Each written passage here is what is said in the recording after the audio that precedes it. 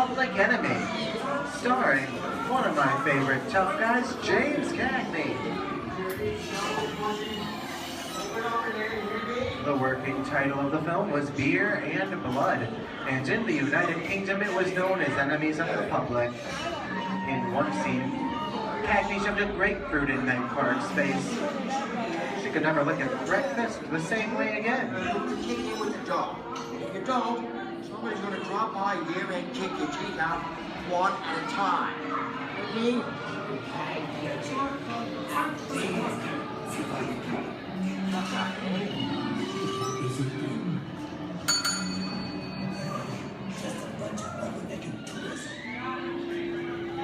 Sorry about the delay, folks, but I don't want to run a red light, even if it is just a movie. You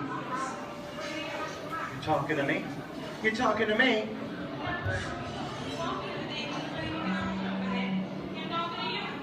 I'm not supposed to leave my vehicle. Okay, Muggsy, whatever you say.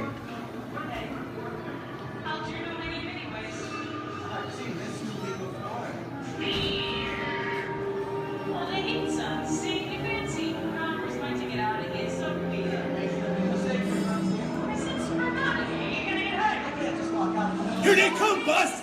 Get out, you grinders!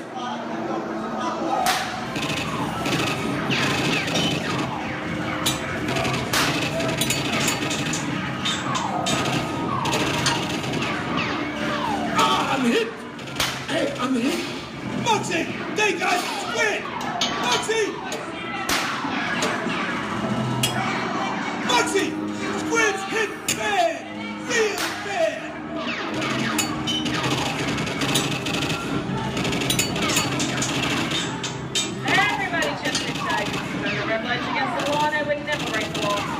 Watch this. No more red light. Muggsy!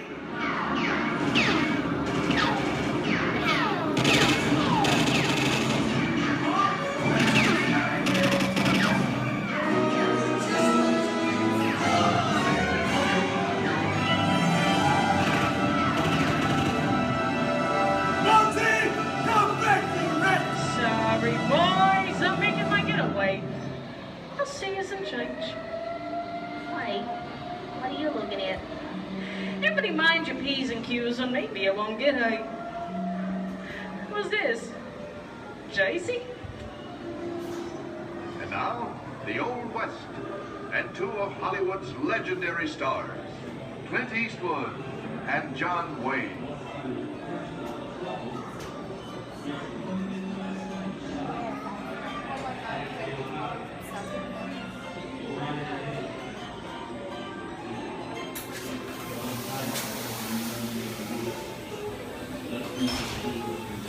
Sleepy little bag, ain't it? That's some mighty tough territory you're heading into, Pilgrim. I'd think about turning back if I was you. That is, if you want my opinion. But I reckon you ought to do Now that we're in the clear, it's time for me to collect all your valuables. We'll start with the jewelry.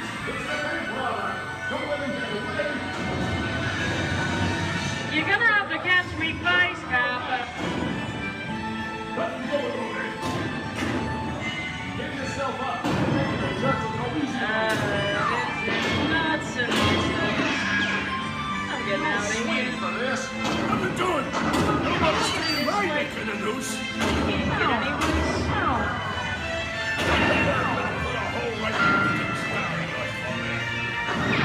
Okay, that's what's... I don't know about you guys. This is kind of creepy. What is this? This is Alien. You are with Sigourney Weaver aboard the spaceship Nostromo. Something has gone wrong. One by one, the crew has vanished. And somewhere in the ship, a terrifying creature waits to claim its next mate. Look now, bring the victim. Warning, remain in your vehicle. The area you are entering is extremely dangerous. Proceed with caution.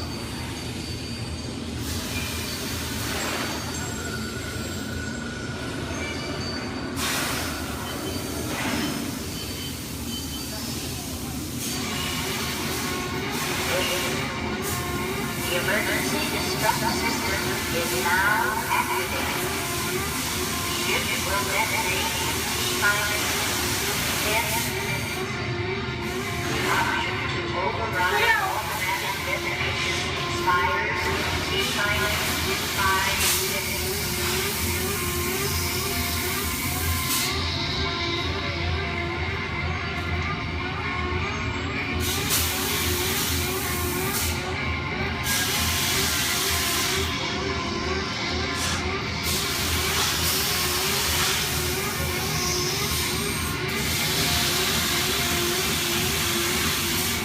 There he is again. Okay, instead of creepy crawly things for one day, right?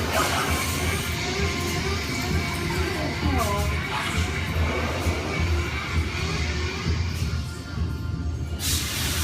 Here in Raiders of the Lost Ark, amid 1,000 deadly snakes, Indiana Jones unearths a great treasure.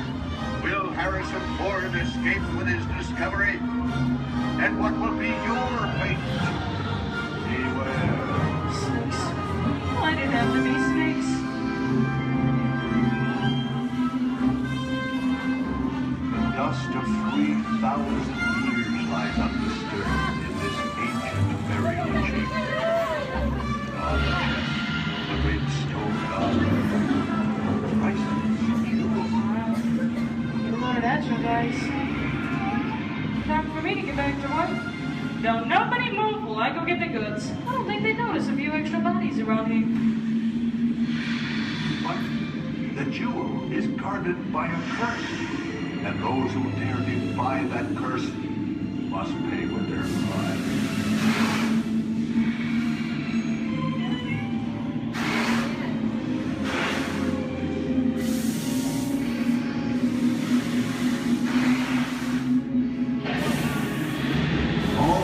Unbeliever, disturb the treasure of the gods, and you shall own your lives.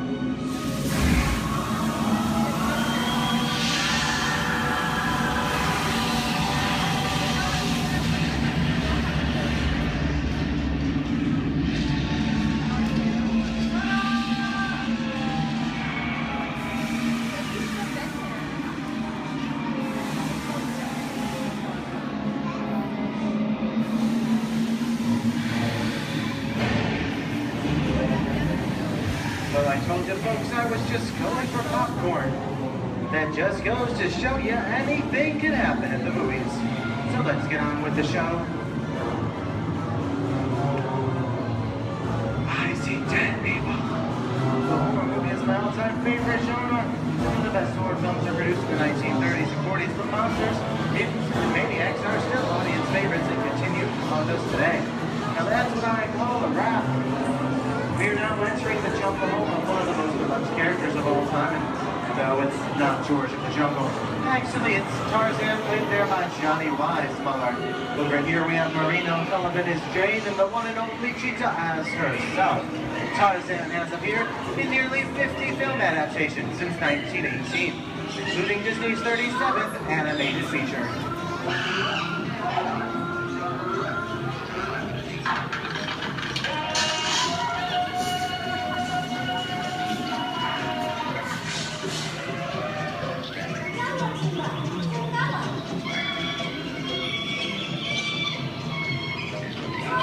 Louis, I think this is the beginning of a beautiful friendship. That's the last line of the movie ever.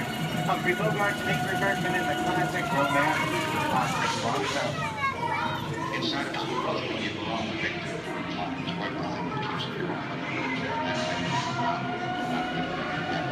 Maybe not today, maybe not tomorrow, but soon, the rest of your life. Will always have past. You didn't have it. You lost it until you came to Casablanca. Get it back first.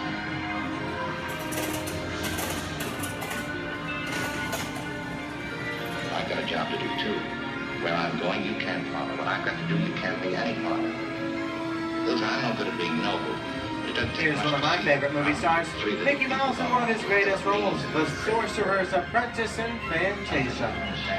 When the movie came out in 1940, Walt Disney promised to add new musical sequences in the future. His nephew Roy kept that promise 60 years later with the release of Fantasia 2000. The sorcerer in this sequence was named Kansas, which is Disney spelled backwards.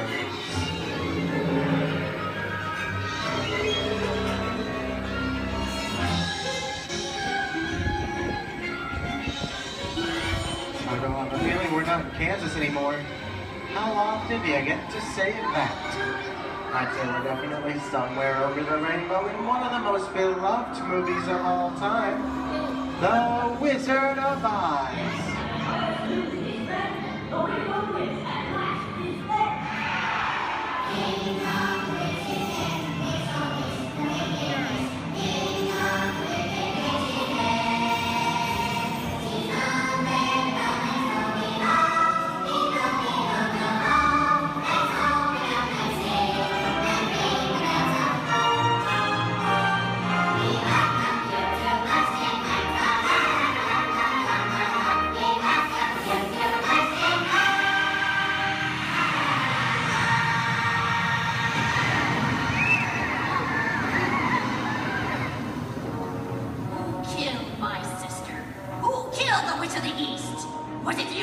No, it was an accident. I didn't mean to kill anybody. Well, my little pretty, I can cause accidents too. Oh, rubbish. You have no power here. Be gone before somebody drops a house on you, too. Very well. I'll bide my time. But just try to stay out of my way. Just try. I'll get you, my pretty, and your little dog, too. How we get out of here. What do you folks think? Which way do we go? Follow the yellow brick road. Follow the yellow brick road? Now, why didn't I think of that? Sing along, folks. You know the words.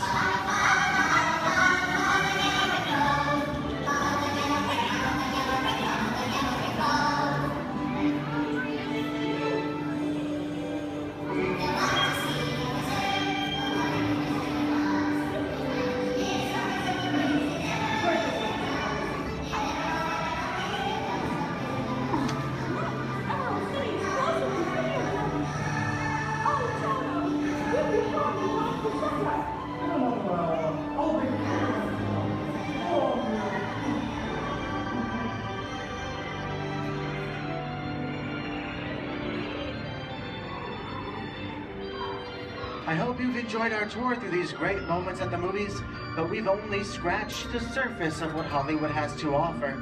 There are thousands of other great movies out there just waiting for you to discover. And here are just a few of my favorites.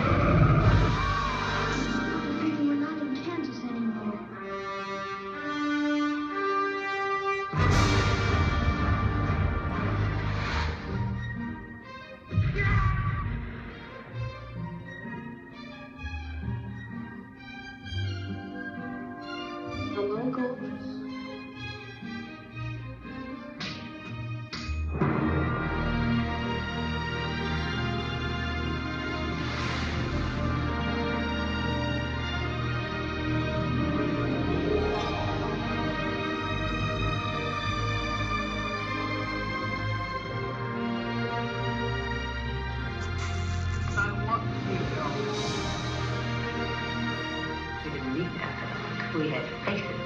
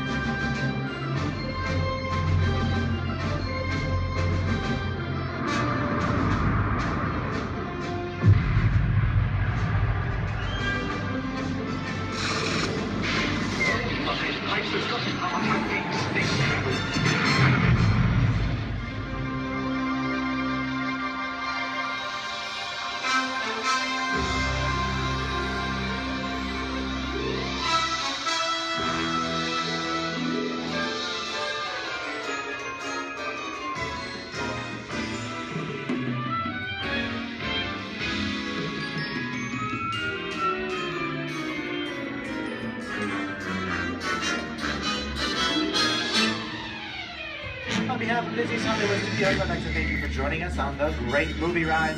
Now, before we wrap this production, there still is one scene left to do. It's called The Exit. The action begins with you remaining seated until the vehicle comes to a complete stop. Then gather your belongings, take small children by the hands, and when these doors open, rise dramatically to your feet and make your grand exit directly to the rear of your vehicle. Oh, and one more thing. When I yell action, don't forget the thunderous applause for yours truly. Okay, places everybody, and action! Thank you. Have a wonderful day here at Disney's Hollywood Studios, and I'll see you at the movies the stuff dreams are made of. Good.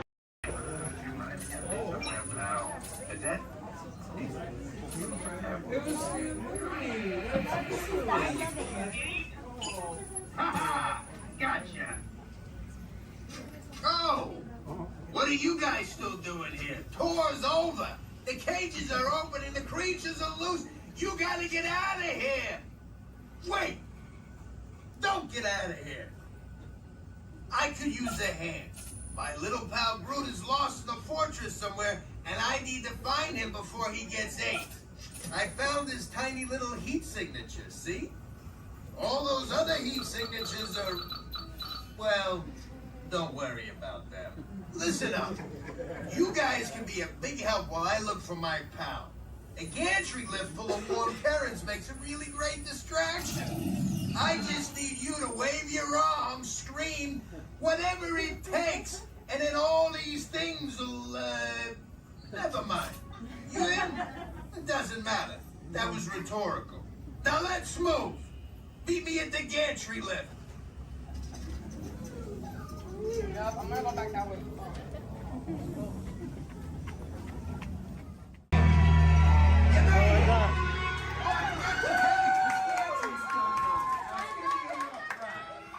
Remember, if you see a scary creature, scream real loud and look delicious.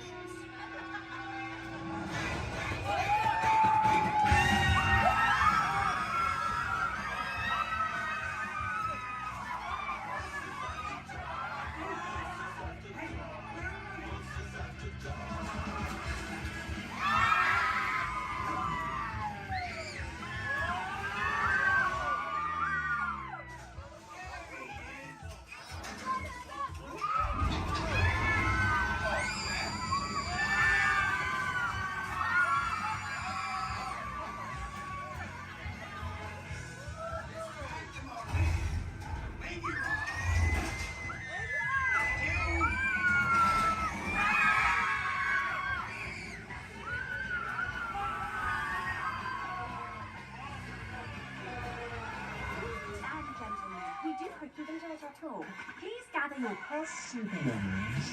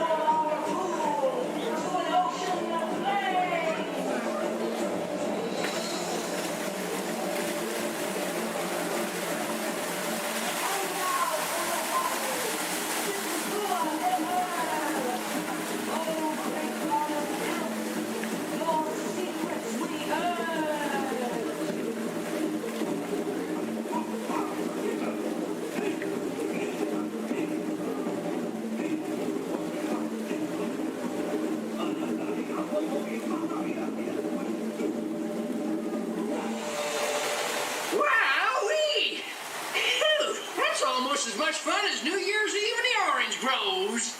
My word, we did get a mite carried away, huh? Yeah. I say, look out there across the water. It appears we're a bit of company. Law me, yes. Welcome, you all. Permit us to introduce ourselves. My name is Claude, and my loquacious cousin over here is... I'll introduce myself, if you don't mind. Hi there. I'm, well, let's see now. It's right on the tip of my beak. Clyde Birdbrain. Oh, yeah. I'm Clyde Birdbrain. Oh, I say, perhaps you good people have never conversed with toucan birds before. Well, neither did we, till one day we discovered this magic sunshine pavilion. By Jove, yes. I remember just how it happened, many, many bird baths ago. There we were in an explorer's launch on a mysterious river in deepest Adventureland. Off in the distance comes the fierce roar of an African lion. And as we round a bend in the river, a huge bull elephant bellows forth in protest of our intrusion. Suddenly, the treetops explode in a frenzy of outraged birds. Oh, come, you can jolly well do better than that. I can jolly well do one at a time.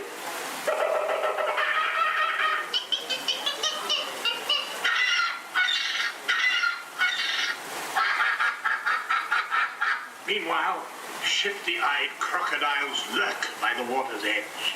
Lurk, lurk, lurk. And the giant python slithers down from an overhanging limb. What's happened? What's wrong? I can't stand snakes. Don't be ridiculous. I'm only relating a story. Oh, all right, Clyde, enough is enough. That wasn't me. I never even opened my beak. Huh? Excuse me, I hate to interrupt such an exciting story, but they're calling us to the show. Land's sakes, it's already showtime? Land sakes, yes, it's already time for the show. And Claude, I do believe it's your turn to make the announcement. Righto. Ladies and gentlemen, boys and girls, gather up all your cameras, purses, and other articles, and now turn to your left towards the tall doors. When the drums begin, they'll open magically to lead you right into the Sunshine Pavilion. Is everybody ready?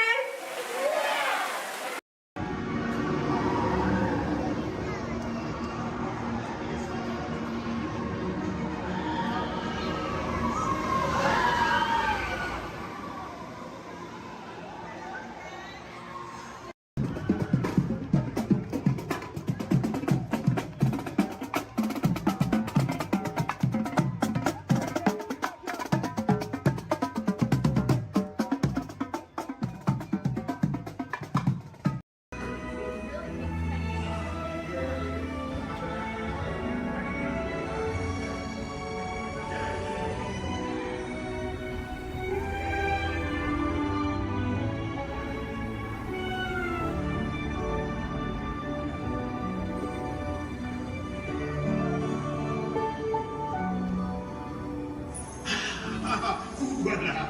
Venez. Suivez-moi, je vous prie.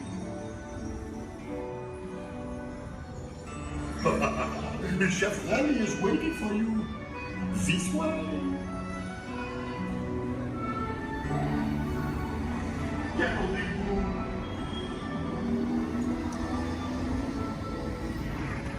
Oh, les erreurs, les invités pour le dîner. Here. Hein? Vous n'aurez pas idée, Concovin? Non. C'est pour Mohamed? Tout ça pour... What? Mais oui, that's it!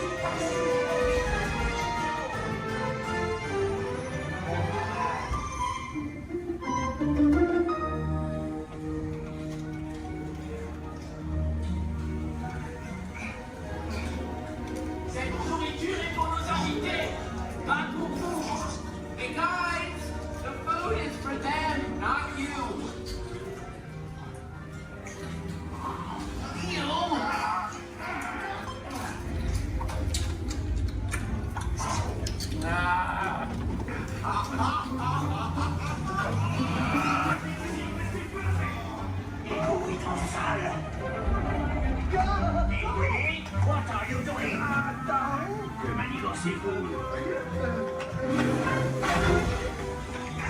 Out of my way!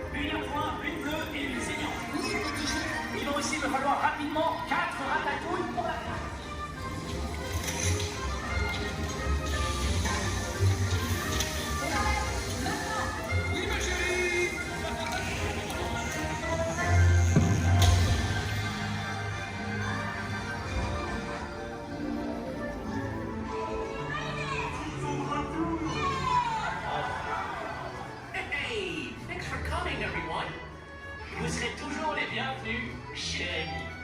À bientôt et bon appétit. Et Mino.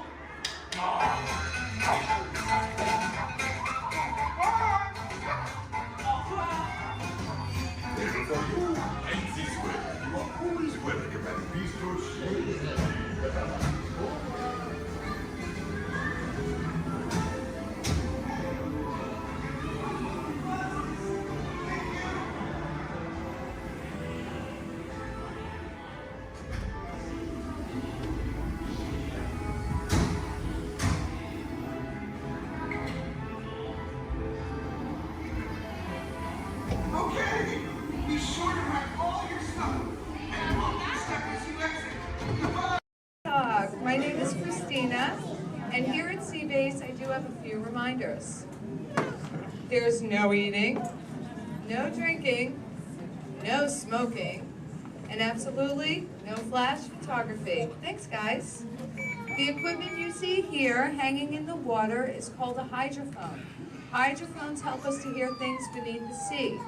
Today this is going to help us hear a very special guest. Does everybody know who that guest may be? Shout it out. That's right. Crush is going to come out and ask us a few questions about the human world, and we may have a few questions for him about the turtle world. So please think about the questions you may want to ask Crush.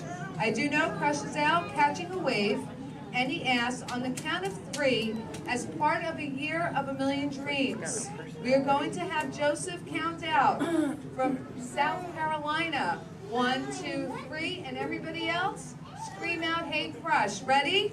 Joseph? Hey Crush. Hey Crush. Righteous, righteous, dude. Oh, dude, I totally heard my name while I was catching that totally tasty wave, and I was just totally, whoa.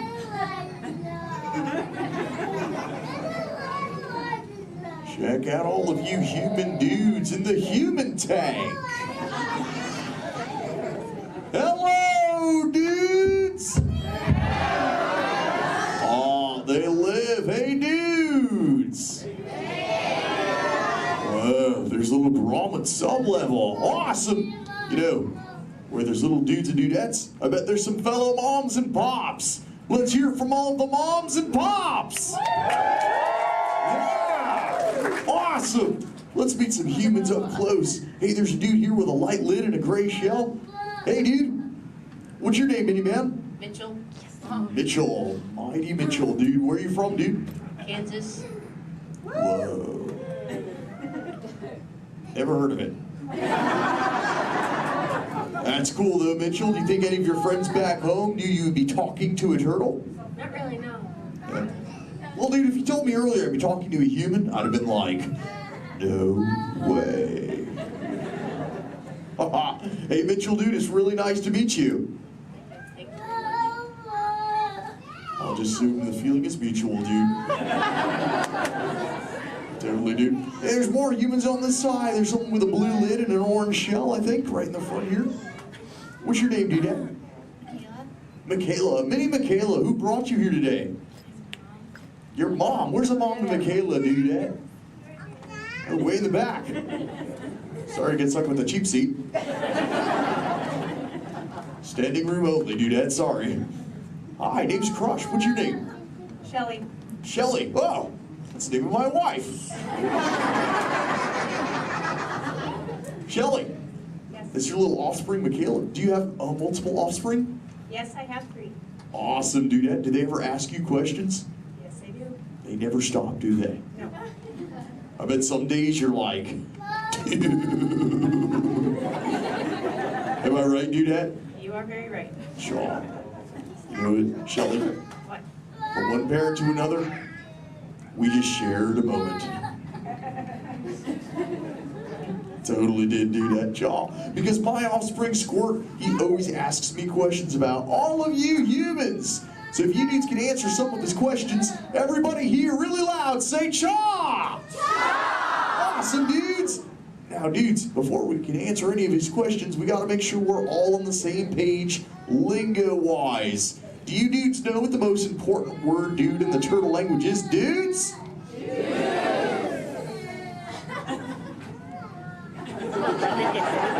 That's right, it's totally dude! Because dude can be used in so many different ways. Example, if something is totally awesome, you say dude like this. Dude! Let's try that, dudes, really loud on 3. Here we go. 1, 2, 3. Awesome! But when you get bummed out, you go, dude. Try that one, dudes. Whoa, you're bumming me out. But no worries, dudes. If something is bogus, yet semi-humorous, you say dude like this. Try that, dudes. Dudes, you are totally talking turtle. Now here's Squirt's question numero uno. He saw some humans at the beach and he came back to me. He said, Dad, what is up with humans? What do you dudes do when you're at the beach? Shout it out, everybody! Oh, you swim, dudes! How many humans here swim? Raise your fin if you're a human that swims, dudes.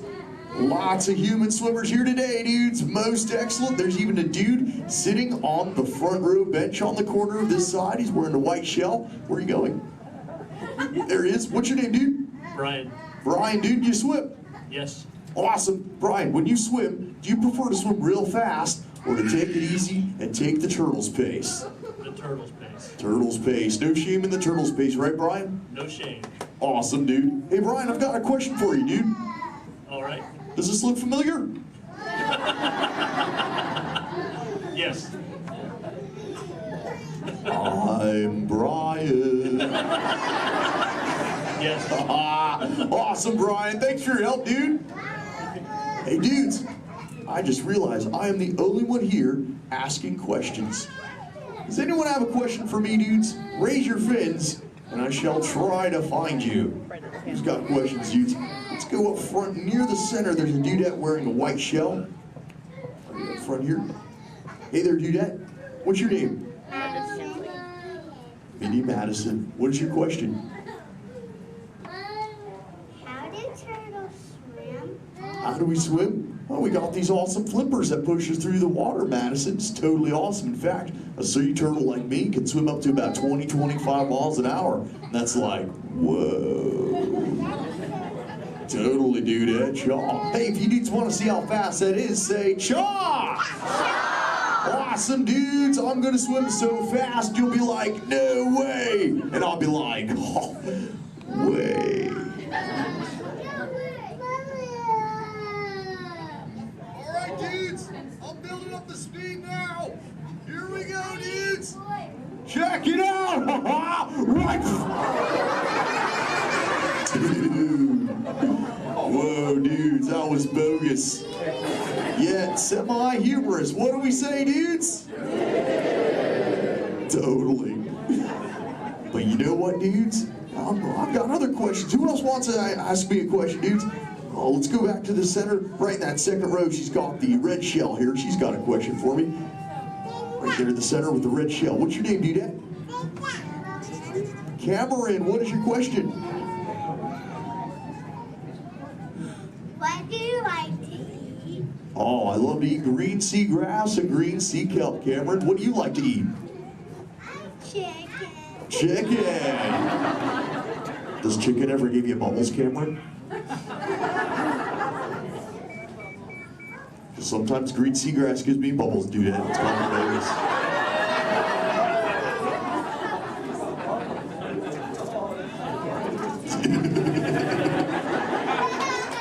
Sorry about that, dudes. Who else has a question for me?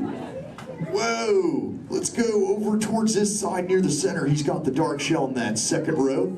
Really dark shell in the second row, sub-level. What's your name, dude? Well, Cameron. Another Cameron? Interesting. Guess they're running out of names in the human world. Well, Cameron, dude, what is your question? What is it like in the water? Oh, wet. Cameron, have you ever, what? How do you ever feel in it? How do I, wet. Well, have you ever been in the water, dude? Yeah. How do you feel in it? Good. Good. Oh, awesome. Well, oh, and wet. Well, that makes sense. Cameron, dude, what do you wear in the water? What you're wearing now? No, I wear a swimsuit. Oh, a swimsuit, Cameron, dude. Check it out, dude. Sports said this is called a swimsuit right here. Check it out, dude. This is what Cameron wears. Awesome, dude. That's what you wear, right, Cam? No, it's a boy wear. It's what? It's a boy wear. This isn't for boys?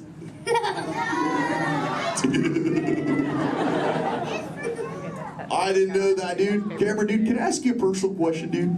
Yeah. Does this make me look fat? No. No? Oh, thanks, dude. Cameron, dude, remember, when you get older, you'll find that will always be the correct answer to that question. Totally. What, dudes? No, dudes, the name's Crush. Where you see Little Blue? On the other side? No way, dudes. That'd be awesome if she were here, dudes, but she's totally not. Hey. Whoa, Little Blue. Don't I know you? Jaw. Hi, I'm Dory. Totally. I remember you. You're Mush. Little Blue, the name's Crush. Well, what brings you here on this fine day? What brings me here? Jaw. My fin, silly. Watch. Woo, ha, chee, ha, woo. Ow, ow, yeah. Ow, ow, ow. Wow, that really clocked me there. Am I bleeding? Little Blue, I hope not, but... Look. It's a people tank. Hi. Hola. Ooh, bonjour. Welcome. Ni hao ma. Ohio. Hi. You're like a little linguist, Little Blue. You know, I just taught these human dudes how to talk turtle. It'd be so awesome if someone could teach us all how to speak whale. I can speak whale. Awesome. Okay, everyone, repeat after me. Hello.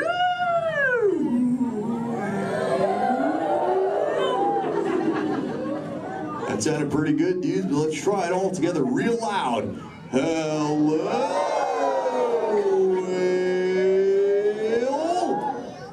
Awesome. You know, sometimes you speak whale and there are like 80 whales swimming around you. Sure. Not today. What do you mean, dude? No whale. Where? You see one behind me? Oh, Little Blue! Oh, Conversation. there's totally a whale, Little Blue. Swim, Little Blue!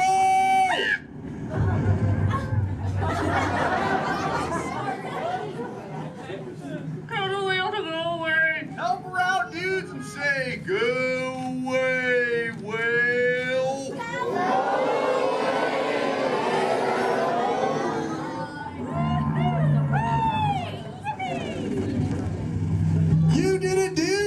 save Little Blue. Put your fins together. That was awesome. You so totally rock, dudes. You know, I could hang out with you all day, but I have to make sure Little Blue is okay. So before I go, remember, do not fight the current, learn to ride it, and it will totally take you where you're meant to go. And little dudes and dudettes, do the Crush Men a big favor. Keep using that word dude for the rest of the day. Your parents will love it. Bye-bye, dudes. Let's give it up for Crush!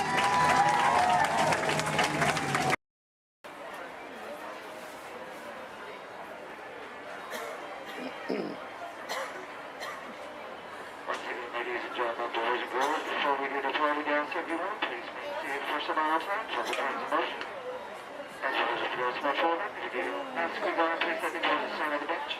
And a welcome to the crowd today. Here we go. Our board.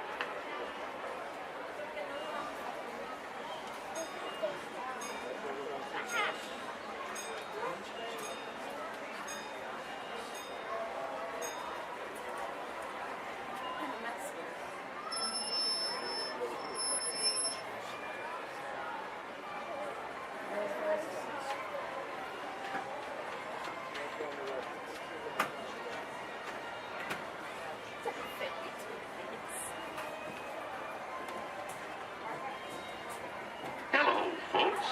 Welcome aboard the Disneyland Railroad. We're now embarking on a grand circle tour of the Magic Kingdom, with stops at New Orleans Square, Mickey's Toontown, and Tomorrowland, followed by a visit to the Grand Canyon and Primeval World. We got a lot of traveling ahead of us, so remember, for a safe trip, you need to stay seated, keeping your hands, arms, feet, and legs inside the train. And please, watch your children. Bienvenidos a bordo del Disneyland Railroad. Para su seguridad, permanezca sentado y mantenga las manos, brazos, pies y piernas dentro del tren y cuide a los pequeños. Gracias.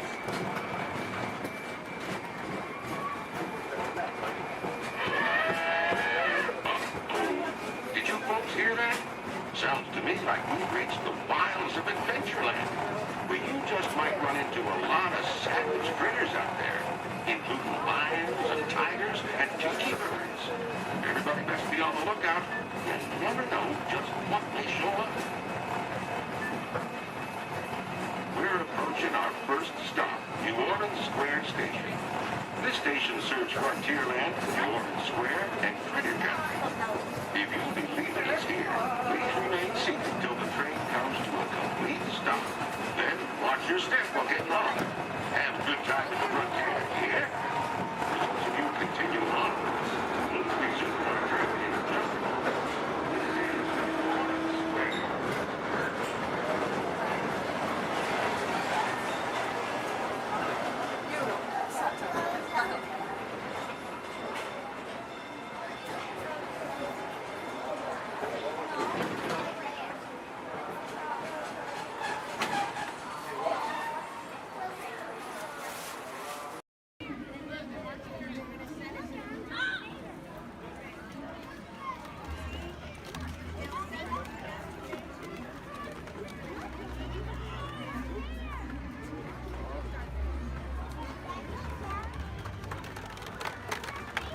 Go Empire! Yay!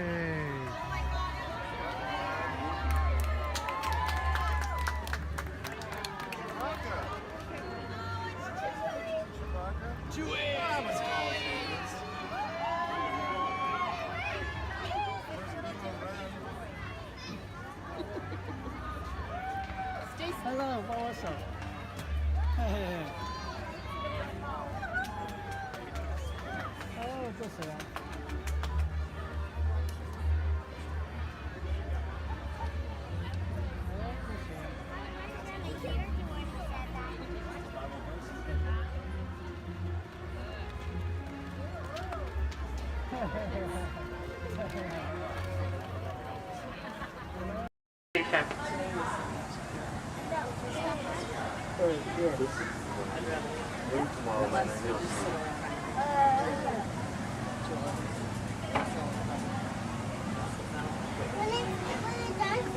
Maybe ride 2 rides.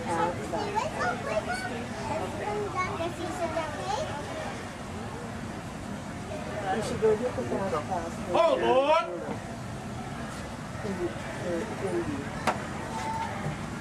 Because they're all right there.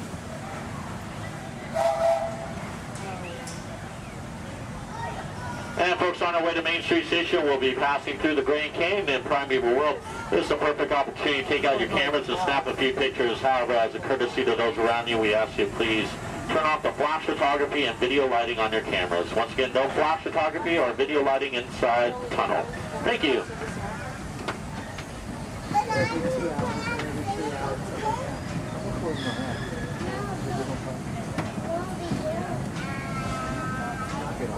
To those joining us, welcome aboard. The next leg of our journey will take us along the rim of the Grand Canyon.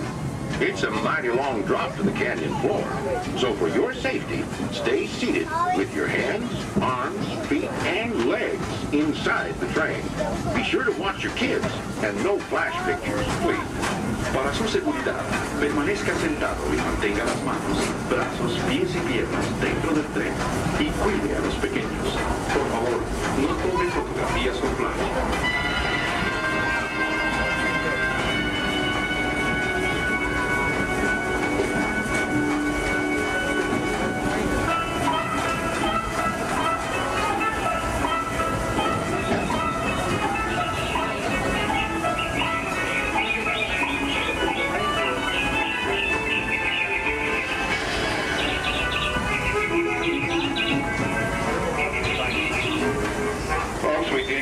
To please remain seated at all times. Thank you.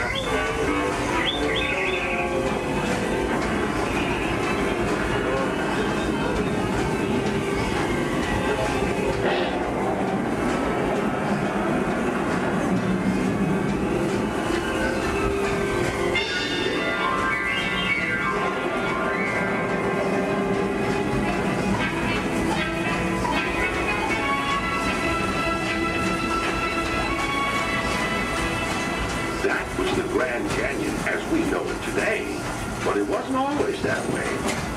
Right now, as we travel back in time, back to the fantastic primeval world, land of the dinosaurs.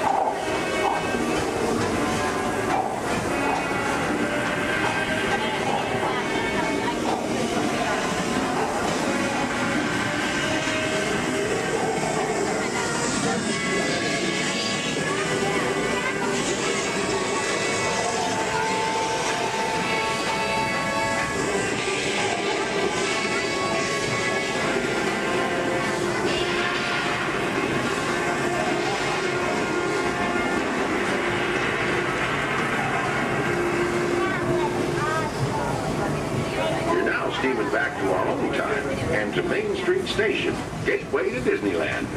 If you'll be leaving us here, stay in your seat till we come to a full stop.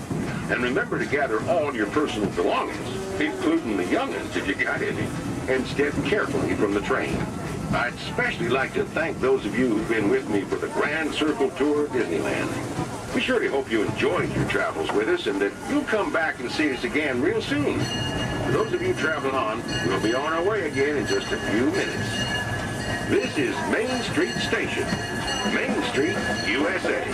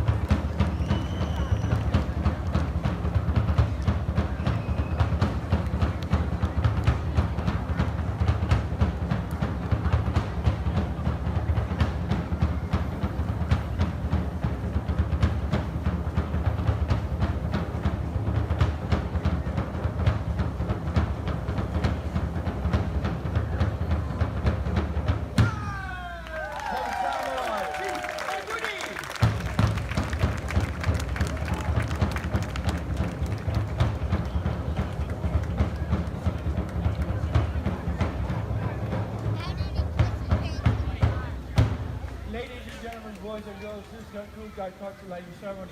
Thank you for attending, and please enjoy the rest of the evening. Mahalo and aloha!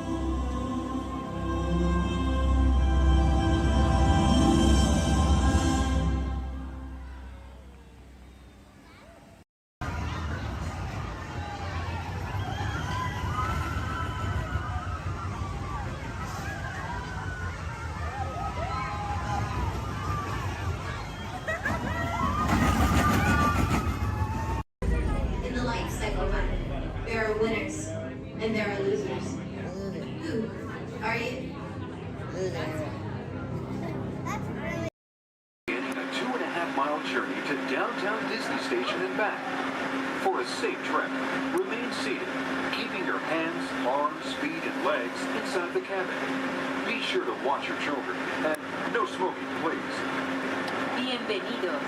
Para su seguridad, permanezca sentado y mantenga las manos, brazos, pies y piernas dentro del tren y cuide a los niños. Por favor, se ruega no fumar. You're riding aboard a Mark 7 monorail, the latest generation of Disneyland monorails. When Walt Disney introduced this attraction in 1939, it was the first daily operating monorail system in the Western Hemisphere.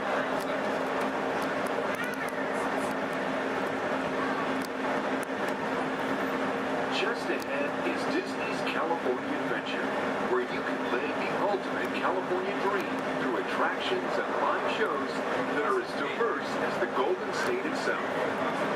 The Towering Hotel is home to the Twilight Zone Tower of Terror, where you can literally take a thrilling drop into Hollywood history. The bear-shaped rock formation is part of the Grizzly Peak Recreation Area, a haven for outdoor adventures. Beyond it, you'll find the high-energy fun of Paradise Pier. Coming into view on the left are the villas at Disney's Grand California Hotel and Spa. It's the first Disney Vacation Club resort on the West Coast and shares the same arts and crafts style as the famous hotel, which we are now entering.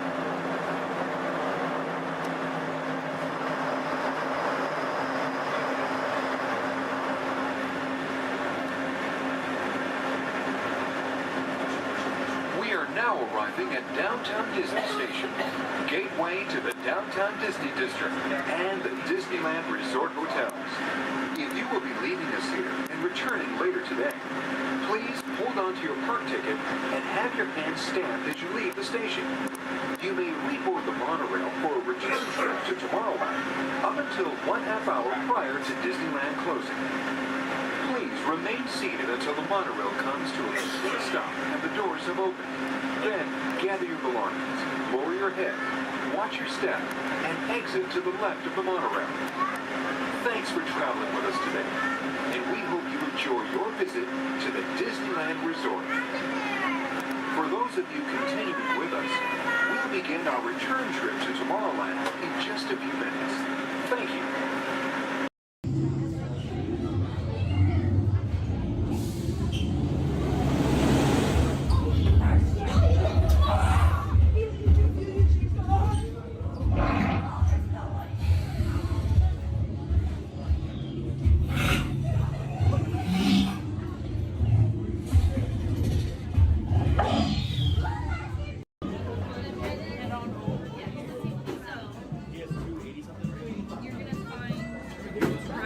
Excuse me, toys?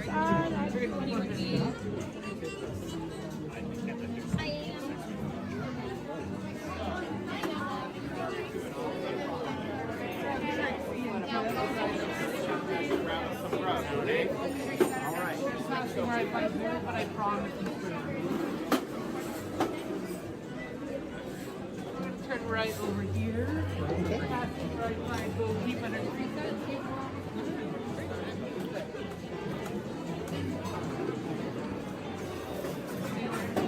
Right back there. Hello!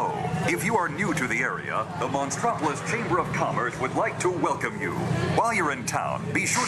We interrupt this program for a special report. A child is on the loose in Monstropolis. A human child! If witnesses are to be believed, there has been a child security breach for the first time in monster history. We can neither confirm nor deny the presence of a human child here tonight. I tried to run from it, but it picked me up with its mind powers and shook me like a dog. It's true! I saw the whole thing! Happy birthday, Smokesy Poo! Oh, googly bear!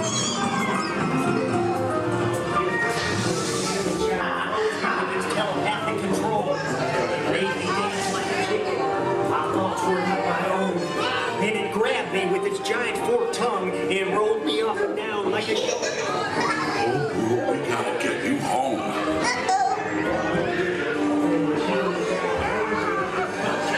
There's a kid! A human kid!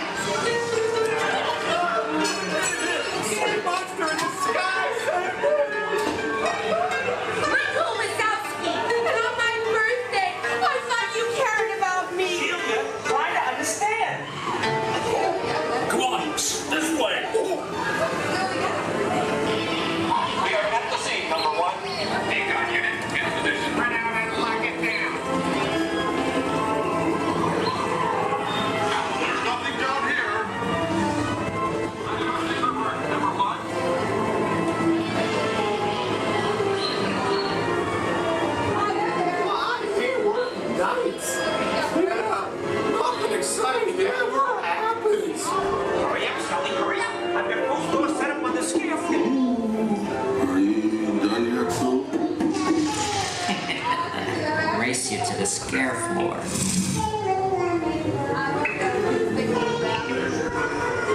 Almost there.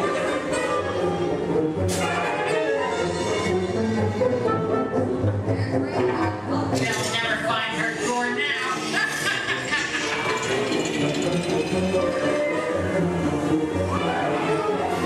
Oh, there's your door.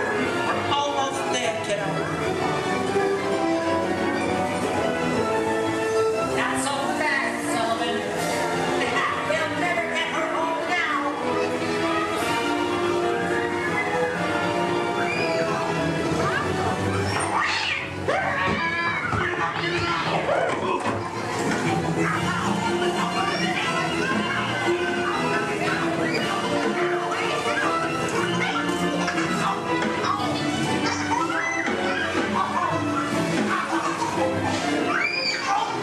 It's been the most terrifying day of my life.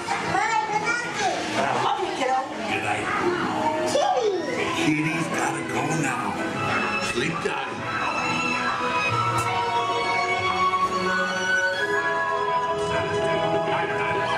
Get ready, folks. We have to decontaminate you. Sorry, Eddie. We have to do this for your own good.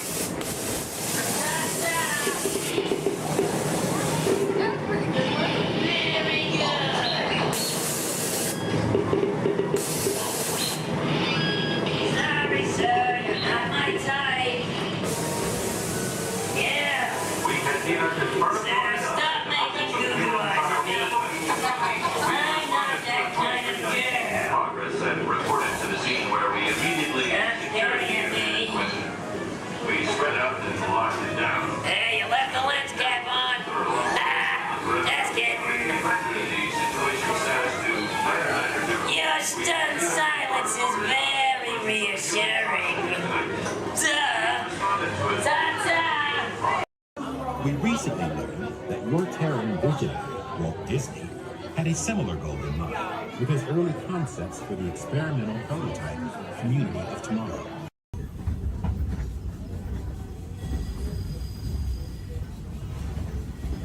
Folks, we're just about out of the woods and into the forest. The enchanted forest of Fantasyland, where magic... Listen. Hear that? There it is, on that big metal snake. Oh, Peter, that's not a snake. It's a train. Train, huh? Well, I think it's finally time I trained my shadow to stay put. Come here. Hey! Get back here, Shadow! Shadow! Oh, Tinkerbell, we really must find some stronger thread. Told you it's enchanted, and not just the forest. From the tips of castle spires to the sands under the sea, magic and happily ever afters await around every corner in Fantasyland. You see some car chases? I've got some very cool people I'd like you to hear here from England. They're going to help us get things started off. Please welcome the Clayton family! And we're going to get everybody in the mood by showing you a few gags from some soon-to-be classic action movies. So, cue, Clayton family. Nice! Action! Perfect.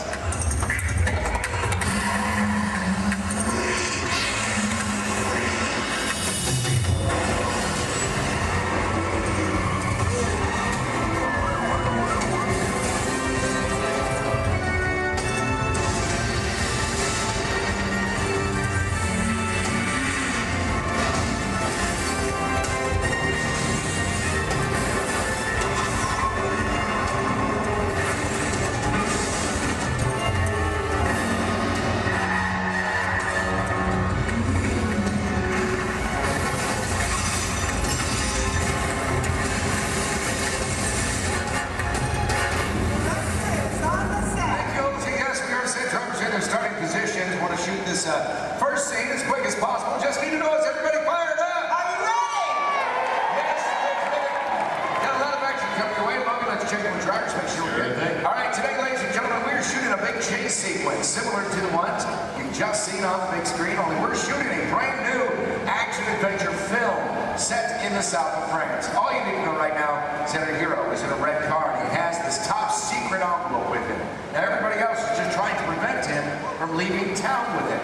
That's the scenario. Look, and drivers ready? Good to go. All right, let's go ahead and slate it, please. Rolling, ballet train, sequence 7A, take one more. All right, drivers ready on my countdown. In 3, 2, 1, action!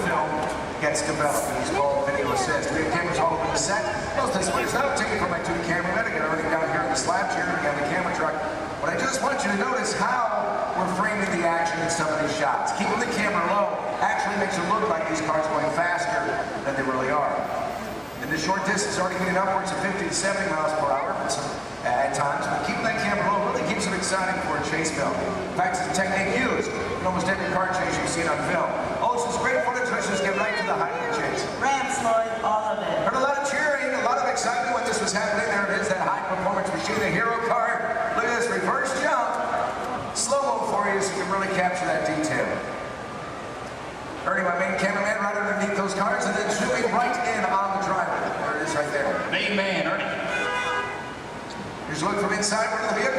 respect to what the drivers are looking at. I do want to talk about the hero cars, so let's bring up camera 4 and let's freeze that jump, okay? All right, Lloyd, I'm going to need you to roll into camera 4. Yeah, go straight on. And then freeze it at the top of the jump. There you go. Cha-ching. Right there. There you go. All right, this is a very special car for us. Yeah, it sure is. Ladies and gentlemen, this hero car here was designed and built specifically for our film.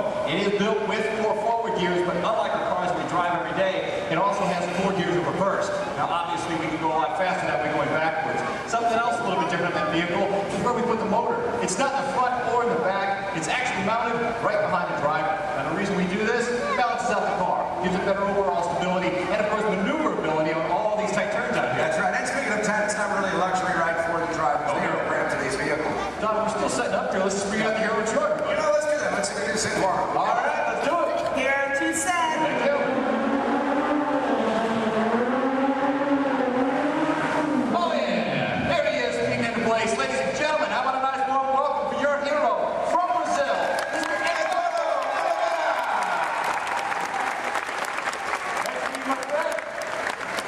Great work, Edu. Great work, my friend. Now, we've worked together for a little while, and he's pretty awesome at the 180s, 360s at 540. Pulled that out. Look good. Look good. Glad we put that in. How about you? You glad we put that in?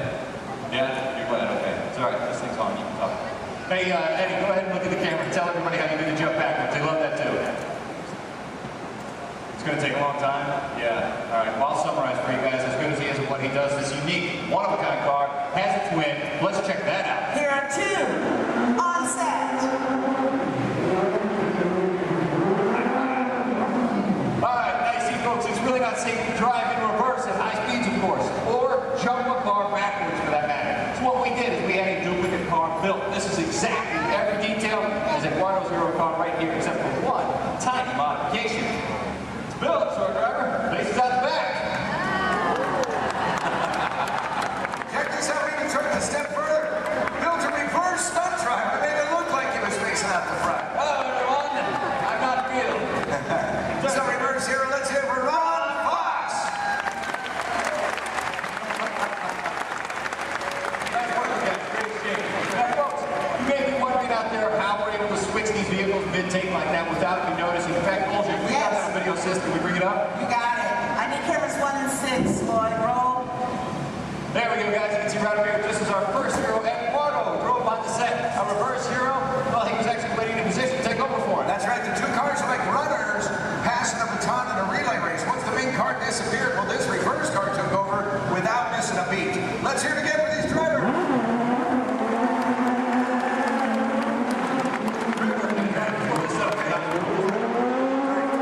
Coming up, we're going to put you in charge right now. All right, ladies and gentlemen, I have a very special treat for you. We've prepared a tribute to Disney's original action movie star. He's made a lot of films for the studio. He's lovable, cute as a bug, and I understand he does all of his own stunts. Do you know what I'm talking about? Yeah, so let's check him out in action. Roll film for me, Lloyd. Thank you.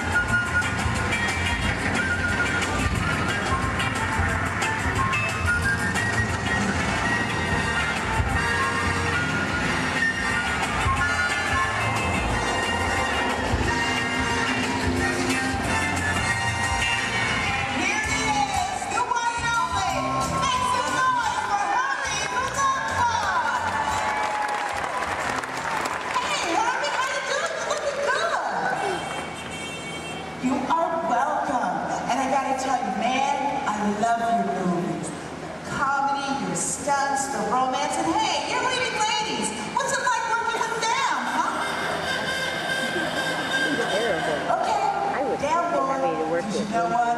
I think we understand. Now look, we gotta finish setting up for the next sequence, so hey, why don't you head over and let everybody get a good look at you. Getting on up and go. Y'all put your hands together for Herman the Love.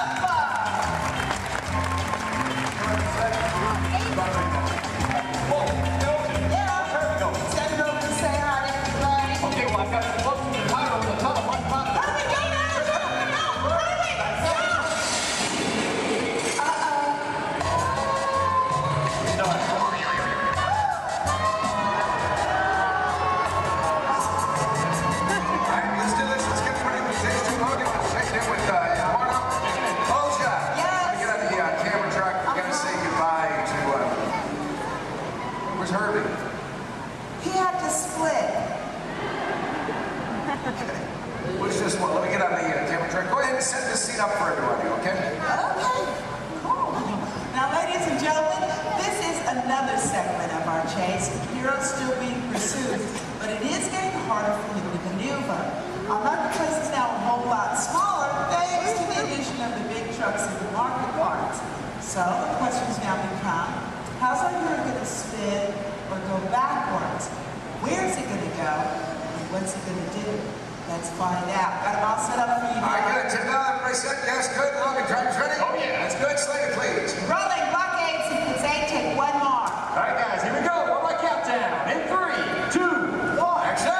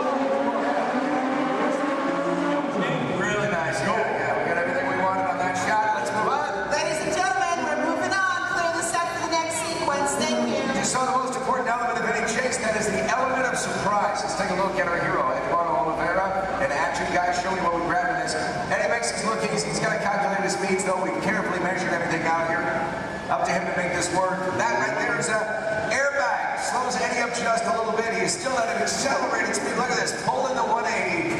Otherwise, he's liable to hit the building. Not a lot of braking room. Not a lot of room to play with. That airbag, by the way, custom designed specifically for this stunt. I'm going to show you the finished film a little bit later on. You're not going to see the airbag in the film because of the magic of editing. Yeah, Don's got a great point there, folks. Again, another reminder, please don't try any of this on your own. We're showing you out here on the set. There's always a lot of safety equipment involved that you've never seen in that finished picture, so always keep that in mind, okay? All right, terrific. Let's get the pickup shot in. Can we make that happen? Can we make it happen? Yeah, this is a great time. We're going to do it. All right, yeah, let's do it. I'll get the car. All right, Logan's bringing out the red hero car. We're going to do a pickup shot, but we thought we'd mix it up a little bit, make a dream come true. Olja, you around? Yeah, I'm in the air conditioning. Well, come on out here, okay? Yeah, you can't be in the air conditioning when we're all suffering out here. Yeah, well. But let's make a dream come true. I want you to head out to this crowd. I want you to find me one driver to get behind the wheel of that hero car. You actually drive the vehicle for us. Okay, what are you looking for in a driver? Gotta have quick reflexes, okay? Great hand-eye coordination. Yeah. If you play a lot of video games, you should volunteer. Wait a minute. Video games, that sounds like you're talking about like a kid. That's what I'm talking about. Give me a kid. Really? You really want a kid? Okay, how about Shade's boy? Yeah. Step on over here. Here we go. Tell everybody your name. James. Hi, James. How old are you? 12. And where are you from? Yeah, it's not an Alabama accent. You guys give it up for James from England! All right, James. You're stepping onto the set. You're going to star in a scene in an action movie. Is that cool? Yeah, high five to that. Meet you, boss. All right, look right up here at this big screen. I'm going to show you a part of the film. Then I'll tell you what you'll do for us. Okay? 7-6 first unit, Lord. All right, our hero's on foot. He's in trouble. He literally calls for his car. Look at this. Using a remote in his watch. Car gets to him on its own. Hero makes his escape. I need a longer shot of the car. You're going to drive it for us, and there it is. Do you know what's so special about that car? Well, it's a full-size remote-controlled vehicle. That's right. You drive it with this remote here in my hands, guys. Let's take a look inside. I'll show you the hardware on this vehicle. The hardware, I should say. There you go. Now take a look at the steering wheel. I'll give you guys a quick demonstration. If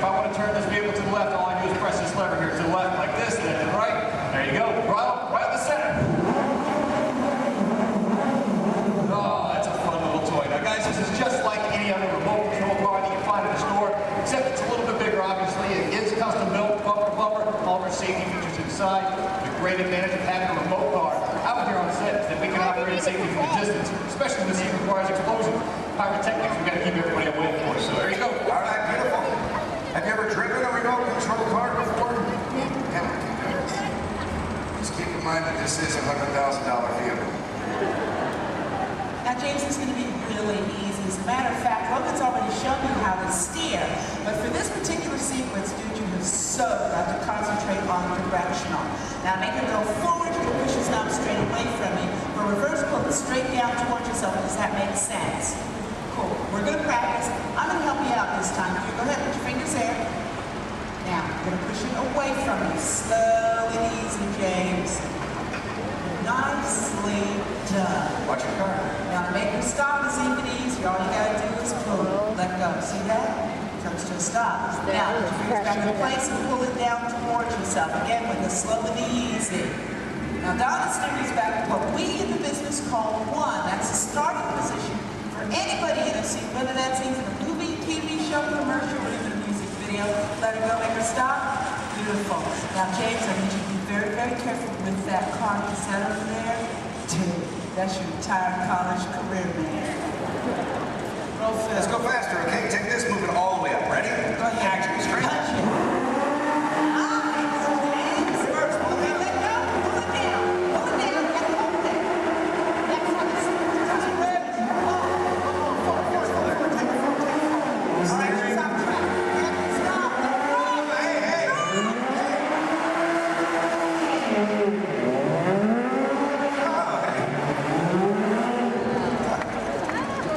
Driving on the side of the... I just love how they do special. Are you released? We're just having fun here. But there's a part of the movie where we use a remote car. That's how we do it. This is our remote car driver, Corey. You're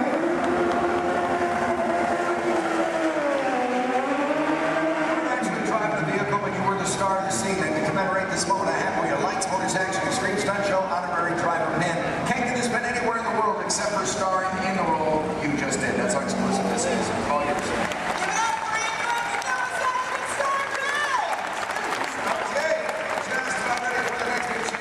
Now we're shooting this, as we often do in movies, out of sequence. We have a lot of complex stunts coming up for you in this chase. In fact, I highly recommend you have your camera standing by. You're going to see some incredible stunts in this one. One by my stunt coordinator, Logan. There he is. Where's my fan?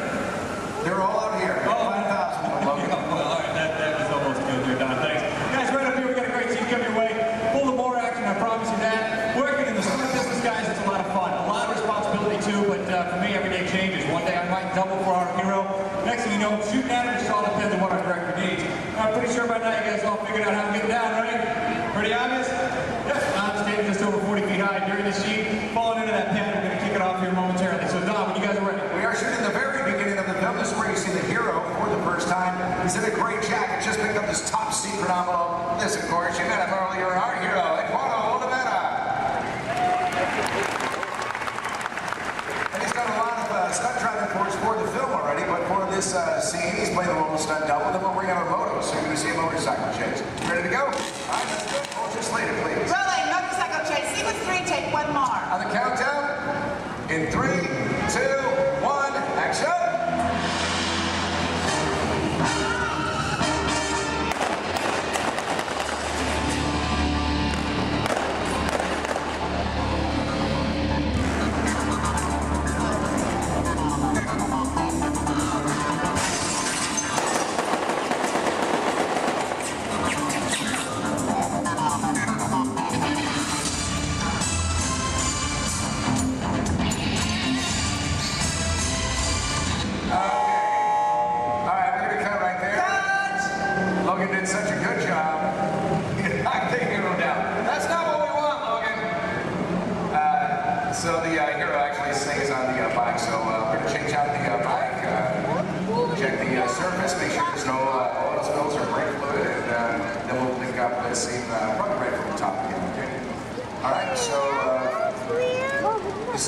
He's calling shots for this while Logan was doing the stunt for us, but we'll get the high fall in there. So let's just go to BGM for a moment, and we'll get this started as soon as we can.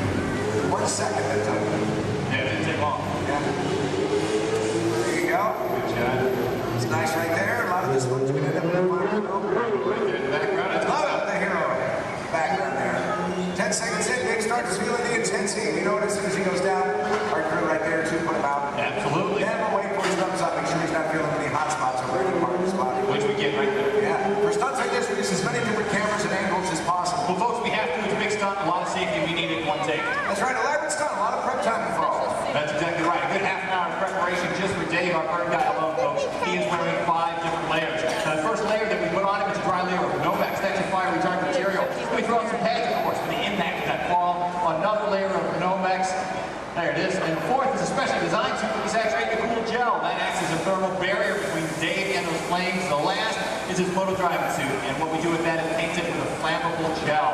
Now, ladies and gentlemen, it is the flammable gel that you notice burning and not Dave's moto driving suit itself. Now, one can do amazing things with digital effects, but nothing beats capturing fire stunts live. Yeah, that's where I like it. That's right. Good. Hey, you know what? This is what I want to do. I know we're set up for the final race. Let's get a pursuit car to camera out. Let's go inside and show you guys how much we modified these vehicles. I got you what you need. Let's do it. Guys, let's get V2 out to camera out. V2 set, camera out. V2 is on set.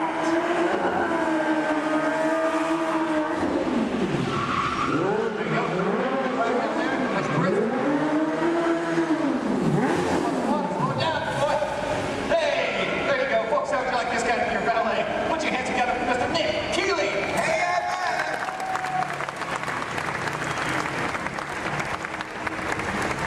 Hey, because you said it's a village in the south of France, that means we have to make everything match, and then we're going to glue the cars. These are local courses. We had them shipped directly to us from Europe, and then we literally gutted them out. We modified them to suit every need that we have. Yeah, absolutely. Which basically included losing a lot of weight on these cars. We wanted to make them lighter. We rebuilt these cars from the ground up. Let me show you how we reinforced that interior. We did it by installing this rally car crash cage that is fused throughout the entire vehicle there. We also took out the motors that these cars came with. We replaced them, of course. Right behind the driver, folks, that's a 1300cc motorcycle engine. These cars are balanced out and modified. They're designed specifically for these stunts. Ernie, let's go on the side here for a second. Now, executing these maneuvers, pulling all these stunts that our cars do, it requires a lot of complex timing, using your clutch, your gas, and your emergency brake. These cars here, that e-brake releases the moment the driver lets it go. The cars we drive every day, it locks in position until we release it manually ourselves. These guys are pulling off all these maneuvers and they have to keep going. So that's why we leave it released. Something else a little bit different, the gear shift. Second, third, fourth gear just requires a little push forward. It's called the bump shift in our business. If you want reverse, you just turn the handle on top and you've got 4 gears of reverse at your command just like that. And we are ready. Final shot. Thanks a lot, Nick. All right, let's do it.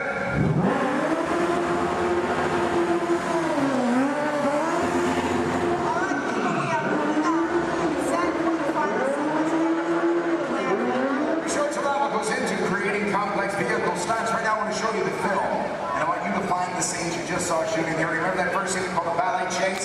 Then there was the jump in the semi. Now this motorcycle chase you'll see first in the film. Also look for an additional stunt that Logan did for us on that high fall.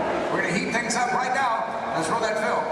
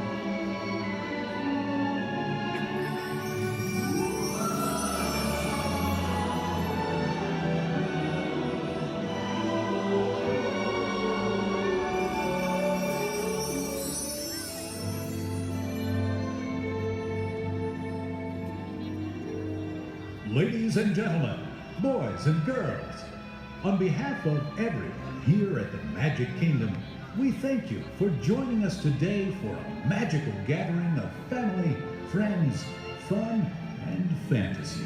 We hope that your magical journey with us has created wonderful memories that will last a lifetime. Walt Disney said that the Magic Kingdom is a world of imagination, hopes, and dreams.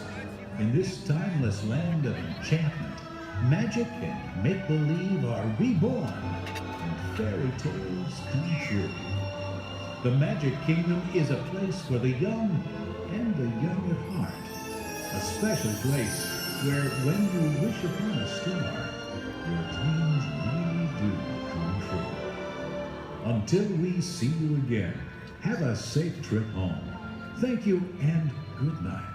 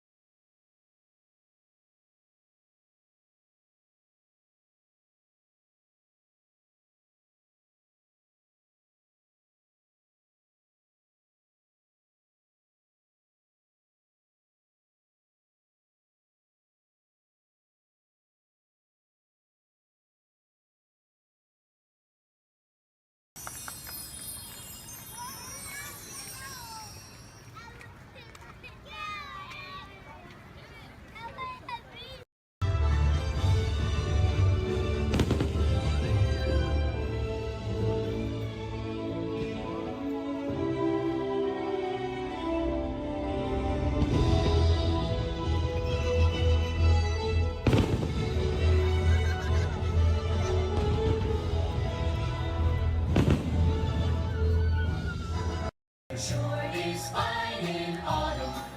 It's looking like the breeze and the falling leaves. A blue sky above, the one that you love. I saw a scarecrow smiling, winking his eye as we were walking by. I caught him. Then he looked my way, said, "Enjoy your day. It's the magic that can happen when it's autumn. Changing leaves of red and gold. All is in the air. You can see it on every autumn street. And you can find that someone warms your heart every time you meet. We should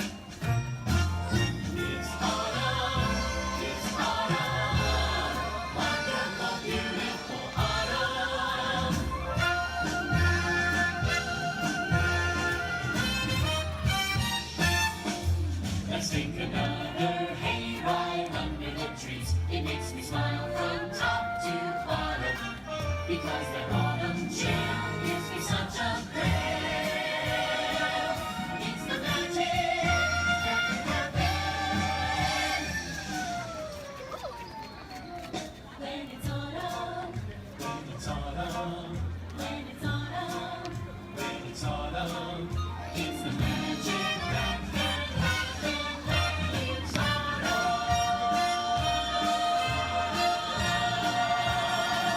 Play inside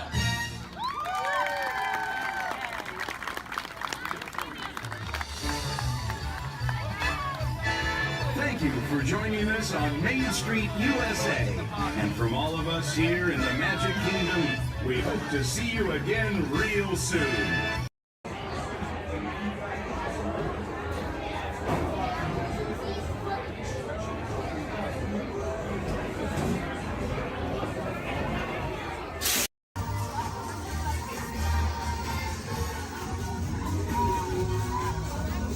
It's great to see you. Welcome to the celebration, everybody.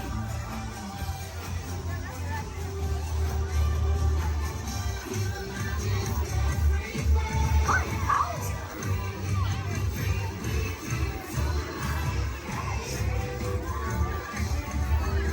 It's great to see you.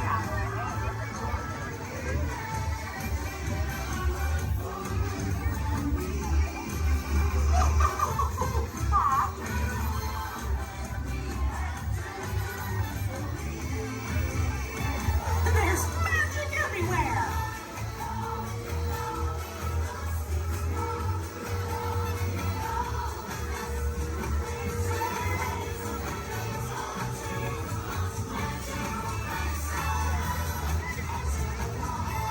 It's time to celebrate!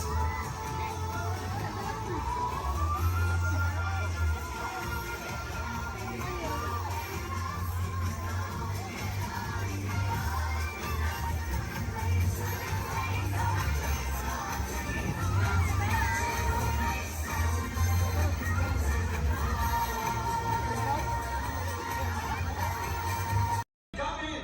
I have an opportunity for you all that is bad, dangerous. I was going to say profitable. You think I'm so heartless I would send my friends into danger? You insult my honor. And believe me, I have very little honor to insult. We'll talk later. I'll do everything around here. Hello, my friends. I am Hondo Onaka, and this is Onaka Transport Solutions. Today, I am offering the opportunity of a lifetime. I need flight crews to transport this valuable merchandise across the galaxy. Pilots to navigate, engineers to operate the ship, and gunners to defend the shipments. And that is where you come in. Oh, Hablo for some very fast and very profitable expeditions. Chewbacca, my fine furry friend! Yes, as we agreed, you let us use the ship, we'll give you the supplies you need. It's a win-win. You help the resistance, and I get all the profits. What? The first order will never know we were there. Okay, time to go, so, all right. We better go before he changes his mind.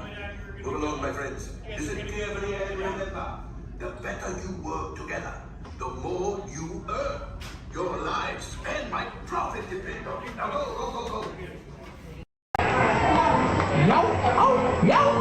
A pirate's life for you. Boys doing this. I had a bandana complete full of Got your home.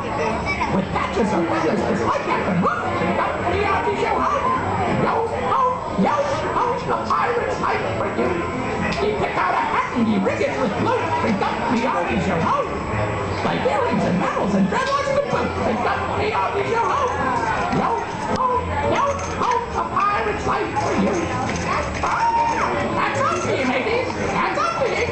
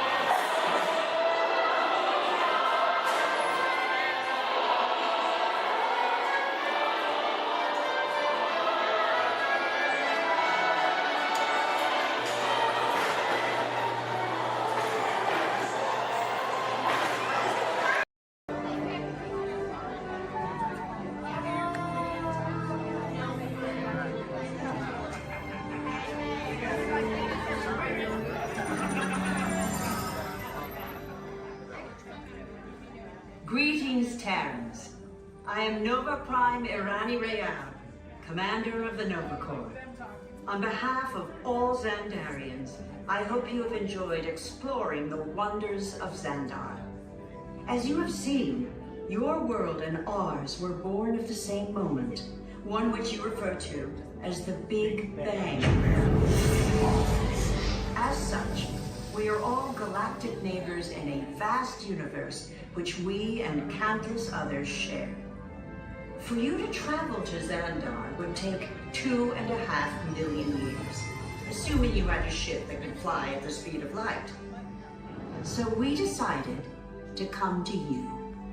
But even we could not have reached you so easily were it not for the Cosmic Generator, an advanced piece of Xandarian technology that creates jump points, artificial tunnels that act as shortcuts, linking distant points in space. It is our desire to share this wondrous technology with your people so that together we might explore new worlds and create a brighter tomorrow. And now, as the culmination of the wonders of Xandar, you will be teleported to a Nova ship above your planet for a demonstration of the Cosmic Generator. I trust you will find it an unforgettable experience.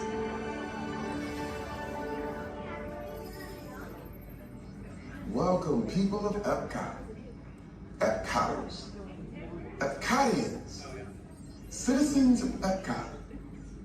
Does anyone know what they call themselves? Someone needs to tell me when I'm on. Welcome, Epcot Terrans. I am Centurion Tal Merrick, and we're just about ready to teleport you up to the ship for the demonstration. As you're about to enter a secure Nova area, I must ask you to put away your Terran communication devices at this time. Recording of any type is strictly prohibited. I am very serious about this. Now, please step forward into the chamber. You're gonna love this. You're on! That was the best. That was like probably highlight. You're on! Someone get that guy back on. I should warn you that we have never teleported Terrans before. But since your molecular structure is very similar to Xandarians, it should work. It'll work. So long as you are standing inside the lighted ring. You do not want to know what happened last time someone did not stand where I told them to, okay? Stand by the teleportation. Here we go.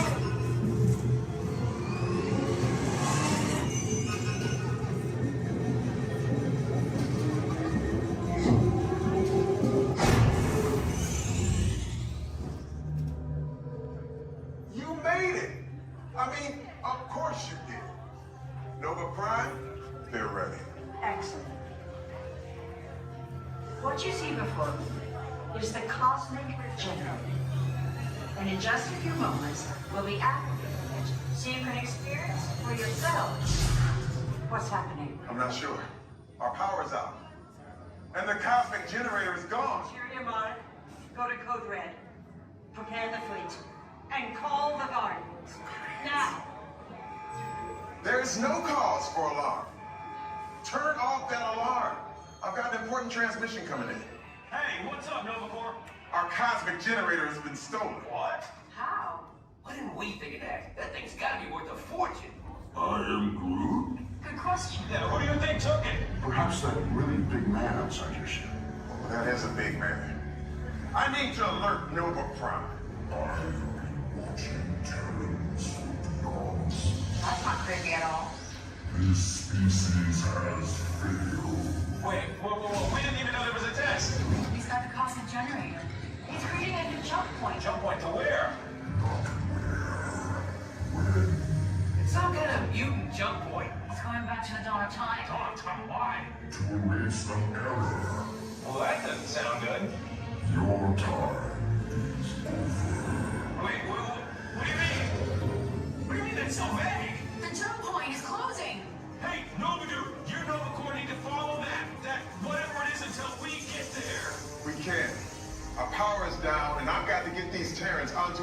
evacuation shuttles. I got it. I reprogrammed the shuttles to follow through the jump port. Wait, what? Look, they're our only chance of keeping track of that whack job until we get the cosmic generator back. Piece of cake. Wait! There's King. Where's this King? The odds are impossible. Yep. But it's our only shot. Good luck. Are you sure you can control it? Come on, it's me. We got this. We're all toast. First there was King, now there is toast. This plan is making me so hungry. Terrence, listen up. We need to make our way to the evacuation shuttles now. We'll follow the plane and get our power.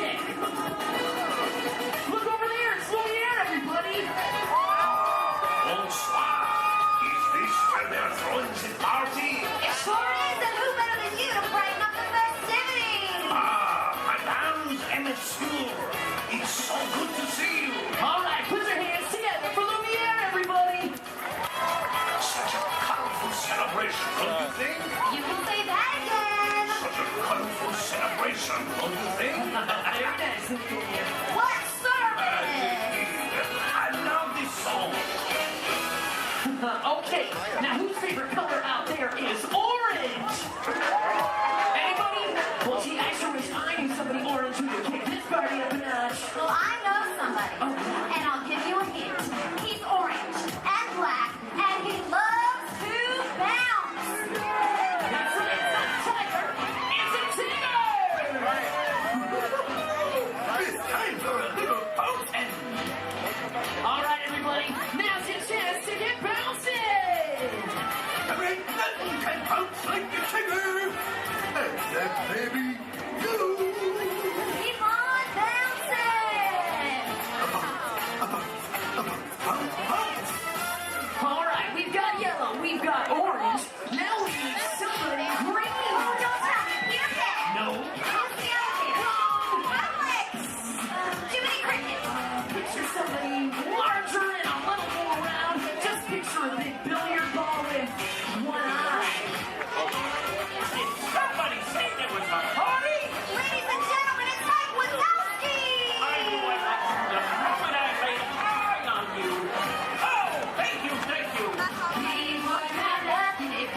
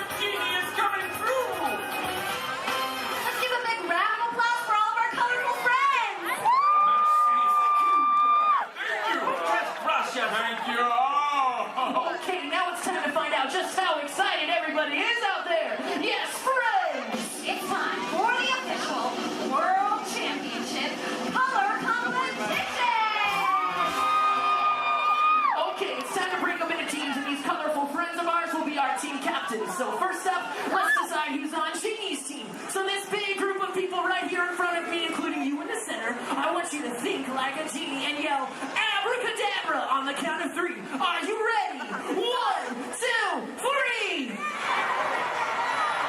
Oh, come on, I said like a genie really loud this time. Ready? 1, 2, 3. Great. You guys are now Team Genie. Blue is the bomb! Oh, really? We'll see about that. Everybody back here hanging out with Mike. Let's collect some scream power. I want to hear big green team scream on 3. Ready? 1, 2, 3. Fantastic. You guys are all now Team Wazowski. Good job, everyone! I'll be keeping my eye on you! Eye! Get it? Yeah, we get it, Mike. All right, now everyone around Lumiere, I want you to throw your candlesticks up in the air and wave them from side to side and make a little noise. Come on, guys. Oh, you can be louder than that. Come on. All right, you guys are now Team Lumiere. Well, see, I am touched. All right, now everybody way over there by Tigger, and that includes everybody on the bridge. Let me see you jump up and down and make some noise. Perfect. You guys are now the Tigger team. That's terrific! Okay, looks like we have one team left. So everybody over here around Sebastian, and that includes everybody way over there. Let me see some booty shaking, and let me hear you. Yeah, man! Move those tailsies! Shake it. That's right. You guys are now Team Sebastian. I love it! Okay, does everybody know what team they're on? Do you know who your team captain is? All right, it's time to get the color competition started. And hey, if you don't know what team you're on, just pick one and join along, all right? All right, take it away, Emily. Okay, you guys, so what we're going to do is we're going to teach you part of an awesome song from the movie Tarzan. Then we're going to have each team help us out by singing it one at a time. Then we'll pick a winner. All right, let's hit it. Okay, so I'm going to say something first, and then you all repeat after me. Are you ready? Let's do it. Say do. Bop. Bop. She. Do. Do. All together now. Do. Bop. She. Do. Do. Bop. She. Do. Come on. Do. Bop. She. Do. Do. Bop. She. Do. Awesome. This time we're gonna sing it. Repeat after us. Do. Bop. She. Do. Everybody sing it. Do. Bop. She. Do. One more time, louder. Do. Bop. She. Do. All right, Emily. Do you think they're ready? Oh, they're ready, all right. All right, color crews, it's time to shine. Emily and I are going to call out a team. When you hear your team call, we want you to belt out that phrase as loud as you can, okay? Oh, and one other thing, you gotta sing the right notes for your section to win. Okay, guys? Team Genie, you guys are up first. All right, watch Emily and I for your cue. Here we go.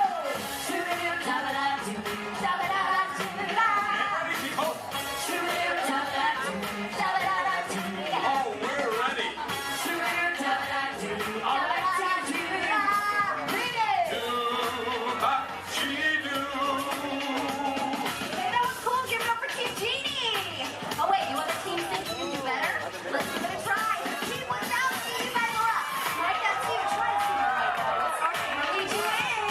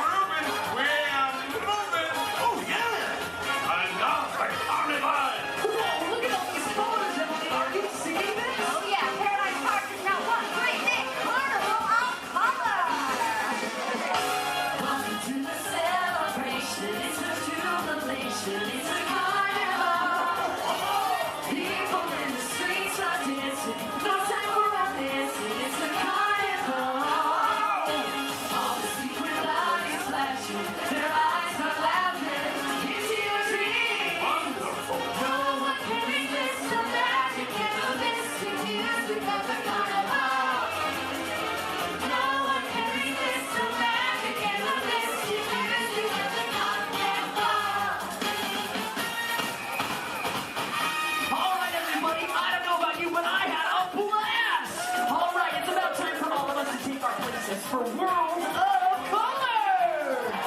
Alright, let's give it up one last time to all of our colorful friends. Give it up for Sebastian, Lumiere, Tigger, Gene, and of course Mike Wazowski. Thanks everybody, we hope you enjoyed our Carnival of Color. Remember the exciting colorful landings and over. Now we're about to show something really spectacular. Something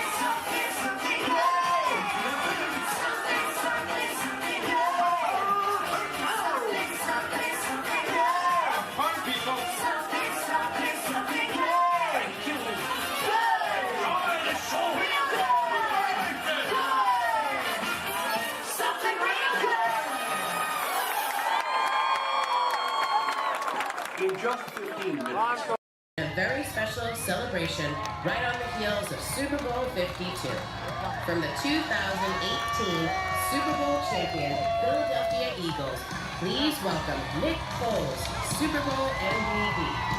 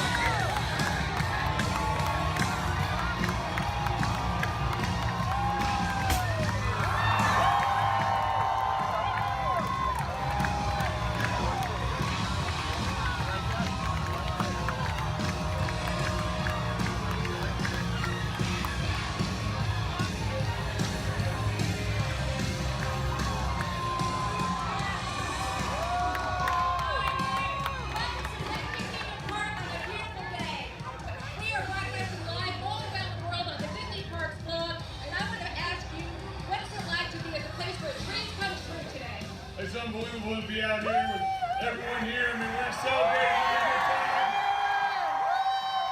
To be at Disney World, to be a part of this, it's unbelievable. Just to see everyone, to be here, unreal.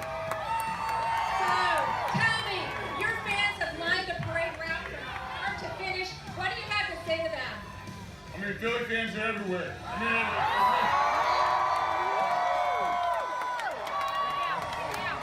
there we go. Hey, yeah, it's all right to yell. We're world champs. It's all right to yell.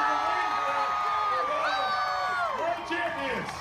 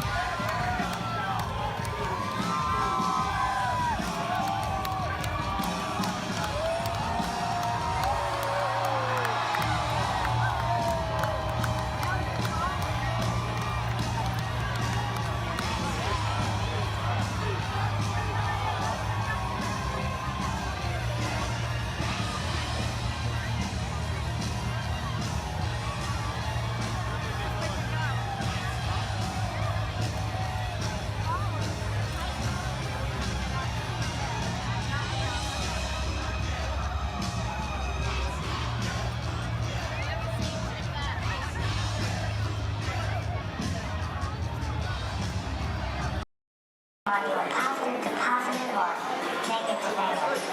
No. A positive that was negative positive. Absolutely positive. Hey, what are y'all staring at? Oh, me. Well, you got cameras. Why don't you take a picture? It'll last longer. Gee, a lot of families here today. Glad you're flying with us. You know, I like families. Sure. I see a lot of mine these days. Oh, look, there's Dad. Hi, Dad. Dad was the top Star Tours pilot.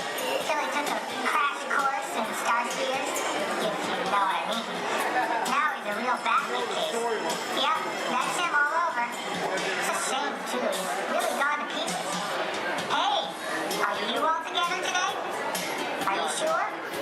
Okay, have you working there? Attention, please.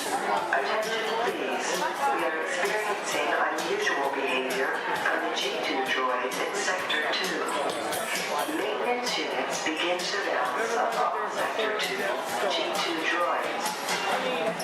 I'm listening to K-Droid, my favorite station. This is the latest hit from Danny and the Droids. It's called I Wanna Weld Your Hand. I love those rubato intros. Hey man, care to boogie? Your bipedal locomotion units are looking real hydraulic.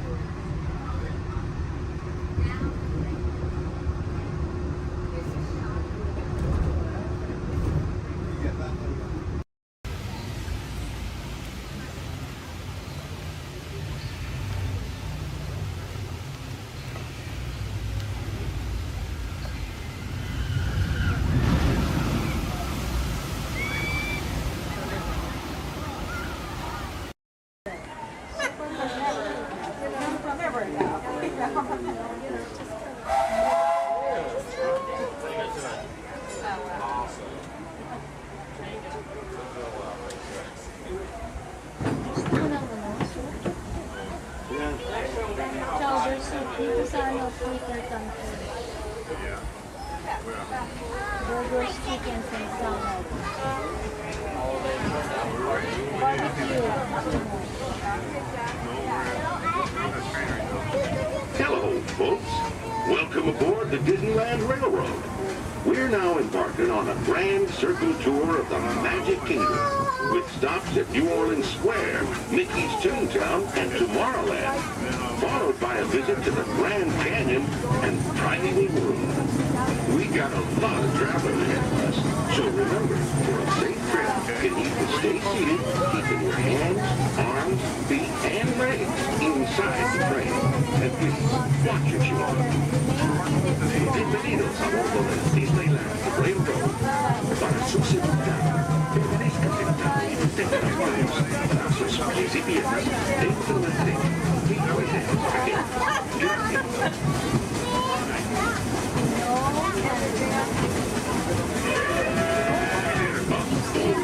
Did you folks hear that? Sounds to me like we've reached the wilds of Adventureland. You just might run into a lot of savage critters out there, including lions and tigers and tiki birds. Everybody best be on the lookout. You never know just what may show up. We're approaching our first stop.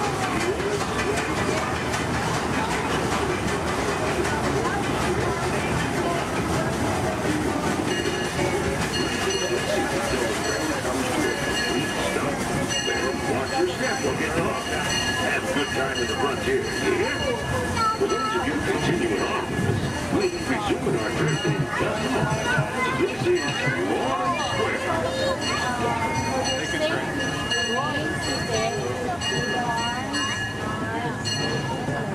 Your attention, please.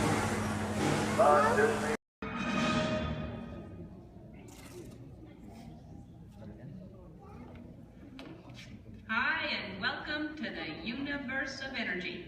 How are you? Fine. No need to answer.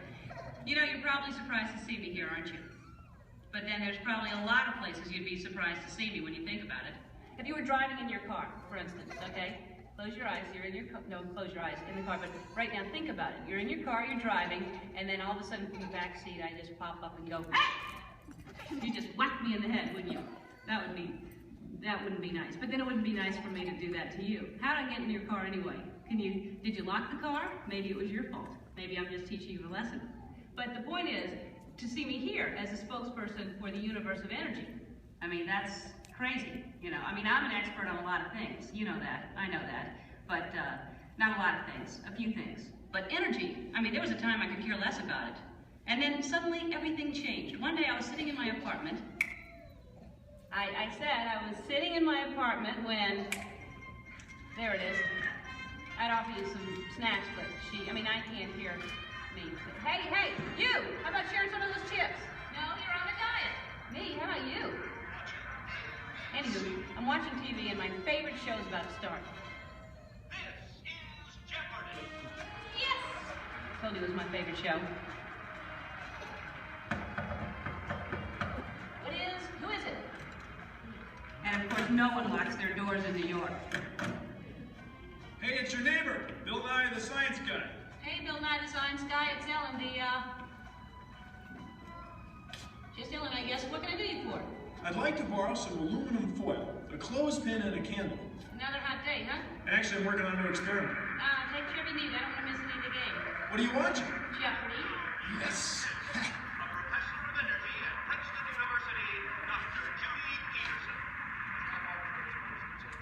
Oh my gosh. What? It's my old college roommate, Judy Peterson. She was such a smarty pants know-it-all. I had the best nickname for her, though. What was that? Stupid Judy. Ellen, that makes no sense. She has a PhD. I know, but it made me feel better. So now I guess she's some hotshot, energetic professor. She's a professor of energy. Whatever. Who cares about stupid Judy and her stupid energy? Ellen, energy's the most important thing in the universe. Oh yeah, sure. Take her side.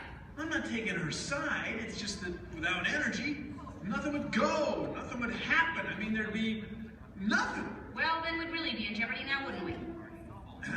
Yeah, well, what is thanks for the supplies, and see you later. What is?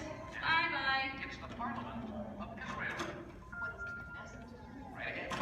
Go. Right again, Judy. Stupid Judy, stupid energy.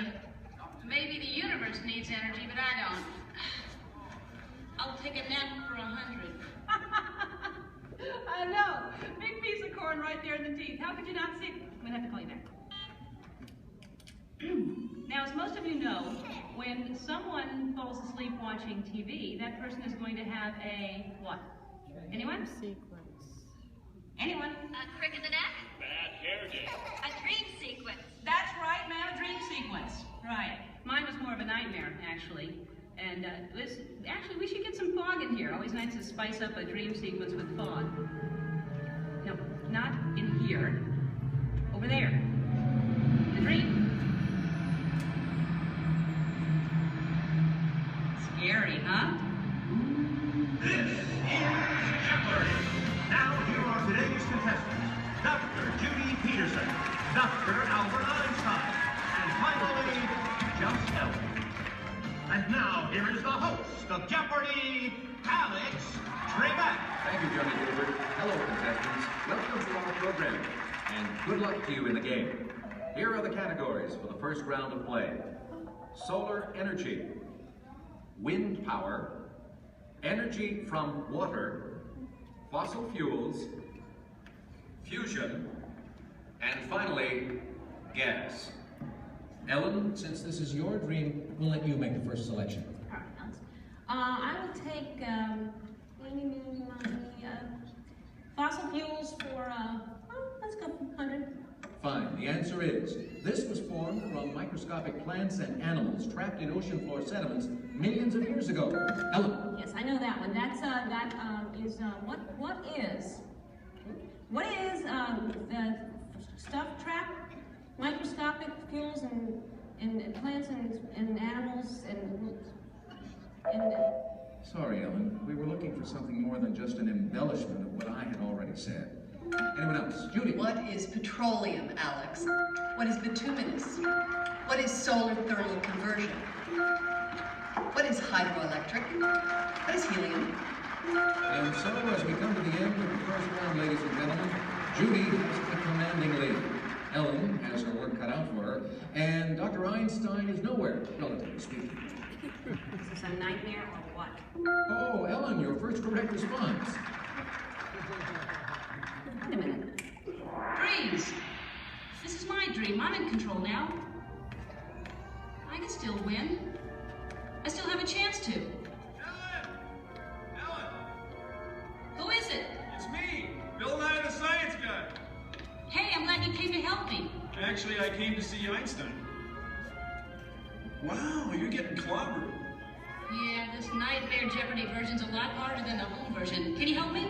Sure, but first we have to go back.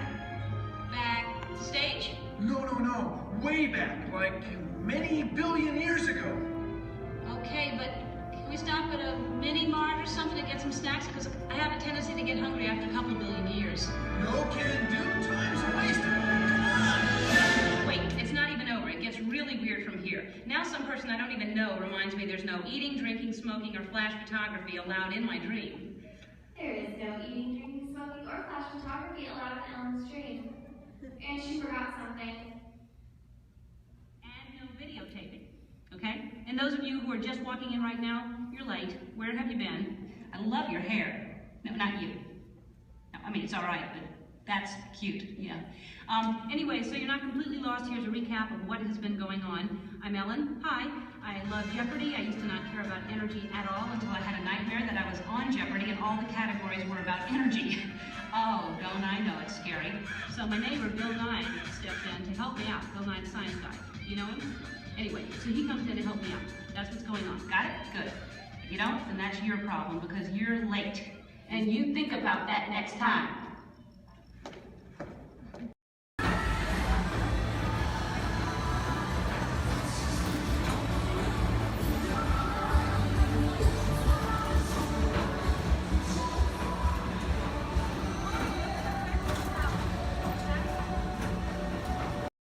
Living with the land. This is seguridad, permanezca sentado con sus manos y brazos, pies y piernas dentro del baño y cuida a los pequeñitos. A manera de recordatorio, no tomar fotos con flash y luz de video antes de llegar al niño entero.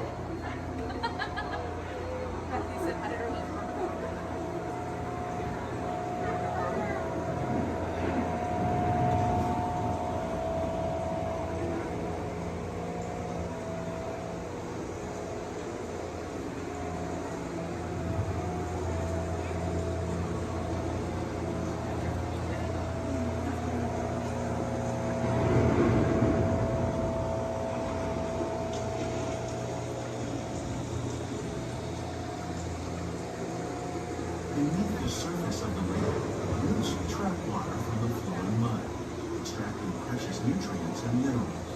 These elements, when combined with sunlight, create the diverse living systems of our planet.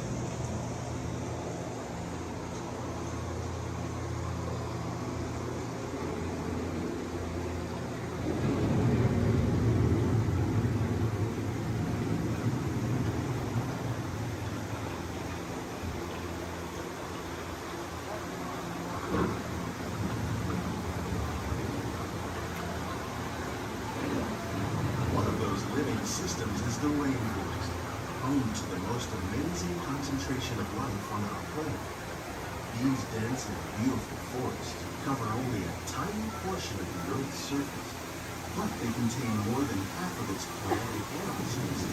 Rainforests are also extremely rich in productive living systems, providing us with oxygen, food, medicines, and other elements essential to our lives.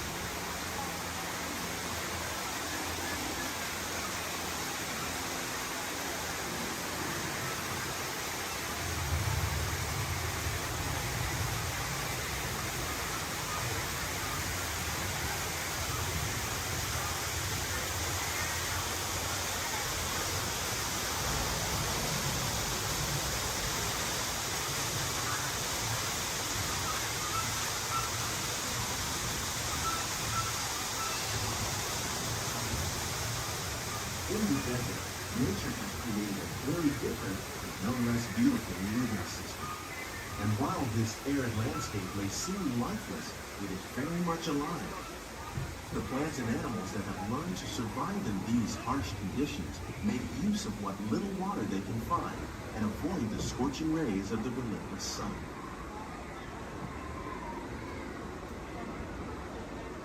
The American prairie once appeared as desolate as the desert. But over time, rainwater and nutrients gradually penetrated the hard surface of this land. Even the hooves of the mighty buffalo helped create the rich soil, one day become home to the American farm.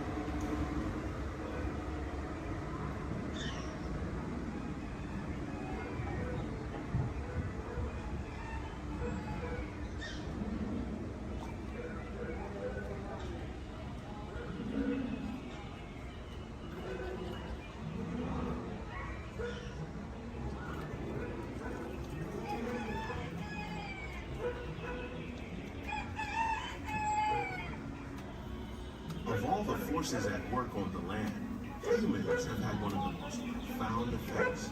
The need to produce food for a growing world led to the enormous use and sometimes overuse of the land. In our search for more efficient ways to grow food, we often fail to realize the impact of our methods.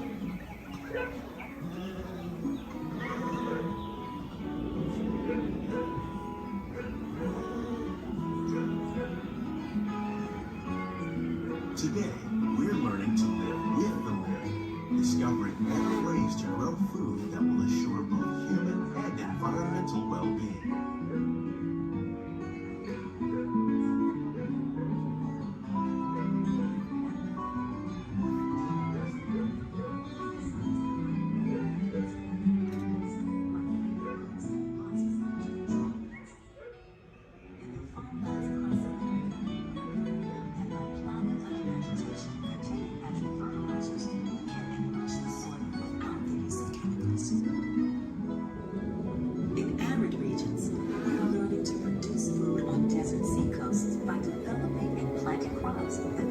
on salt water. In Japan, we're learning that by mixing leaves and other living materials into our soil, we can make farmland more fertile without the need for chemicals. Here at Epcot, we're learning to reduce the need for chemical pesticides by breeding and using natural predators, like ladybugs and wasps, to control pests. How will we meet tomorrow's growing needs for food production, yet still respect the needs of the land? Some of the answers are being discovered just ahead. To help us maintain these carefully controlled ecosystems, and for your safety, please remain seated in your boat at all times.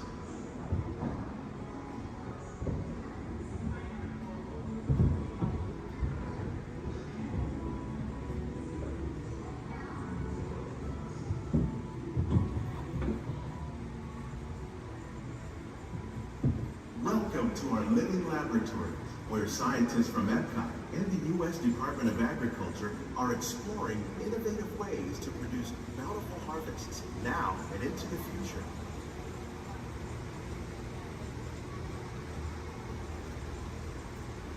The tropics are home to the greatest diversity of plants on the planet. Many of these, like papaya, bananas, cacao, coffee, and rice, are well known around the world. These are just a few of the edible plants that have been an important source of nutrition for people living in the tropics. Many are rich in vitamins and minerals, while others are well adapted to growing in less than ideal conditions. Some, like the water lily, thrive in wet, swampy areas and waterways. All parts of this plant, even the flower petals, are edible. The starchy root of the plant has long been used to make flour for baking.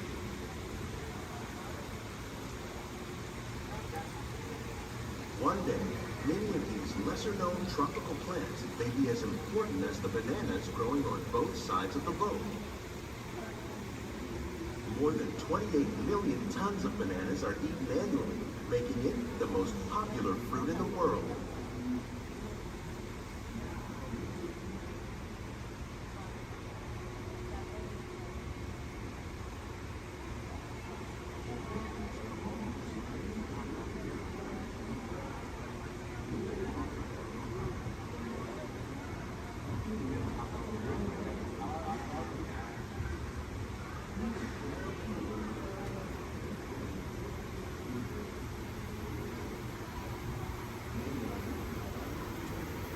When we mention farming, you probably don't think of fish.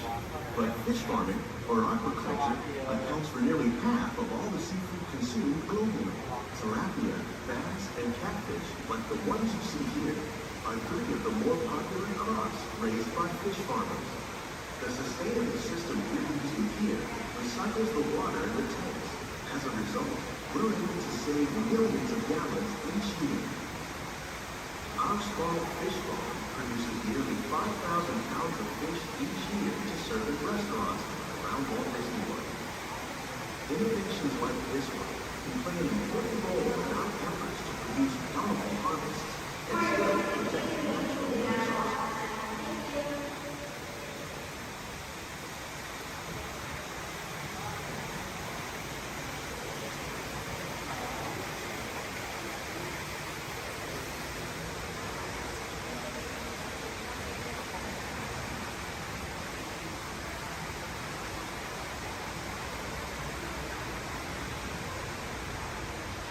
While there are more than 50,000 edible plant species in the world, most of us are only familiar with the handful that make up our everyday diet.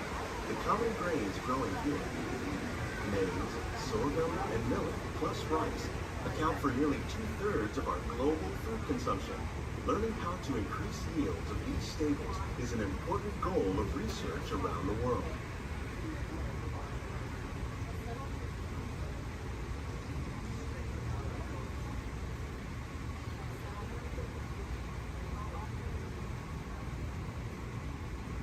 These plants are definitely on their way up.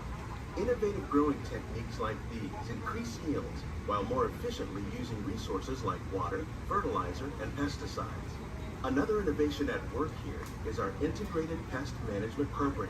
By populating our greenhouses with beneficial insects that prey on harmful pests, like aphids and flies, we are significantly reducing our reliance on conventional pesticides. We're growing these crops using our nutrient film system. This technique precisely controls and recycles water and nutrients. With it, we can produce over 27,000 heads of lettuce a year in this one small area.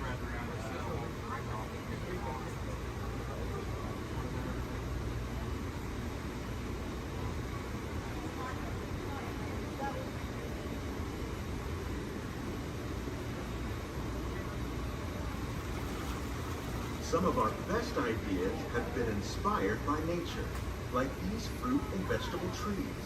By growing these ground plants vertically, we can increase yields and better control diseases. These crops taste as good as they look. In fact, we serve more than 15 tons of produce from our greenhouses in restaurants here at the land every year.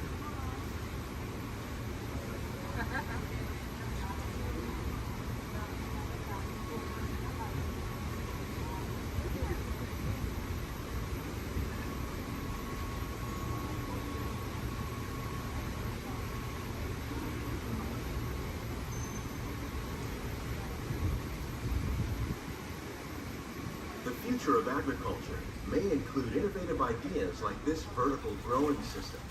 Plants grown in this way use a fraction of the space required by traditional growing methods. That saves water and increases production.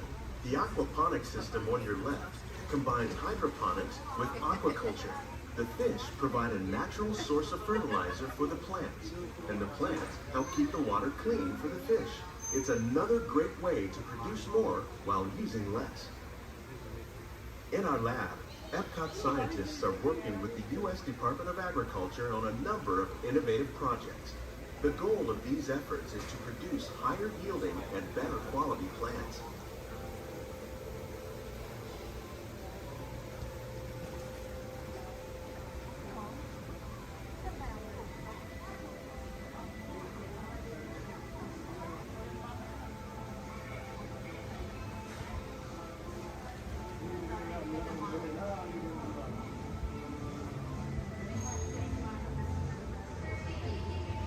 These greenhouses represent just a fraction of the work being done worldwide to produce bountiful harvests for our growing population. Scientists, farmers, and even backyard gardeners are doing their part to improve the quantity and quality of foods that we all rely upon. Together, we can continue to find more ways to increase food production and protect our precious natural environment.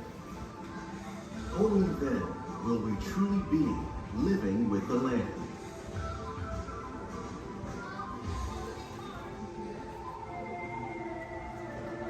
On behalf of Walt Disney World, we hope you've enjoyed this unique journey through our living laboratories.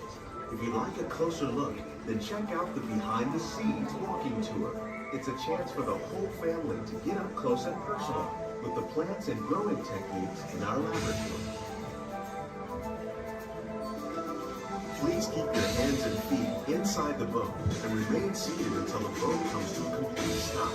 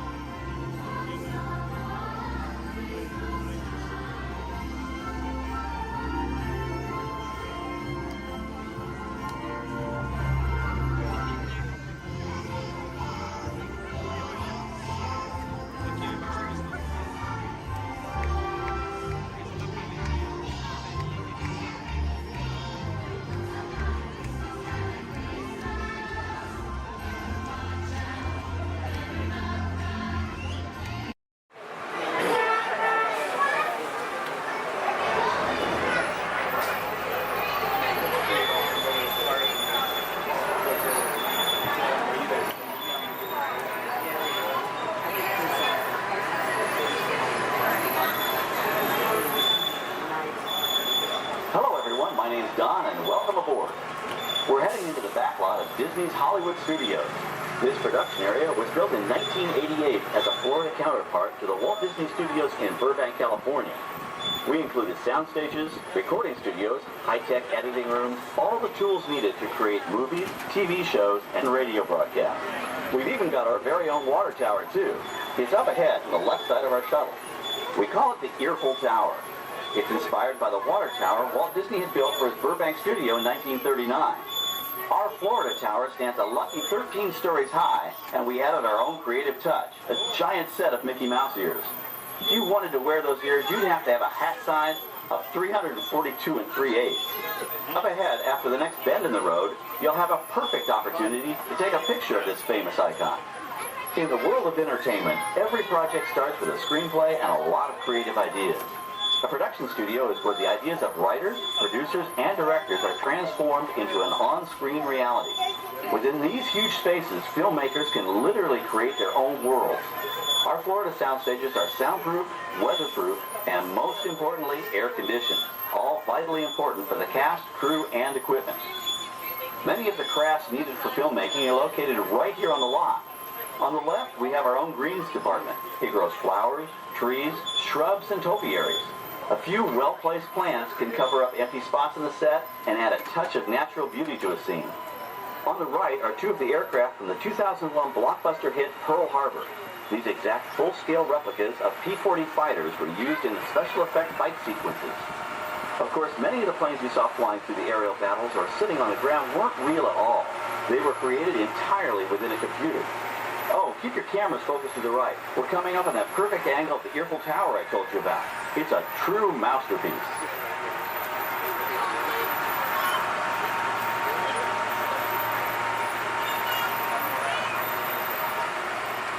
We're entering one of our most glamorous and colorful departments, creative costuming.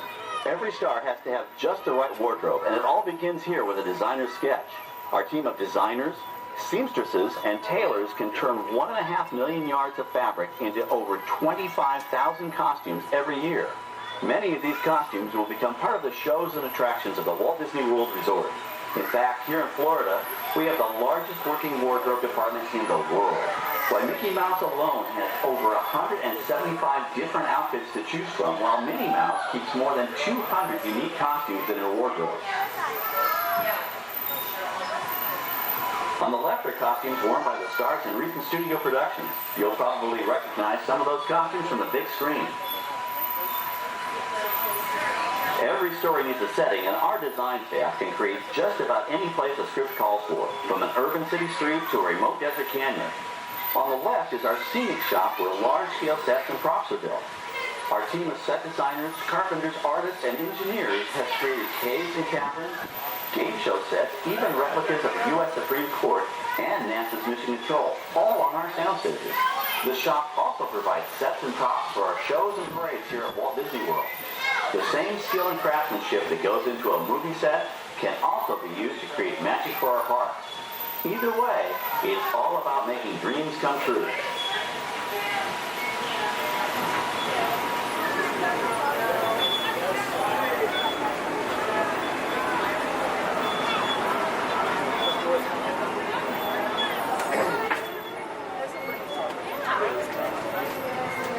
Now we're entering a zone we call the Boneyard.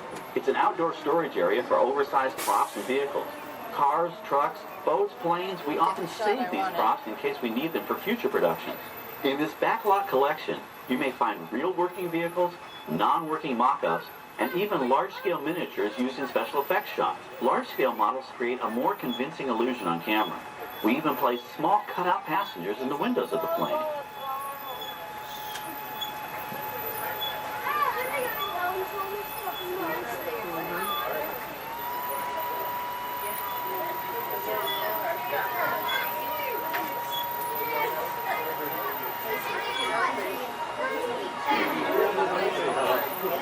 We're now passing by the sets for our Lights, Motors, Action Extreme Stunt Show. On the left, you may catch a glimpse of the Mediterranean fishing village that sets the stage for this thrilling attraction.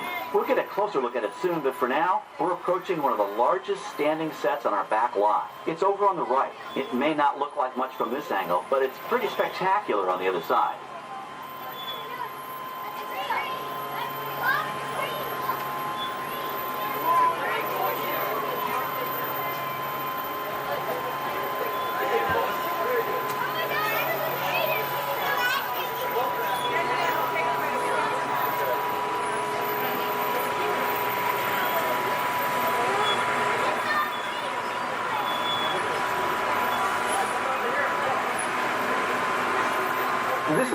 Folks, the production crew has just given us clearance to enter the set. Hello, Backlot Tour. I'm Amy, a production coordinator here at the studios. I can see your shuttle heading toward our canyon set. I've given your driver permission to come in and take a look around. I'm up here with our effects crew, and we're getting ready to shoot a test sequence. Oh, on the way in, you're going to be crossing a wooden bridge, and things may get a little bumpy, so please, hold on to your belongings, especially hats, cameras, and glasses, and keep an eye on any small children in your party. And of course, please remain seated at all times.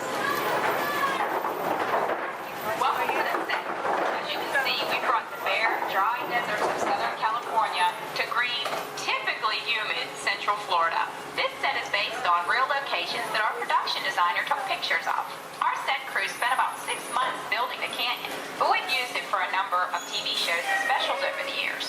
For our upcoming production, the script called for a tanker truck. We found this one in our boatyard, but it was too big to drive into place. So we picked it up with a crane and set it down here. We're up on the overhead platforms, and I see our director has arrived. As soon as the rain effect is ready, we'll begin the sequence. This set and shower is really just a special effect. We've rigged up a series of water nozzles just above your tram. The water sprays in a crisscross pattern to create a sense of depth. But this storm only covers the first few feet.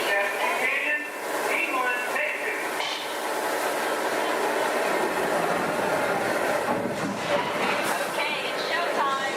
Everybody stay seated. Hang on to your belongings and watch your children.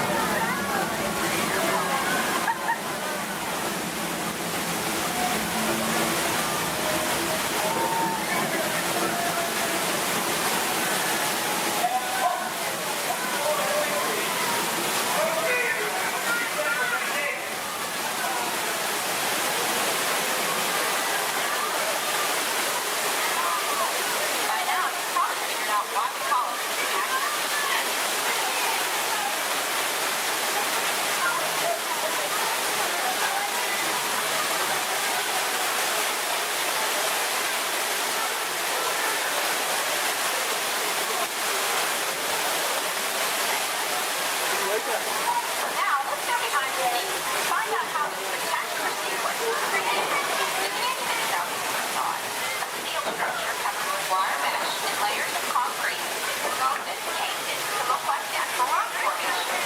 Narrow yellow pipes carry propane gas, fueling explosions and fire effects. For the flash flood, we used 100% real water, about 70,000 gallons of it, dumped from overhead tanks. Oh, but don't worry, we recycle. All of that water will be pumped right back up to the top for the next take. We shoot some of the water through air cannons for an extra dynamic effect. Those air cannons are powerful enough to shoot a basketball over the top of a skyscraper the size of the Empire State Building. To top it off, our shuttle was sitting on hydraulic shaker tables. They provided the shaking, rattling, and rolling sensations for the scene. The entire sequence can be reset in 3.5 minutes. That's just enough time to bring in the next shuttle. Well, I've got to get ready for our next take. Thank you all for being part of the action. Hey, I'm needing back on the set, so enjoy the rest of your tour. Okay, well, thanks, Amy, for giving us access to the set.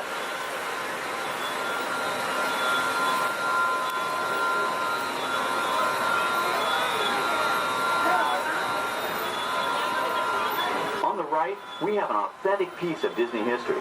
That Gulfstream 1 was known at airports across the country as November 234 Mickey Mouse, but we just call it the Mouse.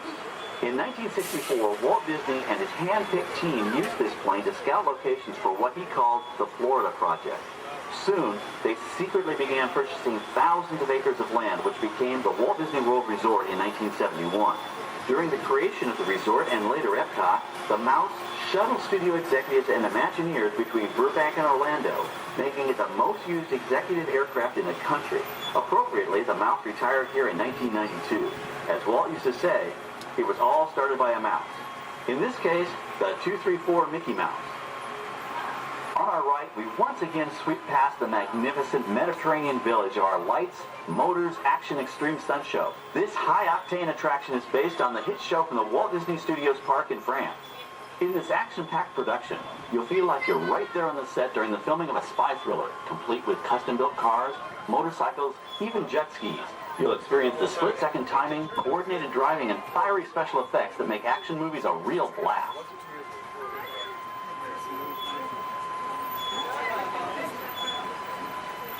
The staging area to our right is known as Acceleration Alley. Here, the custom-built stunt show vehicles rev their engines up to 70 miles an hour before making their high-speed entrances onto the stage for our Lights, Motors, Action Extreme Stunt Show. Of course, these are professional stunt drivers. We hope you'll enjoy their daring driving skills, but please, don't try them yourself.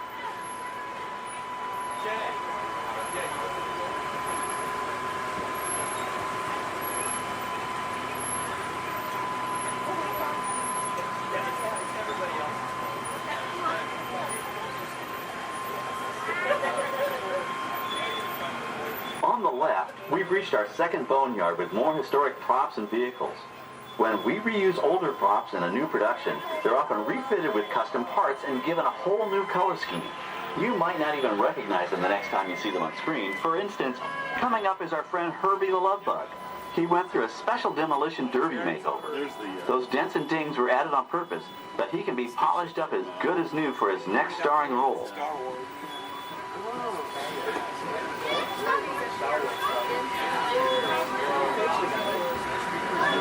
On our right, we now have a very different view of the fishing village set. From this point of view, you can see that there is no inside to the buildings. They are just false fronts or facades. In the movie business, set builders only create what the camera has to see. It's an old movie trick dating all the way back to the silent era. To add to the sense of realism and avoid the cost of set building, many of today's television shows and movies film on location in cities and towns across the U.S. But out in the real world, you've got to contend with noise, traffic, crowds, and various visual elements that may or may not belong in your film. Here on the backlot, we can avoid these problems because we created our very own flexible urban environment. Our Streets of America facades can stand in for a small town or a giant metropolis. As we come around the last corner on our route, you'll see the skyline of New York City in the distance. It's really a series of painted flats, expertly designed to fool the eye and the camera. We can dress and decorate these streets to look like any city we want, from Chicago to San Francisco. Depending on the choice of vehicles, props, and costumes, we can even turn back the clock and set our story in a different time. And what's more, these sets are built with Florida weather in mind. They're made to withstand 100-mile-an-hour winds. You're welcome to visit our Streets of America anytime during your visit today and get an up-close look at the skills of our set designers and builders. We've just about reached the end of our tour. Our final stop is the American Film Institute Showcase, where you can see the actual costumes and movie props used in some of Hollywood's most famous films. There are some pretty amazing items in there, so feel free to take all the time you like. Please stay seated until our tram comes to a complete stop and check around you for any personal items that may have fallen during our trip. Well, as they say in Hollywood, that's a wrap. Thanks for joining our backlot tour, and we hope you'll come back to visit us again soon. Stop up here in just a moment. I'll open these doors. I'm going to exit out through those blue automatic doors into the AFI showcase. Disneyland Limited, now arriving from a trip around Walt Disney's Magic Kingdom. Passengers will stand by to board.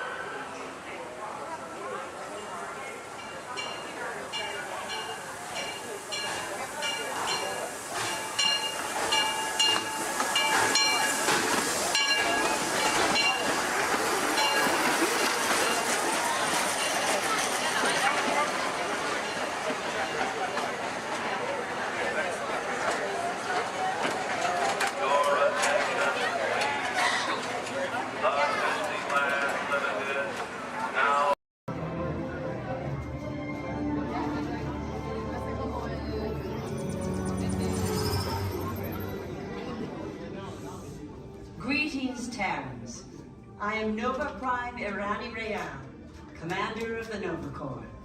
On behalf of all Xandarians, I hope you have enjoyed exploring the wonders of Xandar. As you have seen, your world and ours were born of the same moment, one which you refer to as the Big Bang. As such, we are all galactic neighbors in a vast universe which we and countless others share. For you to travel to Xandar would take 2.5 million years, assuming you had a ship that could fly at the speed of light. So we decided to come to you. But even we could not have reached you so easily were it not for the Cosmic Generator, an advanced piece of Xandarian technology that creates jump points, artificial tunnels that act as shortcuts, linking distant points in space. It is our desire to share this wondrous technology with your people so that together we might explore new worlds and create a brighter tomorrow. And now, as the culmination of the wonders of Xandar, you will be teleported to a Nova ship above your planet for a demonstration of the Cosmic Generator. I trust you will find it an unforgettable experience.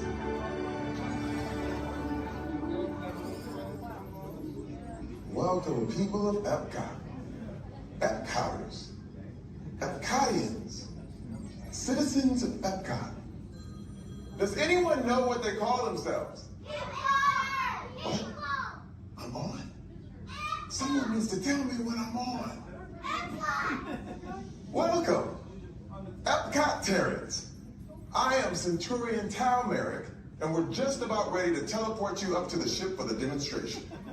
As you're about to enter a secure Nova area, I must ask you to put away your Terran communication devices at this time. Recording of any type is strictly prohibited. I am very serious about this.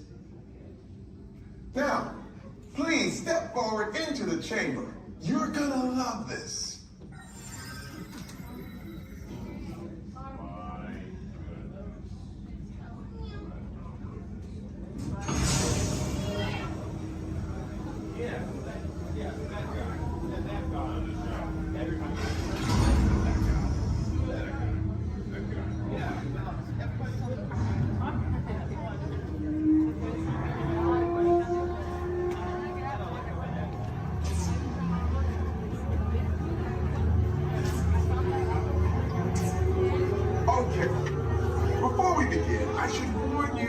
Never teleported Terrans before.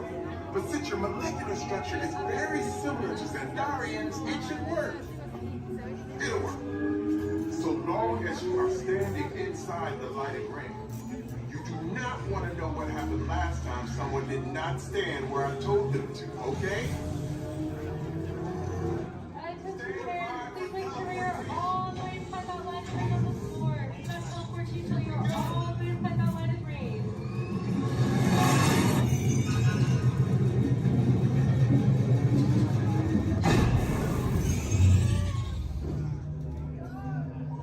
You made it!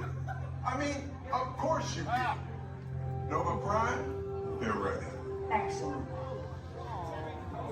What you see before you is the Cosmic Generator. And in just a few moments, we'll be activating it so you can experience for yourself what's happening. I'm not sure.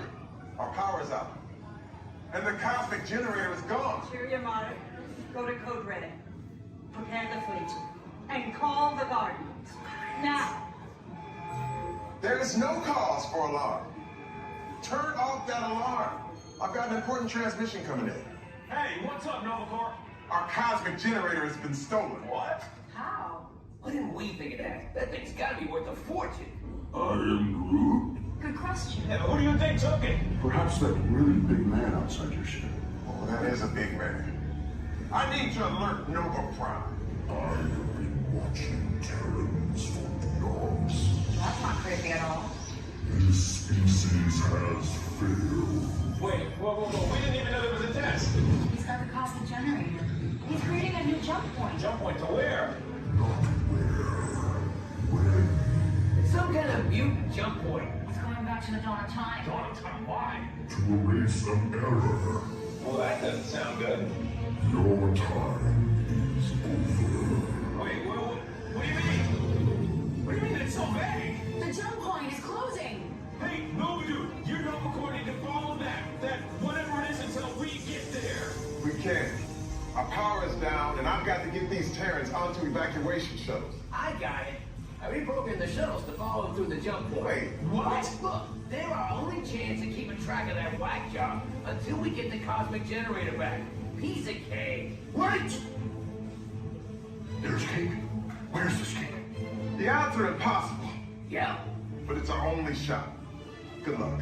Are you sure you can control it? Come on, it's me. I got this. We're all toast. First it was cake, now there's toast. This plan is making me so hungry. Terrans, listen up.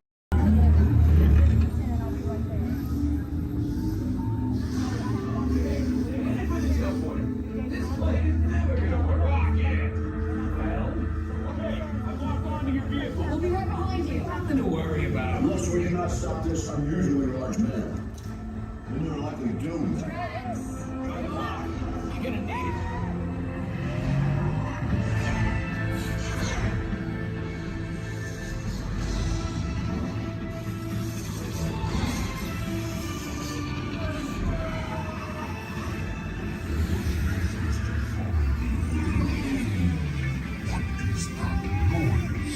Noise. No one's gonna stop rock and roll from existing. What have we done? I think we're jumping back.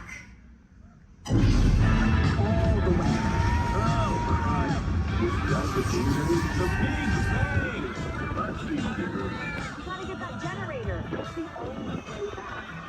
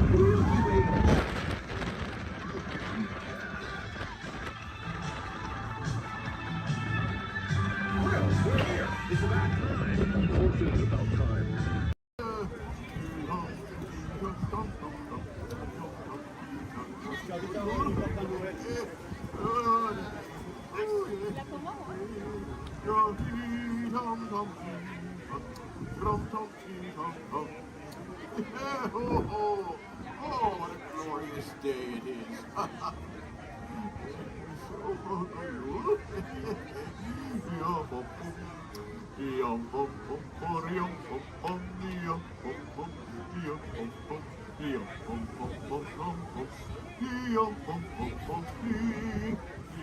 Let's see, where is that?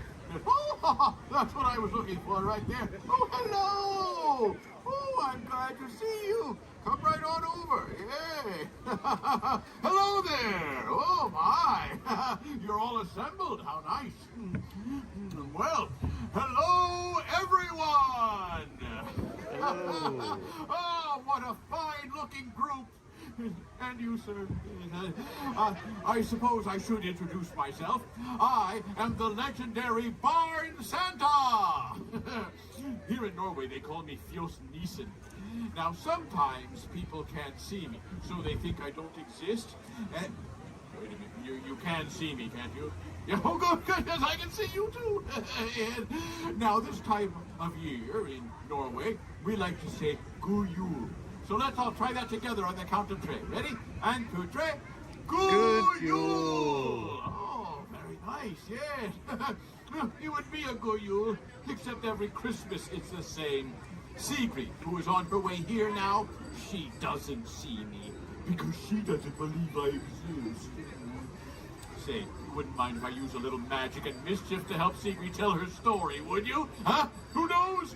Maybe this year she just might believe, huh? Oh, here she comes. Hello there, everyone! Hello, so good to see you here! Good Yule! Good Yule. Good Yule! Good Very Yule. good! That is always a Merry Christmas in Norway. Very, very good. Oh, what a Merry Christmas it is! Look at all of these lovely decorations! Oh, so cute. Hello there, and welcome to the International Festival of the Holidays. My name is Sigrid, and I am the Holiday Ambassador for the Norway Pavilion, and I am so excited to tell you all about Christmases in Norway. But first, here is a little bit of a Christmas song sung by children of all ages. The Mouse Song, or Muse Visa. Oh, well, that must be a bird. And in my key. Thank you, Disney. And now they've got, right, here we go. When nights are getting longer and lakes will freeze to ice, Mother Mouse warns strongly about her foul device. You must avoid the mouse trap, but there is not to fear. We'll all be celebrating at Christmas time this year. Everyone, I sung a hot song of la-la-la-la-la. A mini glidden daskalalle som en la-la-la. I sung a hot song of la-la-la-la-la. A mini glidden daskalalle som en la-la-la. If Father Mouse says that it's time to take a nap, just dream about the Yuletide and not that awful trap. But Father Mouse is keeping watch as children try to sleep. They all have Christmas carols instead of counting sheep. Again! Hey, and hoodoo and toodle-la-da-loo. A Merry Christmas season is good for me and you. A hen son, a hop son, a fa-la-la-la-la. A Yule-Keld in Duskalali, Shaman, Porridge, Law. A Yule-Keld in Duskalali, Shaman, Porridge, Law. Yule-Keld in Duskalali, Shaman, Porridge, Law.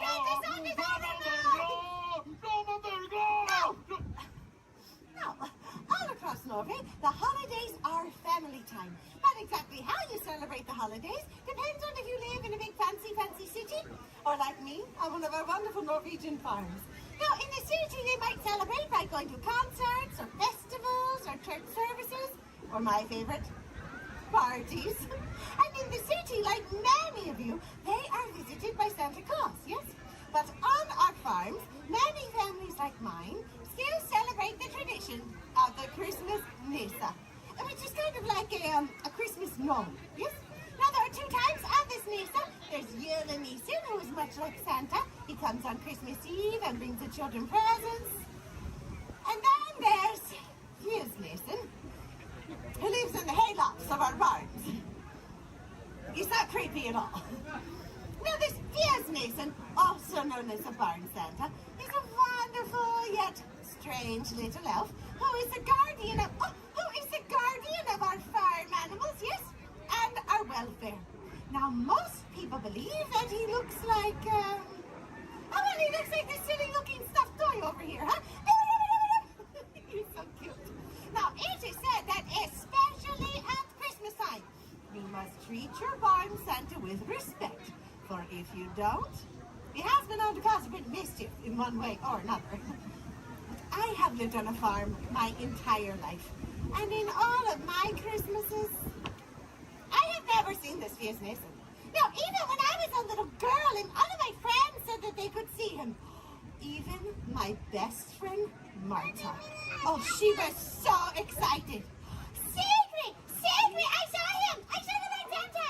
Last night they snuck into the barn while the porridge was still hot, just like we said we would. And then I hid behind the hay, and then there he was! Marta, you don't have to lie. I know the Barn Santa isn't real. It's okay. But Sigrid, I saw him with my own two eyes. He was right there in the barn. Didn't you see him too, Sigrid? But I didn't see anything. So all this talk about the Barn Santa is neither here nor there, is it? No, because we all know that these mischief makers do not exist, except in stories and in fairy tales, yes? Toodle-la-da-loo! Did you feel that? No? Maybe I had too much coffee. So, what was I saying? Oh, yes. They do not exist. Unless they do exist and are therefore very clever and mischievous indeed.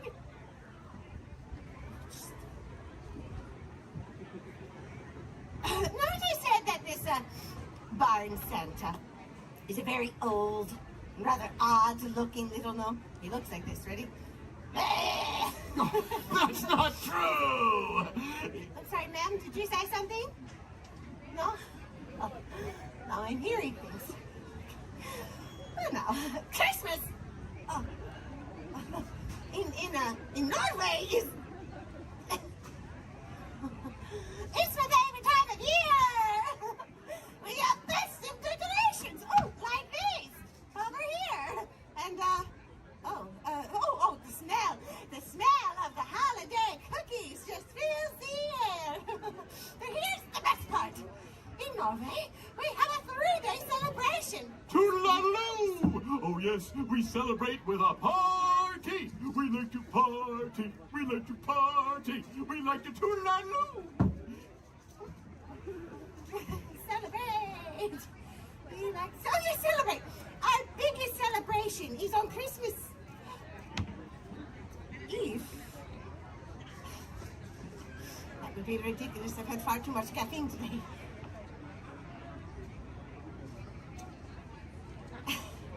Now, in the middle of the day, about 12 o'clock or so, everything closes up early. The bells in the chapel ring, and everyone returns home to their families to begin the celebration. And then, in the evening, it's lights out.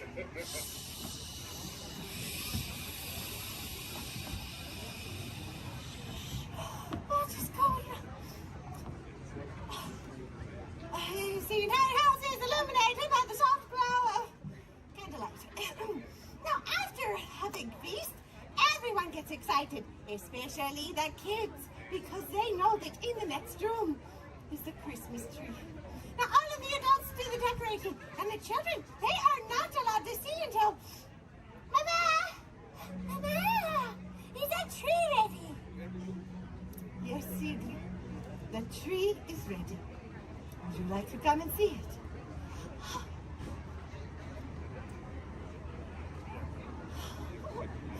Mama, it's beautiful. Look at you all. Thank you. And then all the rest of the evening is spent exchanging gifts and singing Christmas carols around the Christmas tree until very late at night. But the children, they don't forget about their barn Santa, no. They leave him treats too. Toodaloo!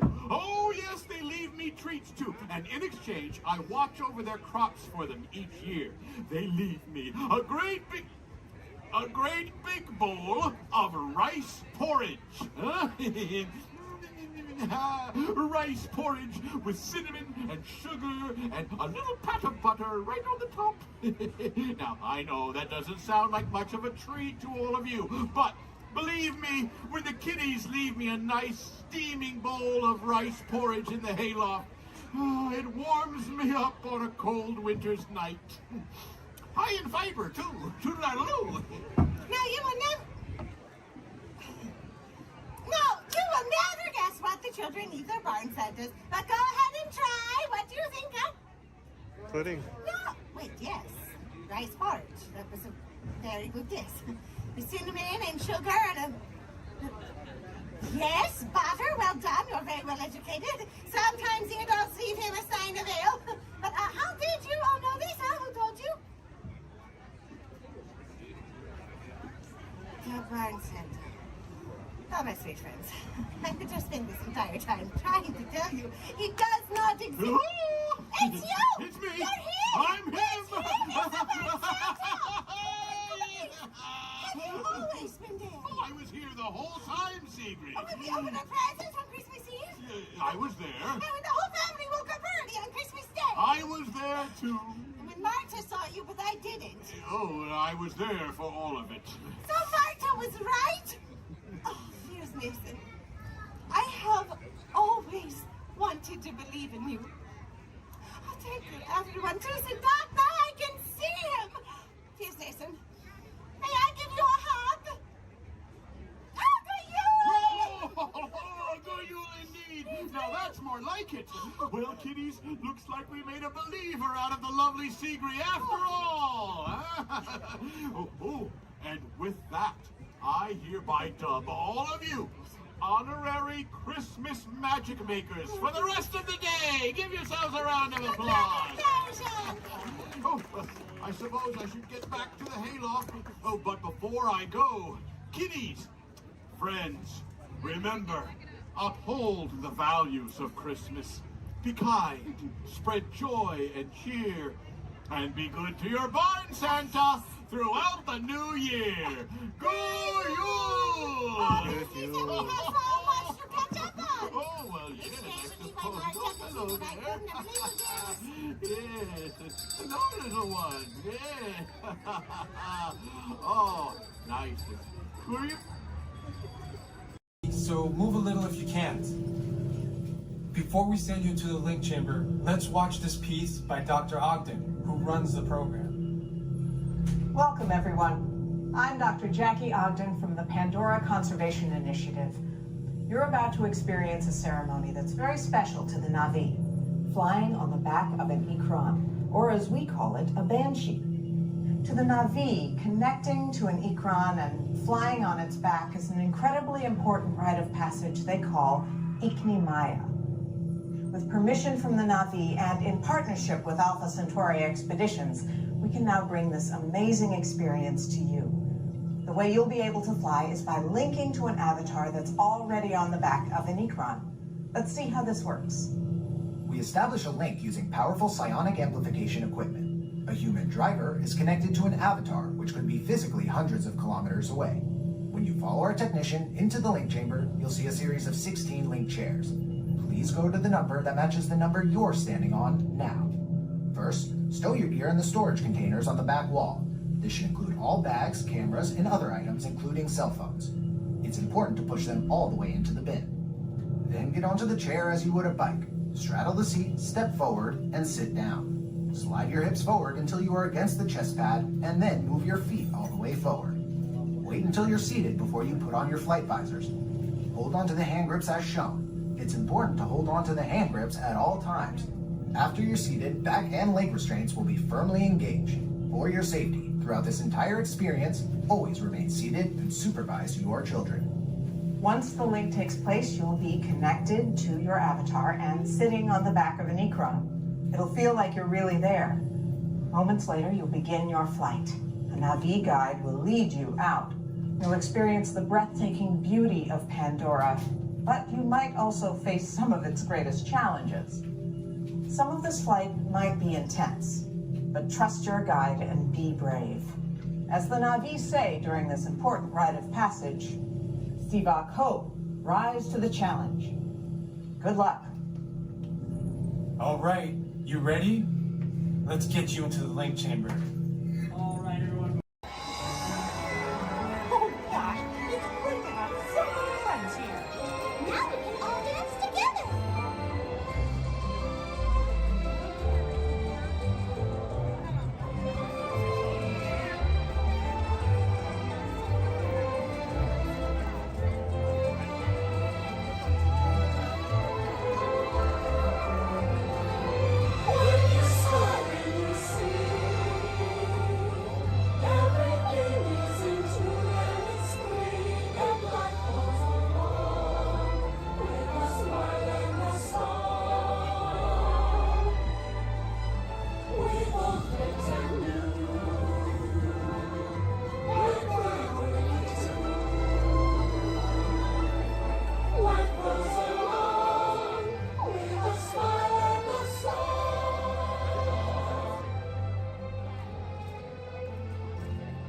That was so much fun. Yeah. Why give her a dance? Oh, Nikki, this really has been the best day ever. Discovering new dreams. That's an adventure for sure. Trying something new. And having a swinging good time. You bet. Finding the confidence to be true to yourself. That's right. Here's to all of us, old friends and new. Warm hugs for everyone. Oh, this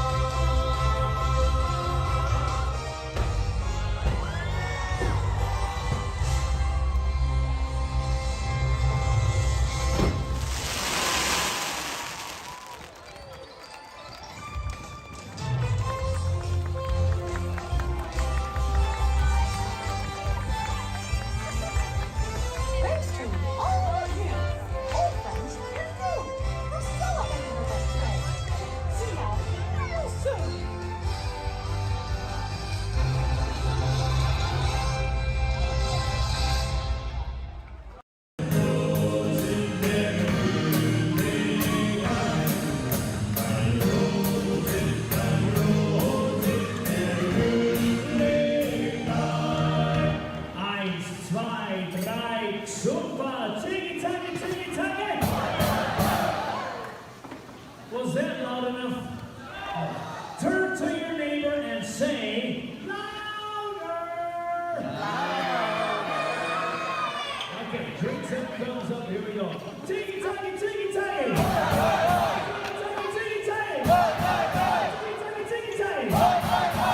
Rolls, clink, and drink.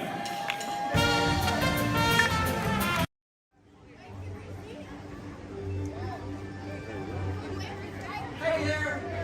See ya! This is sure fun to climb the stairs. Don't forget to tag me on your video. Hashtag Amazing Spider-Man.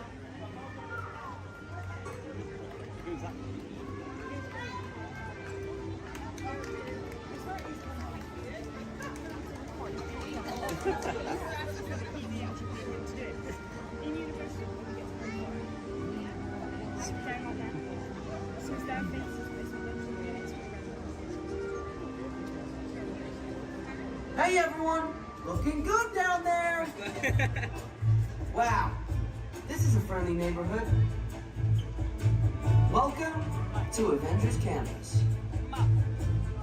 Hey, what's going on, guys? Oh, me? Ah, you know, just spider stuff. Okay, time to run some tests. Spider-Man, Oh, hey, Sharon. shall we conduct an altitude test? Yeah, I guess I should do some work. Always good to have the data. On my way.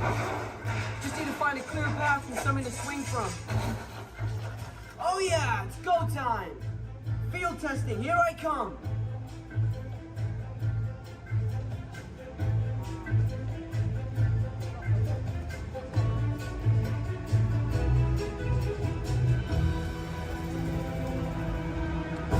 Time for some field testing.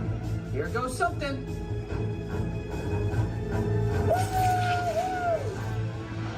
Brace for impact.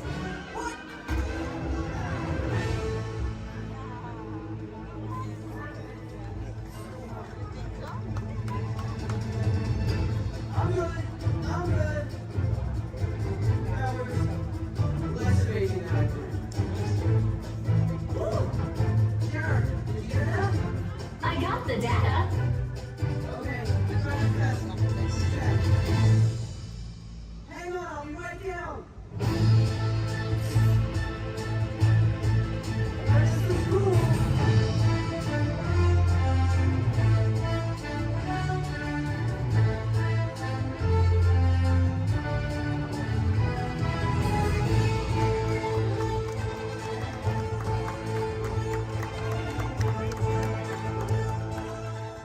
On top of your head, hats, ears, sunglasses. Go ahead and take those off. You want them flying off in a first order ship. Who knows what they would do with them, but they're not going to give them back. This is R5. It's going to help get you guys out of here. We're just waiting for a transmission from Finn. Okay. Good luck. Take this corridor to the turbo lift, then head down to the escape pod base. Those droids are programmed to return you to Batu. Hurry and don't get caught. Lieutenant Beck will guide you. Recruits, for your safety, stay seated with seatbelts securely fastened. Keep hands, arms, feet, and legs inside the transport and supervise your children. Tell them it's a prisoner transfer. Did it work? Good. Now get a move on. There's a clear path to the turbo lifts at the end of the hallway. Turn right. Probe droid. You're lucky it didn't spot you. Take those turbo lifts and stay out of trouble. Hey, you're not authorized. Wait, go to the prisoner.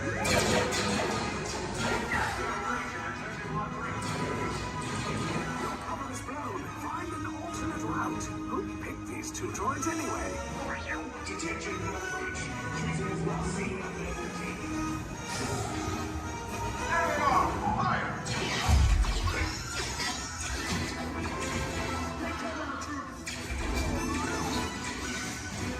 The escape pod just below us.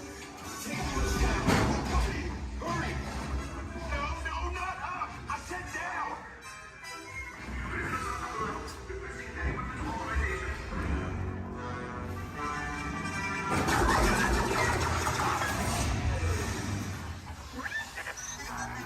does not look good.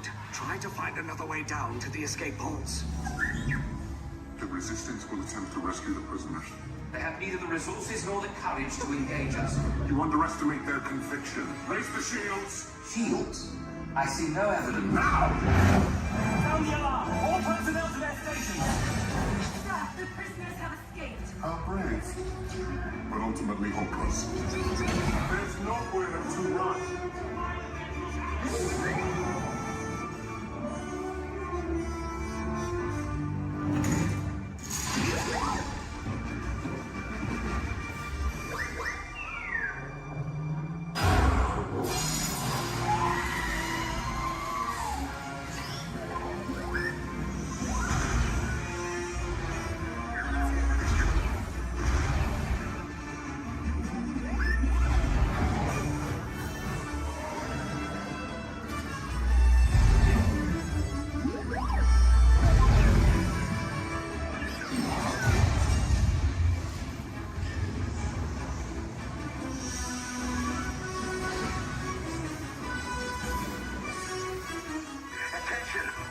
Personnel, abandon ship. I repeat, abandon ship.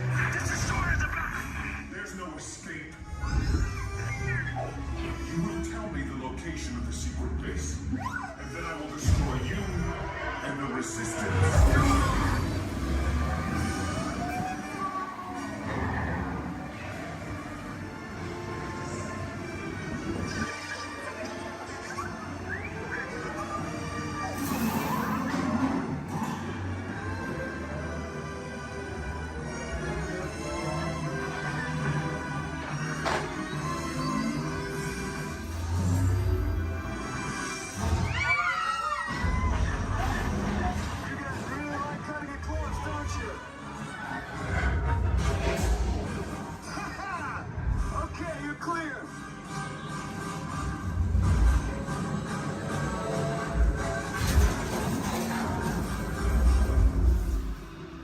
Escape pods came in a little off target. Ground crews will meet you outside the wreck. All right, nice job, recruits. Not what you signed on for, but hey, you're Resistance now. I think I have that authority. Right, Beck? Where's the lieutenant? I need eyes on Beck. I know, scout for his pod beacon. More escape pods down in Sector 4. Verification pending from Key Command personnel. Where's the lieutenant? I need eyes on Beck. Lieutenant Beck here. Beck! You're alive. I should hope so. Great job, recruits. Thanks to your heroism, the location of the Resistance base is secure. Bravo! Yes, R5, you too.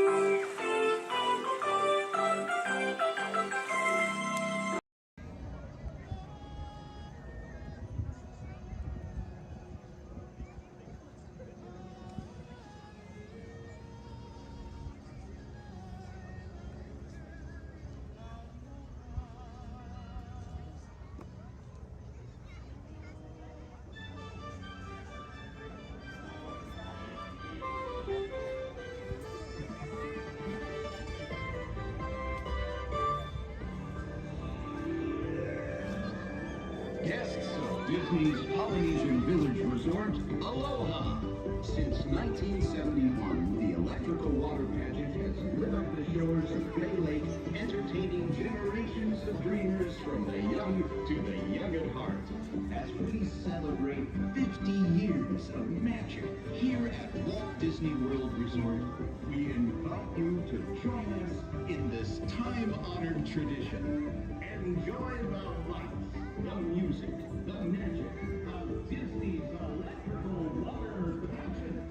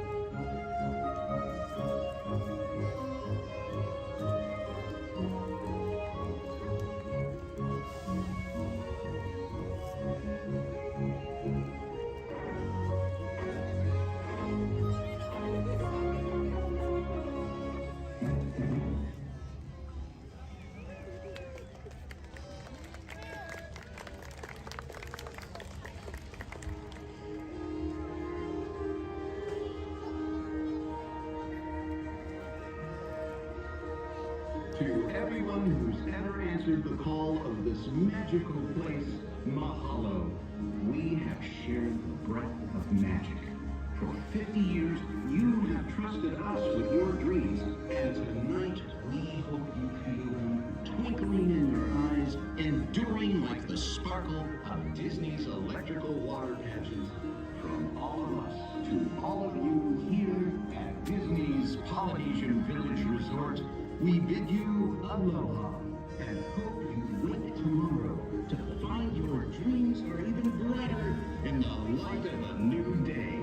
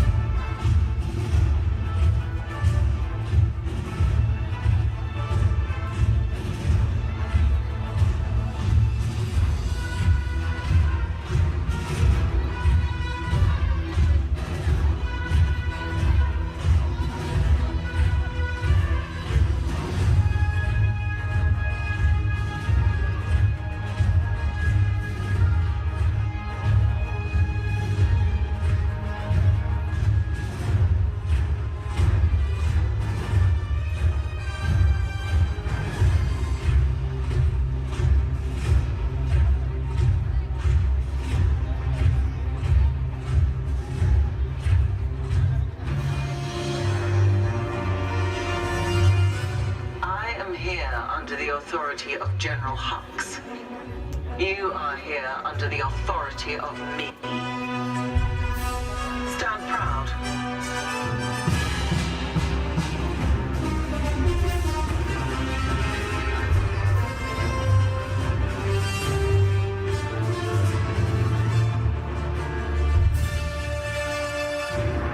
Troops in this division are held to the highest standard. Mine. Show me fearless.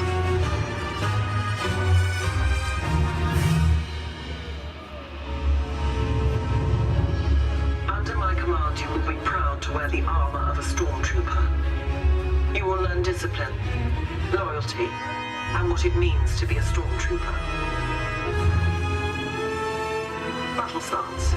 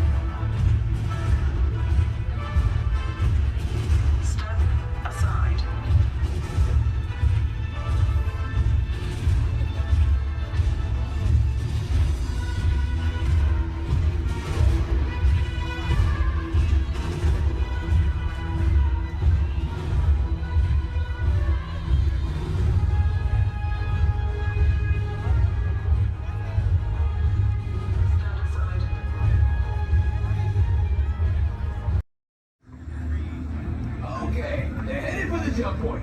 This plan's never gonna work. Not yet. Well, okay, I'm locked onto your vehicle. We'll be right behind you. Nothing to worry about. Unless we cannot stop this unusually large man, you're likely doomed. Good luck. You're gonna need it.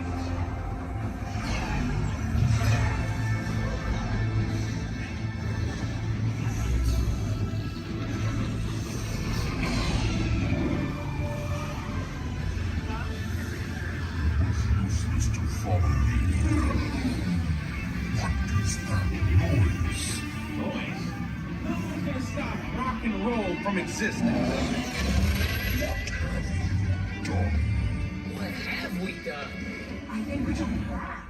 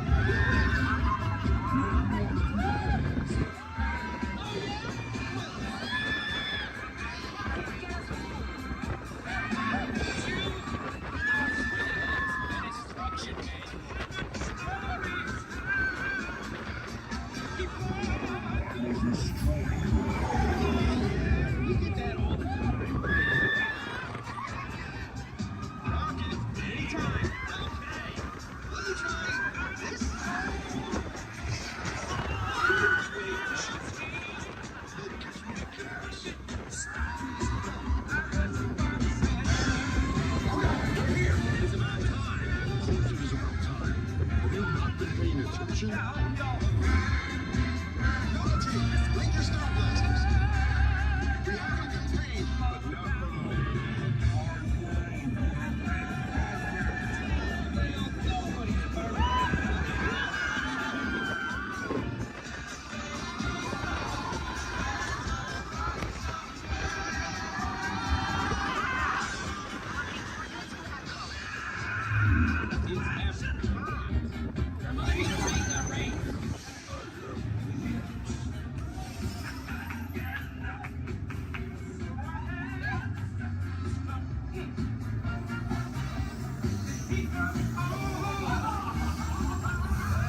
You're all heroes. Do you really think they deserve to be called heroes? Do you see how they dress? It's just a figure of speech, Drax. You are lying to them. Now I understand. Welcome to the Guardians of the Galaxy. Crush, that's right. Let me show you how it's going to work. Behind me is our window to the Pacific. It allows us to see all of the undersea life that swim by. Up there in the corner is our hydrophone. That allows us to communicate with all the undersea life. So it's going to be very conversational, meaning Crush will talk to you. You'll be able to talk to Crush. He's got questions for you, and hopefully you all have some questions for him. You can ask him anything you want. You can ask him what he likes to eat, what he does in his free time, what's the meaning of life, anything like that. He'll be happy to try to answer. If you do need to leave at any time during the show, it's okay. Just use the doors on the opposite side of where you enter, back there. Again, if you need to exit during the show, use those doors back there. Back there is my pal Rachel. Everyone say, hey, Rachel! Hey, Rachel! She'll be back there to assist you if you should need any assistance during the show. I'm going to turn down the lights and the music now so we can see and hear just a little better. We do have some last-minute rules and regulations to go over, but my friends the Moonfish have volunteered to show you the rules visually. So, hey, Moonfish, come on out. All right, first rule inside, please no eating during the show. And no drinking, no smoking. And the last one, take all the pictures and video you like. Just please no flash photography or video lighting. Round of applause for the Moonfish. All right, Crush is up there serving. He said when you're ready, just call him down. So on the count of three, yell, hey Crush. Ready? 1, 2, 3.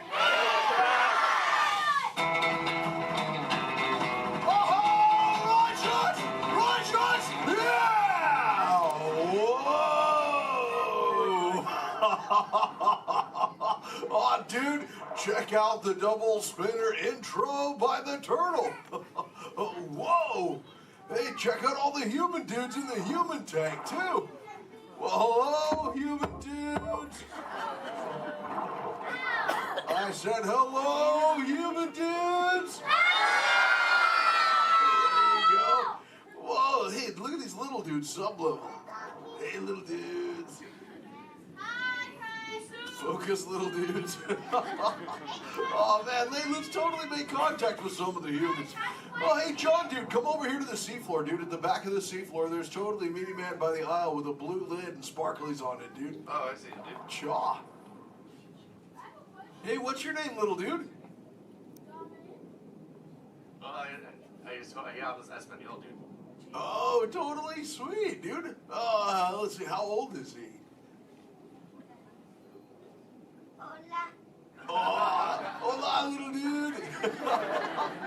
Dude, me amo Crush. 6. Cool, dude. I'm 150, dude. Hey, I still got my washboard abs. Well, cool. It's actually nice to meet you. It's nice to meet all you humans. I'm here on a mission today. My youngest son, Squirt, he's got lots of questions about you human dudes, but I don't have all the answers. So, I have come to get the answers from you. If you dudes think you could help me out with that, say chaw. Oh, you so totally rock! Oh, dude, hey, for those of you that don't know, when a turtle says, you so totally rock, respond by saying, dude, nice and loud. Try one for practice, human dudes. You so totally rock! Awesome. Okay, Squirt wants to know how many of you know how to swim. Hey, raise your fin if you know how to swim, dudes. Wow, we got lots of swimmers out there. Hey, let's stay up in the seats, dude, over on this side. Last row, dude, like second noggin in, there's a dude with a white shell, kind of like lots of colors on the front, dude. Shaw, what's your name? Tyler? Oh, nice to meet you, Tubular Tyler. Hey, dude, when you go swimming, do you like to swim fast or take it nice and easy? I like to take it nice and easy. I'm Oh, pretty Shaw. relaxed. Yeah, dude, just kind of like kick back on the shell and be like, dude. Totally, dude. Hey, I like to swim fast though too. Dude, you want to see me shred some biscuits? Say chaw. Chaw. Okay, dude, let me get my motor revved up. Human dudes, I want you to time me, okay? Start counting when I say go. Ready, set, go. That dudes. Totally just swam all the way around the world. Twice. Ah, dude, I can't swim that fast. Only about what you call 20 miles per hour. Hey, but check it out, dude. If I got a tiger shark on my tail, I can go way faster, dude.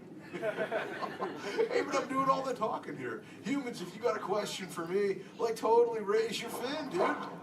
Talk to the dudette right there, waving me down from the second row. Hey, what's your name, dudette? Morgan, Oh, cool. It's Mondo Morgan. What's your question? do you know any twins? Turtles? Oh, I know. Yeah, dude, I got lots of twins of my own, dude. There's my twins, Bill and Ted. I got my twins, Cheech and Chong. I got my triplets, Mary, Kate, and Ashley. That's really cool. What about you? Do you have lots of twins, too? Yeah, well, I'm a twin. Oh, you're totally into... Wait, that dude in front of you looks just like you. Is that your twin? Yeah. I would hope so. That'd be an odd coincidence. That's cool. Where are you dudes from? Castro Valley. Oh, where's that? Sam by the Bay Area. Oh, okay. That's cool.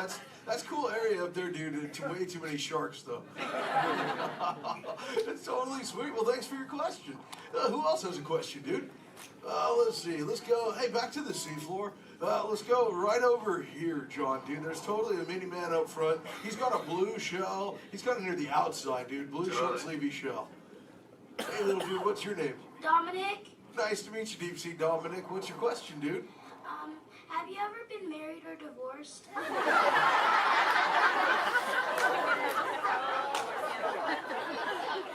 That's a pretty specific question.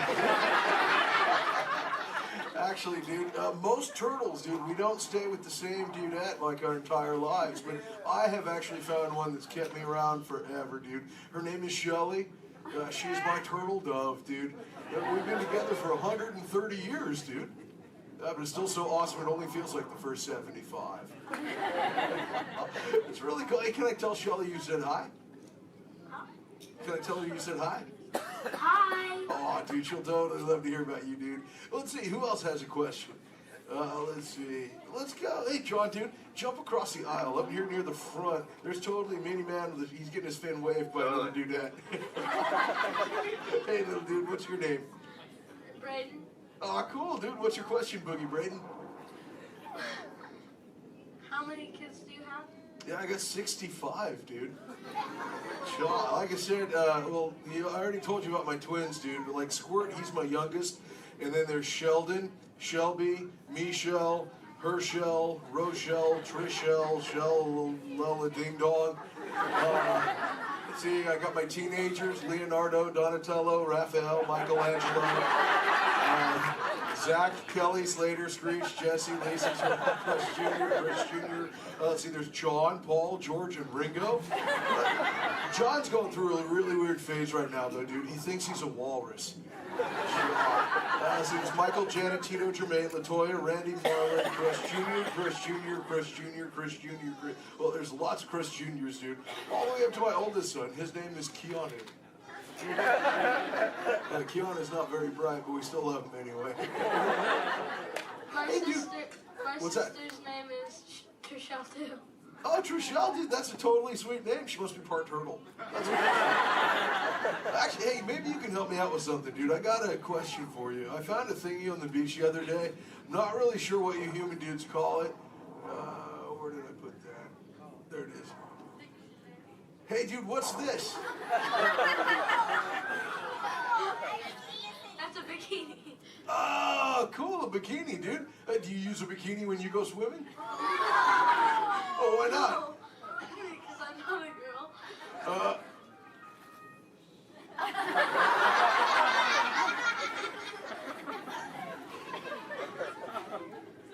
This is for chicks, dude.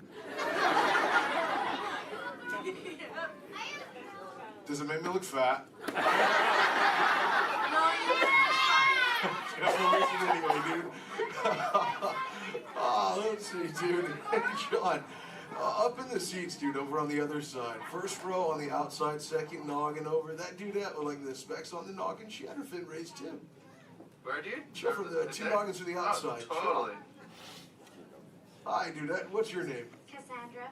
Oh, nice to meet you, Kahuna. Cassandra. Hey, oh, did you have a question too? Yes. What do Do you speak a second language?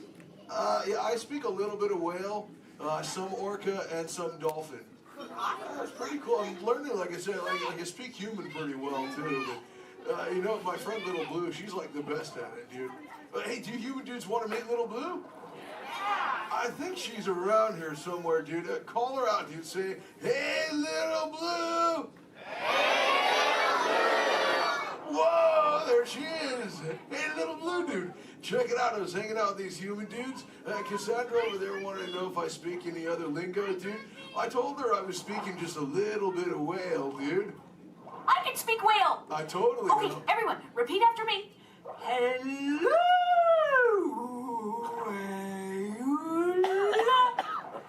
Okay, try that one all together, human dudes. Go.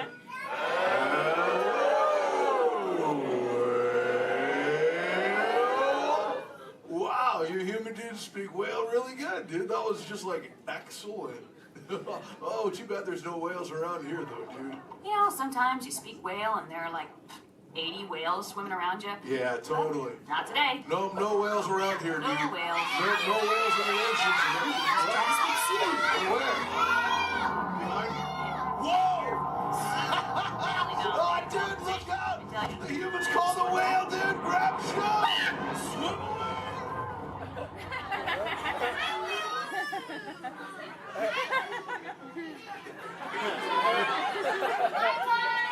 Dude, Little Blue, you're totally a squishy fishy.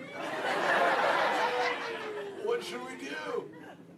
Tell the whale to go away. Okay, humans, tell the whale to go away.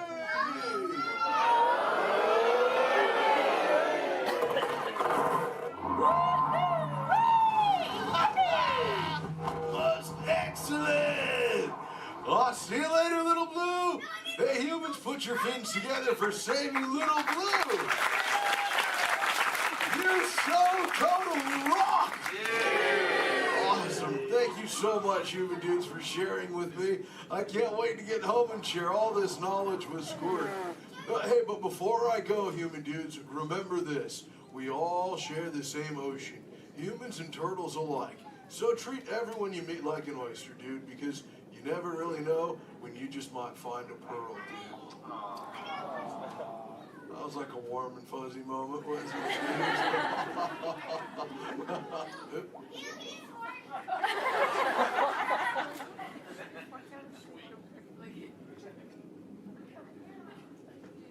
That wasn't me, dude. That was my twin. See you later, human dudes. Rock on! We're missing out with the Crunchman! Awesome! Alright, you can find your next buddy and discover into the doors in the back. Thanks for swimming by.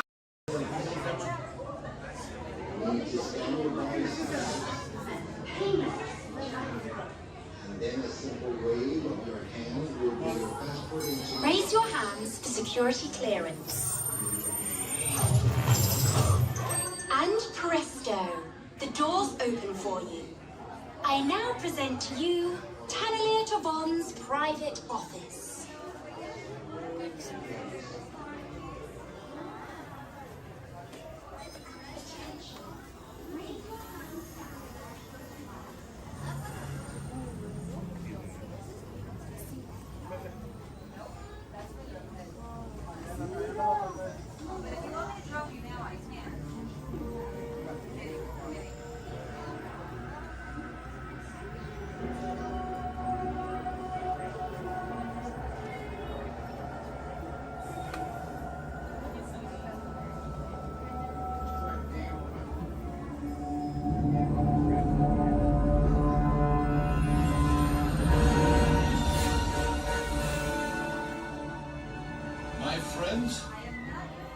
one step closer to your exciting encounter with the Guardians of the Galaxy. That'll leave a mark. You're now standing in my private office. I know. Where I Carefully scrutinize each and every piece that comes to me from different parts of the galaxy that let's you this guy. Hearing this slandering on a constant loop was big motivation for me to escape. I go, ouch! Ouch! What was... That was not part of the plan. What? Of course I escaped. For those of you who have not been paying attention, the name's Rocket, one of the Guardians of the Galaxy. The smart one. Listen up. He's gonna put you on a gantry lift for your tour. I'm gonna sneak on top of your lift and take us all the way to the big old generator control room. I'm gonna blast that thing and destroy all the control systems, which will open up every cage in this freak show and free my friends. Our buddy Mantis is in the getaway ship waiting for my signal, and then we'll be on our merry way. But this plan won't work unless you help. I don't have clearance. My hands don't scan. Yours do. If you raise your hands, I get the clearance and the chaos begins.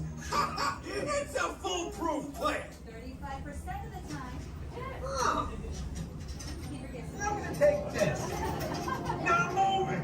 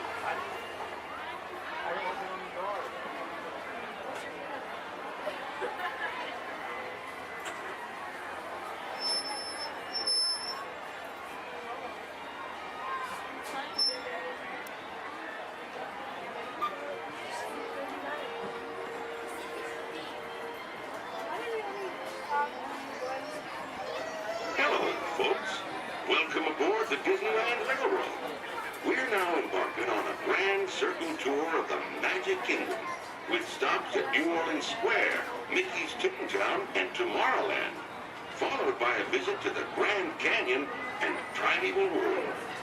We've got a lot of traveling ahead of us, so remember, for a safe trip, you need to stay seated, keeping your hands, arms, feet, and legs inside the train. And please, watch your children. Bienvenidos a bordo del Disneyland Railroad. Para su seguridad, permanezca sentado y mantenga las manos, brazos, pies y piernas dentro del tren. Y cuide a los pequeños. Gracias.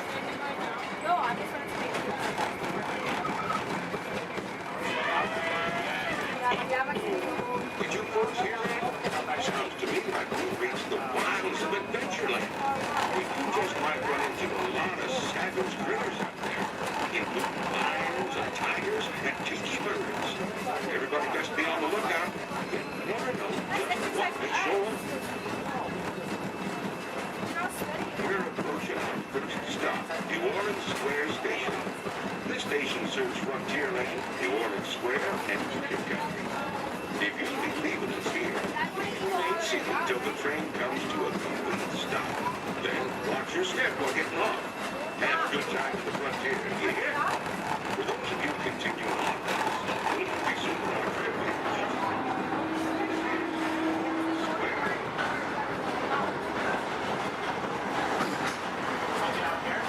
Mom, you want to get up here?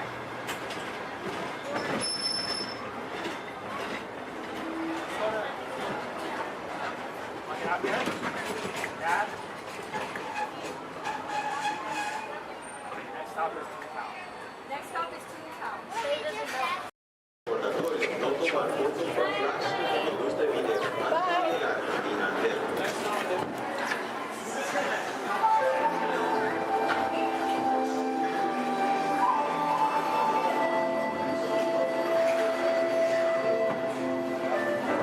Welcome to the voyage of discovery and awareness.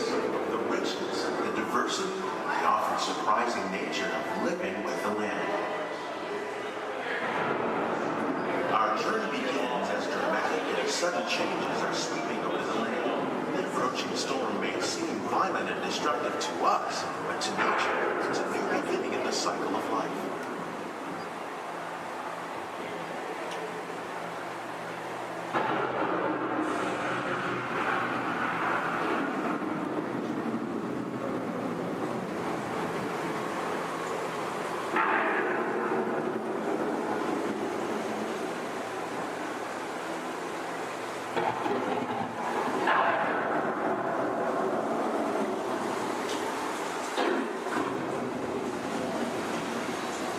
Beneath the surface of the land, roots trap water from the flowing mud, extracting precious nutrients and minerals. These elements, when combined with sunlight, create the diverse living systems of our planet.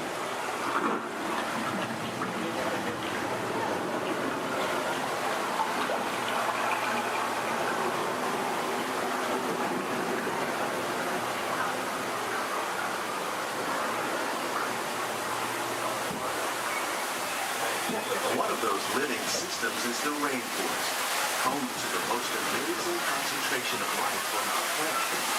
These dense and beautiful forests cover only a tiny portion of the Earth's surface, but they contain more than half of its climate and land.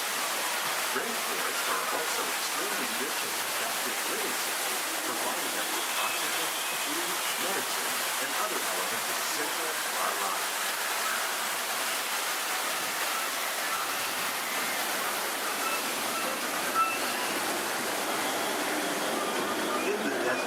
Nature has created a very different, no less beautiful living system. And while this arid landscape may seem lifeless, it is very much alive. The plants and animals that have learned to survive in these harsh conditions make use of what little water they can find and avoid the scorching. The American prairie once appeared as desolate as the desert, but over time, rainwater and nutrients gradually penetrated the hard surface of this land. Even the hooves of the mighty buffalo helped create the rich soil that would one day become home to the American farm.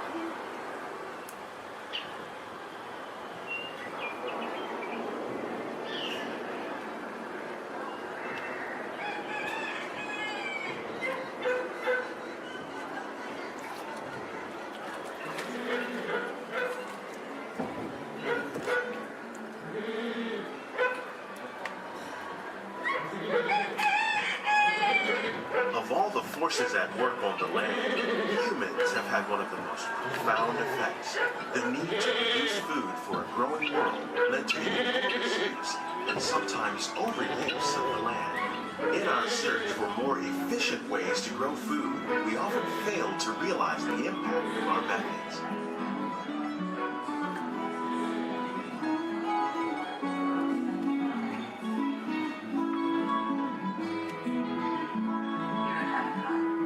Today, we're learning to live with the land, discovering better ways to grow food that will assure both human and environmental well-being.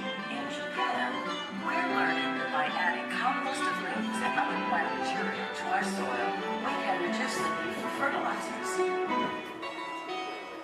In farmlands across America, we're learning that by plowing under vegetation containing natural fertilizers, we can enrich the soil without the use of chemicals. In Saudi Arabia and Mexico, we're learning to produce food on desert seacoasts by developing and planting crops that thrive on saltwater. Here at Epcot, we're learning to reduce the need for pesticides by using natural predators like ladybugs and wasps to control pests. How will we meet tomorrow's growing needs for food production, yet still respect the needs of the land? Some of the answers are being discovered just ahead. To help us maintain these carefully controlled ecosystems, and for your safety, please remain seated in your boat at all times.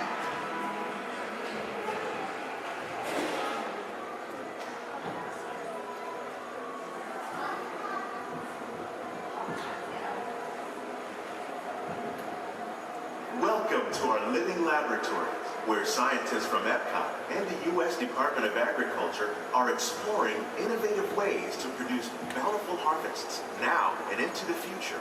The tropics are home to the greatest diversity of plants on the planet. Many of these, like papaya, bananas, cacao, coffee, and rice, are well known around the world. Others, like the jackfruit, fluted pumpkins, and dragon fruit growing here, represent the vast number of lesser-known tropical plants. As we learn more about these crops, we discover that many are rich in vitamins and minerals, while others are well adapted to growing in less than ideal conditions.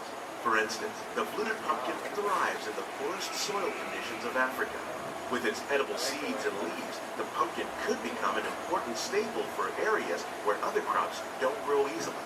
The unique-looking dragon fruit is actually a member of the cactus family. The fruits are high in vitamin C, rich in antioxidants, and have a light, sweet taste. The fruit originated in Mexico or Central America, but is already becoming popular in Asia.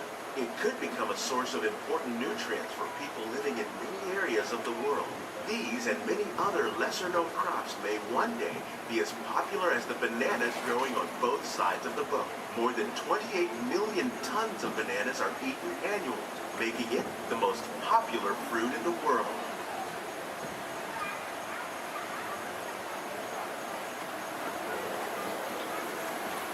When we mention farming, we probably don't think of fish, but fish farming, or aquaculture, is an innovative way to increase harvests, protect wild fish population, and produce a healthy crop, like bee sturgeon that grows over 300 pounds.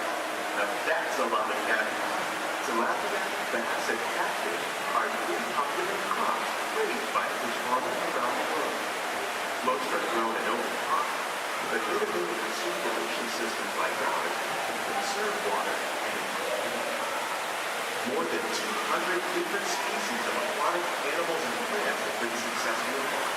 Even these American alligators can be successfully raised in controlled environments like ours.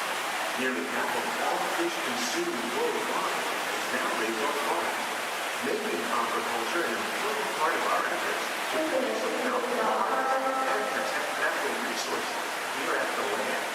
We grow about 5,000 pounds of fish each year, many of which are featured in restaurants around Walt Disney World. This greenhouse is full of some of the best ideas for improving plant yields. Disease and pests are two of the biggest problems facing farmers around the world.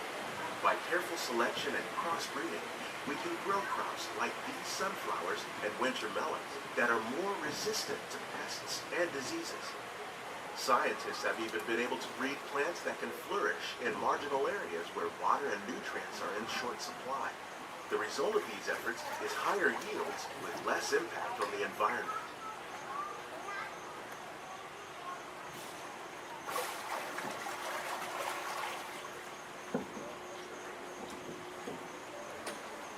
These plants are definitely on their way up. Innovative growing techniques like the ones you see help to increase yields while more efficiently using resources like water, fertilizer, and pesticides. We're growing these nutritious sweet potatoes above ground. This method increases yields, produces larger potatoes, and can be used where rich soil is in short supply. We're growing lettuce using our nutrient film system. This technique precisely controls and recycles water and nutrients. With it, we can produce over 27,000 heads of lettuce a year in this one small area.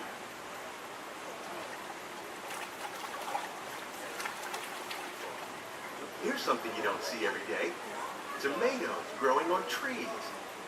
These plants were originally developed by Chinese scientists. Tomato trees live longer and produce many more tomatoes. One of ours lived 16 months and produced over 32,000 fruits.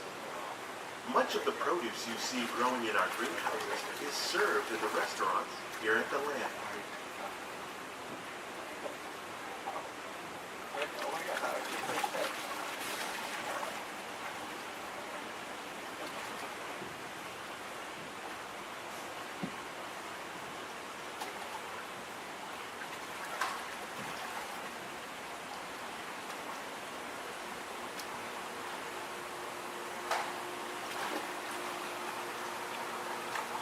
The future of agriculture includes some high-flying ideas like the ones you see here.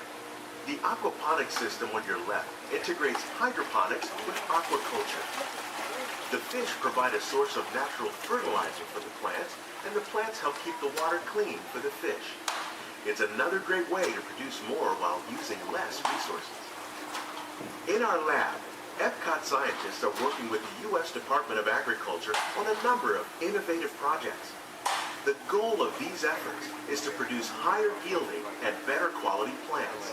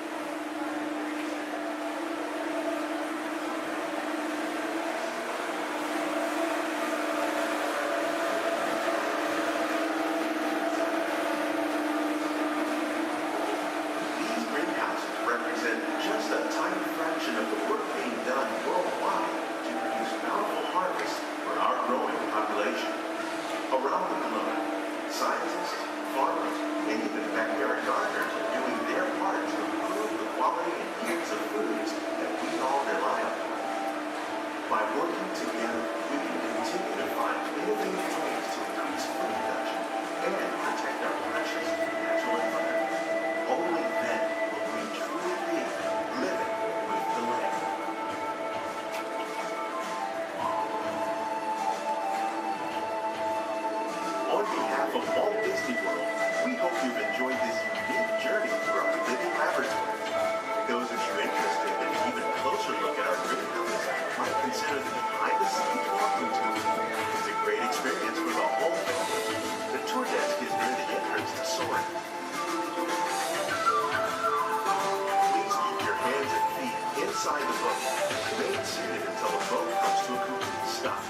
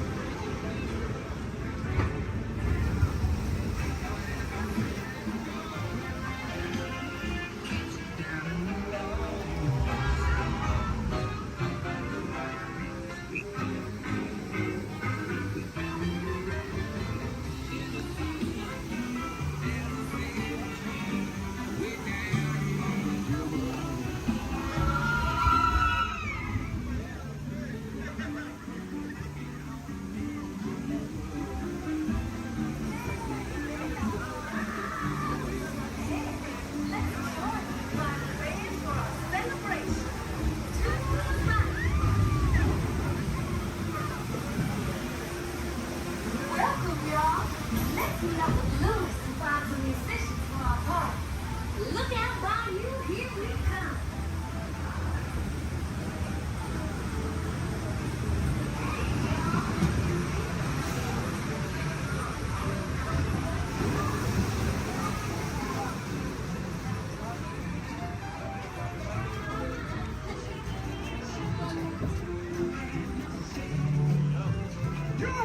Any parents out here? Come out, wherever you are.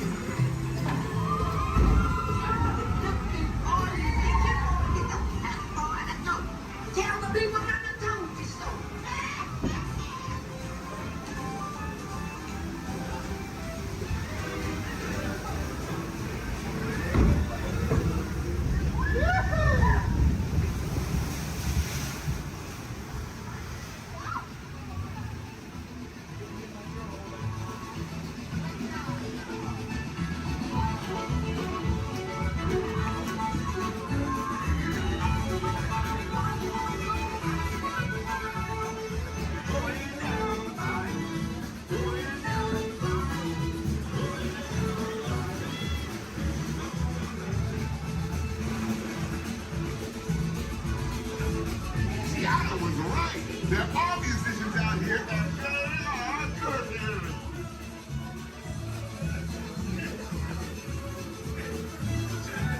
Seattle wasn't huge, y'all.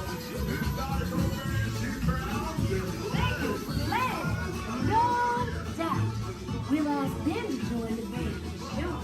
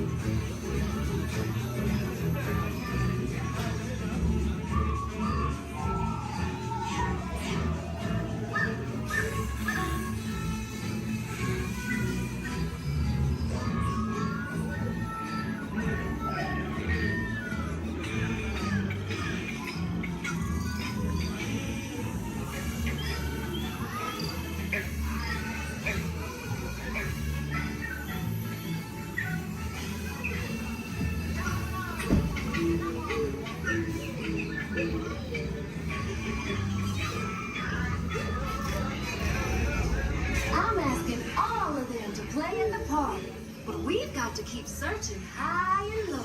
How low can I go?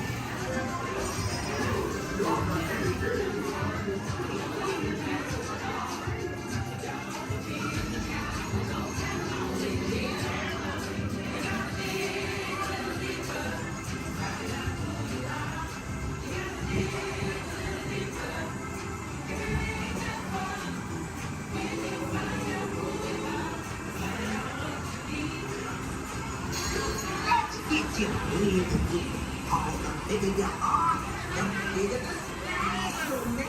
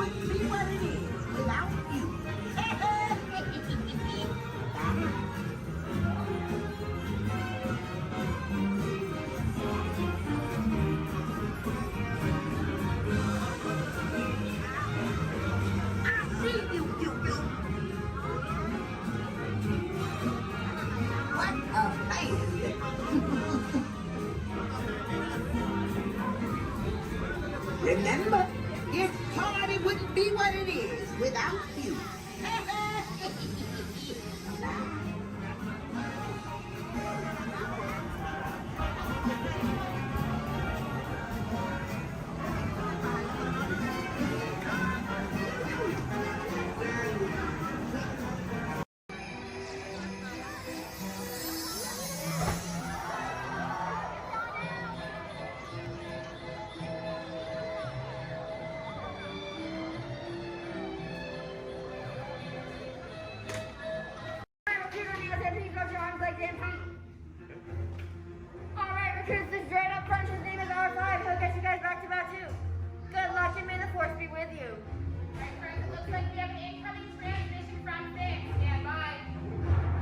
Okay, take this corridor to the turbo lift, then head down to the escape pod base. Those droids are programmed to return you to Batu.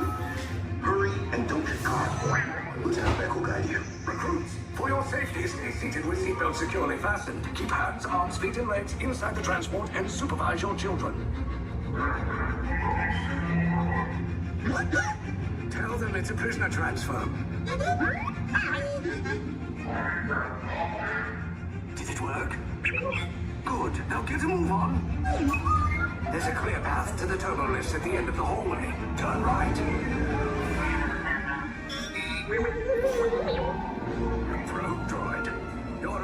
didn't spot you.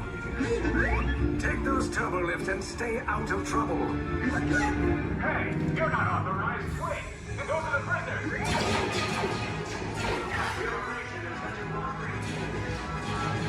Cover is blown. Find an alternate route. Who picked these two droids anyway? Detention will breach. Prisoners not seen and never seen. There they are! Fire!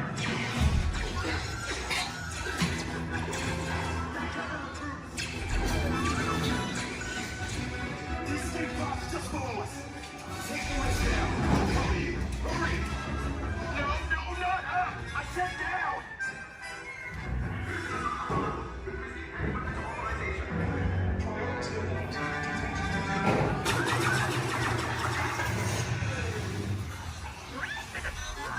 This does not look good. Try to find another way down to the escape pods. The Resistance will attempt to rescue the prisoners. They have neither the resources nor the courage to invade us. You underestimate their conviction. Raise the shields! Shields? I see no evidence. Now! Sound the alarm! All personnel to their stations! Sir, the prisoners have escaped. How brave, but ultimately hopeless. There's nowhere to run.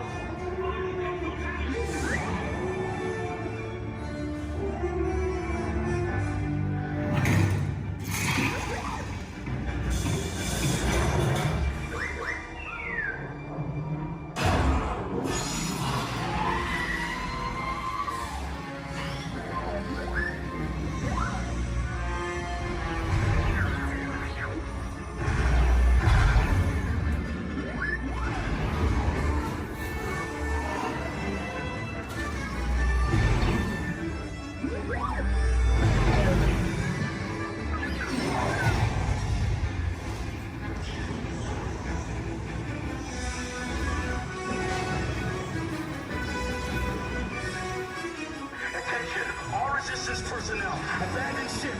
I repeat, abandon ship. This destroyer's about. There's no escape. You will tell me the location of the secret base, and then I will destroy you and the Resistance.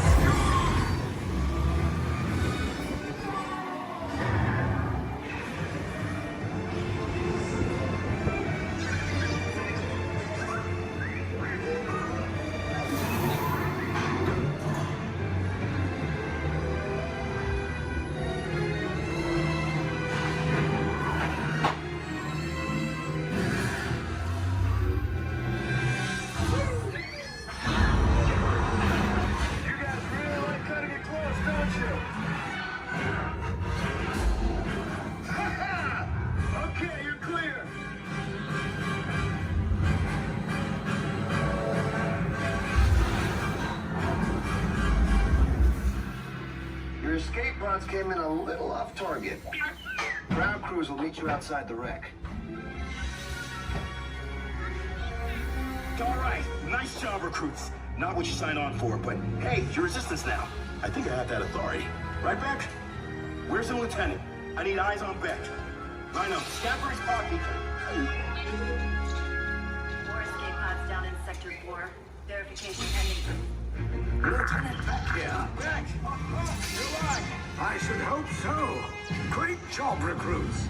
Thanks to your heroism, the location of the Resistance base is secure. Bravo! Yes, R5, you too. Sealed genetic matching room. Okay, Dr. Stevens, they're ready. Can everyone see me? Great. Welcome to the Avatar program. Soon, you're gonna have a chance to undertake an amazing Navi rite of passage, flying on the back of this powerful animal called an Ikron, or as we call it, a Banshee. The way you're gonna do this is by being matched to something called an Avatar. And I'm here to help you guys get ready. But first, we have to scan you for Pandoran microparasites. All right, everyone, stay on your number and move your arms a bit.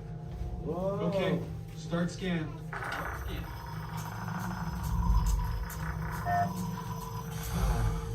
You've all got them.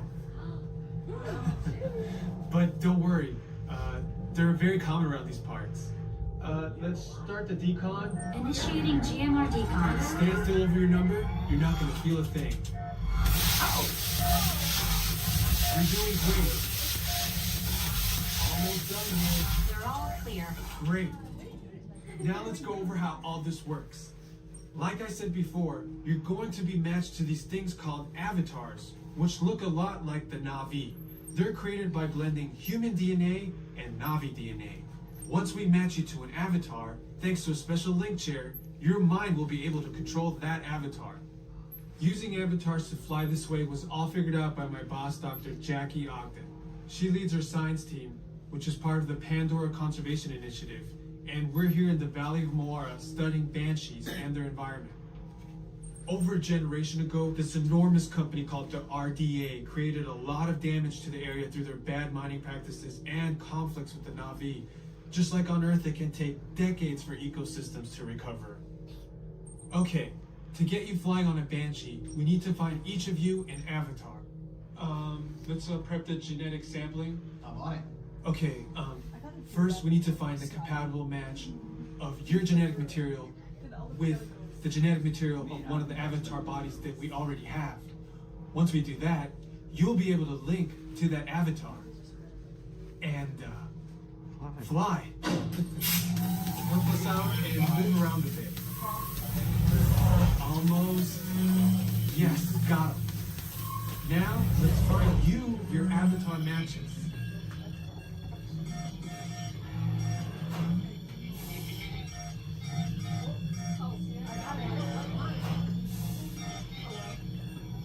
Oh, I got a match. Well, I got one. Get a match. Oh, I don't do that. I got one. All right, you've all been matched with avatars. I have purple hair. Looks like they're ready for you in the next room. When the door opens, please go inside, all the way in, and stand over the same number that you're standing over now. And I'll see you in there.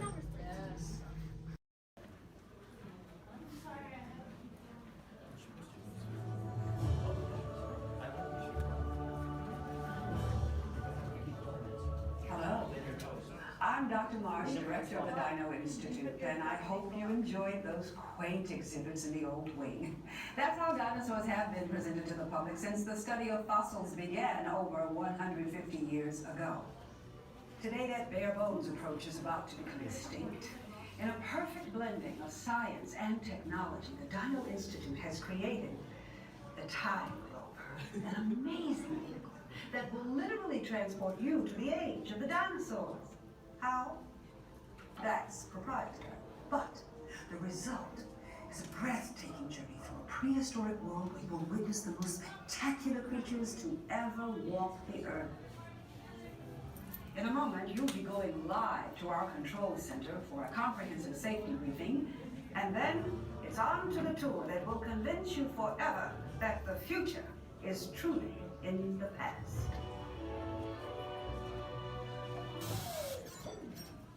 Hello there. Welcome to our little trans-dimensional joyride, folks. I'm Dr. Seeker, your friendly controller, and a heck of a paleontologist, if I do say so myself. But let's not talk about me. Let's talk about you, and how you can help me make history today with the Time Rover. It's like this. If I can bring you back from the Cretaceous period, it stands to reason that I can bring back a live dinosaur with you. And not just any dinosaur. Take a look at this guy. He's an iguanodon, and I'm certain that he is the key to understanding these magnificent creatures. I tagged him with a locator during an unauthorized field trip. Otherwise, I'd be traveling with you. Right now, our dino should be about here, at the very end of the Cretaceous period. That's where you're going today. I've arrived, it seems, just in time to correct a little misstatement. Dr. Marsh. That is impossibly close to the giant asteroid impact that destroyed most life forms on Earth. Our tools are designed to take you to the early Cretaceous period. And I can assure you that all time rovers have been securely locked on those coordinates. That's right. See? Securely locked. Access denied. Continue. Of course. We were just talking about seatbelts. Plug them in, use them. It can get kind of choppy out there, so keep your hands and arms inside the vehicle at all times. Flash photography? I wouldn't. It alters the homing signal, and that's not good. Oh, and one more thing. Those locked coordinates? We're in. Now, here's the drill. You follow the homing signal to the iguanodon. Then I'll enlarge the transport field, and boom, you're back with one additional passenger extra large. And don't worry about that asteroid. You'll be in and out of there before it even breaks the atmosphere. Trust me. What could go wrong? Hey, it's me again. Remember, only you guys are going on this special mission, so don't tell anyone, okay?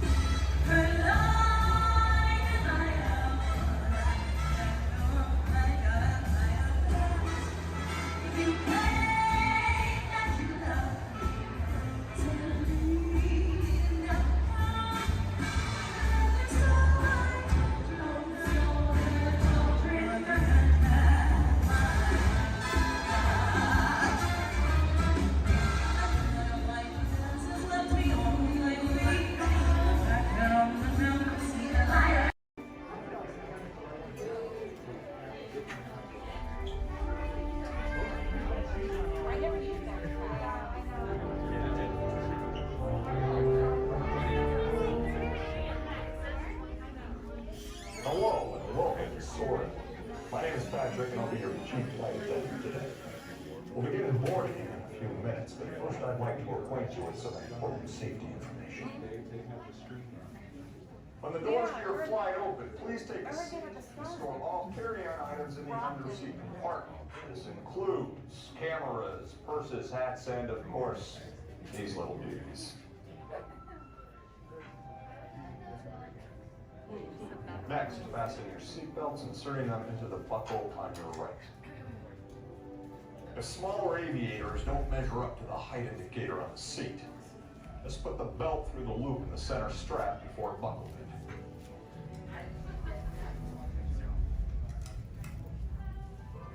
Nice work, pal. Soon you will be airborne. So if you or your little aviators have a fear of flying or of heights, you might want to wait for your party to arrive. Okay, let's review. That is seatbelt, carry-on item, safety strap, fear of heights, keep your hands and arms inside at all times. Anything else? Yeah. Have a nice flight. All right, my friends, we're gonna load row 3, followed by 2, then 1. Row 3, please follow me. 2, you're gonna follow 3. 1, you're gonna follow 2. Please remain seated at all times, keeping your hands, arms, feet, and legs inside the train. Please supervise all children, making sure they are seated away from the train openings, either fully on a lap or on a bench. Our next stop will be New Orleans Square Station. Do we want to the scarf? Do we want to stop at New Orleans? No, do you want to go all the way around? Or do we want to stop at New Orleans? Welcome aboard the Disneyland Railroad. We're embarking on a grand circle tour of the Magic Kingdom. We'll be stopping at New Orleans Square, Mickey's Toontown, and Tomorrowland. We'll also visit the Grand Canyon and make a trip back in time to the primeval world and the age of the dinosaurs before returning to Main Street Station. As we begin our journey, remember that for a safe trip, you need to stay seated, keeping your hands, arms, feet, and legs inside the train. And please watch your children. Bienvenidos a bordo del Disneyland Railroad.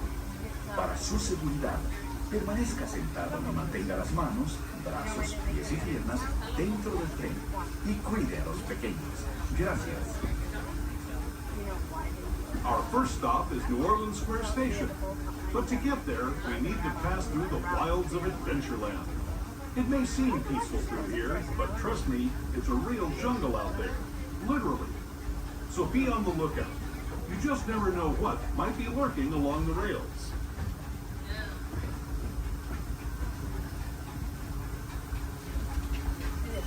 Just ahead of New Orleans Square Station. This station also serves Frontierland and Critter Country. If you'll be leaving us here, please remain seated until the train comes to a complete stop. Then watch your step as you're getting on. For those of you continuing on with us, we'll be resuming our trip in just a moment. This is New Orleans Square Station. New Orleans Square. As we make our way to New Orleans Square Station, please remain fully seated until the train has come to a full and complete stop. This will be your stop for attractions such as Pirates of the Caribbean, Indiana Jones Adventure, Jungle Cruise, the many of the Houston Winning the Pooh, Splash Mountain, and Autumn Mansion Holiday.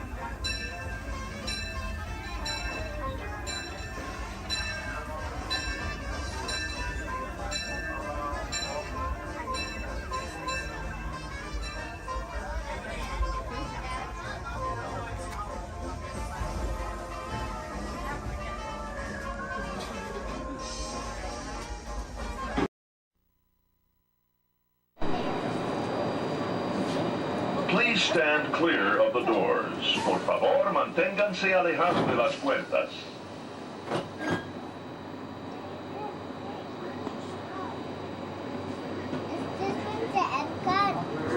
Welcome aboard the Walt Disney World monorail to Epcot.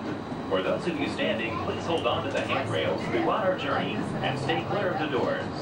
For the comfort of others, no smoking, please. Thank you. As we turn south, you can catch a glimpse of the spires of Space Mountain in the Magic Kingdom. Nearby is Disney's 8th-ranked contemporary resort. Where are we at? That's where we were just at.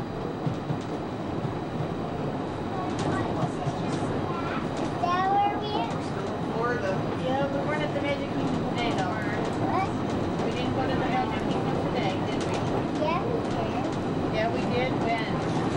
We were in Animal Kingdom. Right now, we're kind of taking a little break.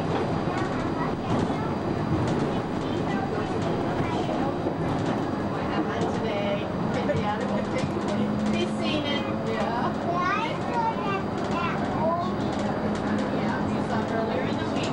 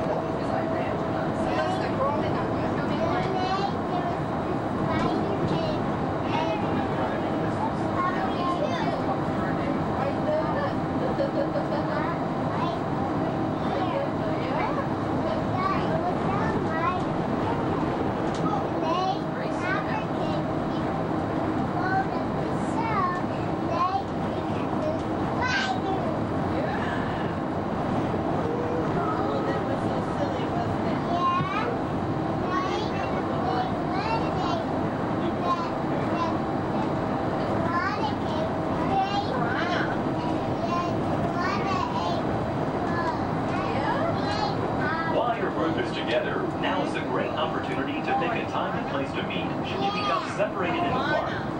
If you should need any assistance, please go to Guest Relations, located in Interventions East. Guest Relations can also assist you in making dining arrangements, provide special tours of Epcot, or make other suggestions for planning your visit to Walt Disney World.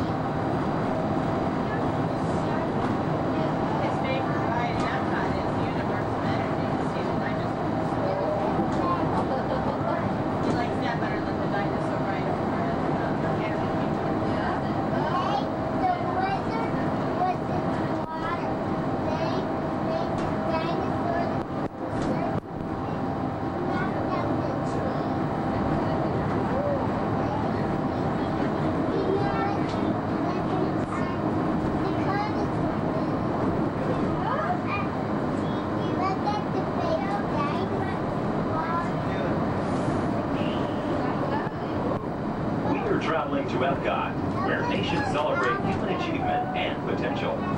Its 300 acres are divided into two worlds, Future World and World Showcase. Future World offers fascinating explorations into realms of energy, transportation, and imagination. You'll also find adventures in communications, sea exploration, food production, and other vital topics.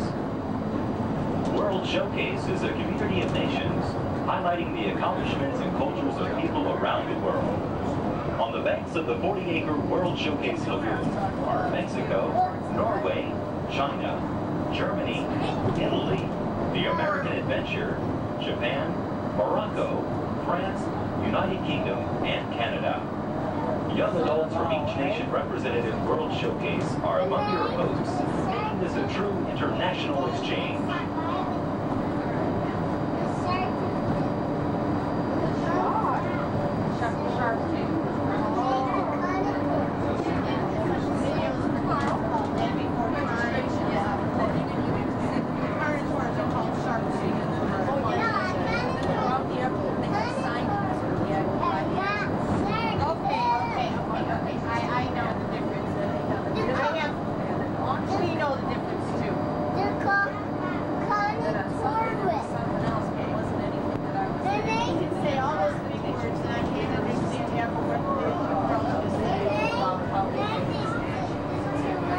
Beyond the trees ahead and to the right-hand side of our forward motion is Spaceship Earth. This 18-story geosphere marks the entrance to Epcot. Inside Spaceship Earth, time machine vehicles take you through the evolution of human communications, from a distant yesterday to the dawn of tomorrow.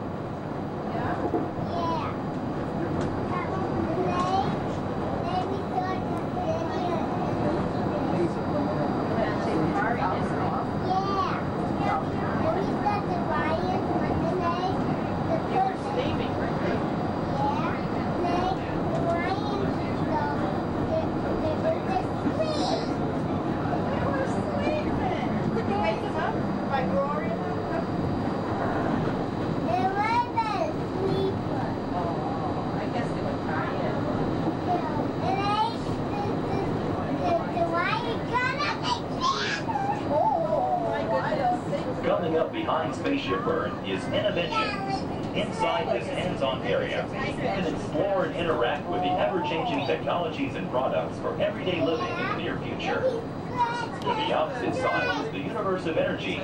Inside, you'll find Ellen's Energy Adventure, hosted by Ellen DeGeneres and Bill Nye the Science Guy. Next is The Wonders of Life, where you'll discover Body Wars, which takes you on an amazing trip through the human body. In Test Track, you can experience the acceleration of test driving a vehicle on the fastest and longest ride ever created for Walt Disney World. Coming into view is World Showcase. Directly across from us on the far shore of the World Showcase Lagoon is our host pavilion, the American Adventure.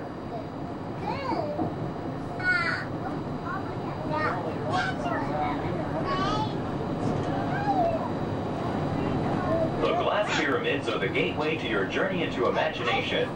Inside, you can find the 3D adventure, Honey, I Shrunk the Audience. Join Professor Wayne Zielinski as he receives the Inventor of the Year award for his incredible shrinking machine. Next is The Land, where you'll discover creative partnerships between people and the land around the world.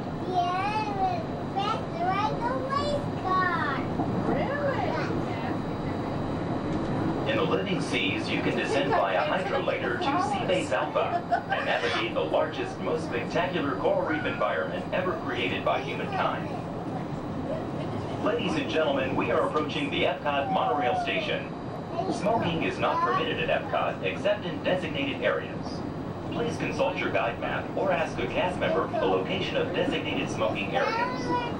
Please hold on to the handrails and stay clear of the doors until the monorail stops completely and the doors open. On behalf of the cast of the Walt Disney World Resort, we'd like to welcome you to Epcot. Some of the signs there, I think. Yeah. We'll just watch and see somebody. I got one to go. Sit down. Sit down, please.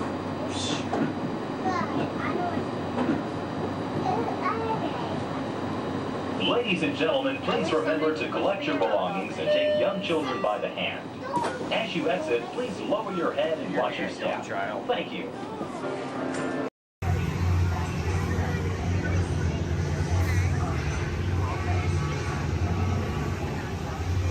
Time travel commencing in T-minus 10 seconds and counting. This is Seeker. Listen up. We've got to get in, grab the iguanodon, and get out before that asteroid hits. Let's roll!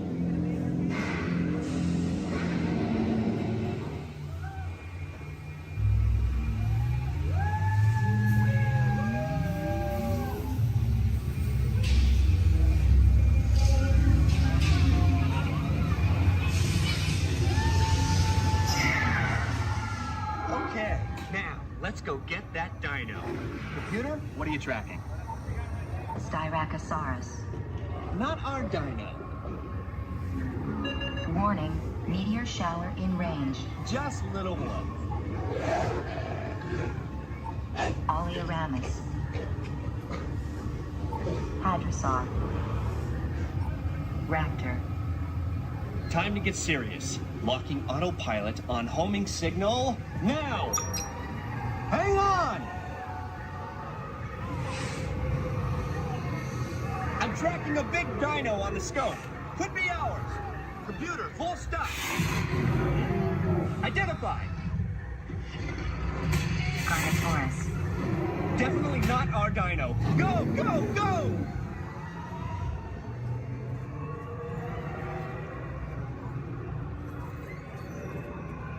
Another big guy coming up. Computer. Slow and identified. Sauropod. Still not our dino, but at least this one's a vegetarian.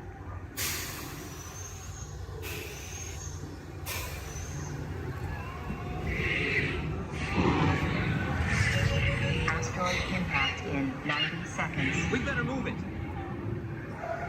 Pterodactyl. Incoming! Asteroid impact in 60 seconds. We can't stop now. Keep going, keep going. Compsognathus. Computer, what's happening? Loss of traction. Four-wheel drive, move it! Warning, meteor strike. Evasive maneuver! Left! Right! Left! Right! That was close. Computer, now what? Carnotaurus. That's it! Abort mission! Abort! Abort! Iguanodon. Forget it! Get them out now! Asteroid impact. Brace yourself! This is it! They're not gonna make it! They're not gonna make it! Mission accomplished. You made it! I knew you would, and guess who made it back with you? I better find him before security does. Thanks for everything!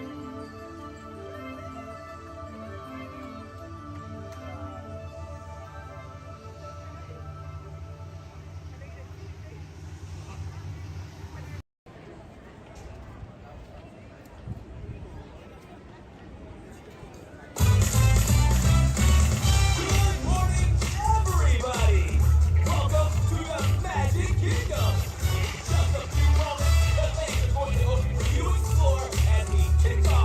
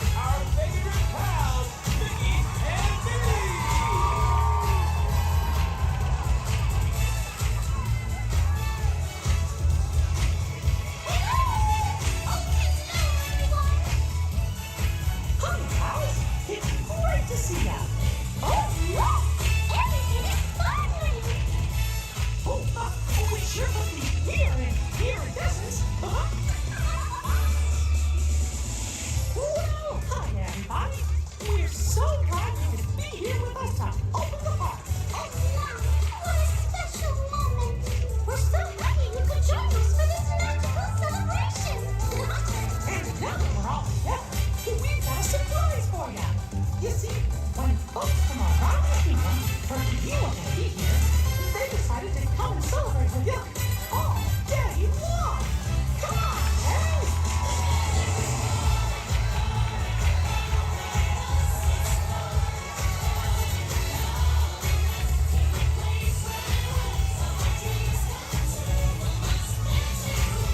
This party will be dancing all day long. And the best part is all of you. Come on, let's go!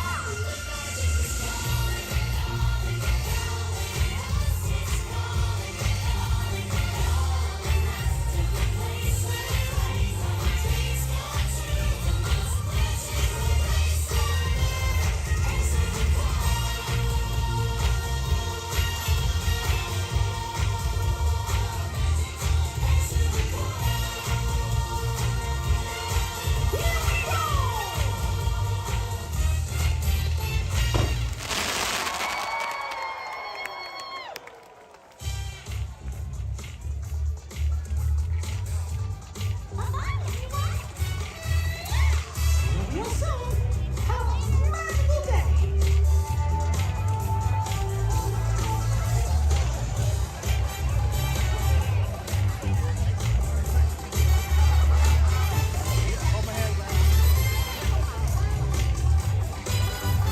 For your safety and the safety of those around you, please walk slowly and carefully on to your next adventure.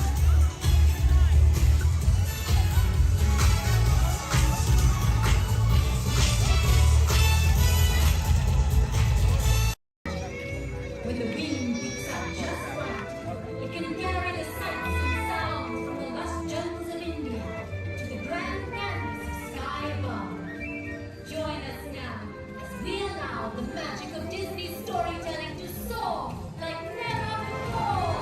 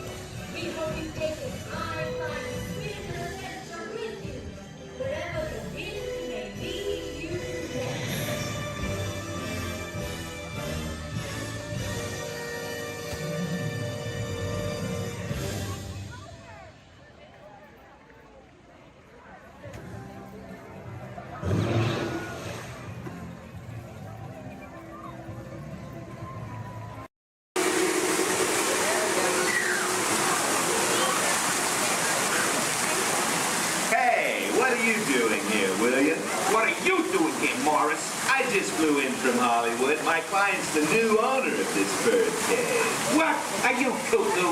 My client's the new owner. Disney gave me an exclusive.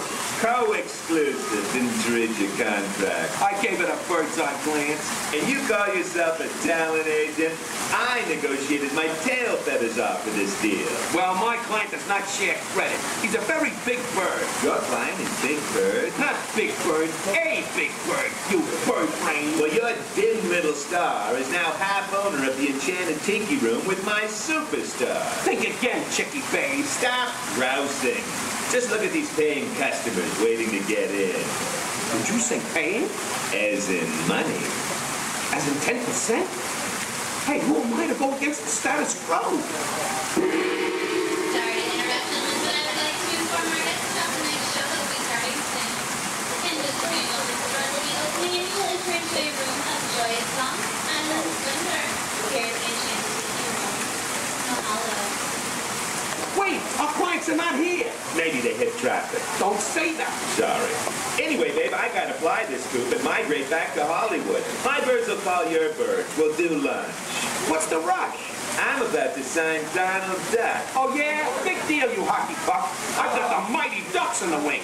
You do not. Do too. Do not. Do too. Not. Two. Not. Two. Not. Two. You down. Come Leave me on. alone. Oh, come Yeah. on, will you? Two. Not go, yeah. Level with me. Put the bubble between the Go lines. away. You Go don't away. have- You are going.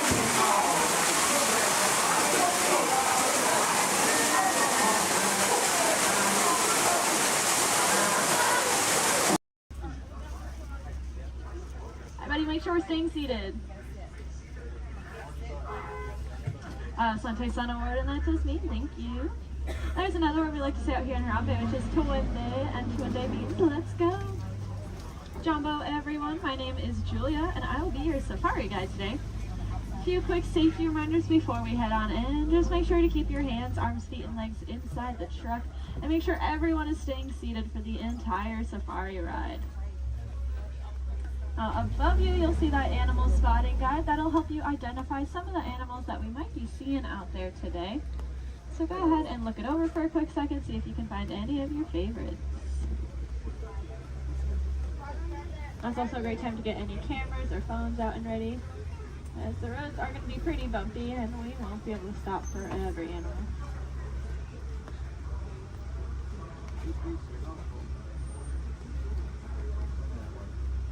We are going to be starting our journey here in the Little Aturi Rainforest.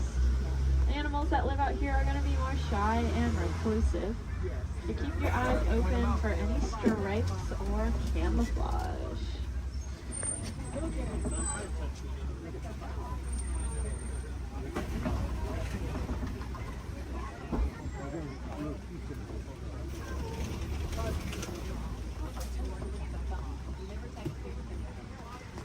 Like off to the right, there's that oak coffee. That reddish brown animal with the zebra party pants. However, they are not related to the zebra. They are the only living relatives of the giraffe. Just like a giraffe, they have a very long tongue. Theirs are so long they can lick their own eyes. Now if you look down to the left, you'll see a bird standing on a nest. There's actually a couple eggs, I believe, in there, maybe. That is a saddle-billed stork. They're about 5 feet tall, and their wingspan is about 9 feet long. And if you look up at that canopy above your head, that is also just about 9 feet long. Put that in perspective for you. Now, if you look back at the okapi over there, I said they're related to the giraffe. Just like a giraffe, they have ossicones, which are those stubby horn things on their heads. But that one that we're seeing doesn't have any ossicones. That's because she's a female. Only male okapi will have them, whereas all giraffes will have them. Up on the hill to the right are the greater kudu. And we can tell they are female. That's because they don't have any horns on them. The males will have horns that can spiral backwards up to 6 feet long. If you look off to the left against this cave wall here, you'll see a black rhinoceros.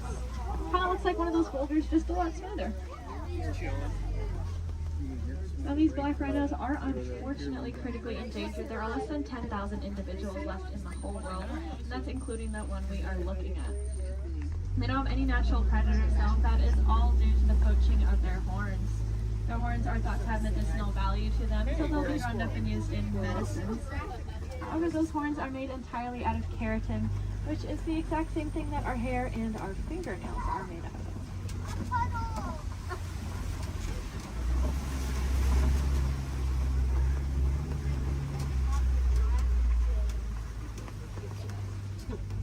I said the animals that live out here are all going to use camouflage. We saw how they use their colors or patterns to blend into the trees around us. That's why it's really important that we use our paper products responsibly, since our paper comes from the trees that these animals' lives depend on. Looks like we are getting to the edge of the forest here. I'm gonna make our way down towards the swampy river. The animals that live here naturally spend most of their time underwater, which will keep them cool and camouflage, so keep your eyes open on the surface for any bubbles or ripples that you might see.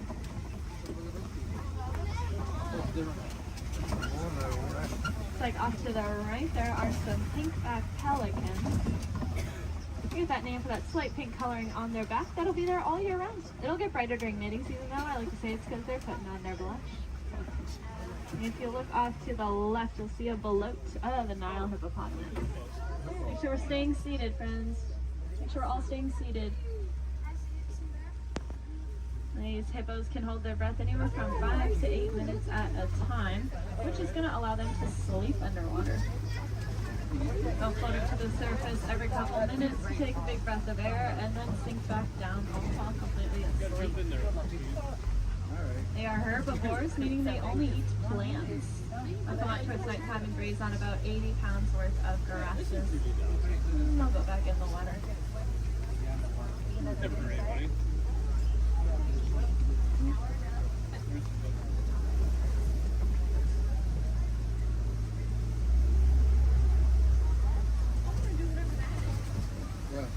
Keep your eyes to the left, especially as we cross over this bridge up ahead here, and you'll see the Nile crocodile.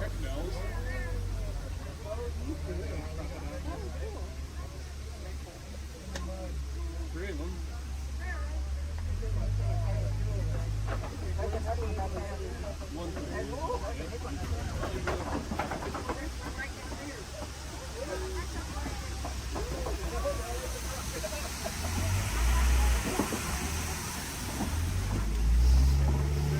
Those crocodiles are pretty impressive. They can weigh anywhere from 500 to 1,000 pounds, be as long as a giraffe is tall, and they have the strongest jaw and bite force of any animal. Being said, they are really amazing parents.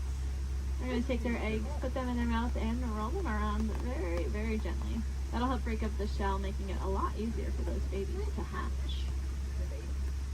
Well, it sounds like there is an animal in the road up ahead, so I think we're going to hang tight here for just a second. This is their home, and they can go wherever they want, and sometimes they choose the middle of the road.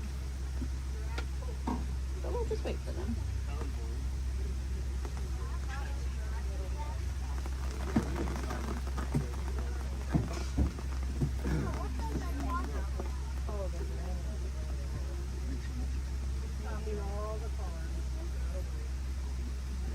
Does anyone know how to tell the difference between an alligator and a crocodile? Yeah, a lot of people say the shape of their snout, which is true. That personally confuses me though, because it's the opposite of what you think it would be. So what I do is I look at their teeth. When their mouths are closed, if you see teeth sticking up and out, then it's a crocodile. And if you don't see any teeth when the mouth is closed, it's an alligator.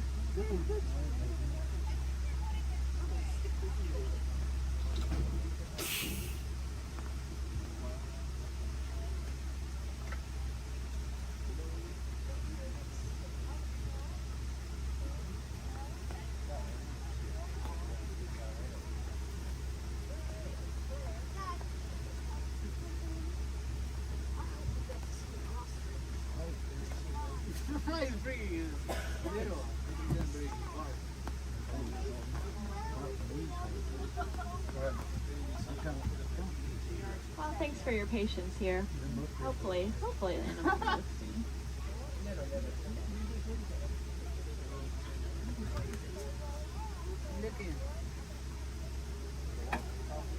Crocodiles are also something that are called a living fossil, which just means that they were alive way back when all the dinosaurs and all them were alive.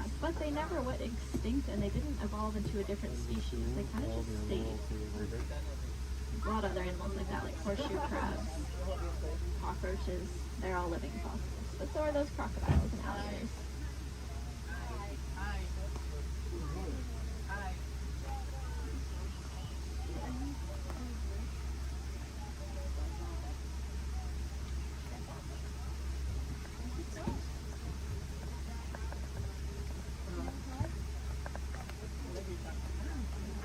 Sounds like there are some giraffes that just keep walking in the road. This is just what we call a giraffe jam. Now you can say you went to Disney World and got stuck behind a giraffe.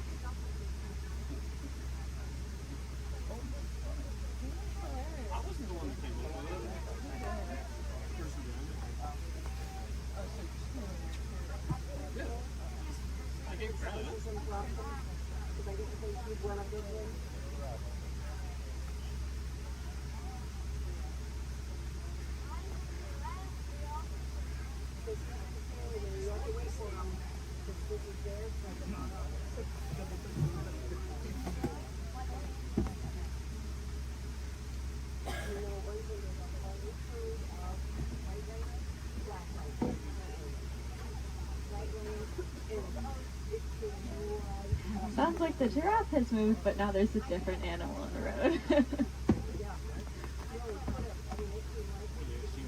The animals really like the rain, so they are very active. Okay, it sounds like maybe we'll be back on the move soon. I think all the animals are out of the road, at least at this very second. But I don't want to jinx it. But that's good news for us because that means once we get down into the savannah, there's going to be a lot of cool animals really close to see. Alright. See how far we can get.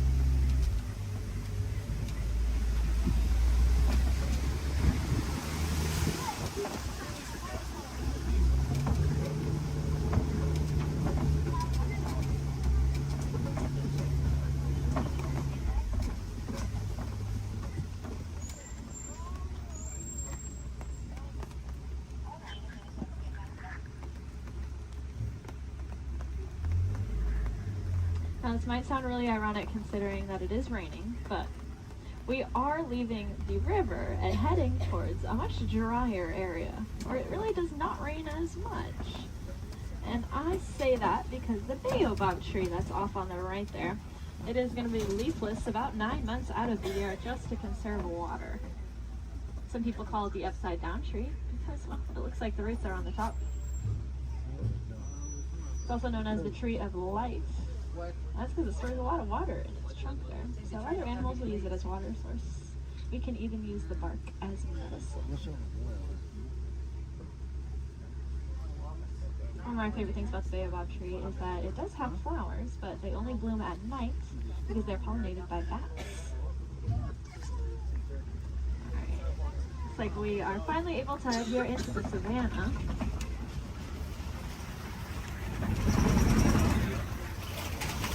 Now you may notice the trees are starting to thin out quite a bit, and that's because it doesn't rain as much out here, like I said. So the animals here can't really rely on camouflage in the same way, and so they're going to be very agile and flighty.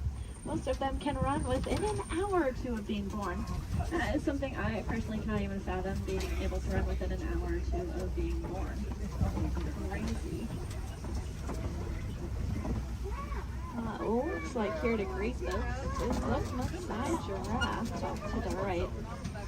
They are, of course, the tallest land animals, averaging at about 18 feet tall. You can see that really long, dark tongue. That dark coloring is there to act like sunscreen. And that's because giraffes eat most of the day. And by most of their day, I don't mean like half the day. I mean they eat about 20 to 22 hours. Out of that 24-hour time period, they're going to spend eating. So that tongue is that dark coloring just to protect it, since it is out about 20 hours a day.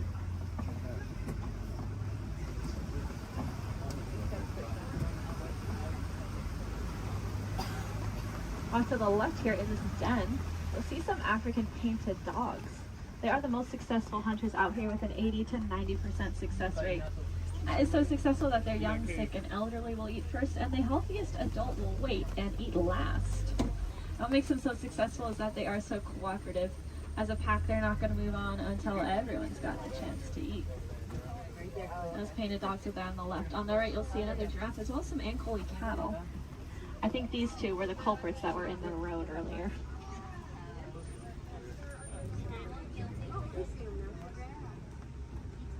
Those cattle have those really large horns on them that look pretty heavy, but they are hollow with a honeycomb-like structure on the inside. That'll help blood flow to keep them nice and cool. If you look to the left, you'll see the sable antelope, those 3 brown antelope back there. You'll also see some Hartman's Mountain zebra. Now take a really good look at these zebra here, because one of them is a little bit smaller than the other one, and that's because she's about 7 months old. That's her and her mom there. And if you look at her legs, though, her legs are just as long as her mother's, and that's because zebras are born with their legs fully developed. Running, as I said, is very important out here, so those zebra babies are born with long, lanky legs, ready to run within half an hour of being born. Their stripe patterns are going to be unique to them in the same way that our fingerprints are unique to us.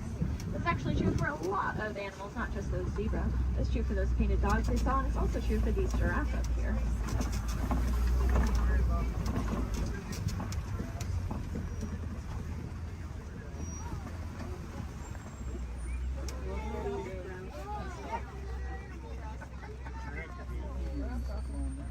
See, I told you they just go wherever they want.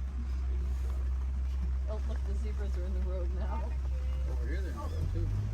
Yes, look over there. Zebras are in the road over there. Now, since giraffes spend most of their day eating, they also spend most of their day standing up.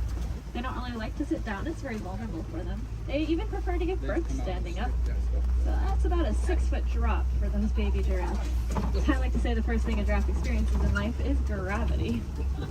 Of course, when you're born already about 6 feet tall, I guess it really doesn't matter that much. It also is going to kickstart their heart, that drop. So maybe it's a good thing.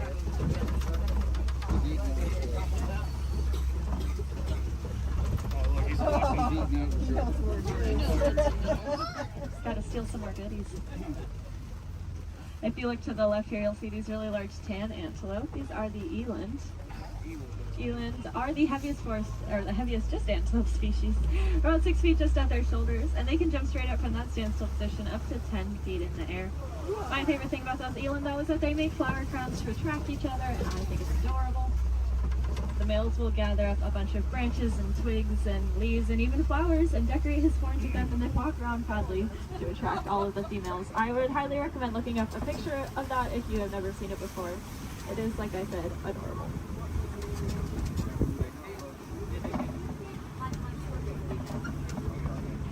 Now off to the right, there's going to be a path. We're not going down that path, but if you look down it, you'll see some little tiny antelope called the springbok. They get that name because they can jump about 6 feet up and 13 feet across. When they do that, it kind of looks like ping pong balls hopping across the savannah. It makes it really confusing for those predators out there. Now, all the animals that live out here have a very important job to do. They're going to be the landscapers. So those antelope will be the lawnmowers, giraffes will prune back the trees, and then larger animals will be the bulldozers. They'll knock over trees. And if you look around us, looks like there have been a whole bunch of trees knocked over. There's really only one animal I can think of, though, that is large enough to act as a bulldozer and knock over an entire tree. Let's see if we can find them. There's also a really large watering hole. There they are. Like off to the right is an African elephant. We are going to get a really good look in a second, though, so I don't mind looking over to the left because there are some mandrills walking around. Mandrills are the largest old world monkeys, and they have that distinctive blue coloring on them. Might remind you a little bit of Rafiki.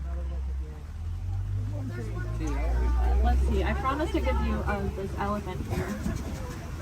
And I know the road up ahead has been closed, so I think we're going to get a really, really good view. Yeah.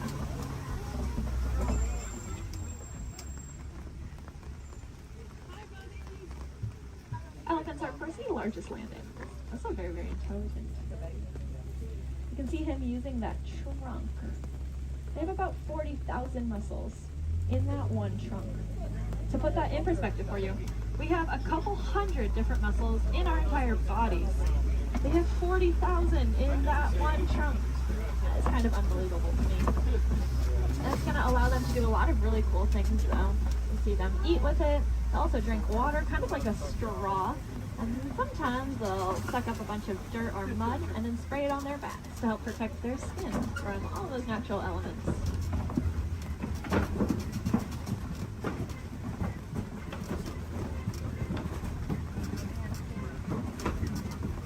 Lucky for us, I think we are headed deeper into elephant country here. And I say that because elephants love to eat red clay. If you look around us, it looks like we are surrounded here by this red clay. It's very nutritious, so they'll eat it as an extra form of nutrition, just like how we might take a vitamin or a supplement every day. And there are some tusk marks over to the right and some footprints down to the left. So the herd must be nearby. I think I see them off to the left there. Elephants are matriarchal, and that means the oldest or wisest female is going to be the dominant one in charge. Males are going to leave the herd at about 15 years old, and if they don't do it willingly, they will be forced out by those females. They're going to go hang out in bachelor herds, which can consist of up to 140 individuals that come and go as they please.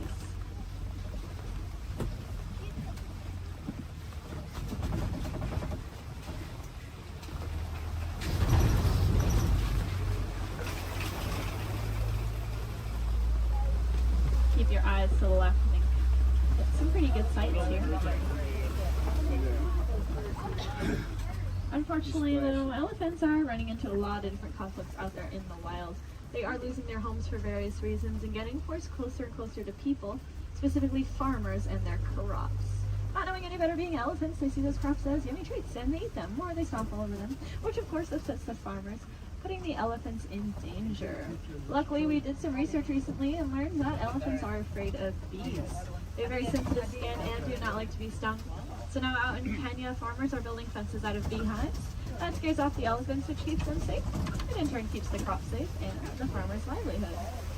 And the farmer gains a new crop, which is, of course, the honey from the bees.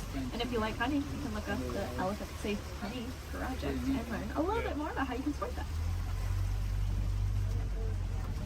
If you look to the left here, you'll see the greater flamingos. They are the largest flamingo species, but the lightest in coloring. They're going to get that pink coloring from the brine shrimp that they eat. There's a protein in there called beta-carotene, and that's what'll turn them pink. It's the same thing that's in carrots. They're going to get their food by doing something called filter feeding. So if you can picture a pasta strainer, the noodles get stuck inside and the water comes out. That's how their beaks work. They take a big mouthful of water, the food gets caught inside, and the rest of the water flows right on out. That's why it's super, super important that we keep our waterways clean, because if we have plastic or trash floating around in that water, they could take a big mouthful of that. And we don't want any of our trash ending up in those flamingo beaks.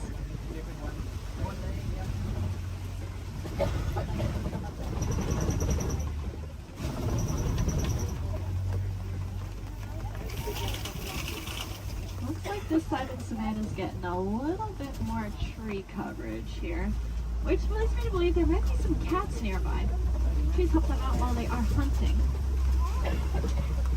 So keep your eyes open. I know I've seen cats roaming around on the hills up ahead before. Look down that path though on the right. You see a white rhinoceros.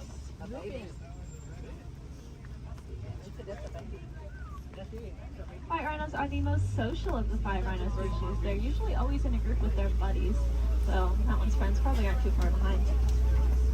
They have a really, really good hearing too. Their ears will wiggle independently of each other, and they look like funnels, which helps them pinpoint the exact location a sound is coming from.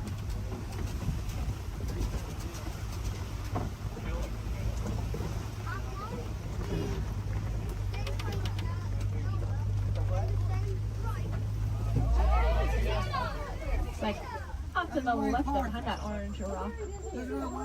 See cheetah. Cheetahs are the fastest land animals. They can go from 0 to 60 miles per hour in 30 seconds or less. They're going to use their tails to help them steer, very similar to a boat's rudder. And they're the only cats that are going to hunt during the day instead of at night. That's just because they don't have very good eyesight at night, so if you can picture what we see at night, that's about the same as what a cheetah can see at night. To help them out though, they have that black stripe under their eye that acts like built-in sunglasses, helping protect their eyes from the sun. Looks like up ahead are some Kopi rocks. And on top of those Kopi rocks, looks like a female lion up there.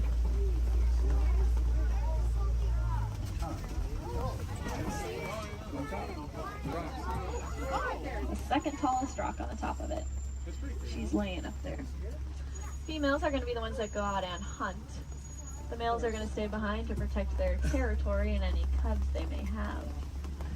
Males have a mane on them, which is about 20 pounds of hair, just protecting his neck in case of any of those conflicts.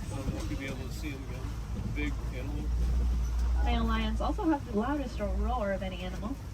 You can be heard up to 6 miles away.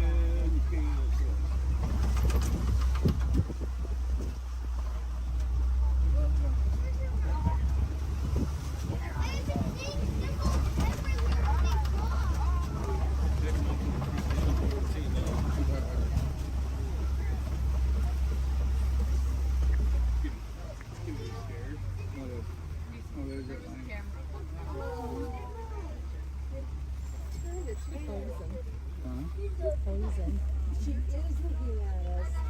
That is so cool.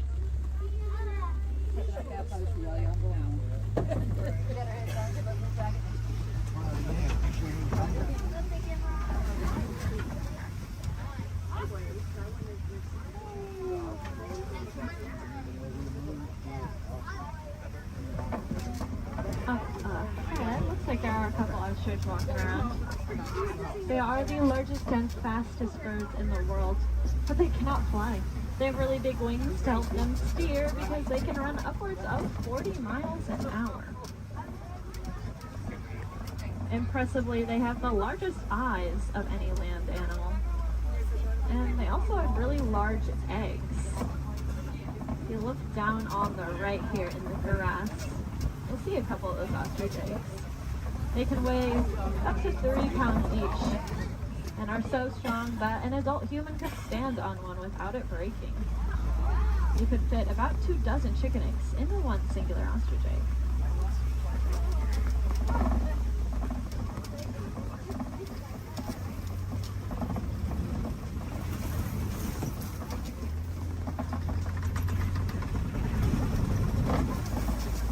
Up ahead is the warden's post. The warden takes care of all the animals out there on the reserve.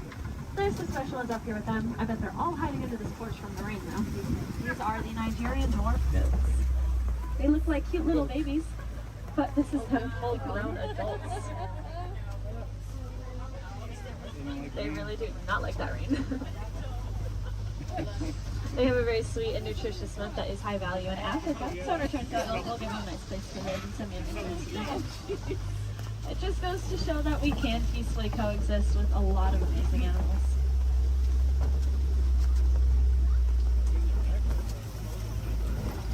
Unfortunately, those gates do signify the end of the reserve and our return back to the village. I really hope you enjoyed that safari. More than that, though, I hope you learned something new. If you did, maybe you can tell your family and friends those fun facts that you'll learn when you get home. That's pretty important because the more we learn about these animals, the more we'll care about them, and the more likely it is we're actually going to do something to help protect and save them, so that then the generations after us get to enjoy all those really cool animals that we saw today.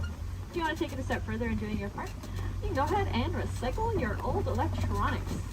Our electronics are made with a mineral called coltan that comes from the forest out in Africa.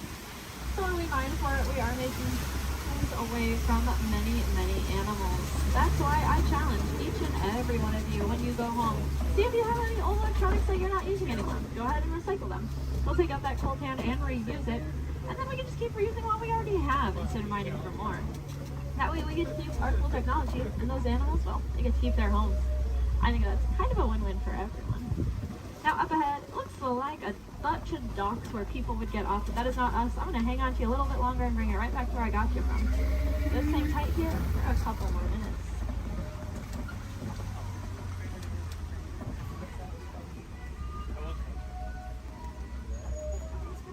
These people watching.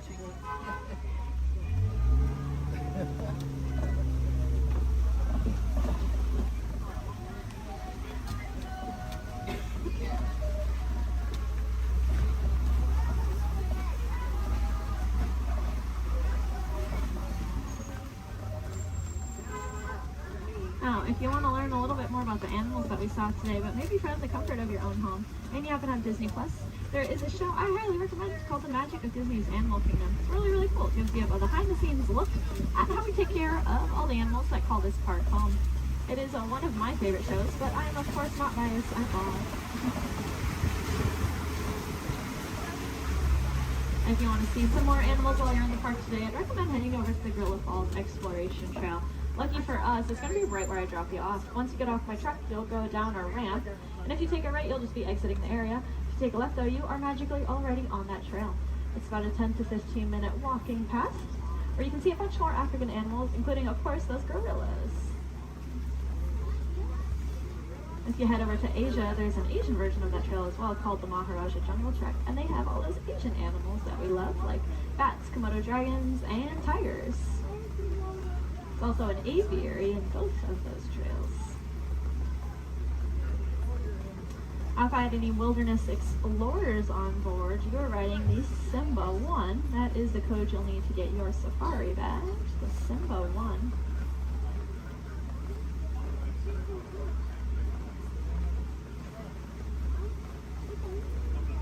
You might have also heard a train.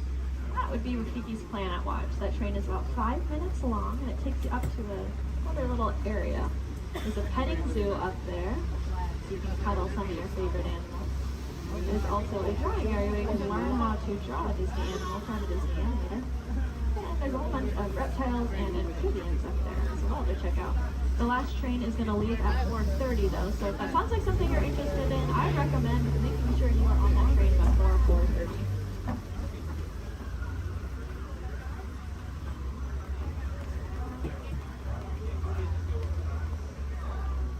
Looks like we are almost there. Thank you for your patience. I know that was a little bit longer than expected.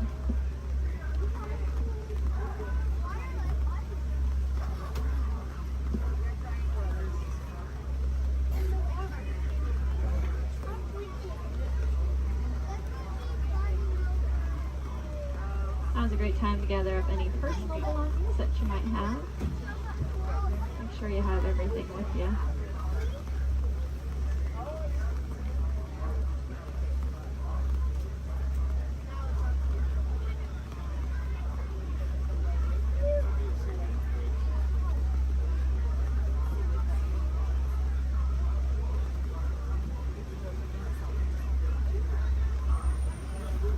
Here in Harambe, we do not like to say goodbye because it is far too sad and final. Instead, we say Kwaherini, which means to go well. So Kwaherini, my friends. Again, my name was Julia from Fort Collins, Colorado. I really hope that y'all had just as much fun out there as I did.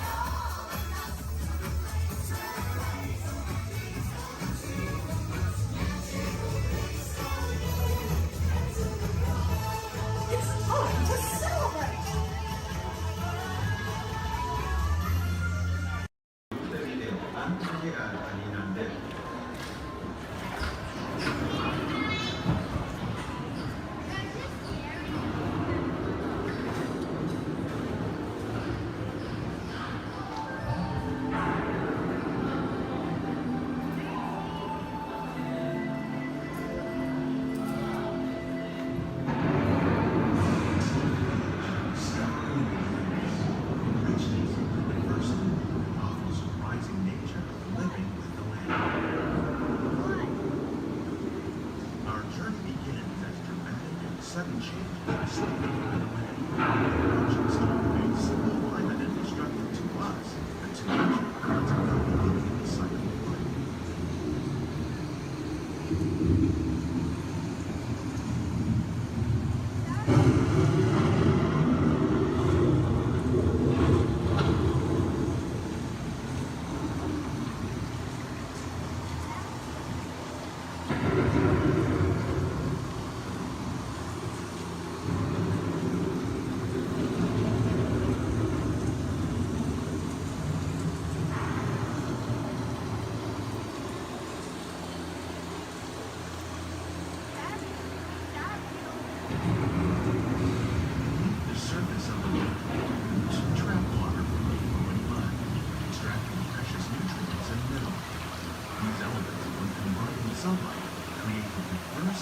Systems of our planet.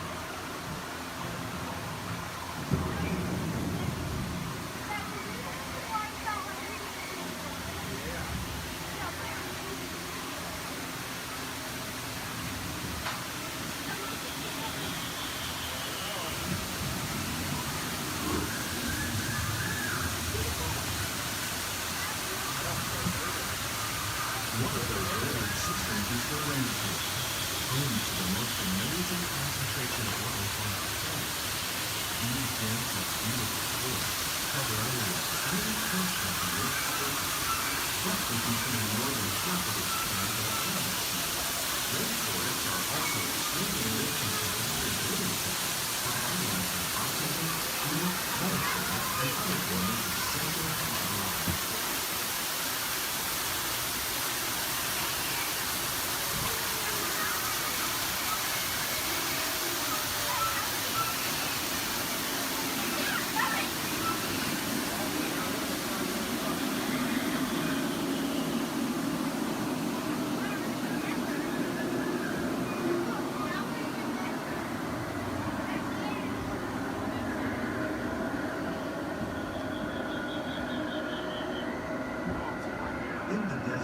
Nature has created a very different one known as beautiful living system.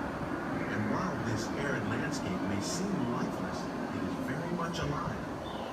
The plants and animals that have learned to survive in these harsh conditions make use of what little water they can find and avoid the scorching rays of the relentless sun.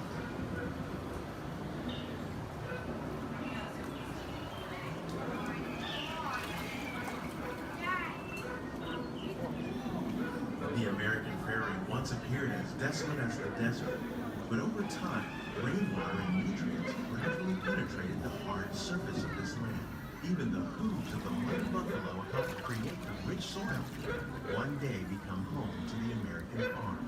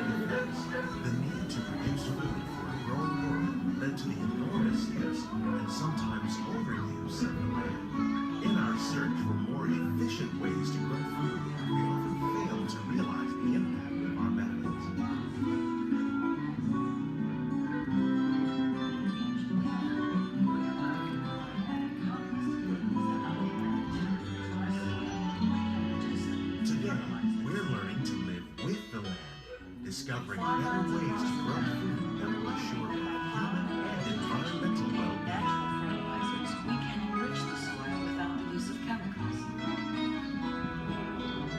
In Saudi Arabia and Mexico, we're learning to produce food on desert seacoasts by developing and planting crops that thrive on saltwater. Here at Epcot, we're learning to reduce the need for pesticides by using natural predators like ladybugs and wasps to control pests. In Japan, We're learning that by adding composted leaves and other plant material to our soil, we can reduce the need for fertilizers. In farmlands across America, we're learning that by plowing under vegetation containing natural fertilizers, we can enrich the soil without the use of chemicals. In Saudi Arabia and Mexico, we're learning to produce food on desert seacoasts by developing and planting crops that thrive on salt.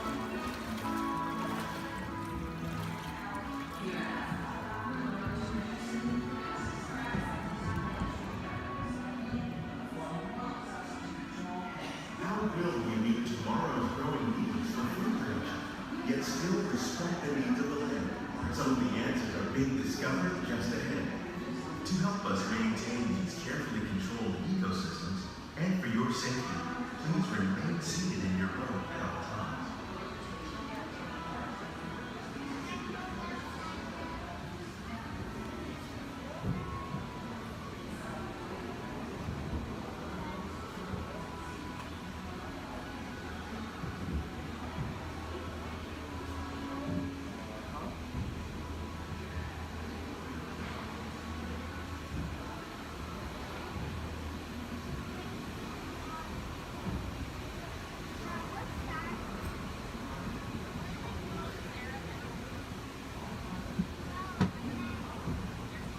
Welcome to our living laboratory, where scientists from Epcot and the U.S. Department of Agriculture are exploring innovative ways to produce bountiful harvests now and into the future.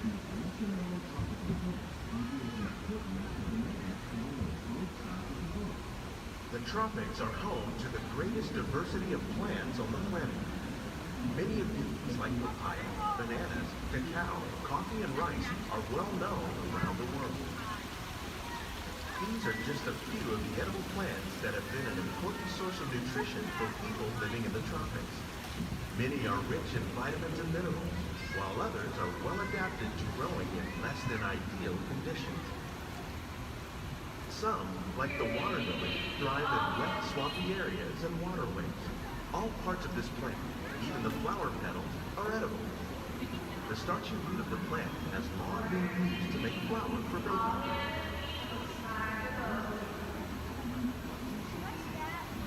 One day, many of these lesser-known tropical plants may be as important as the bananas growing on both sides of the boat. More than 28 million tons of bananas are eaten annually, making it the most popular fruit in the world.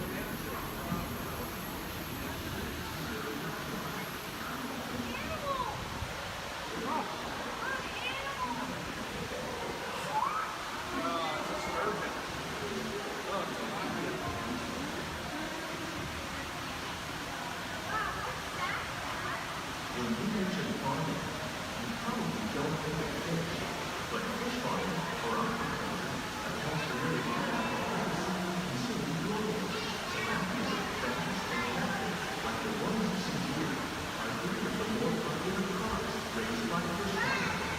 The sustainable system we're using here recycles the water in the tanks. As a result, we're able to save millions of gallons each year. Our small fish farm produces nearly 5,000 pounds of fish each year to serve in restaurants around the nation. Innovations like this can play an important role in our efforts to produce bountiful harvests and still protect natural resources. Shrimp. That's a big shrimp.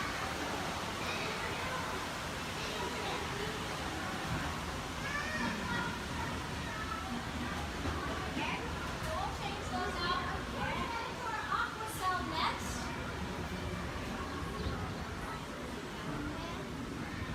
Little sunflowers.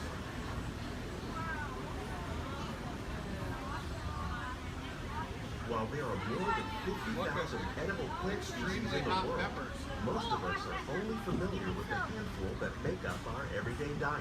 The common grains growing here, wheat, maize, sorghum, and millet, plus rice, account for nearly 2/3 of our global food consumption.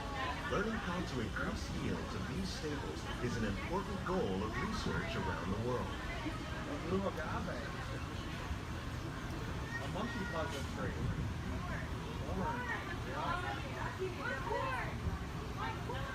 These plants are definitely on their way up. Innovative growing techniques like these increase yields while more efficiently using resources like water, fertilizer, and pesticides. Another innovation at work here is our integrated pest management program. By populating our greenhouses with beneficial insects that prey on harmful pests like aphids and flies, we are significantly reducing our reliance on conventional pesticides. We're growing these crops using our nutrient film system. This technique precisely controls and recycles water and nutrients. With it, we can produce over 27,000 heads of lettuce a year in this one small area. Look at the cucumbers. Yeah.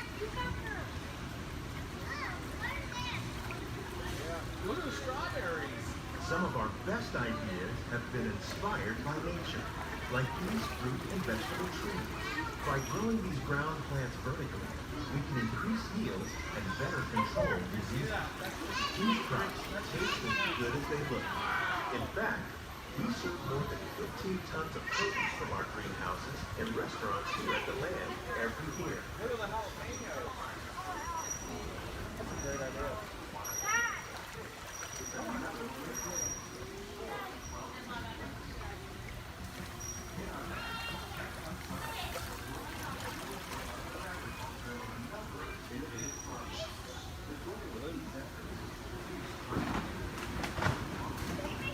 Of agriculture may include innovative ideas like this vertical growing system. Plants grown in this way use a fraction of the space required by traditional growing methods. That saves water and increases production. The aquaponics system on your left combines hydroponics with aquaculture. The fish provide a natural source of fertilizer for the plants, and the plants help keep the water clean for the fish. It's another great way to produce more while using less. In our labs, Epcot scientists are working with the U.S. Department of Agriculture on a number of innovative projects. The goal of these efforts is to produce higher yieldings and better quality lives. Together, we can continue to find more ways to increase food production and protect our precious natural environment. Only then will we truly be living with the land.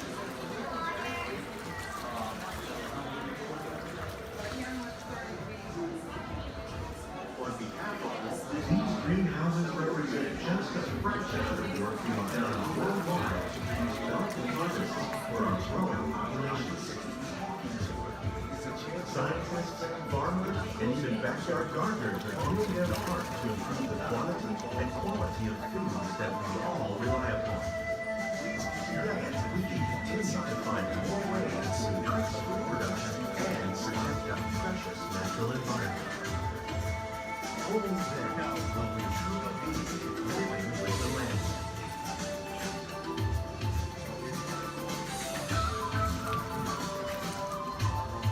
On behalf of Walt Disney World, we hope you've enjoyed this unique journey through our living laboratory. If you'd like a closer look, then check out the behind-the-scenes walking tour. It's a chance for the whole family to get up close and personal with the plants and growing techniques in our laboratory. Please keep your hands and feet inside the boat and remain seated until the boat comes to a complete stop.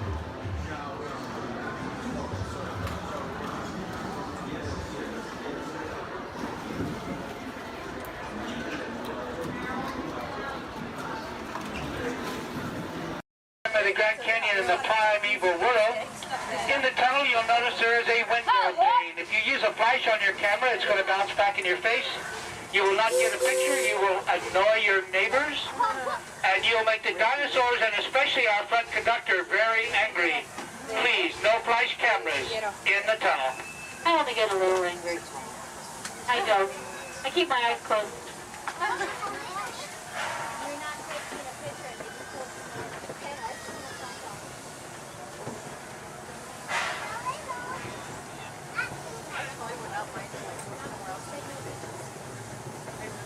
To those joining us, welcome aboard. The next leg of our journey will take us along the rim of the Grand Canyon. It's a mighty long drop to the canyon floor. So for your safety, stay seated with your hands, arms, feet, and legs inside the train. Be sure to watch your kids and no flash pictures, please. Para su seguridad, permanezca sentado y mantenga las manos, brazos, pies y piernas dentro del tren y cuide a los pequeños. Por favor, no tomen fotografías con flash.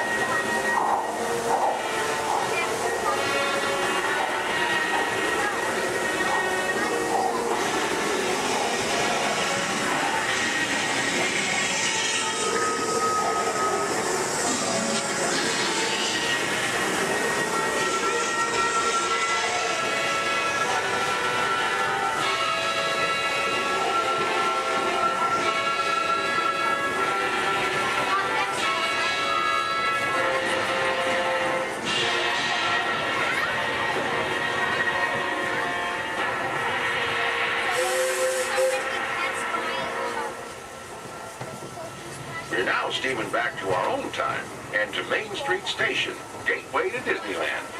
If you'll be leaving us here, stay in your seat till we come to a full stop.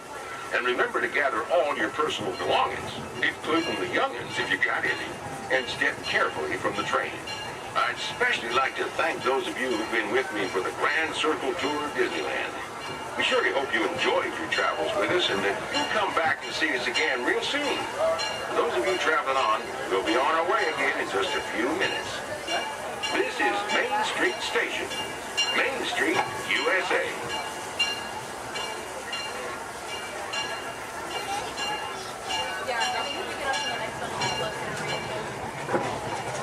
It's amazing that you can drive the train and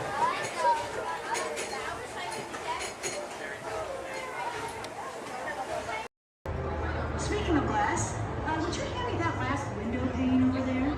Certainly. Oh, but just be careful. You don't want to step on it. Oops. Looks like it's break time.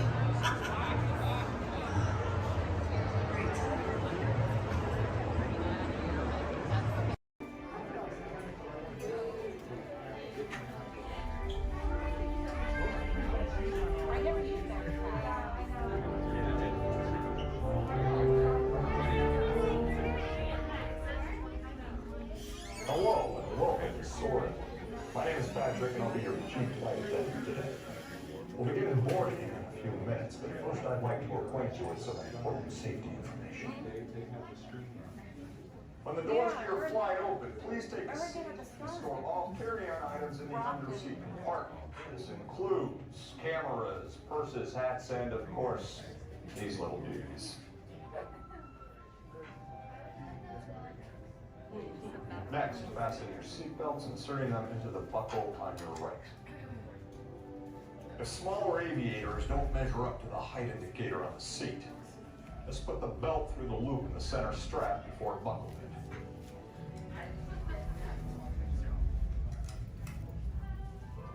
Nice work, pal. Soon you will be airborne. So if you or your little aviators have a fear of flying or of heights, you might want to wait for your party if you arrive in. Okay, let's review. That is seatbelt, carry-on item, safety strap, fear of heights, keep your hands and arms inside at all times. Anything else? Yeah. Have a nice flight. Alright, my friends, we're gonna load row 3, followed by 2, then 1. Row 3, please follow me. 2, you're gonna follow 3. 1, you're gonna follow 2. Look up above your heads, you'll see an animal identification guide. It's going to help you spot some of the different species we may see on our safari. We won't see all of them, but we usually have pretty good luck. First up, Thank you, we have the off-clear twin day. That means let's go. Job over. My name is Derek. I'll be your driver today through the Harambe Wildlife Reserve. Is everyone having a good day so far? Yes. Great, that's good to hear. Hopefully it gets even better from here. If you have any loose articles like phones or cameras, make sure you hold on to them. If you drop them, I can't stop and get them.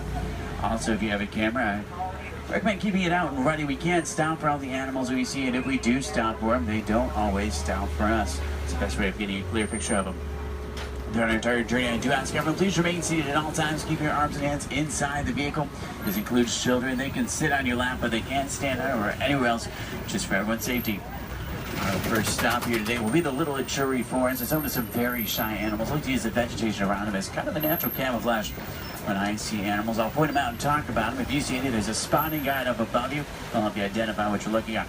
We won't see everything up there, but hopefully we can see most of them. We're going to start on strong out to the right-hand side. There's some animals up on the hill there with striped legs. They kind of look like zebra, but they're not related to zebra at all. Actually, the only living, no relative of giraffe. They're called okapi. They're extremely shy, recluse animals. They're so shy they weren't even discovered by Westerners until 1901. Just like giraffe, they have really long tongues to help them reach their food.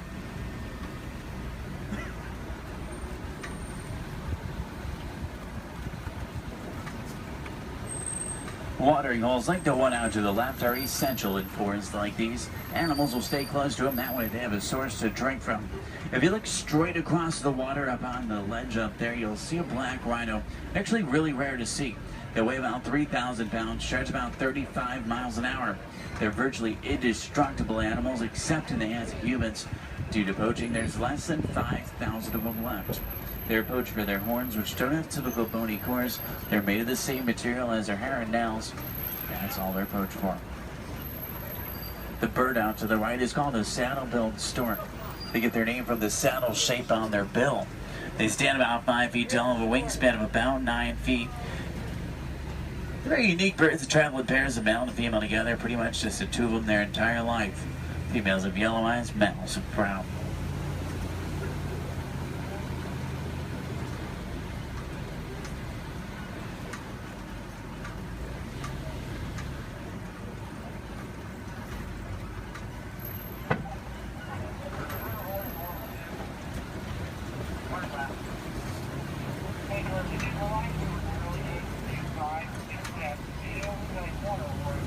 To the left, you'll see some tannish animals. They're called greater kudu. The second largest antelope in Africa. Males have horns, females don't. They're shy nocturnal animals. Next to them are bongo. They're known as the ghosts of the forest because they're so shy and timid. Males and females have very uniquely shaped horns that help them run through the brush without getting tangled. There's even some babies back there. Along the edge of the Ituri Forest runs the Sape River. Sometimes we'll spawn hippos there. Do we have any hippo fans? Awesome. Let's see if we can find any. Hippopotamus means river horse, but they're actually closely related to whales. They weigh about 5,500 pounds, can run about 30 miles an hour. Hippos are nocturnal. At night, they leave the water searching for food. They'll walk up to 6 miles looking for it, and once they find it, they'll consume about 90 pounds of grass each every single night. They can hold their breath for about 8 minutes, and they walk along the ground under the water, which makes it challenging to spot them. You see a blob discoloration or bubbles in the water, it's probably a hippo. Keep in mind, you might not always see them on the surface, but that doesn't always mean they're not there. A group of hippo together is called a bloop. There's two in the water out to the right, you can kind of see, and there's quite a bit more in the water out to the left behind that island there.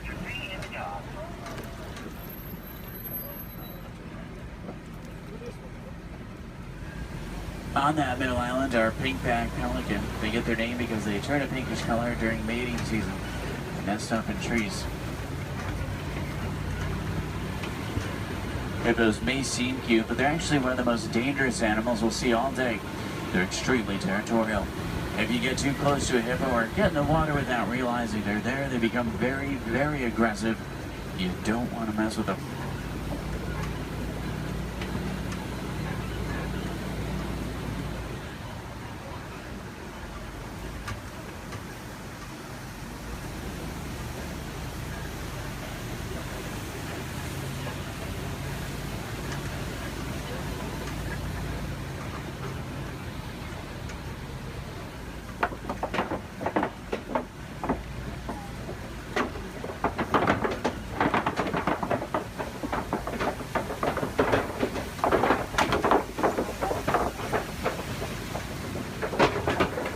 Do we have any favorite animals we're looking for today?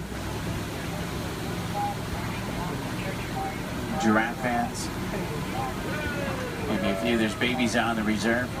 What about elephants? Some elephant fans. Any lion fans?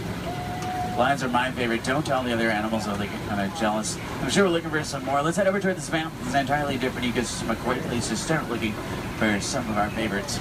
Now on the right up here, we're going to see a baobab tree. We'll see them all throughout the reserve. They're also known as upside-down trees because they look like they're upside down. They do really well in droughts. They store water in their trunks and go about 9 months of the year without leaves, which helps to conserve water. Because of this, they can live to be thousands of years old. We're entering the African savanna we're all working hard to conserve. Serves as a home to millions of animals. Every year is a roaming grave searching for food. It does work like a big circle here. The elephants, they're the bulldozers.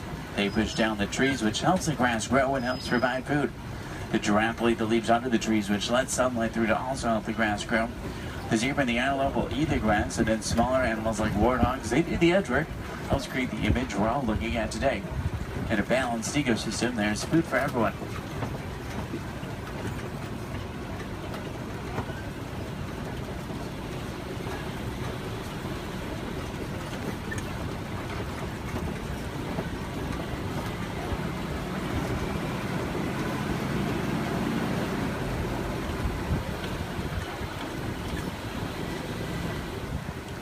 You look under the big tree out to the left, kind of up in the grass there, you'll see painted dogs. They're also known as wild dogs. They're not your typical dog, though. They're actually the most successful hunters in Africa.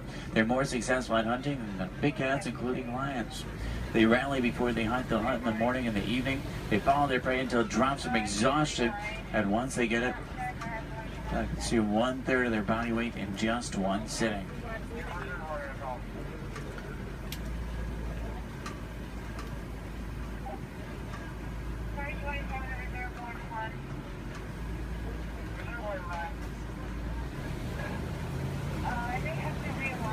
On the left, you'll see Patterson Zealand lying down by the trees back there. They're actually the largest antelope in Africa. They'll stand about 5 feet tall. Their shoulder height can weigh up to about 2,000 pounds.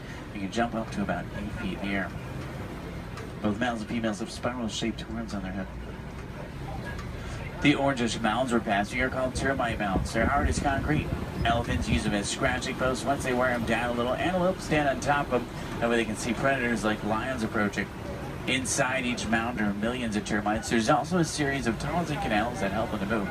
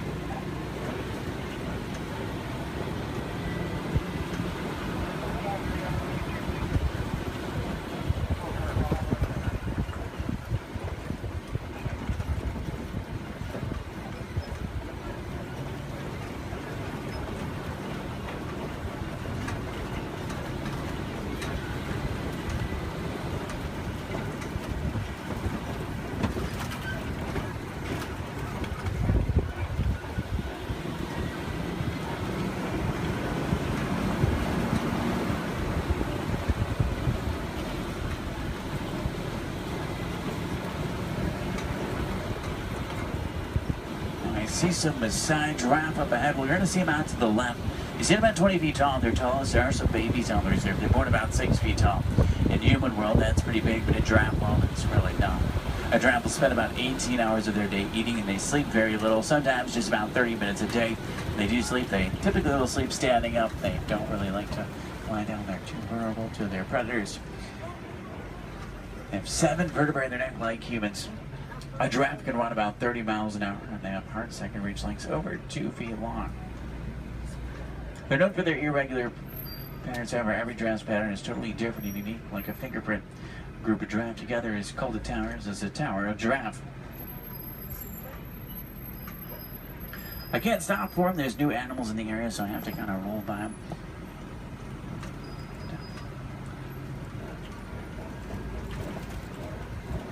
I see a lot of downed trees up here as well. That's normally a pretty good sign. There's elephants nearby. Elephants are extremely social creatures as well. Except for adult males, adult males tend to be very solitary. They really like to be alone or with only other males. They weigh about 12,000 pounds. Adult females weigh about 8,000, and each elephant consumes up to 300 pounds of food every single day. When you think about their eating, it's mostly grass and leaves, so that's pretty impressive. Start heading towards elephant country. I know the road that will take us there. It's a short drive. We should be there pretty quickly. Maybe we can see one along the way. Left and up, you'll see some mandrills. They're the largest, most colorful monkey in Africa. Males weigh about 100 pounds. Females weigh about 30. Males will be much larger, much more colorful. The leader of the group of monkeys, which is called a troop. To the right-hand side is an African elephant. That's a male. He's alone and larger, which is what gives it away. Try to get a better view of him. Uh-oh. The road I was going to take is closed. I know a different way. There's an old rickety bridge. I haven't been there in a while. What do you say? Should we go for it? Yeah. Let's do it. We're going to see some more elephants, right? If you're not an African, easy way to tell you're looking at an African elephant is from their ears, which look like the shape of Africa. And they flap their ears. Is how they regulate their body temperature.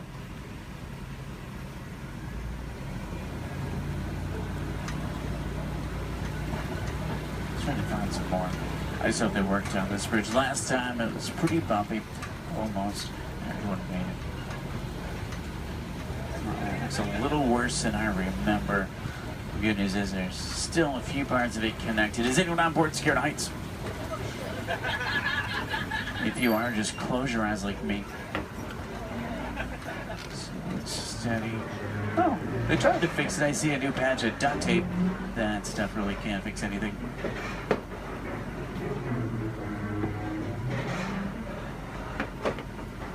Well, I'm safe. About half of you are. Did everyone make it across with me this time? Yeah. Great, let's try to find some elephants, make it worth the trip. Now you see tusk marks in the clay up here. Elephants will break it off and eat it. It gives them minerals they don't get in their regular diet. It's like a vitamin for them. I think it's pretty cool. For all the moms on board, this fact will be much scarier than average. Female elephants are pregnant for 22 months. I know, that's a long time. Now, young elephants have the second longest childhood to humans, about 15 years. There are young elephants on the reserve. It's really hard to tell how old they are, though. They grow fairly quickly.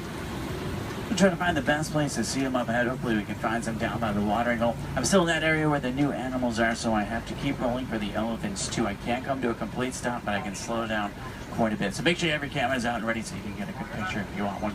In the meantime, I'm going to try and tune into a local Harambe radio station. I can normally get a pretty strong signal here. That way we can listen to some music while we look for elephants.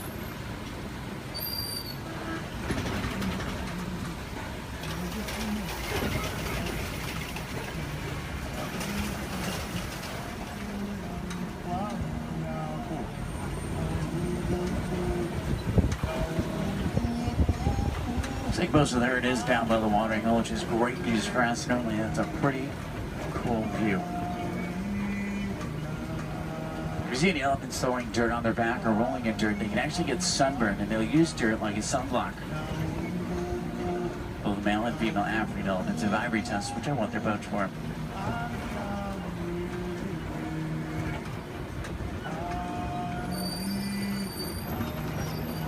Their trunks might not seem strong, but they're going to be up to 100,000 muscles in just their trunk.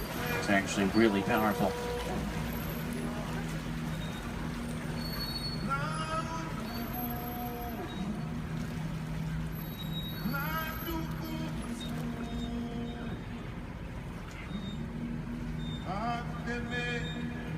Out to the left are greater flamingo. They're born gray, but after about a year of eating brine shrimp and other seafood, they turn the pinkish color we see right now. The chemical in the shrimp that turns them pink is beta-carotene. Does anyone know you call a group of flamingo together? It's called the flamboyants. It's pretty funny. They're also known as a stand. I guess flock is just too simple for flamingo.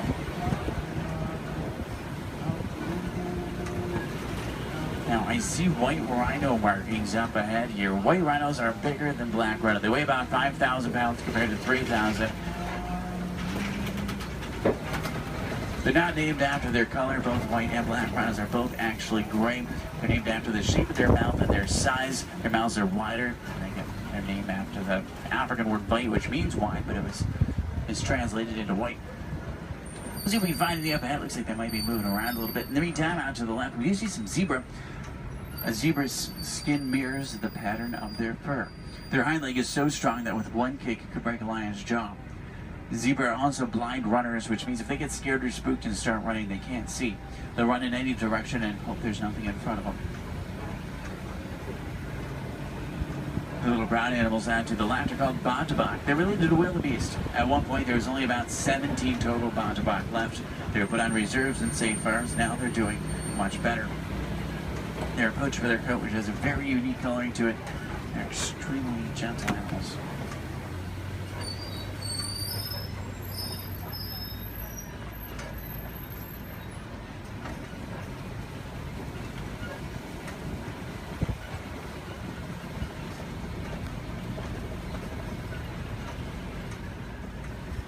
See some spots on the side of the hill here. If you look out to the left and backwards, you might be able to see them. It's kind of a tough angle. There's some up ahead as well. These are a little bit easier to see. These are cheetah. Cheetah run an average speed of 60 miles an hour. Their daytime hunters have phenomenal vision. It takes them about 3 seconds to reach that 60-mile-an-hour mark. Once they hit it, they can only run it for a short distance. If you look out to the left, you'll see them lying down. It's really hard to see them. They blend in well with the sun and shade combination. Does anyone see them over there? They're kind of, if you look out to the left and then to the right a little bit, you'll see them into the bushes. They're in this direction, this way. If you see them? I know, they're really hard to see. They're camouflage. They're not powerful animals, they're speedy animals. If they come across an animal that is powerful, like a lion, they'll turn around and run the other way. Speaking of lions, I see a Kobe rock formation up ahead, which is a good place to look for them. Lions are inactive about 20 hours of the day. It doesn't necessarily mean they sleep all day, it just means they really like to lay around a lot. You can hear lions roar for up to 5 miles. Females, they're the hunters. Males typically stay back and protect the pride. At night, a lion's vision is 6 times stronger than a human and helps them hunt. They're rabid hunters, so they hunt what they see moving. If there's something standing still, they may not even notice it. In Swahili, lion is Simba. I know, what a coincidence. If there's any wilderness explorers on board, you're on the Simba 1. That's SIMBA1, page 13 of your handbook, Simba 1. There's a crash of rhinos out to the right. You can get a pretty cool view of them. There's even some babies. The babies stay pretty close to mom. Keep in mind, mom weighs 5,000 pounds, can run 35 miles an hour. So if you thought your mom was scary when she's mad, these are a little scarier. Left it up is a pride of lion. There's a male. Look higher, you'll see a female. She's way up on top of the rocks up there. Extremely graceful animals, but they're also very powerful. You get that sense when you're around them.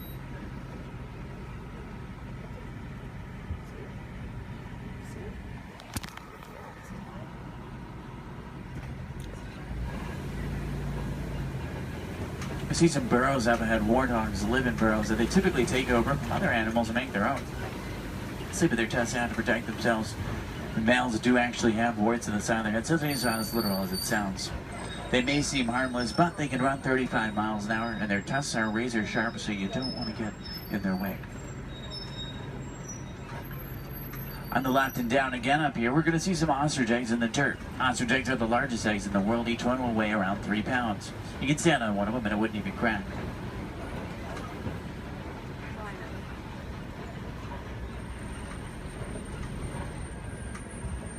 If you're wondering what Disney does or what we can do to protect some of the animals we've seen today, the Disney Conservation Fund has been doing research for a long time. And a good example of something we've learned is elephants in Africa migrate quite a bit. There's a problem though, they're migrating onto farms and taking crops from farmers, and the farmers did not have a non-violent way to stop it. Fences don't work, elephants plow right through them. So Disney went over to try to help their conservation partners find a solution. They found out that elephants are terrified of bees. So they created bee-eye fences and installed them in Africa. This not only keeps elephants out of dangerous territory, it also benefits the farmers. They can make extra money from the honey. What we can do is recycle old technology like cell phones, cameras, and computers. We can also just learn more about these animals, because the more we know, the more we can help, just like elephants and bees. The animals to the left and right are called scimitar horned oryx. They get their name from the scimitar-shaped horns on their head. They're on the critically endangered list. I think the horns are pretty cool.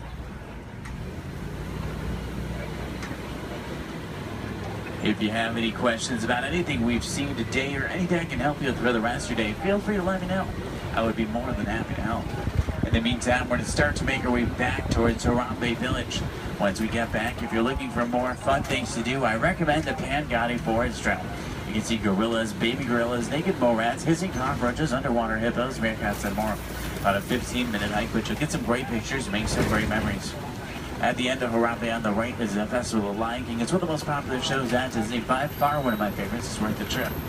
Make sure you drink plenty of water today, otherwise the heat can sneak up on you. Did everyone enjoy the safari? Yeah. Great, that's good to hear. Now the best thing is no two safaris are ever the same. Whether it be a different driver, different animals, or the same animals closer, it's always unique.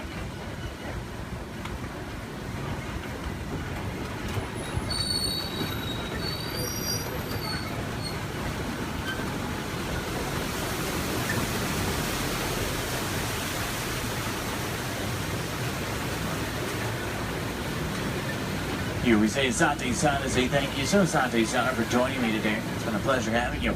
If you enjoyed it, my name is Derek. If you didn't, names really aren't that important. Hopefully you did. I think we saw some pretty cool animals. I'm glad we got to see some of their favorites. If you're looking for tigers today, check out Asia sometimes. We'll spot them on the Maharaja Trail. If you're looking for crocodiles, head over to Dinoland. You may be able to spot them there. The American crocodile. Sometimes you'll see them there.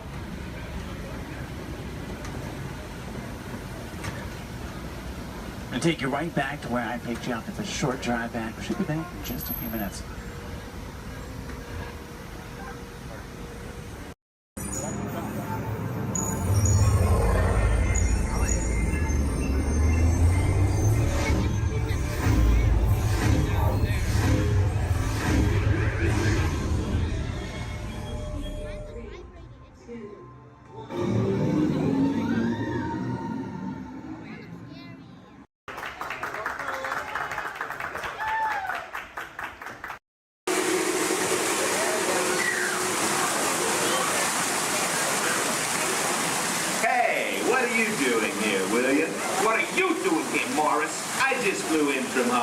My client's the new owner of this bird cage. What? Are you cuckoo? My client's the new owner. Disney gave me an exclusive. Co-exclusive. Didn't you read your contract? I gave it a bird's eye glance. And you call yourself a talent agent? I negotiated my tail feathers off for this deal. Well, my client does not share credit. He's a very big bird. Your client is Big Bird? Not Big Bird, a Big Bird, you bird brain. Well, your dim middle star is now half owner of the Enchanted Tiki Room with my superstar. Think again, Chickie babe. Stop grousing. Just look at these paying customers waiting to get in. Did you say paying? As in money. As in 10%? Hey, who am I to go against the status quo? Sorry to interrupt, but I would like to inform our guests about the next show that will be starting soon. In just a few moments, the door will be opening and you will enter into a room of joyous songs and splendor. Here is the Enchanted Tiki Room. Mahalo. Wait, our clients are not here. Maybe they hit traffic. Don't say that. Sorry. Anyway, babe, I gotta fly this coop and migrate back to Hollywood. My birds will call your birds. We'll do lunch. What's the rush? I'm about to sign Donald Duck. Oh, yeah? Big deal, you hockey puck. I've got the mighty Ducks in the wing. You do not. Do too. Do not. Do too. Not. Two. Not. Toe. Not. Toe. You don't. Come Leave me on. alone, you toe. Oh, come Yeah. on, will you? Toe.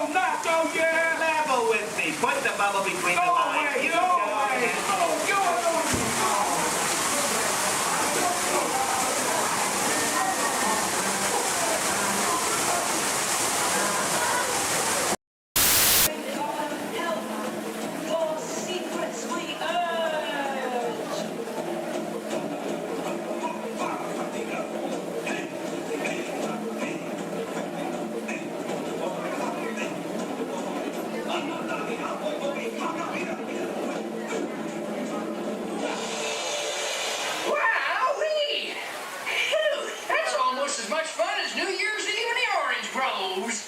My word, we did get the mind carried away, huh? Yeah. I say, look out there across the water. There's a bit of company. Law me, yes. Welcome, you all. Permit us to introduce ourselves. My name is Claude, and my loquacious cousin over here is... I'll introduce myself, if you don't mind. Hi there. I'm, well, now, let's see now. It's right on the tip of my beak. Clyde Birdbrain. Oh, yeah. I'm Clyde Birdbrain. I say, perhaps you good people have never conversed with toucan birds before. Well, neither did we, till one day we discovered this magic sunshine pavilion. By Jove, yes, I remember just how it happened. Many bird baths ago. There we were in an explorer's launch on a mysterious river in deepest Adventureland. Off in the distance comes the fierce roar of an African lion. And as we round a bend in the river, a huge bull elephant bellows forth in protest of our intrusion. Suddenly, the treetops explode in a frenzy of outraged birds. Oh, come, you jolly well do better than that. I can jolly well do one at a time.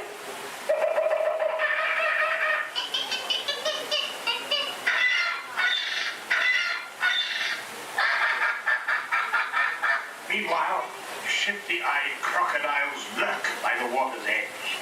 Lurk, lurk, lurk. And the giant python slithers down from an overhanging limb. What's happened? What's wrong? I can't stand snakes. Don't be ridiculous. I'm only relating a story. Oh, all right, Clyde. Enough is enough. That wasn't me. I never even opened my beak. Huh? Excuse me, I hate to interrupt such an exciting story, but they're calling us for the show. Land's sakes, it's already showtime? Land's sakes, yes, it's already showtime. Well, I believe it's your turn to make the announcement. Righto. Ladies and gentlemen, boys and girls, gather up all your cameras, purses, and other articles, and now turn to your left towards the tall door. When the drums begin, they'll open magically to lead you right into the Sunshine Pavilion. Is everybody ready? I say, have a good show. A real tropical serenade. Personal, it's in the media, it's not my department, can't touch it. Just saying. Anyway, let's get this game going. You ready, contestants? Our first question from a show called Dancing with the Stars. Here we go, everyone. This is Dancing with the Stars.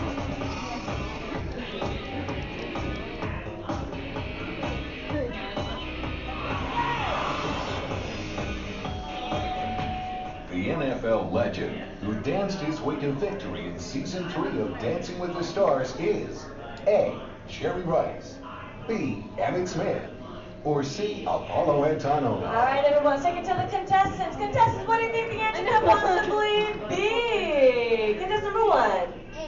You sure they're going to be another answer? Like maybe like change it B? Maybe like to change it to something different? Like maybe you see something. B, Emmett Smith. Okay, how about you, Team 2? What do we think? You sure you don't want to change it to what contestant one said? Like, because I think there could be a better answer. Like maybe if you change it. B. Okay, you sure? Last chance. You're sure? All right, contestant 3, what do you think then? B, Emmett Smith. Well, let's find out what we've got. Sure, let's go, Bobby. Emmett Smith. Good job, contestant 1 and 3, getting a shine started up on your board. Don't worry, still 2 questions left to go. And this one's from a long-time running show. It's called America's Funniest Home Videos. Here we go. Oh.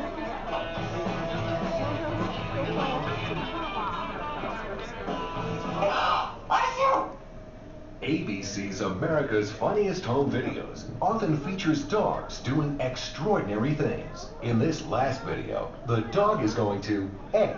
Imitate the woman's sneeze. B. Lick the woman's nose.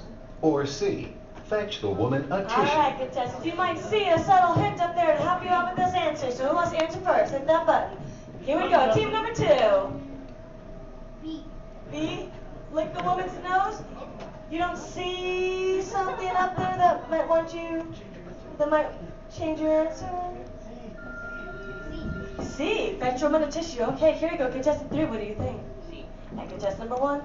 C as well. Let's find out, everyone. We've got a sneeze. And we got a tissue. Good job giving all of you a shining star.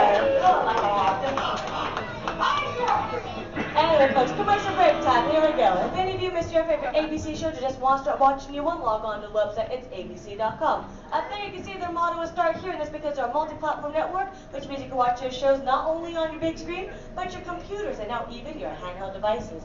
Anyway, everybody, take the focus off me. I'm back up here on the screen because we're moving on to our final question. Are you ready, contestants? It's from Extreme Makeover Home Edition.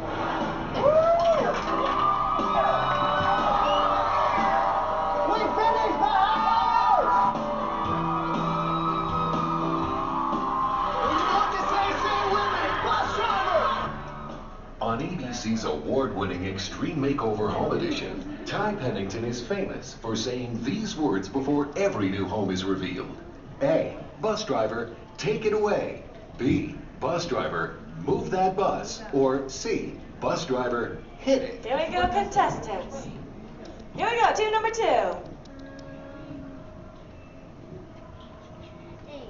A, take it away.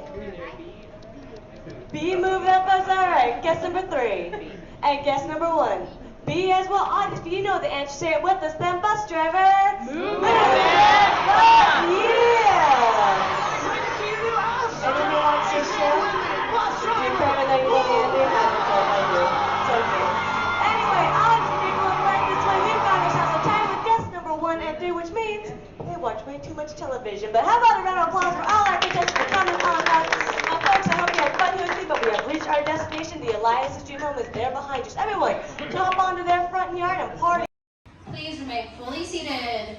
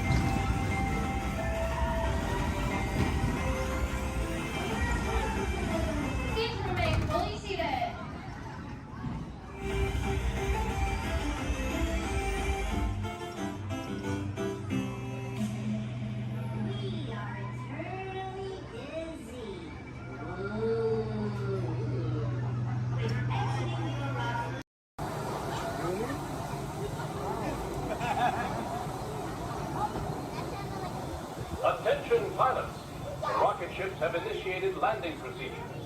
Please remain seated until your rocket ship comes to a complete stop. Then follow the arrows to the flight deck. Happy landings! We're not going along.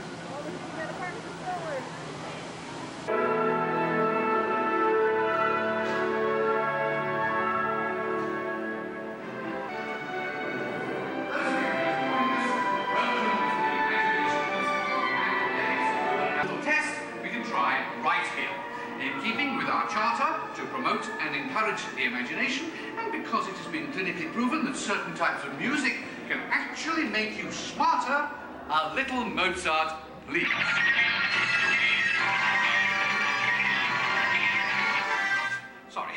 Sorry, that was the wrong type of music. And for those of you who might have dropped a few IQ points, just follow the people in front of you, and we'll get you some help. And now, a little Mozart.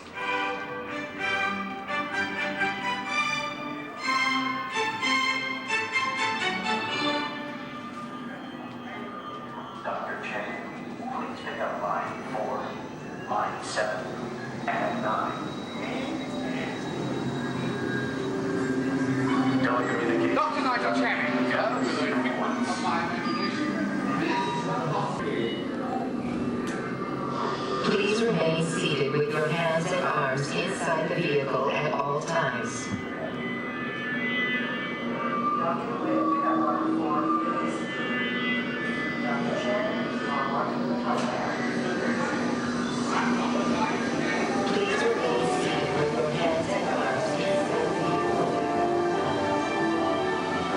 We're about to measure your imagination, so relax as the scanner sees what's in your heads just now. Scanner on.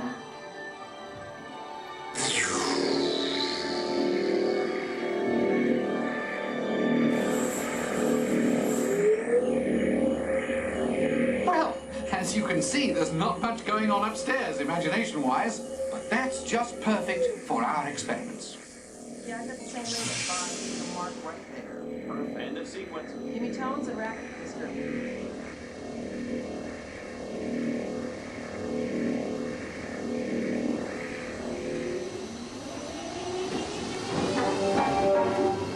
We begin with an exercise in sound. Listen closely and see what you hear.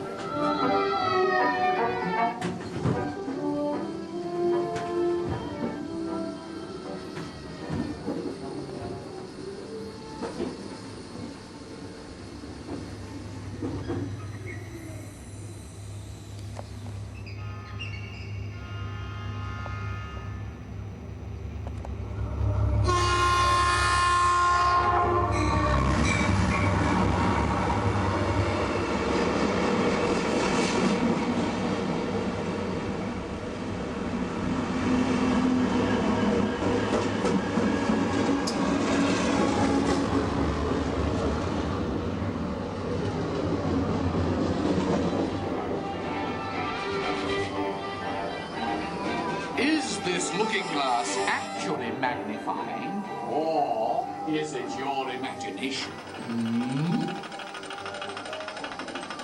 Here one quickly learns that when the laws of physics and common sense are shattered,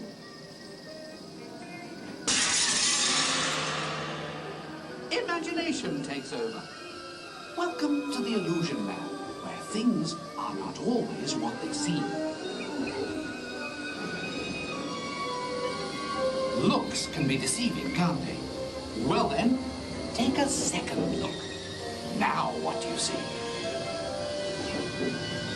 When you use your imagination, nothing can truly hold you back.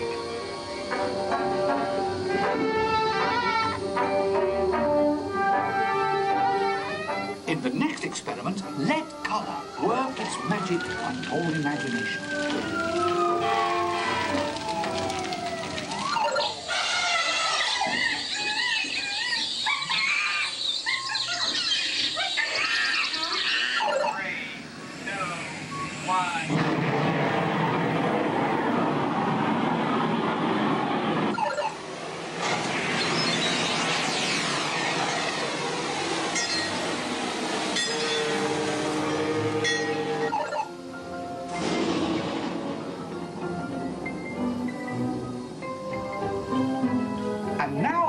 exercise all about making connections.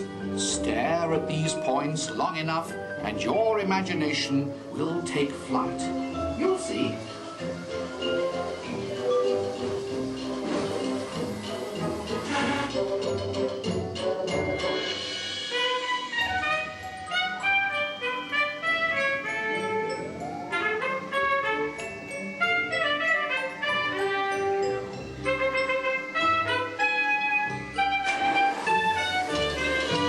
Look at the world from a different angle, and anything is possible in the Gravity Land.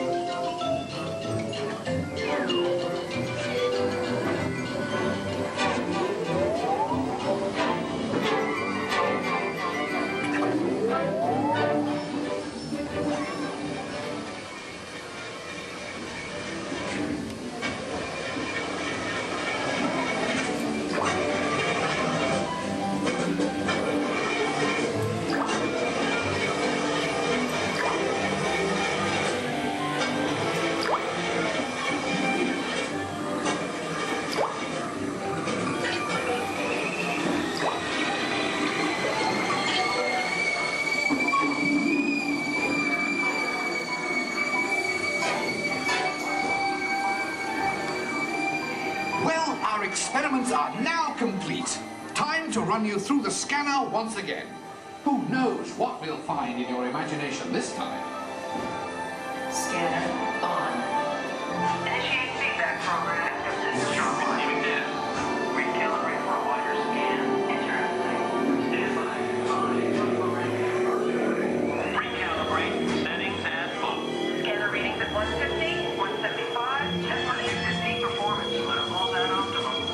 You've pushed the scanner to the limit. This is absolutely unbelievable.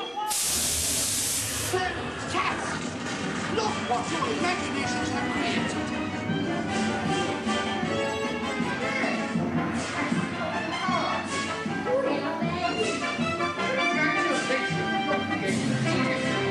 You're quite clever, all of you.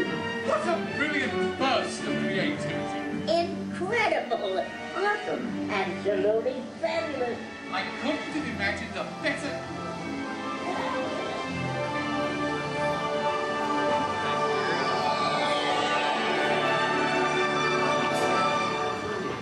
Reality restored.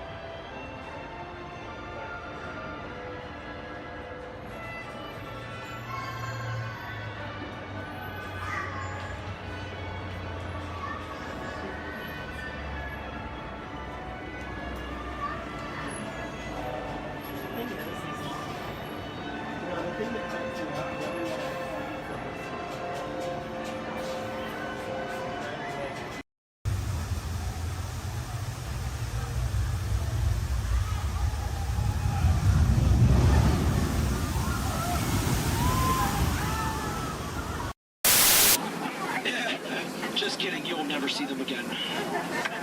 Yeah, but chances are you probably never saw them before, so who cares? Ladies and gentlemen, welcome aboard the world-famous Jungle Cruise, world famous for being world famous. My name is David, and I'll be your skipper, your tour guide, your social director, your dance instructor, and if you don't laugh at my jokes, your swimming instructor for the next 2 weeks. All right, the first river we're entering is the Amazon River, where everything is larger than life. You can tell to the left and to the right of the boats by these butterflies coming up over here. Now, these butterflies, just to let you know, have a wingspan ranging between a mild and tiny 12 inches to a whopping and amazing 1 foot.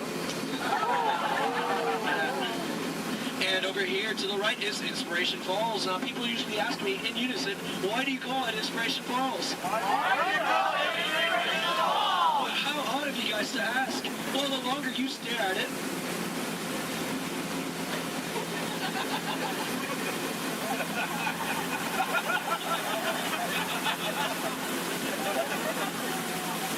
the more inspiring guys are going to travel deeper and deeper into the jungle. Everyone say, ooh. Everyone say, ah. If that is an inspiration, then I don't know what is. So let's keep going. We are now entering the Congo River, where we have a very special treat for you guys. A special welcoming party set up for you by the Pygmies. Ladies and gentlemen, here they are. The Pygmies! The Pygmies! Shh. This is not good. Usually they don't run off. Something really, really big must have scared them off. Yeah, that's not good. Okay, folks, no need to worry. That is a giant python. It spreads up to 24 feet, and it's actually quite friendly. So friendly, it might develop a crush on you. Now let's see if we can scare off that bad boy by getting something over here from my cat home. Folks, please do me a favor. For any of you wearing yellow, please do not make us sound like a banana. They find it very appealing. Don't laugh, that's not cool. Yeah, the picture and everything. Okay. All right, folks, we are now entering the Nile River, where it goes on for Niles and Niles and Niles and Niles and Niles and Niles and Niles. And if you don't believe me, well, you're in the Nile. Disbelief, but nice try though. All right, coming up over here is an African elephant. Now this elephant is special because I taught it a really cool trick. Watch. All right, Bertha, speak in Spanish. I'm just kidding. I haven't taught him that yet. Over here to the right, you'll see a sandstone formation. Now, I like to point this out because most people take it for granted. Oh, come on! That joke rocks! Alright, we are now entering the African belt, where you'll find all sorts of animals such as wildebeests, impalas, zebras, giraffes, and lions. These lions over here are demonstrating the first law of the jungle, survival of the fittest. You're demonstrating it by protecting that sleeping zebra. Yeah, that zebra looks dead. Tired. Alright. And folks, this very special treat, the second law of the jungle, survival of the fastest, just up ahead. You know, I told these guys over here on the pole, you know, African rhinos, they're just as fast as horses, but they didn't believe me, and it looks like now they're about to get the point. In the end, oh dear. That is my heart in the morning. Alright, we are now entering crocodile country, where danger lurks every corner. So please do me a favor, if you have any family members that you want to get rid of, now is the time to do it. Alright, over here to the right, on the left-hand side, you'll see Old Smiley. Now, Old Smiley is 75 years old, and he loves to take free handouts. Now, crocodiles are some of the dangers we have here in the jungle. We also have monsoons, whirlpools, hurricanes, rapids, and... Waterfall, that's right. Ah! Okay, let's see if we can make this really tight turn over here, folks. Alright, just in case any of it's a lead to the right! Lead to the right! Lead! I'm so sorry. Lead to the right! Lead! We're not gonna make it! Okay. Alright, folks, thank you very much. Just to let you know, that was Schweitzer Falls, named after the world-renowned professor, Dr. Albert Falls. Now, people usually ask me, you know, David, how did you land your job here at the Jungle Cruise? Well, it's plain to see. I took a crash course, but now I'm just winging it. Yeah. Don't laugh, this is the story of my life. Oh, no. Okay, folks, looks like we're still upon a pool of hippos. Okay. Everyone, please do me a favor. Don't do anything stupid. I'm going to try to scare them off here. Oh, God, go away! Shut up!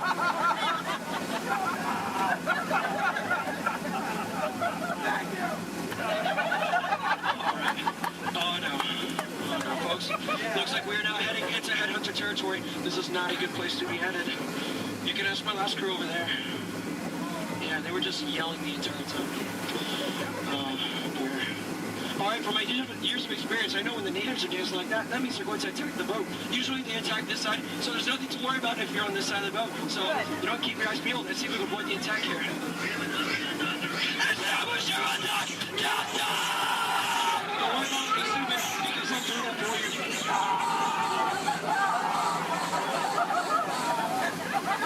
Is the coast clear? All right, good.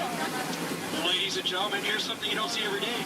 What you've all been waiting for, the amazing, the stupendous, the colossal, the eighth wonder of the world.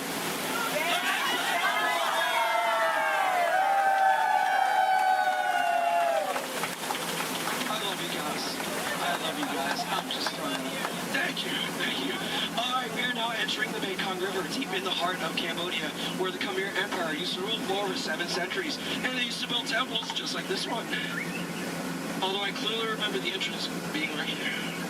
Okay, I don't like the look of this at all. All right, this path could lead to danger. It could lead to treasure. It could lead to doom. Should we go in? Yeah! Really? Oh, no? Well, I agree with you, but it looks like we don't have a choice, so keep your eyes open, because I'm going to keep mine closed.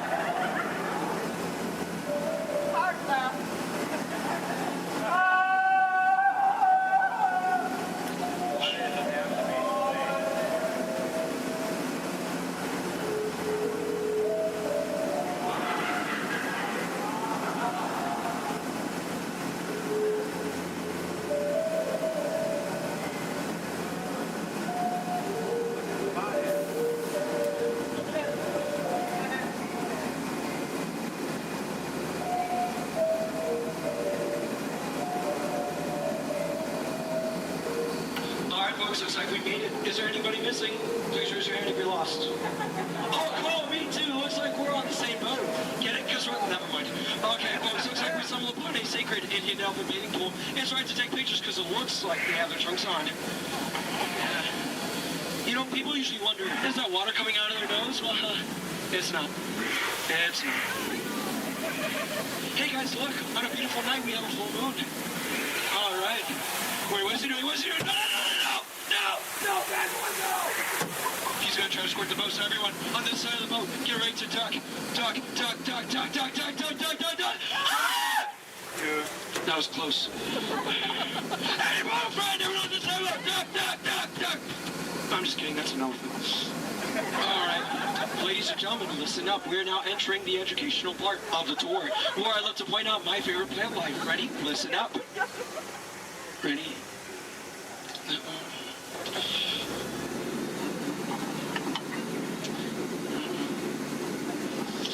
No, and that one. Any questions? No? Which one's over here?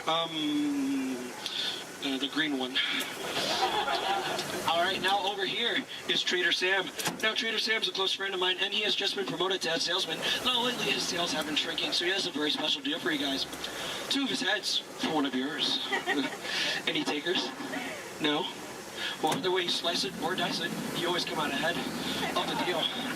All right, folks, now returning to the sad part of our journey, the return to civilization. So, I know, trust me, I feel your pain. All right, you want to go one more? I'm sorry. All right, now please listen up. This is very important. When exiting the boat, please exit the way you entered. Please do not cross these center crates over here. Trust me, it is a tripping hazard.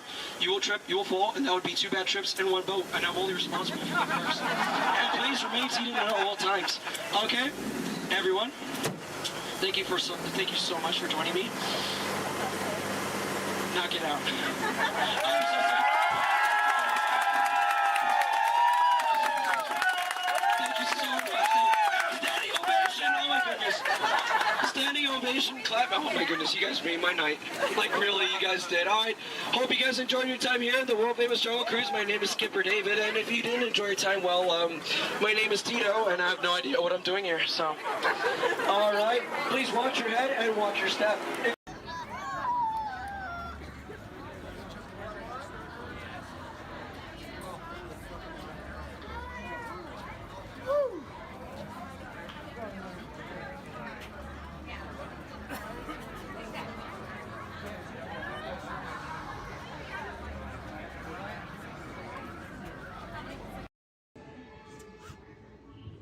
An orchestra of penguins.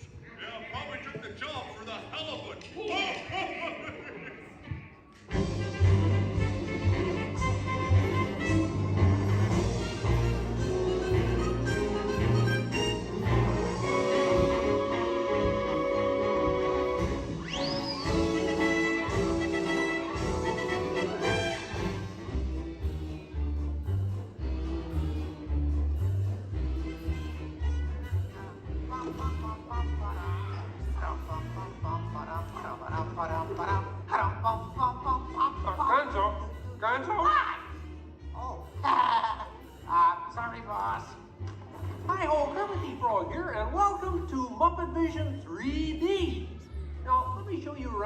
Research Center.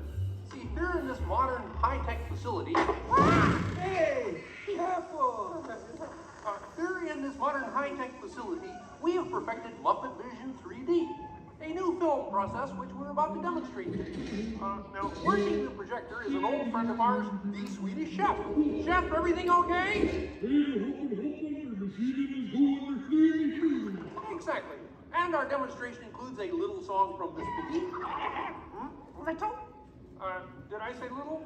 I meant to say it's a huge, show-stopping, major song from Miss Piggy. That's more like it. Good. And we've also got a big musical finale from Sam Eagle. Sam, what's it about? It's called A Salute to All Nations, but mostly America. Great. So it's going to be a swell demonstration, and at no time will we be stooping to any cheap 3D tricks. Did you say cheap 3D tricks?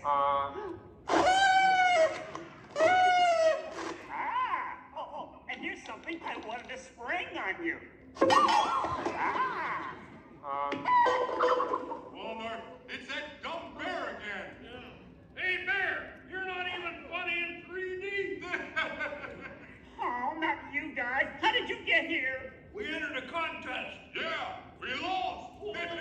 Oh, yeah? Well, my new 3DX gonna shower you all with humor. Waka waka. He's trying to drown us. What kind of act is that? An act of mercy. Well, listen, better luck next time, Fozzie. Okay? And now, if you'll come this way, I can show you our secret laboratory. You see, we invited distinguished scientists from all over the world to come and work here. Unfortunately, none of them showed up. So instead, I'd like to introduce you to the guys who invented Muppet Vision, and they can show you some of their... right now, I'd like to turn you over to Dr. Bunsen Honeydew and his assistant, Beaker. Well, thank you, Mr. Kermit. Today, let's look at the advancements we've been working on for Muppet Vision. Beaker, would you turn on the machine?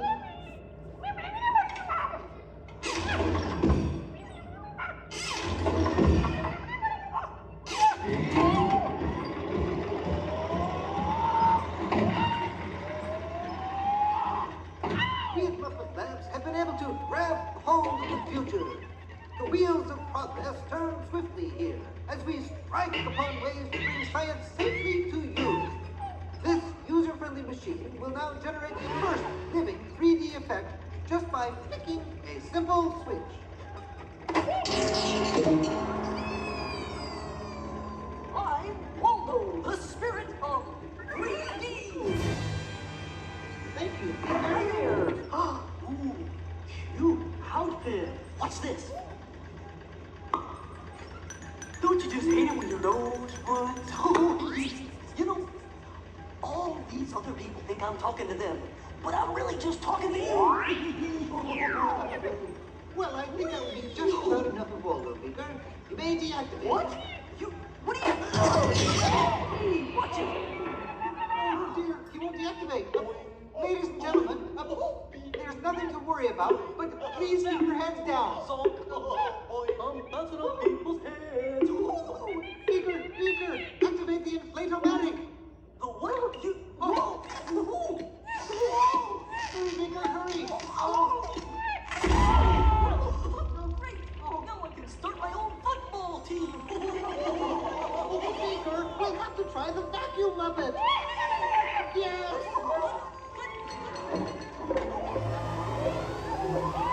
Ladies and gentlemen, for your own safety, please rest your armrest firmly.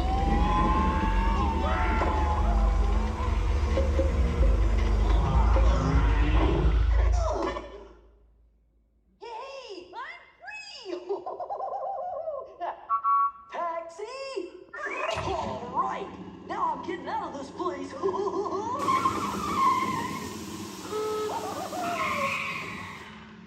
This way, folks. I'm sorry, but Muppet Labs seems to have been temporarily sucked up. But, what is that?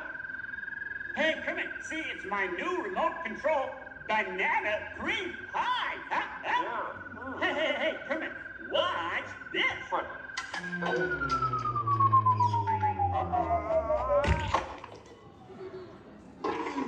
Ozzy, that's terrible. You're right. Needs more ladies and gentlemen, for the first musical portion of our demonstration, we have Miss Piggy in a wonderful 3D number. That's you, penguins.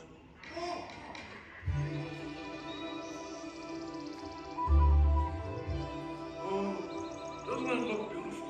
Yeah, too bad they're gonna spoil it with a pig. La la la la la la. Oh, sun shining bright above you. Soft breezes seem to whisper, I love you. Birds singing in the sycamore tree. Oh.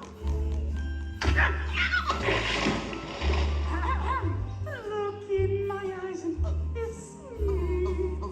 Just hold me tight and tell me you miss me. While I'm alone and blue as can be. Dream a little dream of me. No troubles as life bubbles on, dear. Still craving a kiss. All right, that's it. Knock it off, penguin. Oh, but it was going so well. I will not work with the rabbit. But I was just doing 3D. Guess I won't be needing this. What's that? It was for the big water skiing finale. What?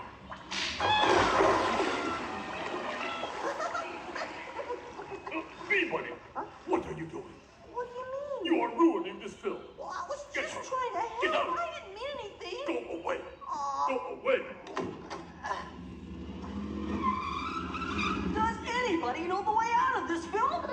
Hey, you got a map down there? Well, you come with me if you like. I just got fired and I'm running away. Terrific! Let's go. Okay. Hey, Bean, what's up? I'm going away. Forever. Oh, great. Could you get me a sandwich?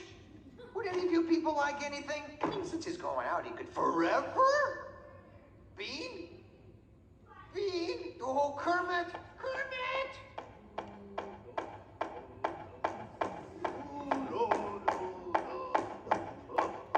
Hey, sweeter, that's a great effect. Hey, Fuzzy, Kermit! What is it? Bean Bunny ran away! Oh, no. Yes, our ribbons. Hey, we gotta find him. I know! All right, everybody spread out and look for me. Right. I'll go this way. Ladies and gentlemen, we'll continue the show in just a moment. But in the meantime, if you see a rabbit, holler. Bean. Bean? Oh, Bean. Bunny! Bunny! Bean! Where are you? Bean? Bean? Bean?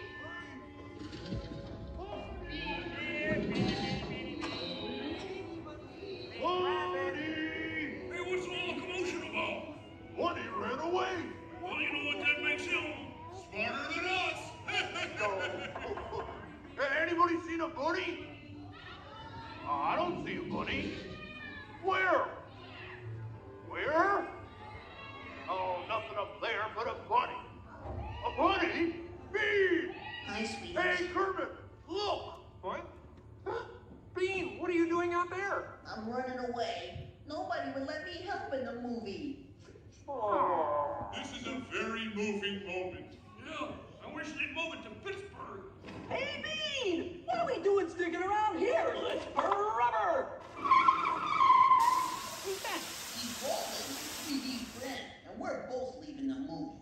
Right. Look at Bean! If you leave, you'll miss all the fireworks! Right, yeah! Fireworks? Ooh, okay, I'll stay. But I want to help. Gee, is there anything Bean can do in the final number? Oh, gosh, maybe Bean could set off the fireworks. That sounds great! Yeah, and I'll stay and help. I love fireworks! Well, okay. Sam, are you about ready? Yes, it's a glorious 3-hour finale. You got a minute and a half. Okay, everybody, get ready. Right. Ladies and gentlemen, the Muppets proudly present the final demonstration of Muppet Vision 3D.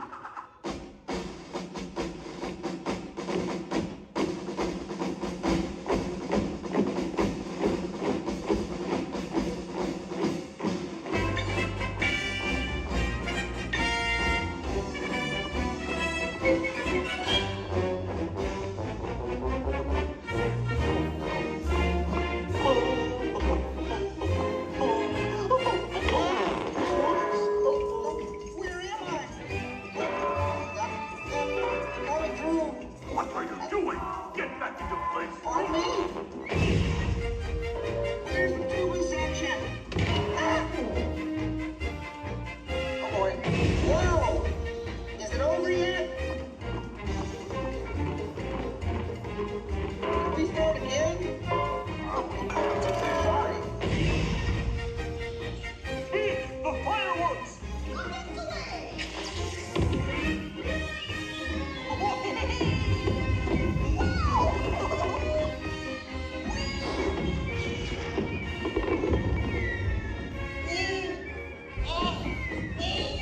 Enjoying the fireworks? No, your chair's on my foot!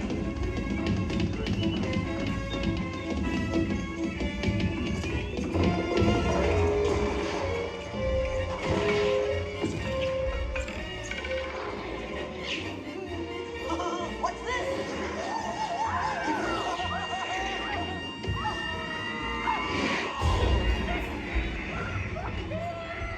Stop the movie!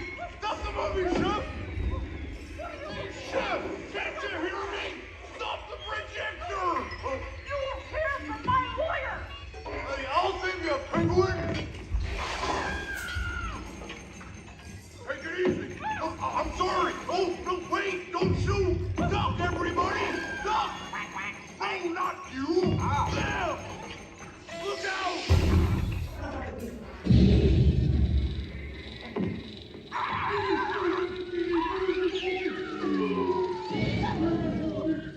At last, I'm out of this silly film! Hey, what are you shooting at me for? It was the penguin! Hey, watch it, will ya?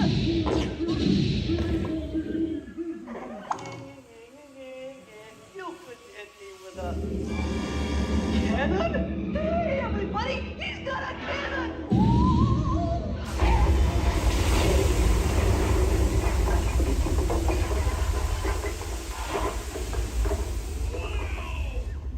Everyone okay in here? We surrender! We surrender! What an explosion! Ladies and gentlemen, I'd like to apologize for our slight technical difficulties, but I do wish to assure you that no one was hurt and this theater suffered only minor damage. So thank you very much for coming to see this demonstration of Muppet Vision technology, and enjoy the rest of your stay, and come see us again sometime.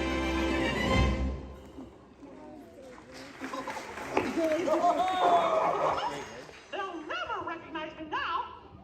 Forward!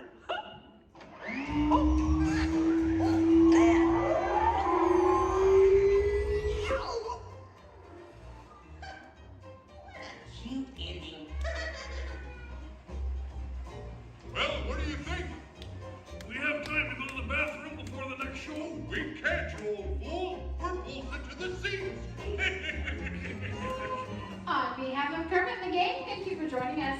Now please gather your personal belongings and waka waka. Uncle says the doors to your right.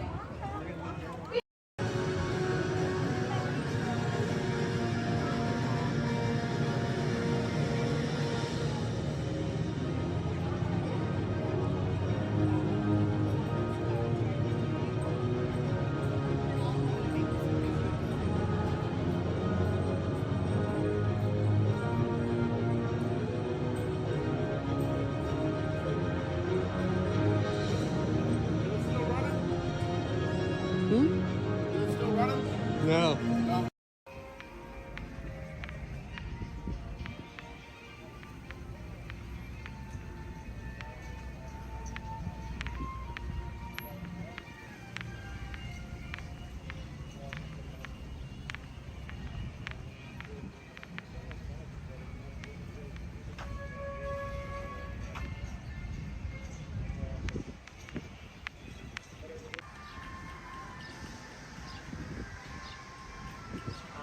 Hi. Tom, watch your step. Welcome aboard. All right, thank you. You're welcome. I'll see you on the other side. All right.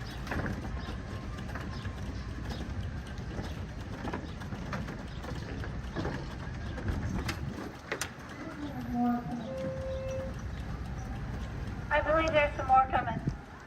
Oh, okay. I'm gonna fill my water bottle on the ballot.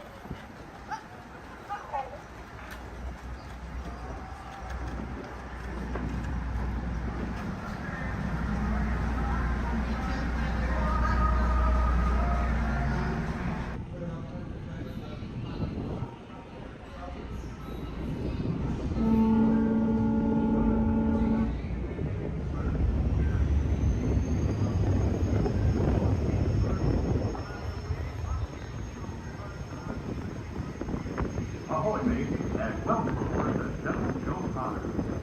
We will be arriving at our destination in just a few moments. On our way, we'll travel 1 mile on the Grand Bay 762, which took over 3 years to activate. We do ask that while on board, the stairs remain clear while the load is included. Once again, welcome aboard.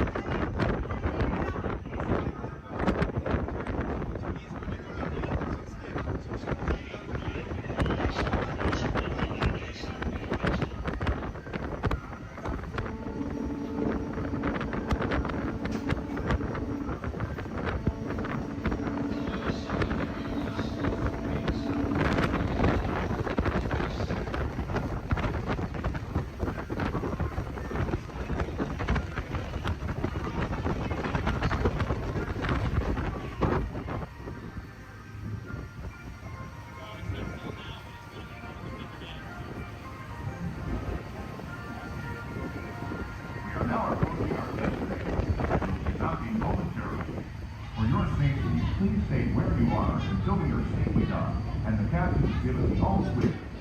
Because this is a free floating vessel, we do have a tendency to bounce around a bit during docking. If you are standing or sitting on the stairs, we ask that you please clear the stairway. Everyone else, please remain where you are until we have completed our docking. Once again, please clear the stairway. You'll be given an all clear when it's safe to travel the stairs and doors.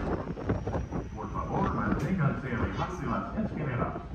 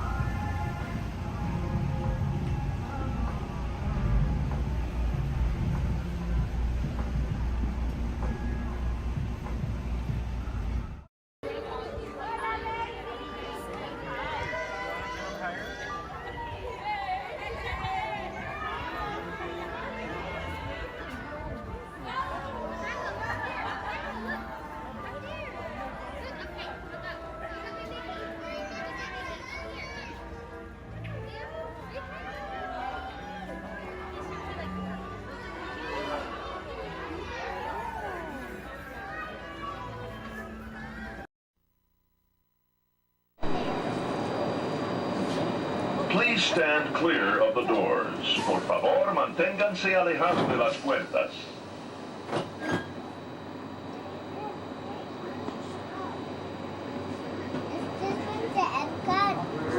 Welcome aboard the Walt Disney World monorail to Epcot. For those of you standing, please hold on to the handrails throughout our journey and stay clear of the doors. For the comfort of others, no smoking, please. Thank you. As we turn south, you can catch a glimpse of the spires of Space Mountain in the Magic Kingdom. Nearby is Disney's 8th-ranked contemporary resort. Where we at? That's where we were just at.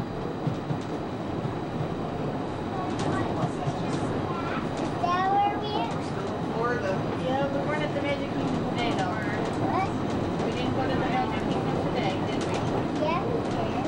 Yeah, we did. When? We were at Animal Kingdom. Right now, we're kind of taking a little break.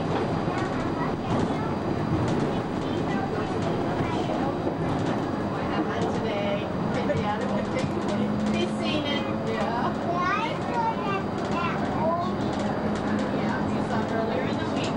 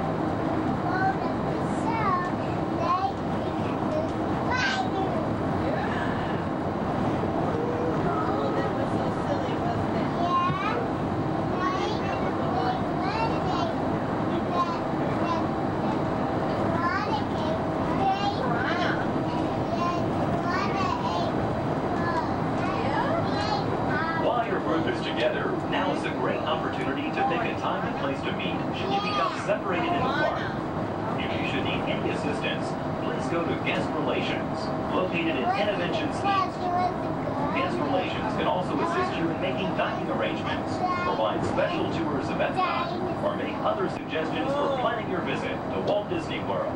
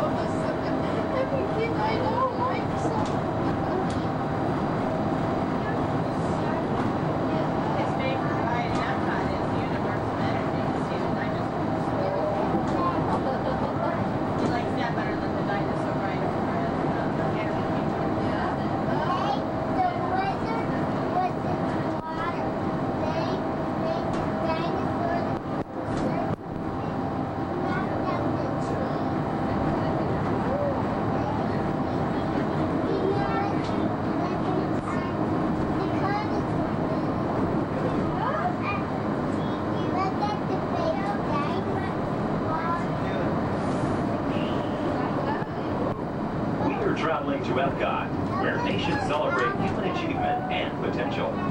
Its 300 acres are divided into two worlds, Future World and World Showcase. Future World offers fascinating explorations into realms of energy, transportation, and imagination. You'll also find adventures in communications, sea exploration, food production, and other vital topics. World Showcase is a community of nations, highlighting the accomplishments and cultures of people around the world. On the banks of the 40-acre World Showcase Lagoon are Mexico, Norway, China, Germany, Italy, the American Adventure, Japan, Morocco, France, United Kingdom, and Canada. Young adults from each nation represented in World Showcase are among your hosts, making this a true international exchange.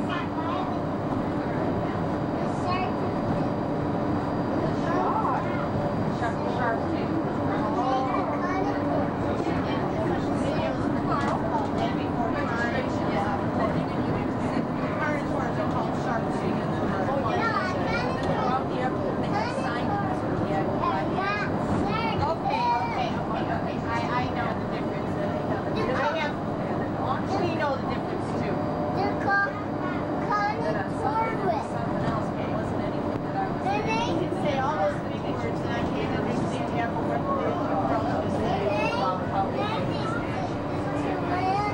Beyond the trees ahead and to the right-hand side of our forward motion is Spaceship Earth. This 18-story geosphere marks the entrance to Epcot. Inside Spaceship Earth, time machine vehicles take you through the evolution of human communications, from a distant yesterday to the dawn of tomorrow.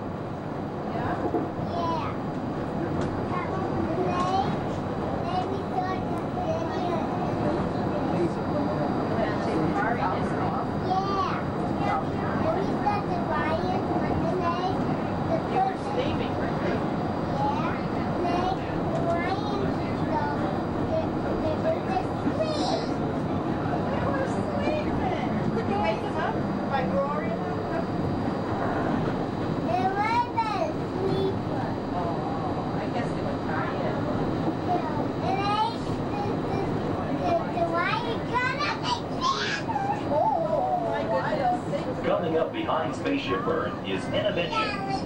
Inside this hands-on area, you can explore and interact with the ever-changing technologies and products for everyday living in the near future. To the opposite side is the universe of energy. Inside, you'll find Ellen's Energy Adventure, hosted by Ellen DeGeneres and Bill Nye the Science Guy. Next is The Wonders of Life, where you'll discover Body Wars, which takes you on an amazing trip through the human body. In Test Track, you can experience the exhilaration of test driving a vehicle on the fastest and longest ride ever created for Walt Disney World. Coming into view is World Showcase. Directly across from us on the far shore of the World Showcase Lagoon is our host pavilion, the American Adventure.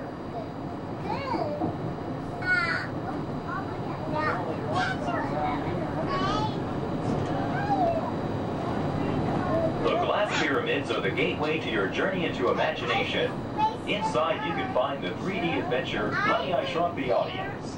Join Professor Wayne Zielinski as he receives the Inventor of the Year award for his incredible shrinking machine. Next is The Land, where you'll discover creative partnerships between people and the land around the world.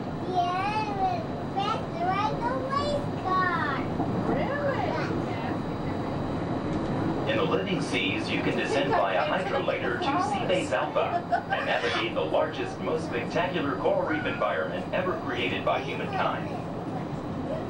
Ladies and gentlemen, we are approaching the Epcot monorail station. Smoking is not permitted at Epcot except in designated areas.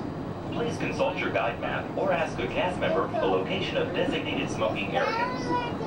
Please hold on to the handrails and stay clear of the doors until the monorail stops completely and the doors open. On behalf of the cast of the Walt Disney World Resort, we'd like to welcome you to Epcot. There's some of the signs there, I think. We'll just watch and see somebody. I got one to go. Here, sit down. Sit down, please.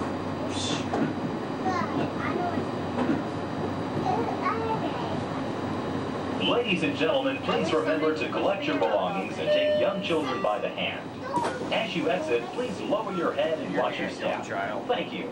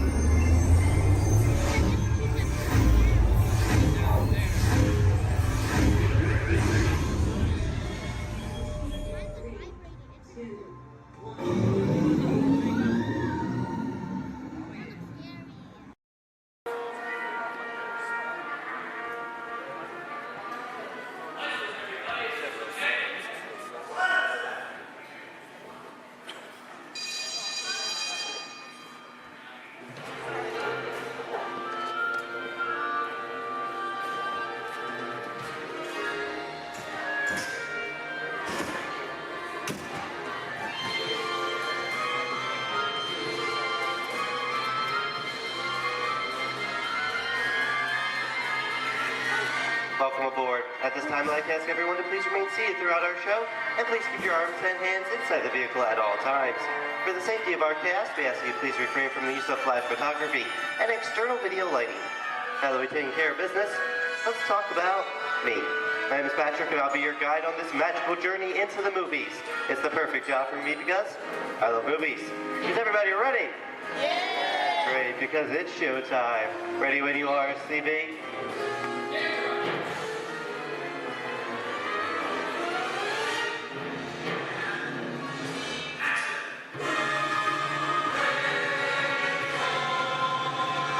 And we are rolling.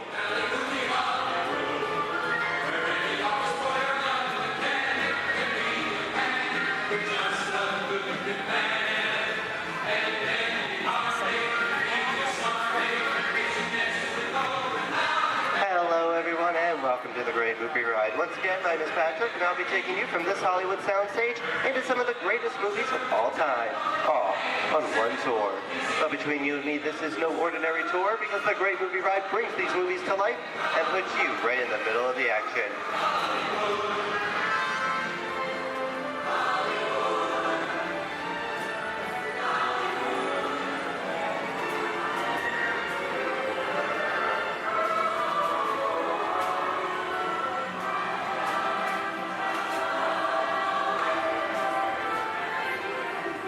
I don't know about you folks, but I just love the great Hollywood musicals of the 1930s. This is a scene from one of my favorites, the Busby Berkeley musical extravaganza, Footlight Parade, starring James Cagney, Ruby Keeler, and Dick Powell.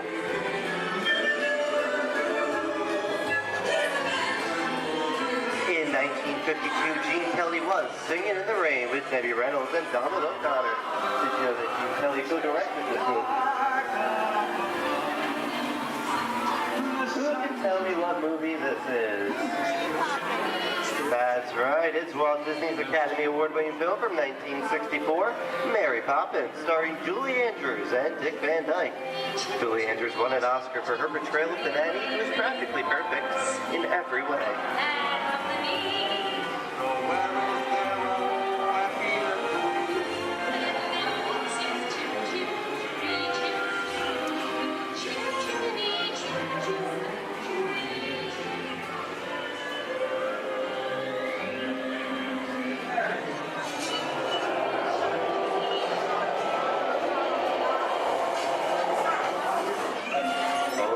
Walt and Bruce's folks.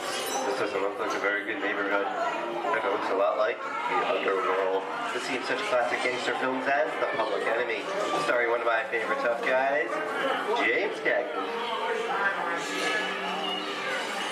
The working title for this movie was Beer and Blood, and in the United Kingdom it was known as Enemies of the Public.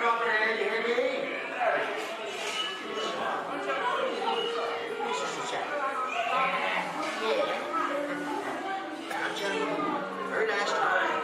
Judge comes around. He's going to leave you some beer. You're going to check it. And you're going to kick in with the dog. If you don't, somebody's going to drop by here and kick your teeth out one at a time. With me? I get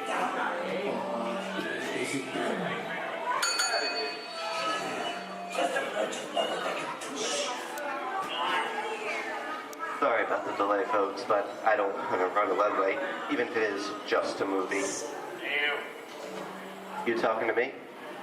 You talking to me? That's okay. I'm talking to the demon who's putting him out for the day. I'm talking to me. I'm about to mislead my vehicle. I said get away. Oh, okay, Monkey, whatever you say. Hey, how'd you know my name anyway? I've seen this movie before. Oh. It's that scene fancy cats like thinking that is amazing. You make a big mistake about this and swim out of here. You gotta get out of here. That's the middle of the movie. I'm beating you, son! Here they come, boss! Get out, you grinders!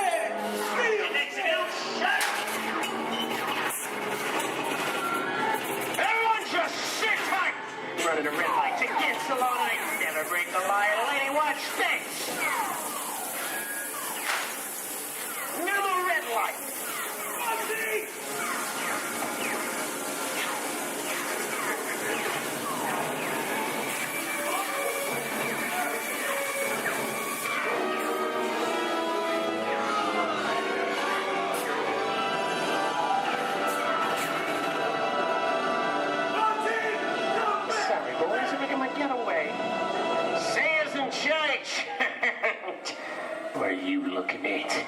Everyone mind your P's and Q's, and maybe you won't get hurt. What is this? Jay-Z? And now, the Old West, and two of Hollywood's legendary stars, Clint Eastwood and John Wayne.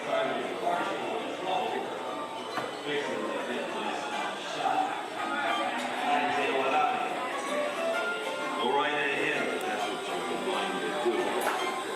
A long time ago, I made me a rule. Let people do what they want. Sleepy little bird. Well, that's some mighty tough territory you're heading into, Pilgrim. I'd think about turning back if I was you. That is, if you want my opinion. Well, to be clear, it's a perfect time for me to collect up all your valuables. Starting with the jewelry, going on to the cold hard cash. Perhaps work... Hey! It's the bank robber! Don't let him get... I don't like this neighborhood, Cabba! This is nuts. Nuts! Tell us I'm getting out of here. Get yourself up! Look at it this way. Can't get any worse!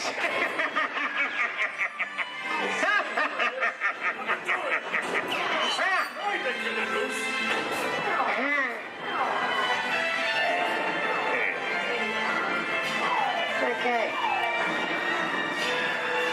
It's twice.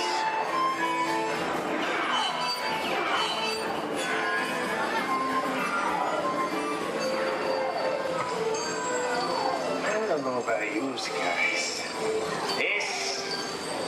This is kind of creepy. What is this? This is Alien. You are with Sigourney Weaver aboard the spaceship Nostromo. Something has gone wrong. One by one, the crew has vanished. And somewhere in the ship, a terrifying creature waits to claim its name. Well, pal, I ain't no victim. Warning, remain in your vehicle. The area you are entering is extremely dangerous. Proceed with caution.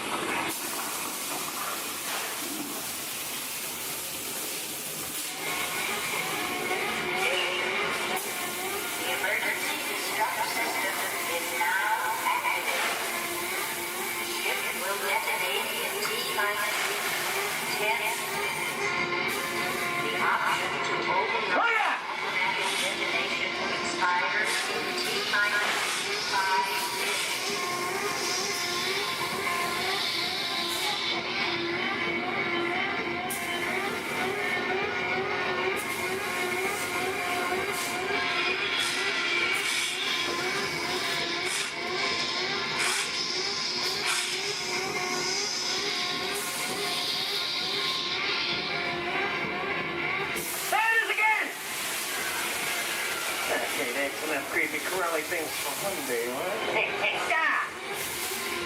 Wrong. Here in Raiders of the Lost Ark, amid 1,000 deadly snakes, Indiana Jones unearthed a great treasure. Will Harrison Ford escape with his discovery? And what will be your fate? Beware. Snakes. Why did there have to be snakes?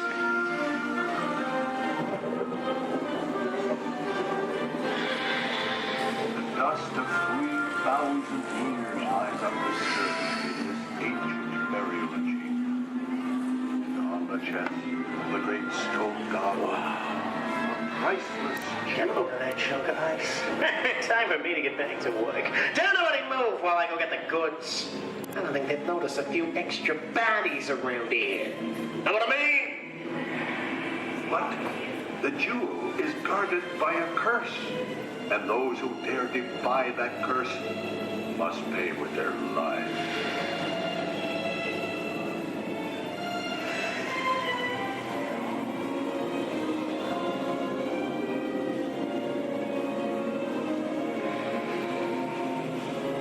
Halt, unbeliever.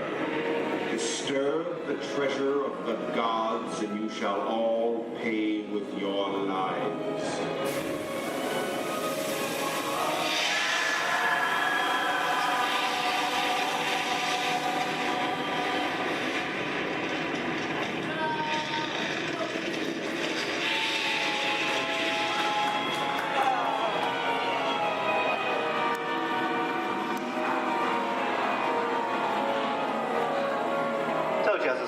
popcorn. Well, this just goes to show anything can happen in the movies. Now, let's get on with the show.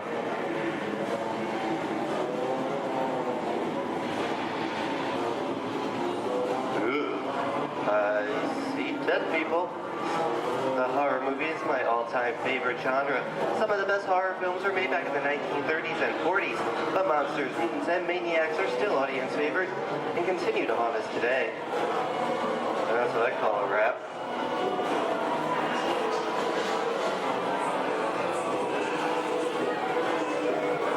We are now entering the jungle home of one of the most beloved characters of all time. Now it's not George of the Jungle. Actually, it's Tarzan, portrayed here by Johnny Weissmuller.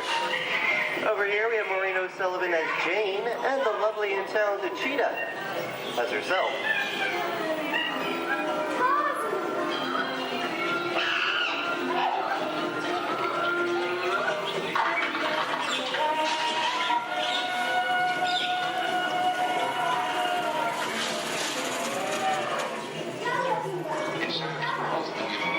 Zoe, I think this is the beginning of a beautiful friendship. Best last line of a movie ever. Humphrey Bogart and Ingrid Bergman in the classic romance, Casablanca. Always have past. You didn't have it. You lost it until you came to Casablanca. You got it back last night.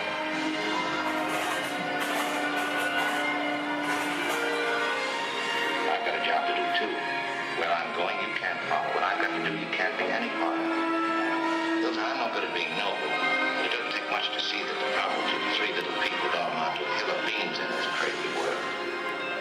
Someday you'll understand that.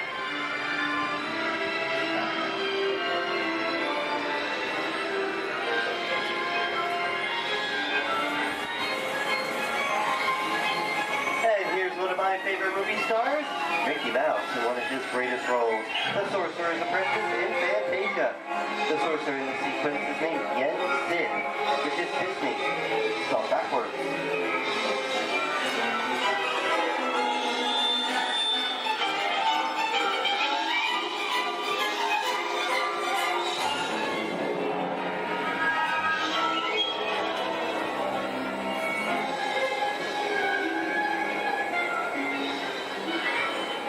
Toto, I have a feeling we're not in Kansas anymore.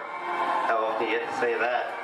I'd say we are definitely somewhere over the rainbow in one of the most beloved movies of all time.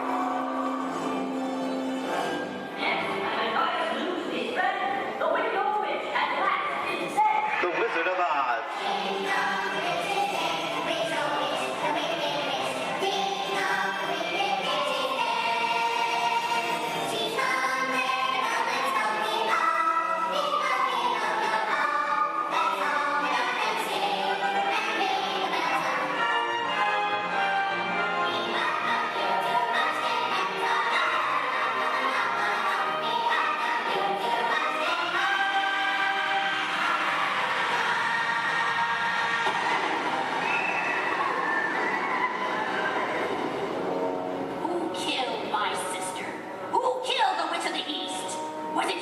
No, it was an accident. I didn't mean to kill anybody.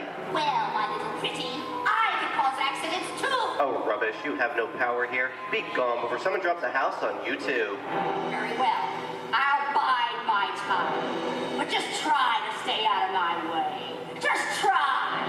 I'll get you, my pretty. And your little dog, too. I wonder how we get out of here. What do you folks think? Which way should we go? Follow the yellow brick road. Follow the Yellow Brick Road? No, I think of that. Bring along, folks. You know the way.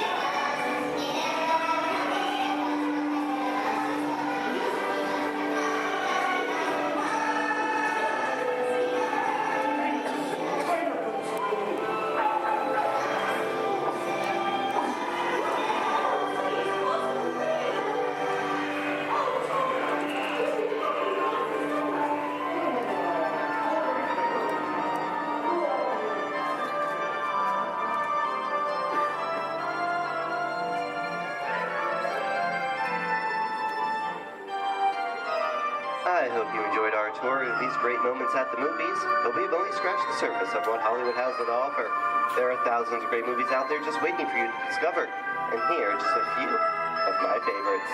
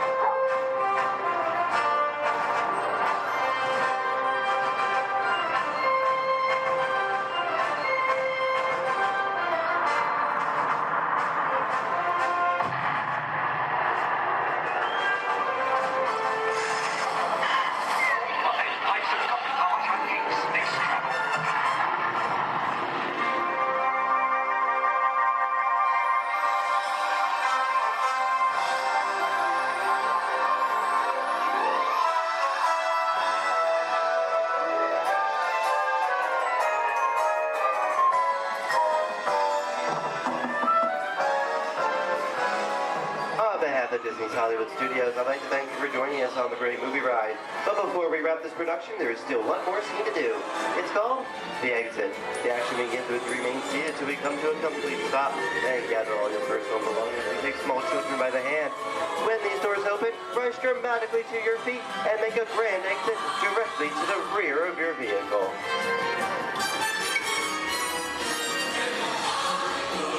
Oh, and one more thing. When I yell action, don't forget the thunderous applause for yours truly. All right, places, everybody, and action! Thank you, thank you. Have a wonderful day here at Disney Hollywood Studios, and we'll see you at the movies. The stuff movies are made of. Goodbye, everyone.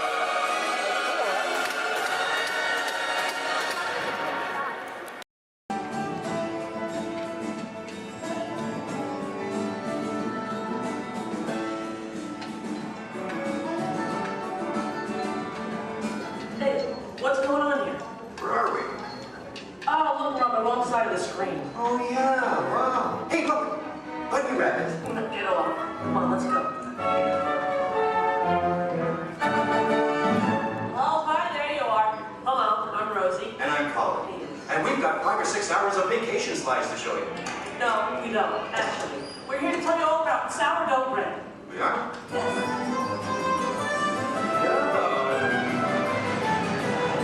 Okay, let's get started.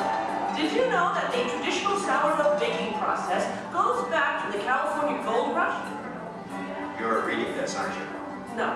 Plus, I did some research. I made a few notes.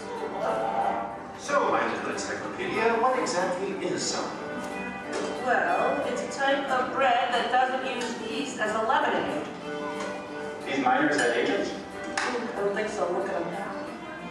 Isn't it nice to see the guys helping with the dishes? Now, Colin, did you know to make sourdough bread you need a chunk of what's called starter or mother dough? Wouldn't you need mother dough and father dough? No, just mother dough. These guys here used to carry a chunk of it with them in their bedroll to keep it warm. Well, that's an image I'll carry with me through supper time. Well, we're not talking five-star restaurant here, we're talking grub. They would take the dough, put it on a stick, and cook it over the campfire. Isn't it true they used to strain their coffee grounds through a sock? I hope not. Oh, I love these guys. The Jefferson Airplane. No. This is the Bodine family. And this is Isidore Bodine. He's the one who perfected the sourdough starter. Tastes perfected to me. Yeah. By the way, did you know they are still using the same sourdough starter that Isidore mixed here 150 years ago? Excuse me? Must have made an awful lot of it. You see, you have to save a little bit of the starter dough to mix with the next day's batch of flour and water to keep the fermentation process going. Hey, did you know that the strain of bacteria found in mother dough is Lactobacillus San Francisco? How did you know that? Internet. Hey, can we watch them bake something? Oddly enough, that's what we're here for. Great. You people go on ahead. I'm going to meet you in there. Colin, you stay here and make sure there are no stragglers, okay? Okay, all right. All right, just more kind of a bread line to my right. Good. They're on their way, Rosie. Okay, bye. I'll see you soon.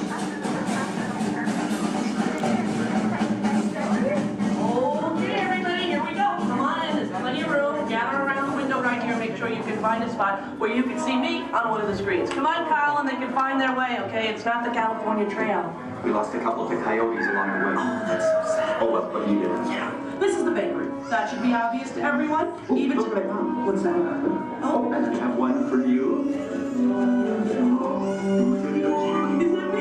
What the cutie? Okay, I'm ready to start baking. What do we do first? Okay. First you get a hunk of the mother dough and mix it with flour, add a little salt and water, and that's it. Voila, the entire list of ingredients. All right. Here's some dough. Let's bake it. Oh, not so fast. From start to finish, it takes bakers about 72 hours to make a loaf of sourdough bread. 72 hours? Yeah. Yeah, what's your hurry? Relax, and all the roses. Okay, so what's next? Well, you know, bakers actually think of dough as a living thing. So after it's been beaten up and kneaded by the mixer, it needs to sort of relax and calm down. Seems pretty relaxed to me. Yeah. In fact, almost catatonic. Right. I internalize all my tension. Well, what happens then? Well, then we drop it into that funnel over there, above the divider. The divider cuts it into nice, even pieces. So for this, it has to be relaxed? Yeah. Okay, fine. Oh, what happens then when it goes down that conveyor belt? Well, it goes into the rounder. Do you know what the rounder does? Oh, makes it into squares? No. Tetrahedrons? No. Polygons? Is that your final answer? Okay, so now the dough is round. Yes. Then we have my favorite machine, the overhead intermediate proofer. Wow, it's like a little Disney ride for bread. Attention, please keep your little buns in the vehicle at all times. The device rolls the dough over and over from basket to basket, takes it on a little trip, letting it, once again, relax. This is the most laid-back bread on earth. Come on, Rose, you're teasing me. Can't we bake it? No, not yet. Next, the bakers lay the dough on screens and put the screens into oven racks. Then we bake it. Not yet. You'll have to go around the corner to the next window to find out more, okay? And you go on ahead. I'll stay here and get the stragglers. You stay with the nice lady. All right. All right. Everyone, follow me. Follow him, everybody. And you relax, okay? Okay. Come on.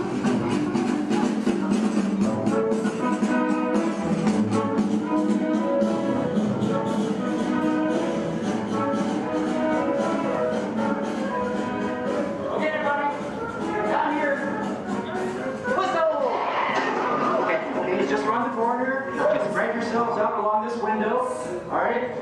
Everyone, can you see me? Oh, nice shirt. All right. All right. Okay. Well, this, I guess, is the oven. If not, I'm having some incredible hot flashes. Slap some garlic butter on me and I'm ready to go. Hey, Colin. Okay, where were we? We were getting ready to bake some bread. No, we weren't. What, are you trying to confuse me? Let me think. I remember the racks of dough. The racks of dough are taken upstairs to a refrigerated fermentation room. Refrigerated? Yes. Look, I know a thing or two about baking bread. Well, actually I don't, but I'm pretty sure you have to have heat to bake something, right? Sounds right to me. For a technical question like that, I'm going to have to call in an expert. I'd like you to meet my friend, Tony, the baker. Tony! Hi! Are you enjoying your visit? Oh, we're having a great time. We really are. But I'm afraid I have reached my limit of baking knowledge. Tony, call it here. Give us the lowdown. Don't you think we've coddled this dough long enough? Isn't it time to turn up the heat on this baby? Well, no. The dough needs time to ferment in a refrigerated, climate-controlled room. Now that gives the bread a better flavor, texture, and color. It takes about 13 to 16 hours. You know, I like a man who can cook. Then what happens? In the proof box, the dough is slowly brought up to about 95 degrees, 90% humidity. Why not just take it to Florida? All right, so it's baking now, right? Because it's rising. No, it's still fermenting. The dough triples in size now due to the expansion of trapped gases. Hey, listen, we all have trapped gas occasionally. Well, now the bread is scored, so it won't split with its baked. Oh, so now I'm almost afraid to ask. It's time to bake it, right? Or do we have to take it out to dinner first? Maybe a bit of a rub-down. It's ready to bake. You're kidding. I hear they spin the bread around when they're actually baking. Is that true? That's right. And the mist of steam is sprayed on from time to time. This gives the crust a beautiful reddish golden color. Oh, so I'm thinking I probably couldn't do this at home in the toaster oven. No, I don't think so. Listen, Tony, thank you so much. Yes. You were superb. I feel enlightened, rich, fermented. My pleasure. Bye. Bye-bye. You know what? I'm going to spray you down because I think you could use some of that golden Okay, just color. a little on the... Okay, that's enough. All right, the hair. You know what, deep frizz. Ladies and gentlemen, the moment you've been waiting for. A masterpiece of the baker's art. What are you doing? Hey, what are you... Waiting for that. That's not yours. Tony gave it to me. Look right at me. He didn't look at you. That was ours to share, Colin. No, it's mine. It's all mine. One piece, please. One little piece? A tiny piece? I'm telling Mickey. All right, here. Yeah, you see? Here, don't tell Goofy I owe money. You do? Well, don't even ask. I don't even want to get into that. Goodbye, everybody. Have a great time here. Bye. I'm going to go eat. Share it.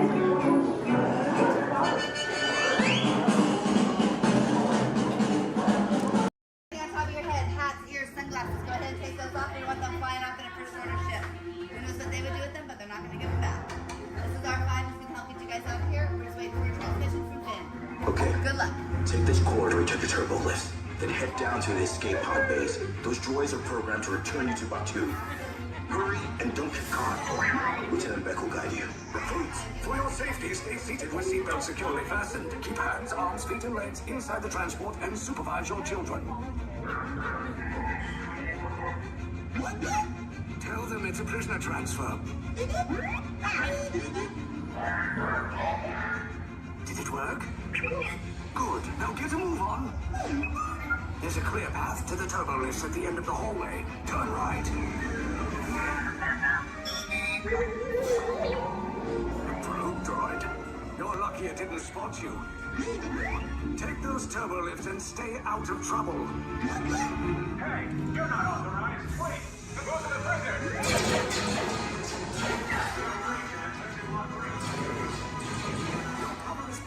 Find an alternate route. Who picked these two droids anyway? Detection breach. Prisoners not seen on the Fire!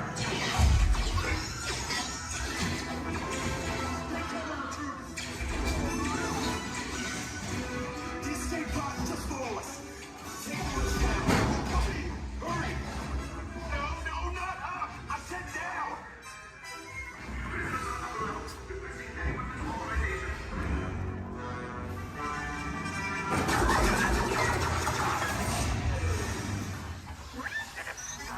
This does not look good. Try to find another way down to the escape pods. The Resistance will attempt to rescue the prisoners. They have neither the resources nor the courage to engage us. You underestimate their conviction. Raise the shields. Shields? I see no evidence. Now! Sound the alarm! All personnel to their stations! Sir, the prisoners have escaped. How brave, but ultimately hopeless. There's nowhere to run.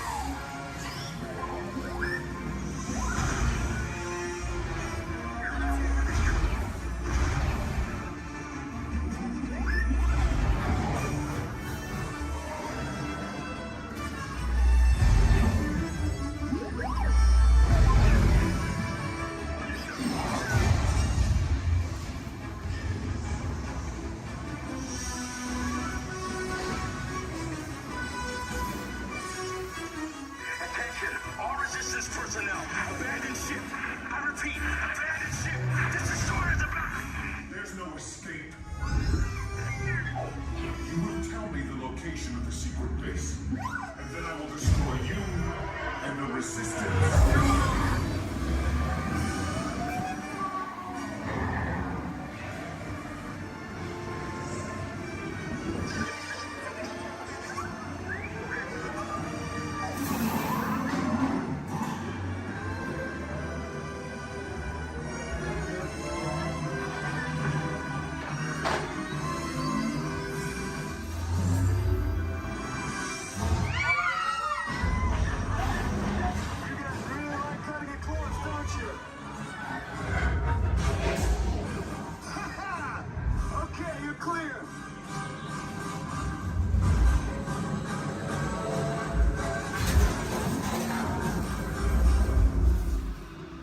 Escape pods came in a little off target. Ground crews will meet you outside the wreck. All right, nice job, recruits. Not what you signed on for, but hey, you're resistance now. I think I have that authority. Right, Beck? Where's the lieutenant? I need eyes on Beck. I know, scout for his clock beacon. More escape pods down in Sector 4. Verification pending from key command personnel. Where's the lieutenant? I need eyes on Beck. Lieutenant back here. Beck! You're alive! I should hope so. Great job, recruits. Thanks to your heroism, the location of the resistance base is secure. Bravo! Yes, R5, you too.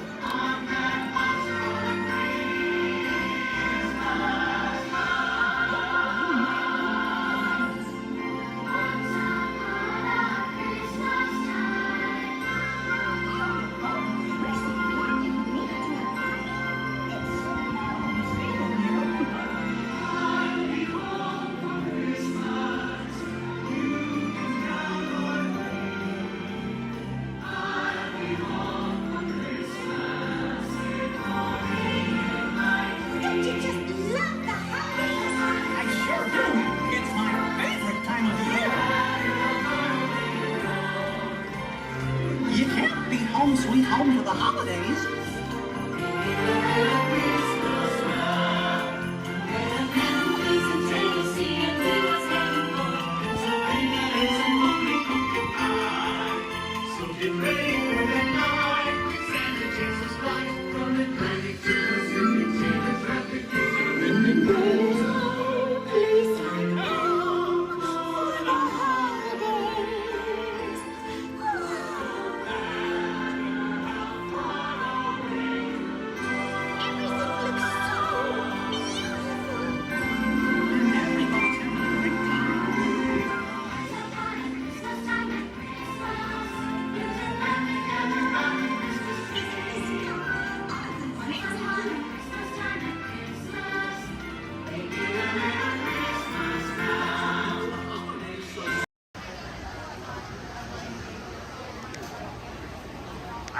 be a classic, but I still got a spring in my step.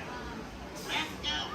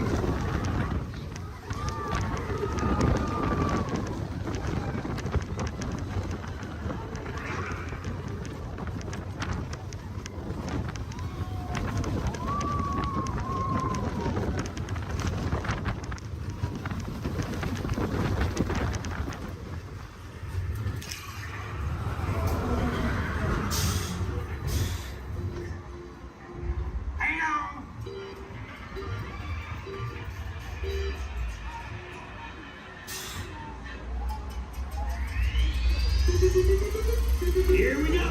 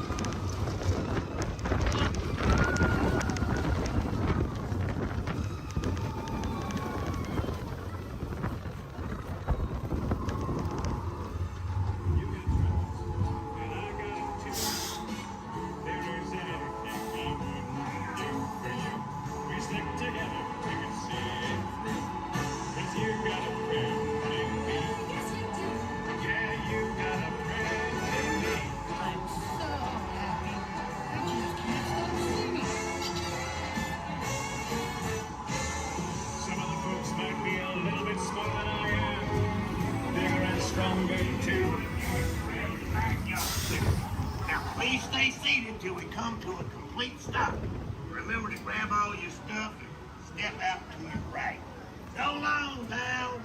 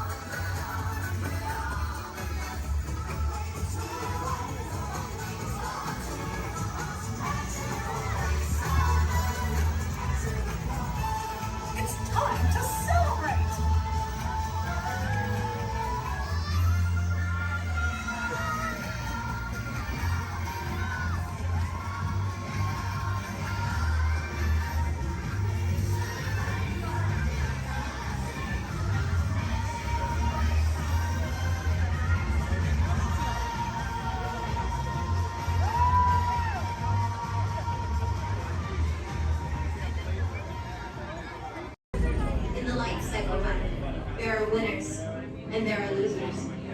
Who are you? Losers.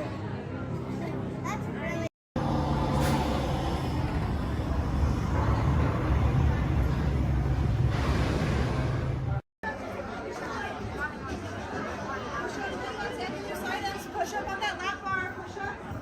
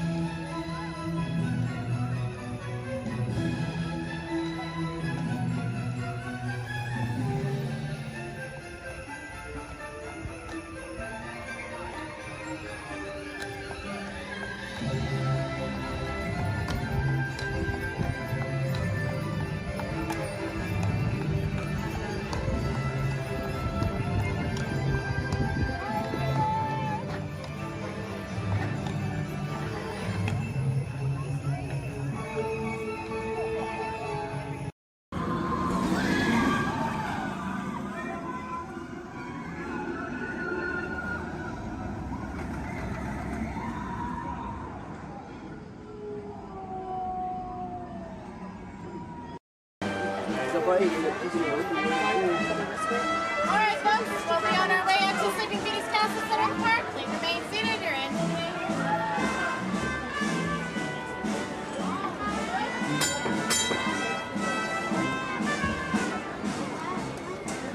Here we go. Okay. We have a 1 horsepower motor. Yeah. 1 horsepower.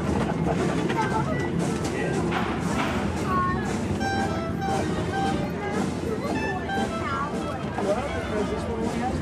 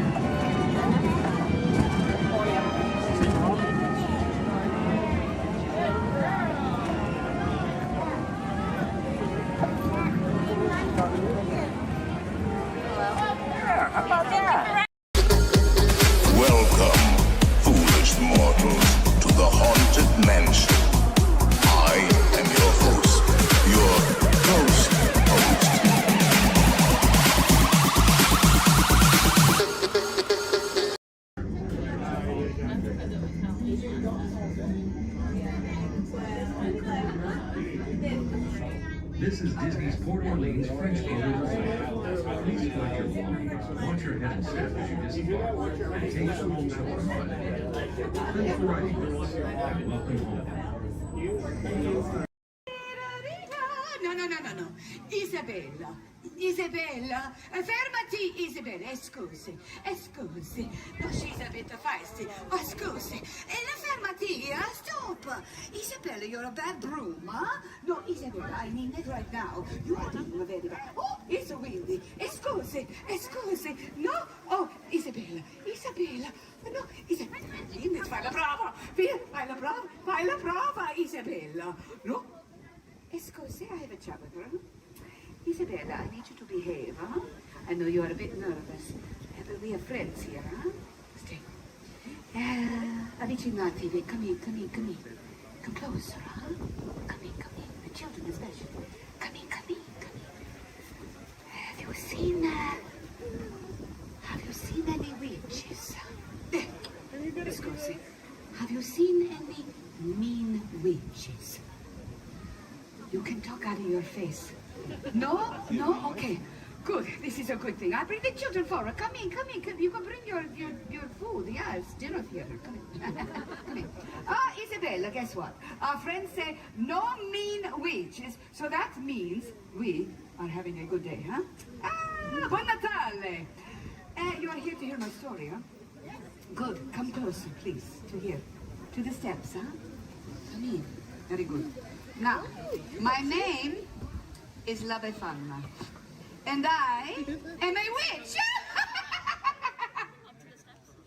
But I'm a good witch. I wear the scarf over my head because of the mean witches. You know what they do? They tease me, huh?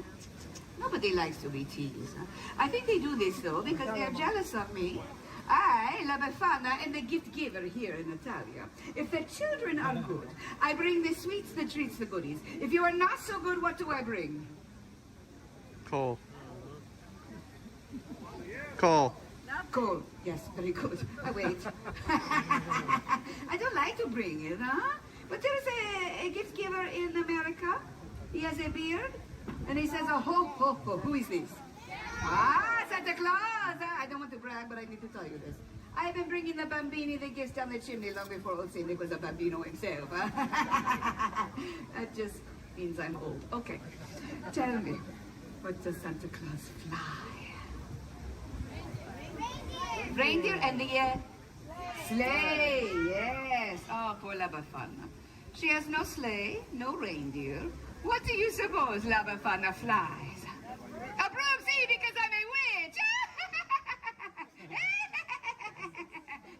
No, nothing. Not even a little scared, huh? That's because I'm a good witch. What if I only bring you socks and underwear for Christmas, huh? No, you like that, huh? Oh, yeah. You're cheap. Okay, good. All right, kid, I joke. So, Santa Claus, when does he bring the gifts? What night? 25th. Yes, when you are sleeping on the Christmas Eve, see? Yeah, the 24th. But when does La Befana bring the gifts? The eve of the Epiphany, huh? January 5th. Why? Everyone say, why, La Befana? Why, La Befana? There are many ways to tell my tale, but this is my story. Sand, camels, no running water. Once upon a time, over 2,000 years ago, Italia was the center of an empire, much bigger than it is today. And Rome reached all the way out to what is now known as the Middle East. Now, I lived in a little cottage at the edge of an old highway where caravans of camels would come by all the time. You don't see camels very often now, do you? Maybe some Teslas, but no camels. One day I was sweeping in front of my little house. We did that back then. Yeah, we swept outside. I don't know why. And I look, and I see that there are 3 travelers coming towards me, and they are on camels. They are so exotic, dressed like kings. The men, not the camels, huh? And they are pointing in this way, and in that way. And they say a word that I remember. Bethlehem. You know this word? Yeah. You've heard the stories, huh? But you must understand, it was so long ago. La Befana did not know of the Bethlehem. La Befana, that big star in the sky is to tell that a great king was born in the Bethlehem, and we are following his star. Yes, I have seen this star. It is why the sky is so bright the last few nights. And if I'm being honest, I was getting a little annoyed. It was keeping me up at night. But I am so excited. So caught up in the story of finding the young king that the men, these travelers, they asked me to come with them to the Bethlehem. And for a moment, I have such a longing to follow that star. And then I think, what? You crazy love of fun. You pots, huh? Camels, stars, strange men in the middle of the night, huh? Not so good, ladies. No. No, I'm sorry. La Befana cannot come. No. So the men, they go to the Bethlehem without me. But you know, I stand outside for a while, and I look up at that star, and I wonder. A few days later, a young shepherd comes running into my village, and he comes to me, and he says, Befana, why do you not go to the Bethlehem? Everyone is talking about the baby king, the king that was born in a poor stable. And Befana, they are saying that he is the Son of God. Just then, the sky opens up, and it is filled with a bright light. So bright, La Befana cannot even look. It's as if the sky had burst into glory, and the sound of the angels singing. So many, many angels, like nothing I had ever heard before, so beautiful. I knew then I must go to the Bethlehem. So I run inside to find a little gift for the special bambino. You see, the kings, they had brought the fancy gifts, but I had nothing. But I did not want to go empty-handed. So I look and I search, but all I can find are old scraps of wool. But I turn them into a little baby doll. Better than nothing, huh? I am so excited. I will go to the Bethlehem. I will see the little king. So I run outside to follow the star, but oh, it is gone. The beautiful star, she is no longer there. La Befana had waited too long. What would I follow to find the young king? And so, since then, I have been looking for the Gesù Bambino, the Christ child. And on the eve of the Epiphany, that is when the three wise men arrive in the Bethlehem, I climb down the chimneys, and I look into the faces of the children, and I think, oh, are you him? Are you the Christ child? And when they are sleeping, you think this could be so, huh? No, I do not find the Christ child. But when I look into the faces of the precious children, it reminds me of the miracle of that star. And I leave them a gift. Now, you are probably all thinking, oh, La Befana, the story is so sad. Huh? No, not so. Say why, La Befana? Why La Befana? I will tell you, because here in Italia, Christmas is a time of great celebration. It is a time to gather the family, and we cook, and we eat, and we laugh. We tell stories around the table, the bambini, they play with the gifts that I bring them. We sing, we dance, it's molto bello. I may not have found the Christ child, but in giving the gifts, I have found joy. Now, with that I say arrivederci, but before I go, you know what I must do? I must once again put on my disguise so that the mean witches do not find me, huh? You know, I should give the mean witches a gift of coal.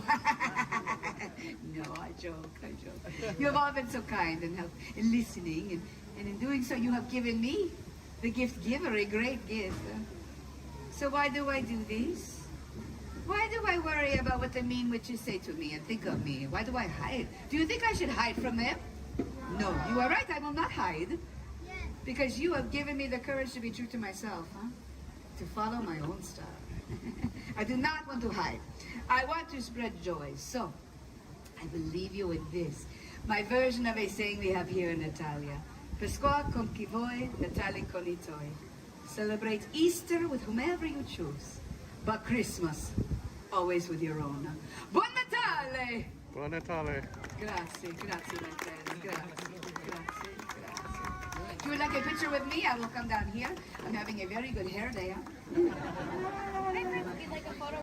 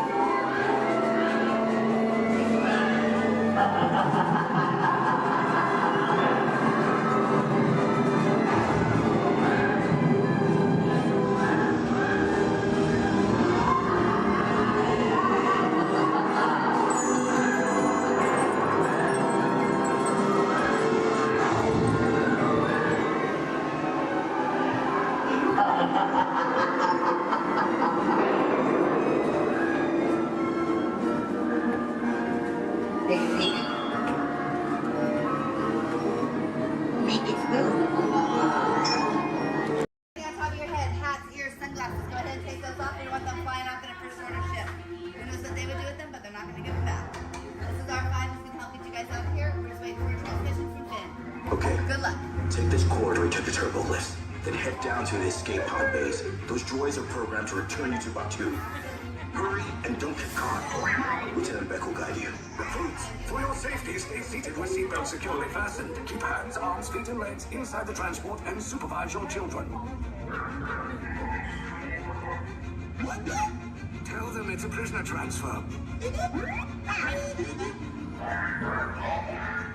Did it work? Good. Now get a move on. There's a clear path to the turbo lifts at the end of the hallway. Turn right. Probe droid.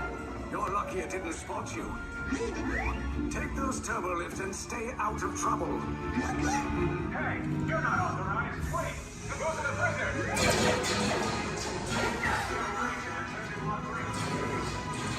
Your cover is blown. Find an alternate route. Who picked these two droids anyway? Detention approach. Prisoners not seen on the fire!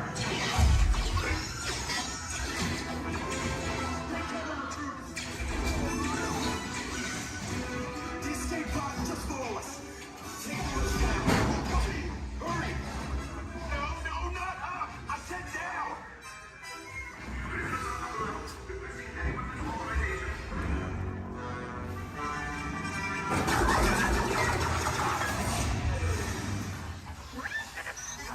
This does not look good. Try to find another way down to the escape pods. The Resistance will attempt to rescue the prisoners. They have neither the resources nor the courage to engage us. You underestimate their conviction. Raise the shields! Shields? I see no evidence. Now! Sound the alarm! All personnel to their stations! Sir, the prisoners have escaped. How brave, but ultimately hopeless. There's nowhere to run.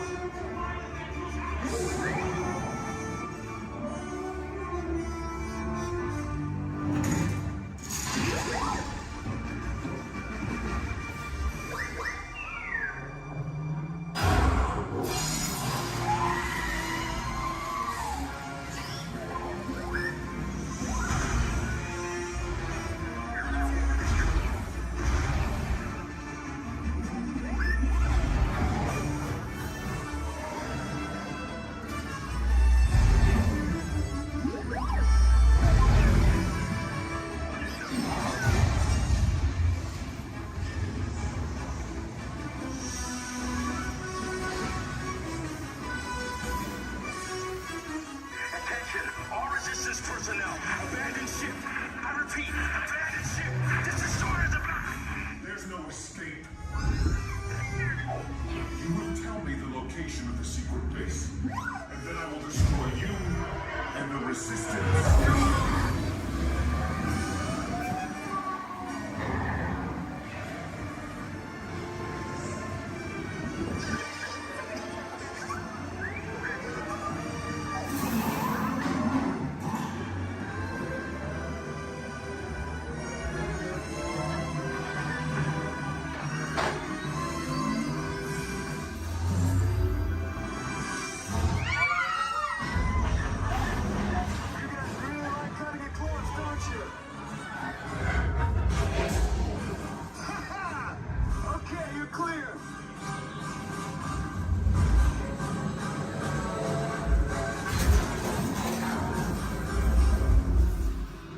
Your escape pods came in a little off target.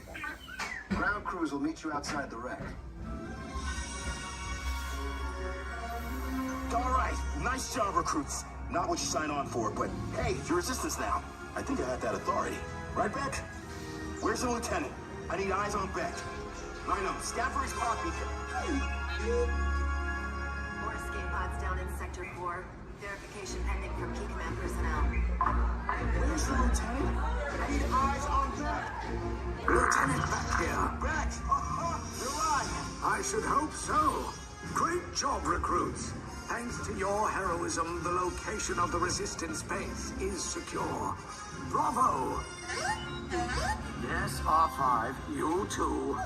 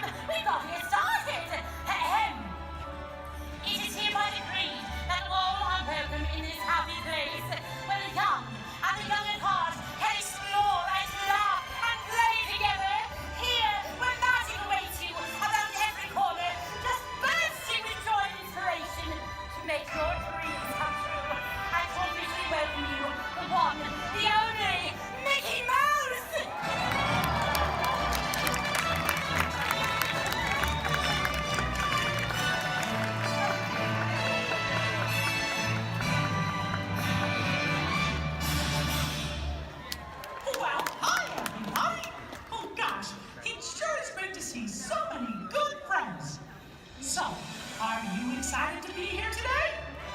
I thought so. Oh, hey, pal.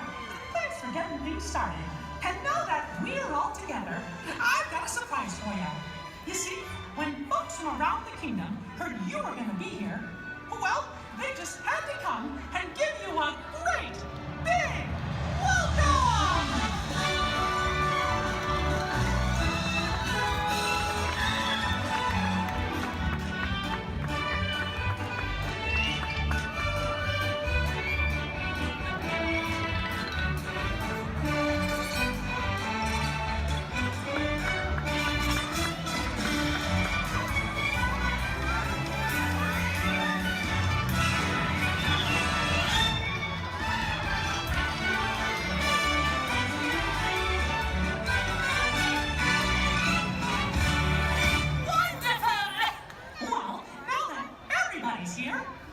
It's time to start the day. And that means it's time for just a little bit of magic.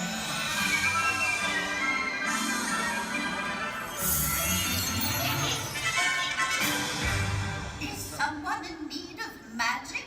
Oh, gosh! It's the fairy godmother! She must have heard you, Mickey. Why, hello, everyone. Oh, my. Look at all of you. So many smiling faces, including yours. Now, how may I be of assistance? Well, do you think you can help kick off our magical day? Oh, of course, my dear. Oh, and I know just the trick. But I'll need everyone's help with the magic words. On the count of 3, we're all going to say, bibbidi, bobbidi, boo. Here we go. 1, 2, 3, bibbidi, bobbidi, boo. Let the magic begin!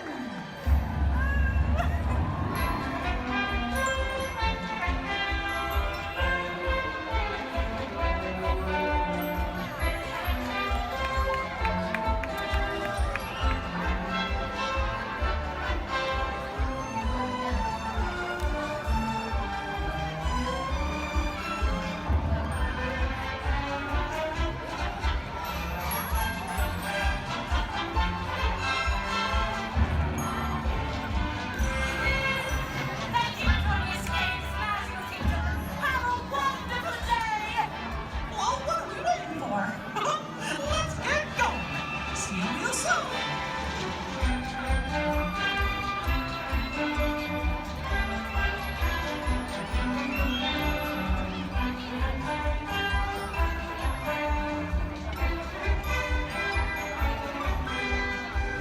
For your safety and the safety of those around you, please walk slowly and carefully to your first destination.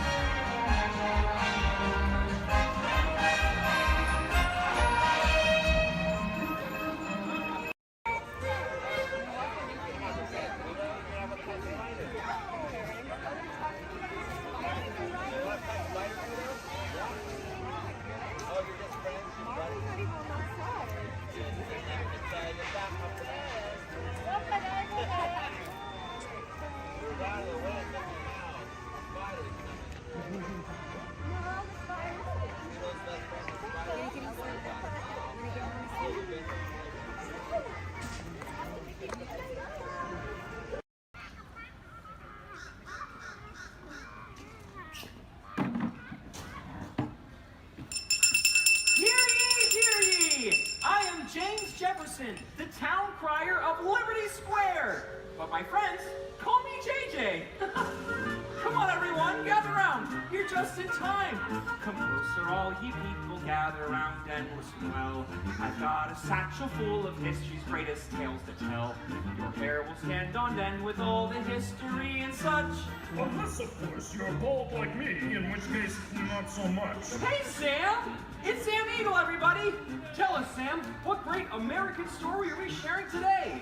Today we shall salute the Declaration of Independence. Ah, a great story indeed. The people of the colonies, they said, let freedom ring! Declared their independence. Then they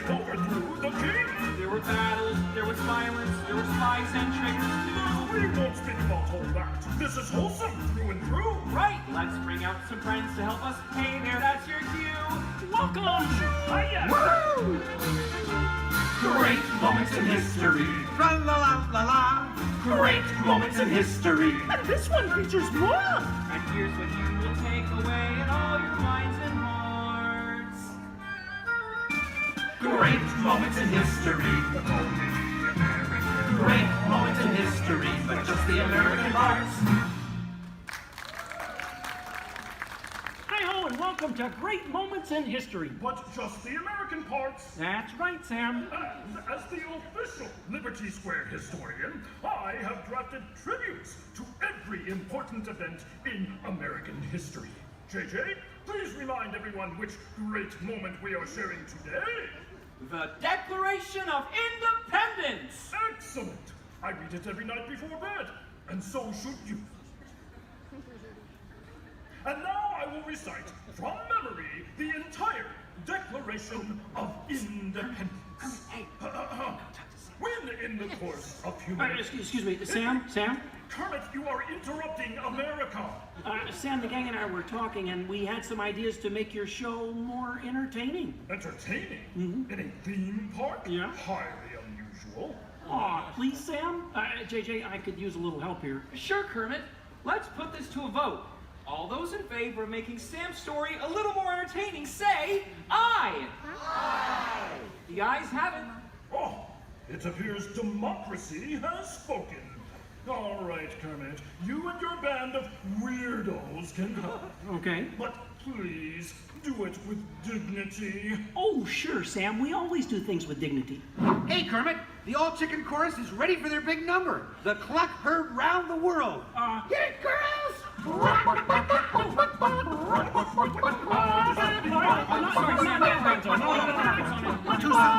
Back to the dressing room. Oh, Kermit! What part will Walt be playing in today's performance? Well, Piggy, this is a story about the Founding Fathers. There's no part for you. No part for moi? Oh, we'll see about that. Sheesh. Okay, places, everyone. Sam, JJ, take it away. All right, friends, what do you say? Want to help us make some history? Cue the patriotic music. The year is 1776. 1776. We are in Philadelphia. Philadelphia? JJ, why are you doing that? I'm the town crier. Well, cheer up and allow me to continue. The year is 1776, and the Second Continental Congress has convened. Roll call, Thomas Jefferson. Hi-ho, Jefferson here. John Adams. Hey, that's me. Woohoo! And the highly quotable Benjamin Franklin. Ah, Ben Franklin here. A penny saved is a penny earned. And if at first you don't succeed, then skydiving is definitely not the sport for you. Let's hear it for your founding fathers. Sam. The delegates are discussing the question of America's independence from England, and there is much debate. Psst. Hey, that's you guys. Oh, right. debate. Debate. Point of view. Opinion. Says you. Argument. Point. Counterpoint. Order. Needlepoint. I'll take 2 hot dogs with extra mayo. A banana sounds appealing. Waka waka. You get on with it. Okay, Sam. Guys, look, let's get down to business. Does anyone have any arguments in favor of independence? I do. Our continued association with England has grown intolerable. King George has altered our government, enforced cruel repression, and abolished our rights. Wow, nice job, Gonzo. How did you remember all that? I stapled it to my arm. Oh, yeesh. That's gonna leave a mark. Okay, now, does anyone have any arguments in favor of England and King George? Boo! Boo! No King George! No King George! No King George! No King George! No King George! No King George! Did someone call moi? Piggy, what are you doing here? I told you there's no part for you in this show. Of course there is. After all, who better to play royalty than moi? All hail King George! Piggy, women aren't kings, they're queens. Fine! All hail Queen Georgette! Good grief. I protest! This is not historically accurate. The king was not at the Congress. You got a bear playing Ben Franklin. And doing a great job at it. Let's hear it for the bear, huh? Go Fozzie, go Fozzie, go Fozzie, go Fozzie, go Fozzie, Guys, go Fozzie. continue, please. Oh, sorry. Sorry, Kermit. King George, Queen Georgette, you are not a good ruler. Who? What? Yes, you. You mistreat the colonists. You raise taxes. You are drunk with power. You might even say she's intoxicated. That was pretty good. Queen Georgette, can't you see? The colonists are angry. We are angry. The colonists are irate. We are irate. The colonists are revolted. We are revolting. And say that again. We are revolting. Sorry. Okay, it's time to vote. JJ, if you please. All right. All those in favor of declaring their independence from England and Queen Georgette say aye! Aye! The ayes have it. Let's declare our independence. Yeah! Queen Georgette, it appears you lose. Wait, what? I lose? Well, sure, Piggy. You see, in the American Revolution, England loses, which means the king, or the queen, loses. Excuse me? It is I, Georgette Washington, and I cannot tell a lie. I look fabulous! Piggy. This is a Oh boy, nice outfit. Enough of this nonsense. Can we please move on? Sure, Sam. Now, we need someone to write the declaration. We need someone with the brains, someone with the wit. Someone with a pen. Sheesh. Okay, I, Thomas Jefferson, will write the declaration. But I'm going to need everyone's help. Let's start with a list of demands, shall we? I demand a new cell phone, a bigger dressing room. I want a case of rubber chicken. Somebody said chicken. Okay, girls, hit it. A case of banana.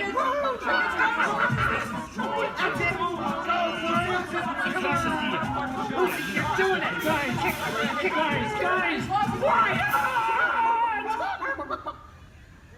Guys, when Jefferson wrote the Declaration, it was more than a list of demands. What? Oh. What are you talking about? Yeah, it was about things we all believe in. Things worth fighting for. Things that inspired the birth of a new nation.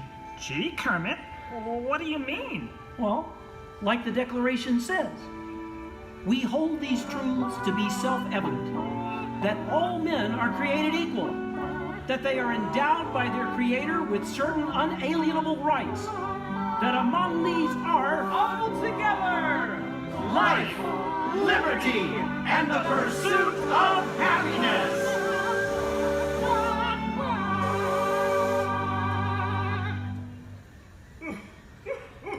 Sam, why are you crying? I thought that was pretty good.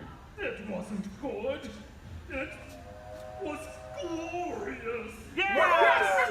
Way to go, everyone. Hey, Sam, looks like now you're the town crier. Just ring the bell. Let freedom ring! Great moments in history, the 4th day of July. Great moments in history, we said King George goodbye. And here's what you will take away in all your minds and hearts. Great moments in history, great moments in history, great moments in history. Great moments in history, but just the American hearts. Thanks, everyone. We couldn't have done it without you. And to England, no hard feelings. You're still one of our best friends. Thank you all for joining us for a great moment in American history. We hope you come by again soon and have a magical stay here at the Magic Kingdom. Bye-bye! Bye-bye! Bye-bye! Ta-ta! So long, everybody.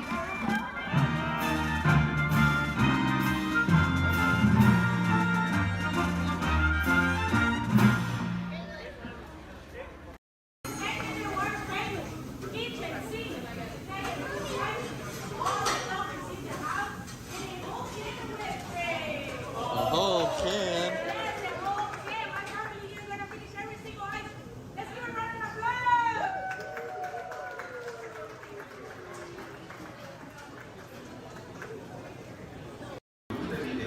세계가 아니란데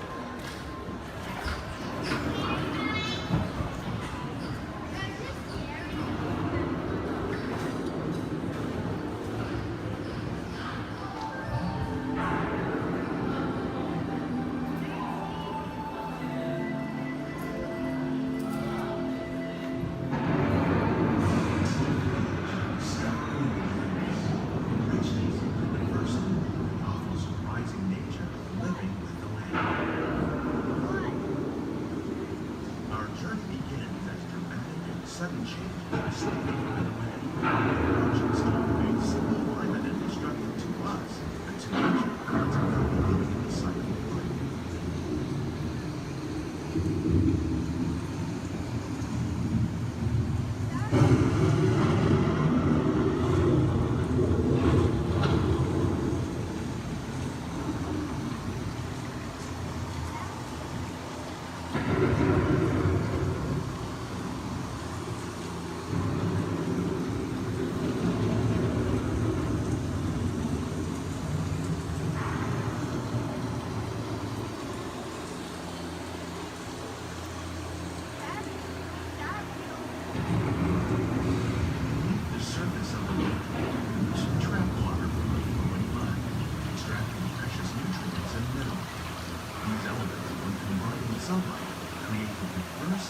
Systems of our planet.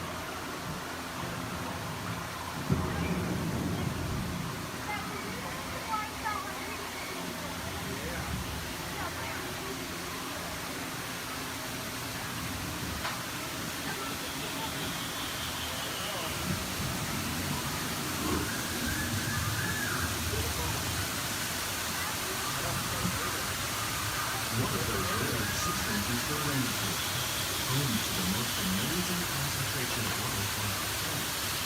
These dense and beautiful forests cover only a tiny portion of the Earth's surface, but they contain more than half of its surrounding atmosphere. Rainforests are also extremely rich in surrounding living systems, providing us with oxygen, food, medicine, and other forms of cellular life.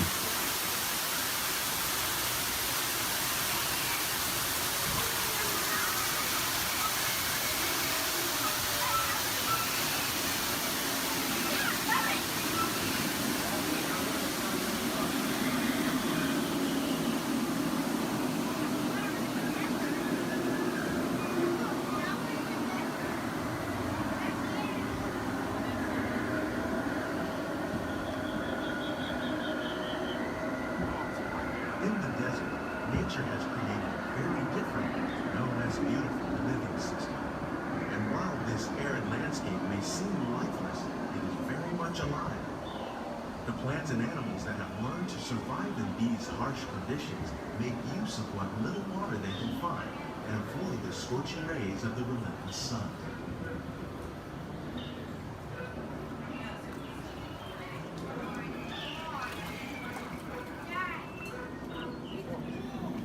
The American prairie once appeared as desolate as the desert, but over time, rainwater and nutrients gradually penetrated the hard surface of this land.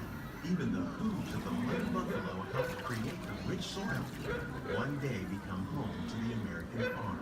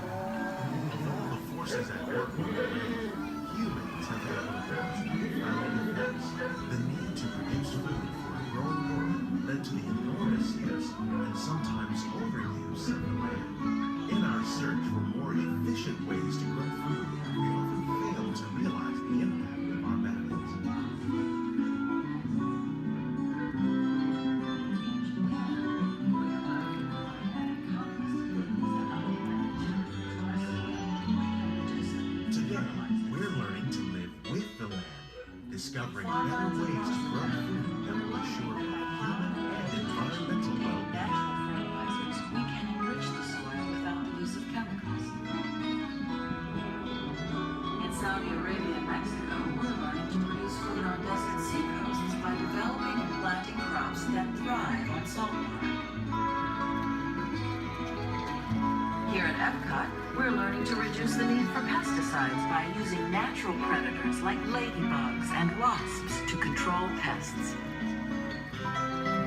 In Japan, we're learning that by adding composted leaves and other plant material to our soil, we can reduce the need for fertilizers. In farmlands across America, we're learning that by plowing under vegetation containing natural fertilizers, we can enrich the soil without the use of chemicals. In Saudi Arabia and Mexico, we're learning to produce food on desert seacoasts by developing and planting crops that thrive on salt water.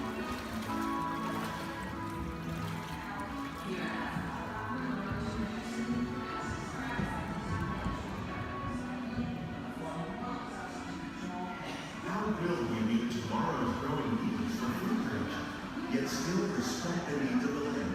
Some of the answers are being discovered just ahead. To help us maintain these carefully controlled ecosystems, and for your safety, please remain seated in your boat at all times.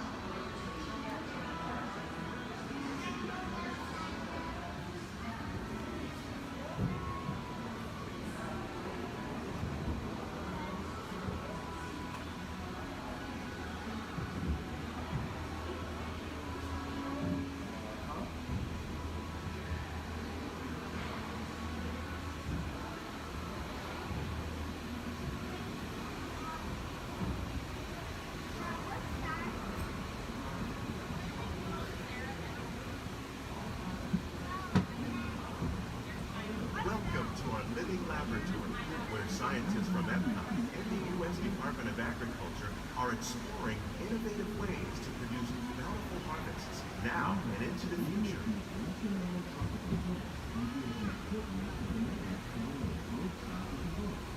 The tropics are home to the greatest diversity of plants on the planet.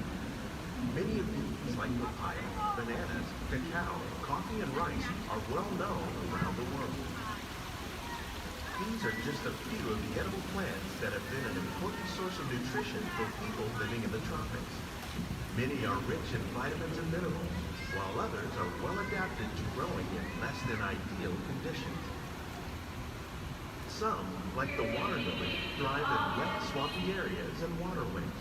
All parts of this plant, even the flower petals, are edible. The starchy root of the plant has long been used to make flour for baking.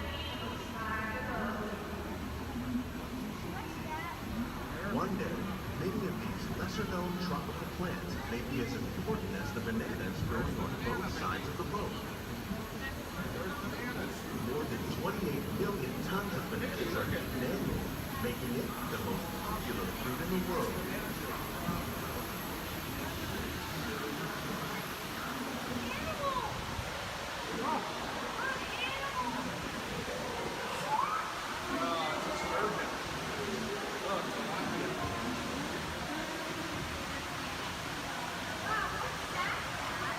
When we mention farming, you probably don't think of fish, but fish farming or aquaculture accounts for nearly half of all the food consumed globally. Surroundings of fast and captive, like the ones you see here, are three of the more popular crops raised by fish farming. The sustainable system we're using here recycles the water in the tanks. As a result, we're able to save millions of gallons each year. Our small fish farm produces nearly 5,000 pounds of fish each year to serve in restaurants around the nation. Innovations like this can play an important role in our efforts to produce bountiful harvests and still protect natural resources. Shrimp. That's a big shrimp.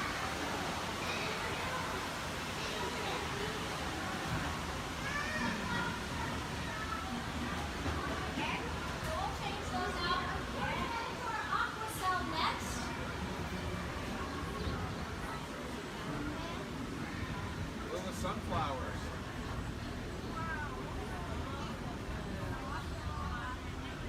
While there are more than 50,000 edible plant species in the world, most of us are only familiar with the handful that make up our everyday diet.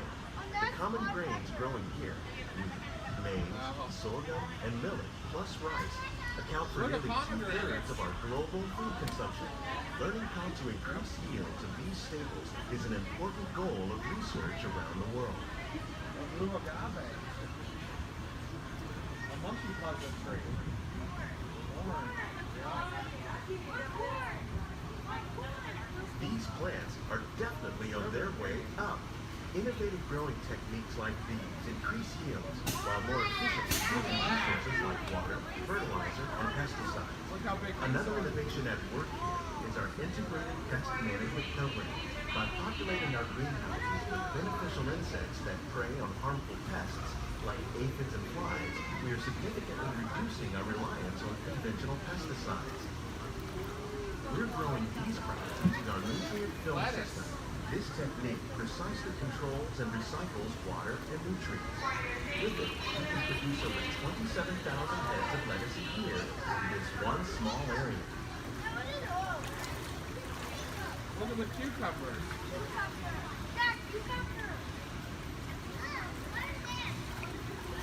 Look at the strawberries. Some of our best ideas have been inspired by nature, like these fruit and vegetable trees. By growing these ground plants vertically, we can increase yields and better control diseases. These crops taste as good as they look. In fact, we serve more than 15 tons of produce from our greenhouses in restaurants here at the Land every year. Look at the jalapenos. That's a great idea.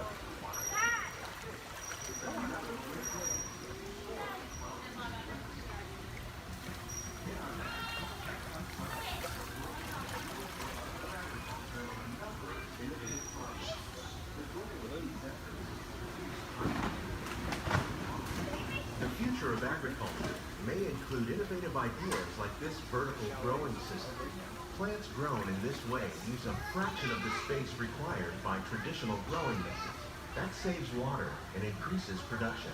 The aquaponic system on your left combines hydroponics with aquaculture. The fish provide a natural source of fertilizer for the plants, and the plants help keep the water clean for the fish. It's another great way to produce more while using less. In our labs, Epcot scientists are working with the U.S. Department of Agriculture on a number of innovative projects. The goal of these efforts is to produce higher yieldings and better quality items. Together, we can continue to find more ways to increase food production and protect our precious natural environment. Only then will we truly be living with the land.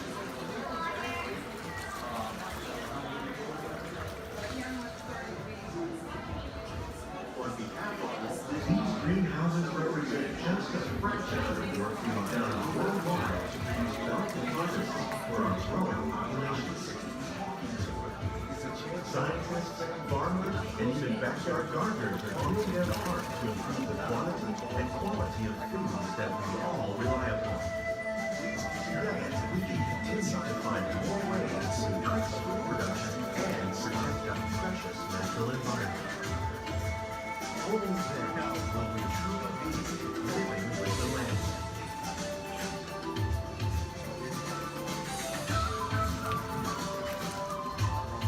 On behalf of Walt Disney World, we hope you've enjoyed this unique journey through our living laboratory. If you'd like a closer look, then check out the behind-the-scenes walking tour. It's a chance for the whole family to get up close and personal with the plants and growing techniques in our laboratory. Please keep your hands and feet inside the boat and remain seated until the boat comes to a complete stop.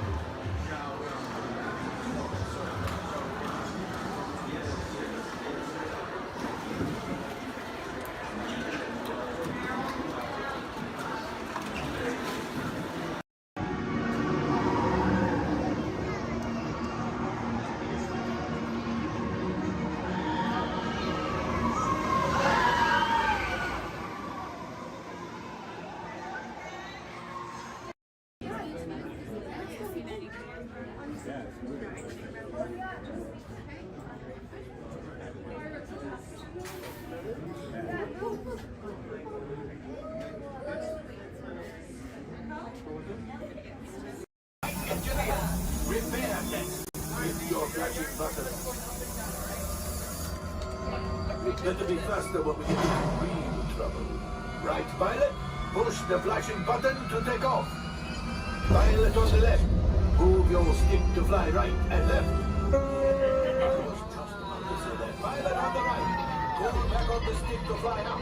And push forward. Weapons are online.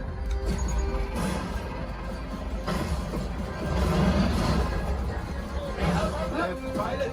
Hit the goosebumps. Now let's go get that coaxium. Right pilot. Main the jump to light speed.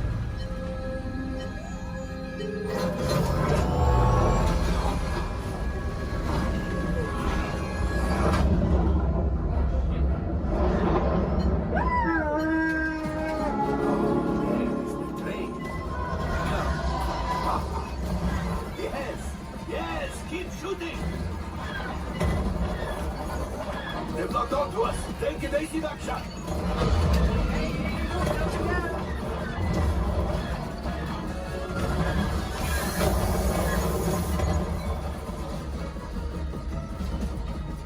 There it is. After that plane. Flight engineers, fire the harpoon. Now, shoot the cargo free. Left pilot, brakes. Well, my friends, that could have been much worse. Okay, it's much worse.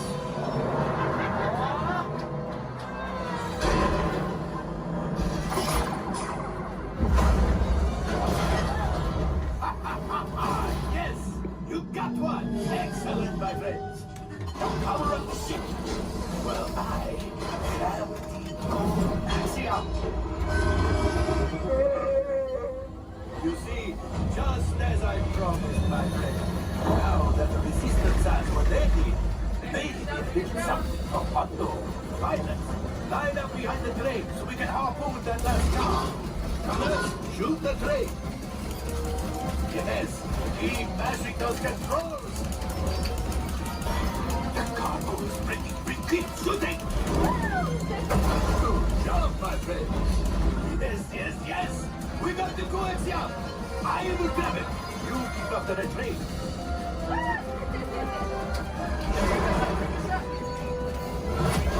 Gunship.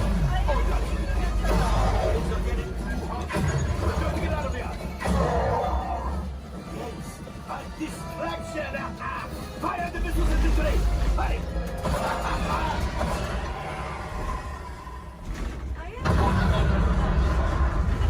It's coming down. Left pilot, hit the boosters. Boost. Look, we did not die. Let's get out of here.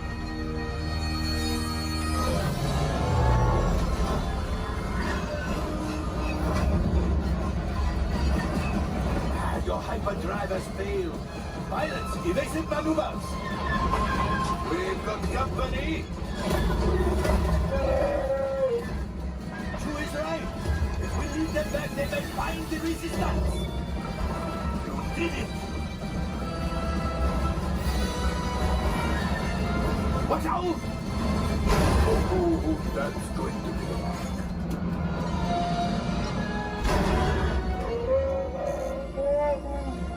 Yes, Chewie will pilot us in remotely. You retrieve 2 containers of coaxium. This will greatly help the resistance. You have heard the First Order and made Chewie proud.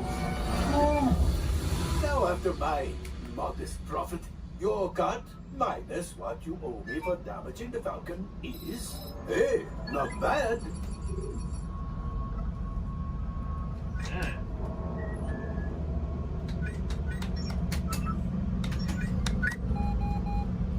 R5, damage report. Engine failure, all right. Hyperdrive leak, that is not too good. Have a fire over here. Multiple hull ruptures, well, it could be worse. Life support failure, man. Okay, that's something. Yeah, I'm just going to cut you off there. It might be fun. Listen, my Stefan. Time for you to go. And don't worry, the payment is on the way.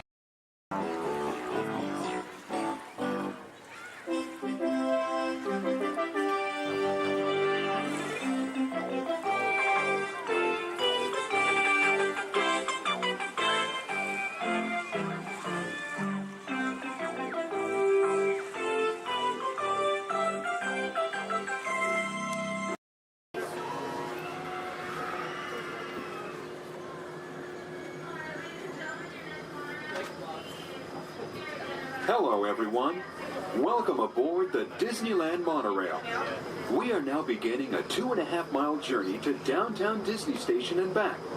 For a safe trip, remain seated, keeping your hands, arms, feet, and legs inside the cabin. Be sure to watch your children, and no smoking, please. Bienvenidos.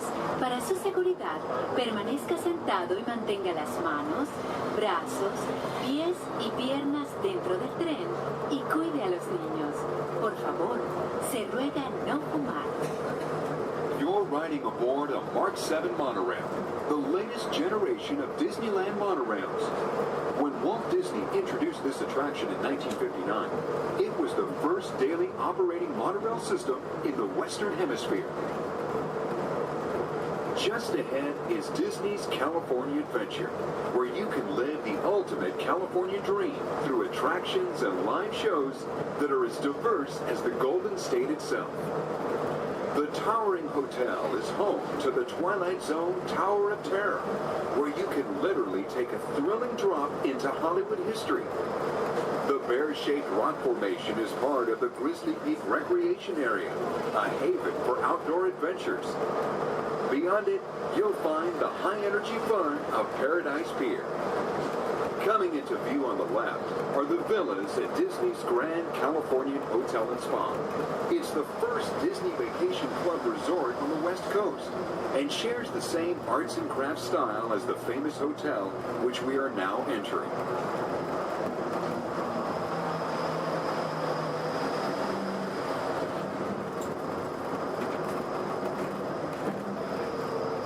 We are now arriving at Downtown Disney Station, gateway to the Downtown Disney District and the Disneyland Resort Hotels. If you will be leaving us here and returning later today, please hold on to your park ticket and have your hand stamped as you leave the station. You may reboard the monorail for a return trip to Tomorrowland up until 1/2 hour prior to Disneyland closing. Please remain seated until the monorail comes to a complete stop and the doors have opened. Then, gather your belongings, lower your head, watch your step, and exit to the left of the monorail. Thanks for traveling with us today, and we hope you enjoy your visit to the Disneyland Resort. For those of you continuing with us, we'll begin our return trip to Tomorrowland in just a few minutes. Thank you.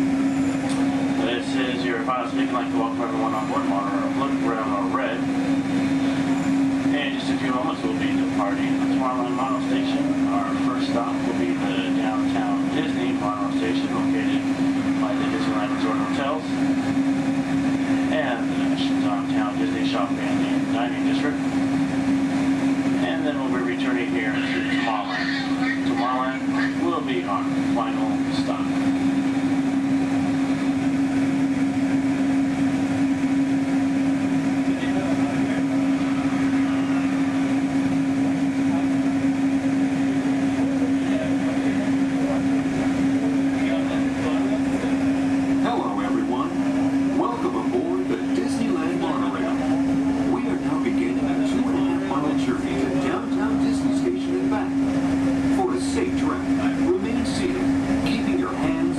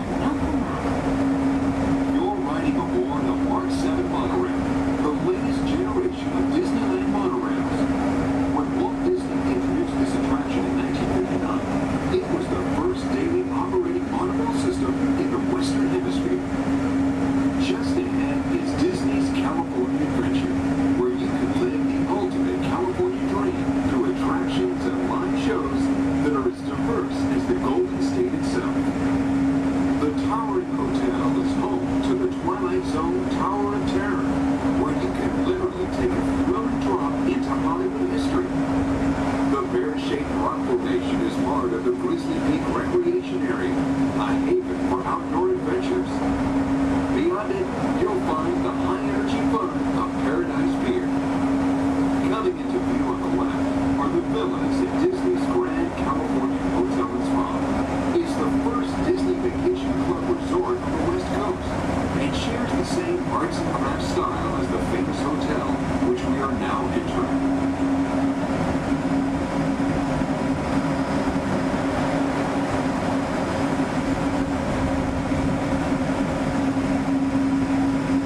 We are now arriving at Downtown Disney Station, gateway to the Downtown Disney District and the Disneyland Resort Hotels.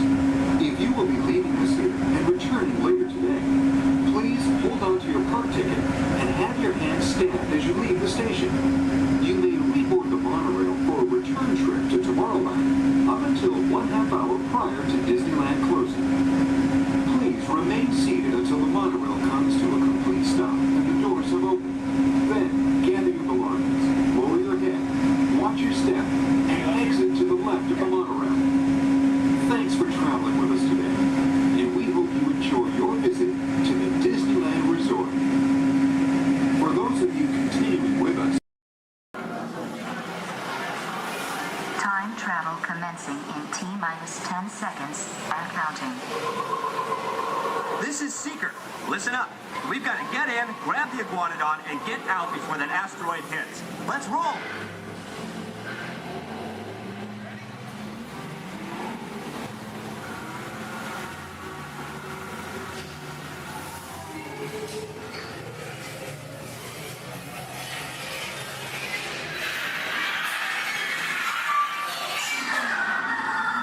Okay, now let's go get that dino.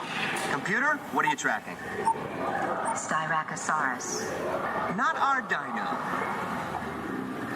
Warning, meteor shower in range. Just little ones.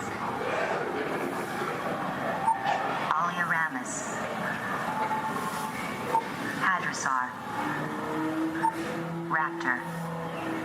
Time to get serious. Locking autopilot on homing signal now. Hang on! I'm tracking a big dino on the scope. Could be ours. Computer, full stop. Identify. Carnotaurus. Definitely not our dino. Go, go, go!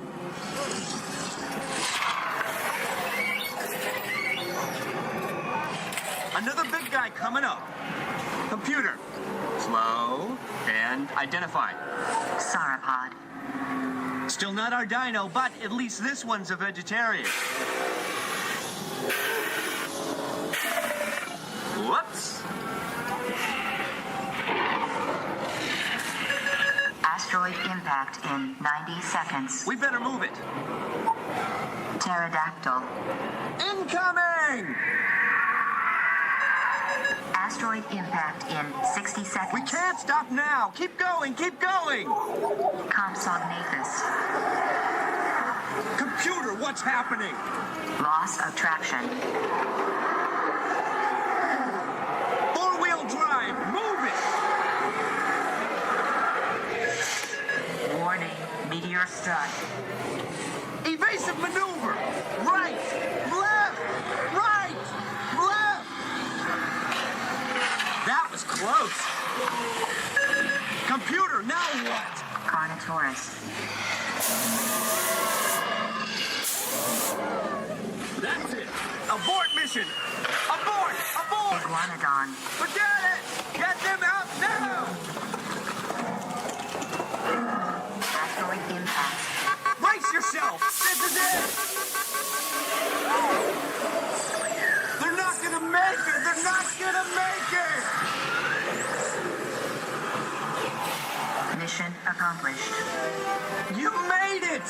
I knew you would, and guess who made it back with you? I better find it before security does. Thanks for everything!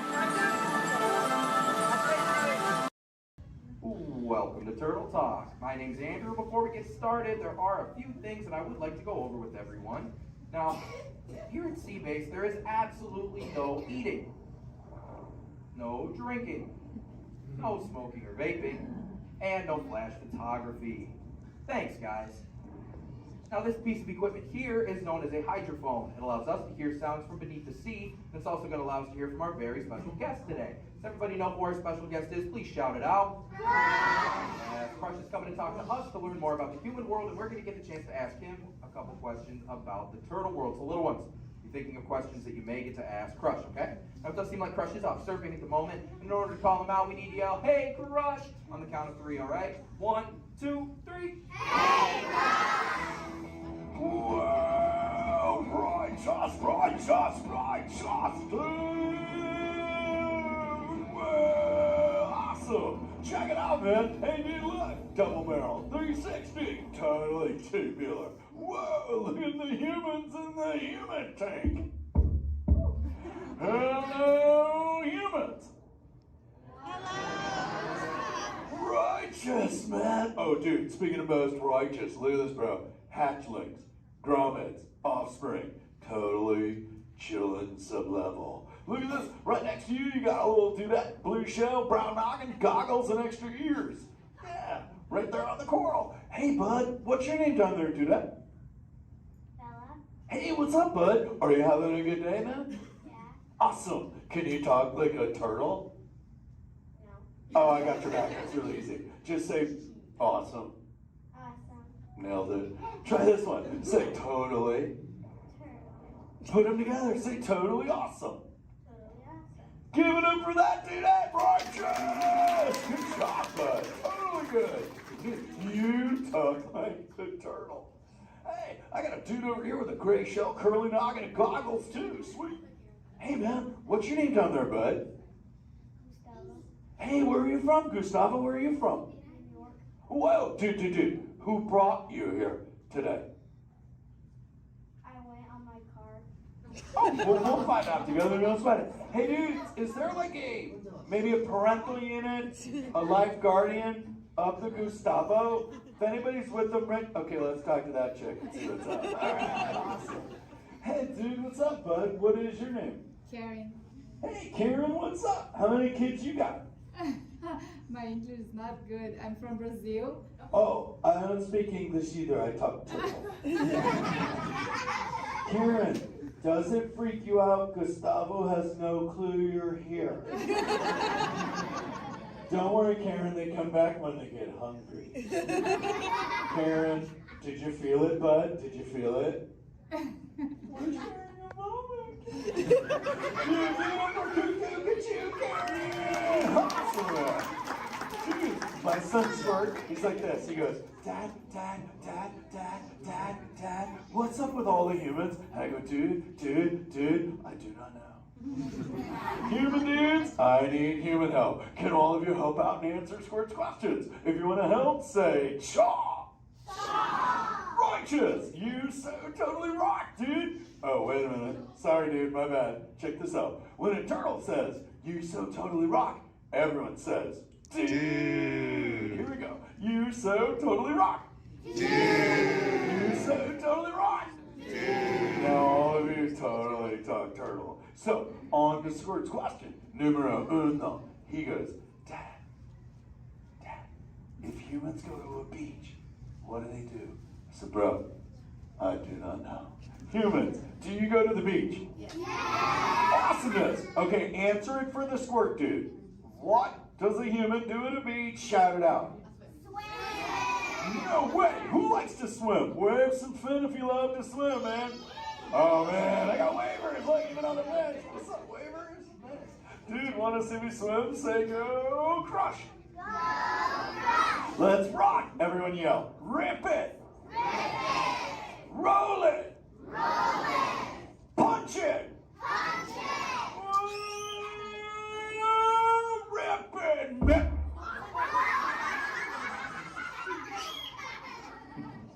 Hey, Crush, watch out for the glass. Hey, dude, thanks, Hank. How long has that dude been there? Oh, no, man.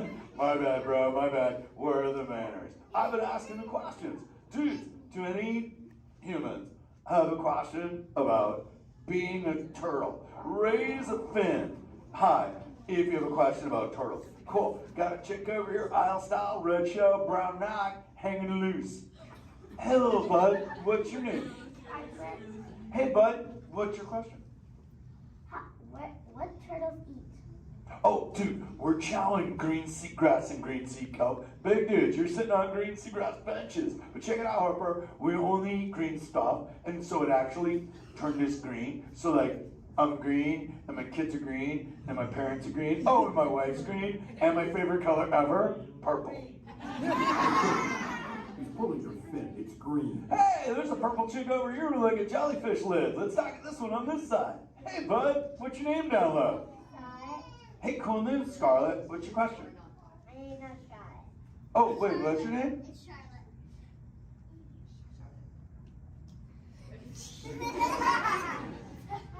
You don't have to tell me. Okay, what's your question, little bud? My name's not bud. Okay. Hey, let's head over here. We got like a little friend on this side. Looks like a light blue shell, brown noggin. Let's talk to this bud. Hey, what's your name, dude? My name's Marley. Hey, Marley, what's up? What's your question? What's your favorite food? Oh, dude, besides eating green seagrass and green sea kelp, we totally chow on the jellies. Yeah, they're like so tasty. Hey, wait, Marley, do you eat food and sleep and stuff? Yeah. Do you know how to swim? Yeah. You're a turtle. Because all we do every day is eat, sleep, and surf. Hey, we got a bud by the bench. He's got a red shell curly noggin. Let's talk to that guy. Sweet. Hey, big man. What's your name, dude? Ezekiel. Hey, Ezekiel. What's your question, friend? How do turtles breathe? Okay, here's the deal. We have to go up every 15 minutes, bud, because I'm like you. I breathe oxygen. But here's the deal. We have to go up every 15. But when I sleep, Ezekiel, we can go in this little cave right there. See the green shelf sticking out over there? We got to tuck under, and we can sleep 5 hours straight and absorb oxygen out of water when we're underwater. Who else has a question? This is kind of cool. Oh, whoa, dude, check it out. We got like a little friend chilling on this side by the bench. Looks like a grayish blue shell, brown rock sitting on her own flips. Dude, what's your name over there, bud? Abby. Hey, Abs, what's your question, Abby? How many babies can a turtle have? Well, mommy turtles, man, they go to a beach, but it's the same beach every time. And they drop off like 90 to 100 eggs. But here's the cool part. When the sand is really warm, Abby, everybody is a dudette. And when it's cold, they're all dudes. So we say, dudes are cool and chicks are hot. This is awesome, humans. Hey, the Jelly Man. I was talking about you, buddy. Oh, Crush. Hey, man. I'm trying to get away from a turtle pile. Marlin, turtle piles are a celebration. Everyone yell, turtle pile!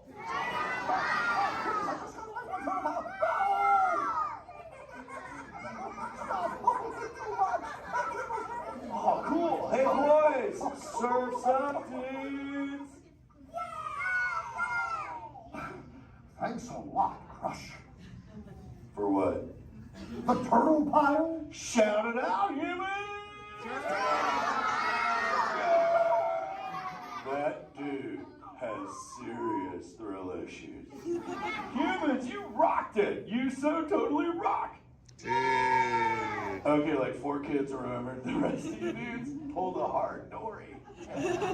Dudes, don't space out! Remember, Turtle says you so totally rock. Everyone screams!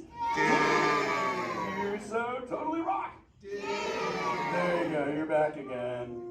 Oh, bummer. Hey, bro, the frequency thing is not working. Whoa, it's Bailey. Call him back with your fins. Put your both fins up. Yeah, put your both fins up. Go.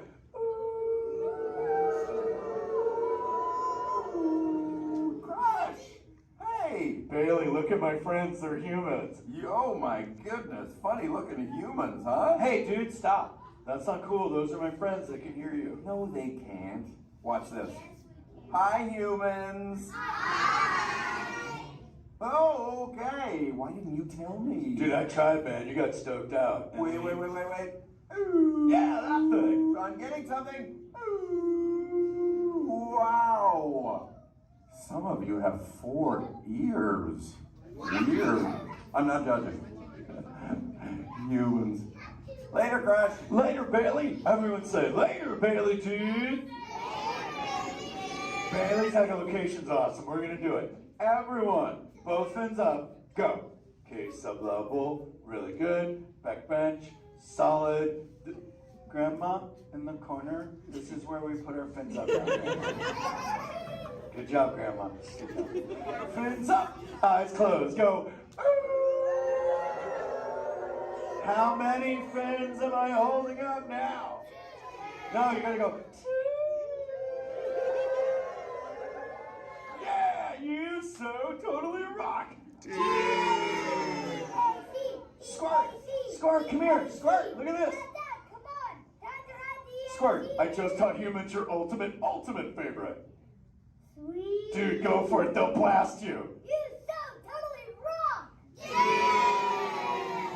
Rock on, human dude. Rock on, Squirt. That's my son. I'm in a jam. Oh, wait. Remember this thing. You gotta be good to the oceans. And the oceans will be good to you. And slap the fins together for my man Andrew. Rockin' the mic, man. Oh, righteous. Little dude. Use the word dude all day long. Because your parents will love you. Hey, Karen. You're welcome, Karen. Let's go! You so totally rock! Let's give it up for Crush. If you would like to learn more about Crush and his friends like green sea turtles, manatees, or sharks, you can do so up on the second floor of Sea Base. Now, little ones, don't move until your adult comes to get you. Adults, please collect your belongings, collect your children, head on up to those two right here exit doors. In order to safety, please don't stand up.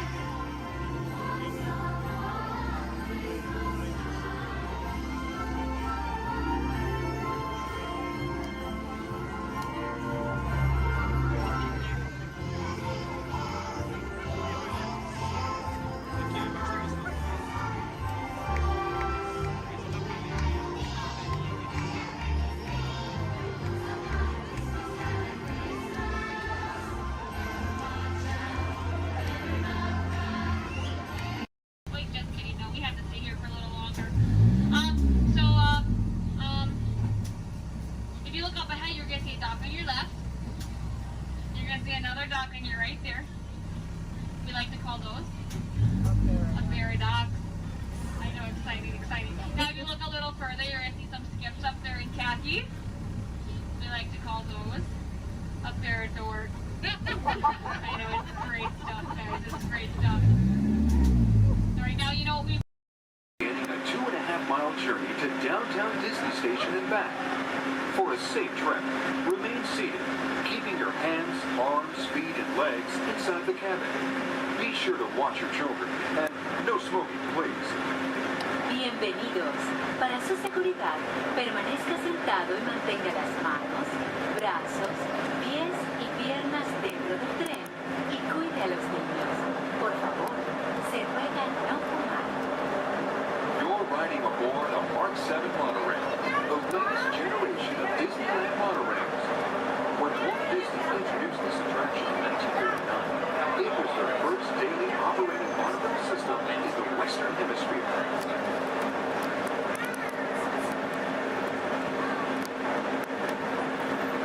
Just ahead is Disney's California Adventure, where you can live the ultimate California dream through attractions and live shows that are as diverse as the Golden State itself. The Towering Hotel is home to the Twilight Zone Tower of Terror, where you can literally take a thrilling drop into Hollywood history. The bear-shaped rock formation is part of the Grizzly Peak Recreation Area, a haven for outdoor adventures. Beyond it, you'll find the high-energy fun of Paradise Pier. Coming into view on the left are the villas at Disney's Grand California Hotel and Spa. It's the first Disney Vacation Club resort on the West Coast and shares the same arts and crafts style as the famous hotel, which we are now entering.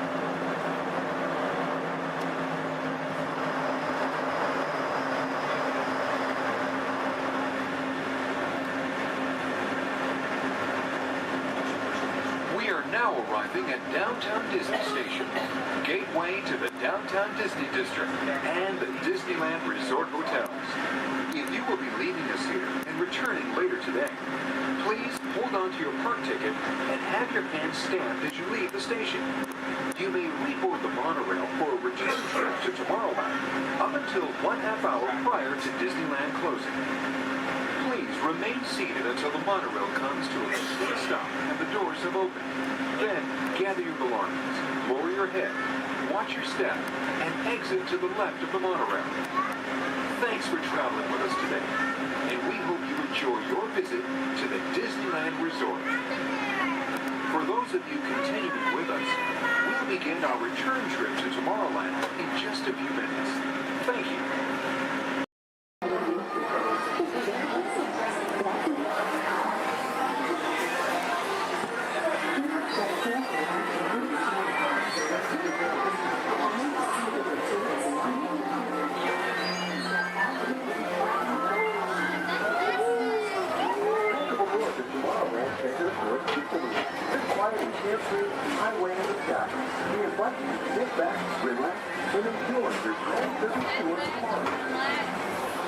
Along the way, you can preview many of the exciting places you want to be sure to enjoy today while visiting this land of tomorrow.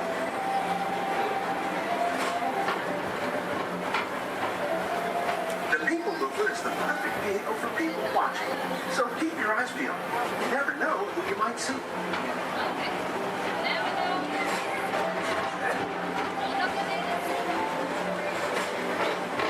Coming up, Stitch's Great Escape, where you can report for duty as a security agent for the Galactic Federation.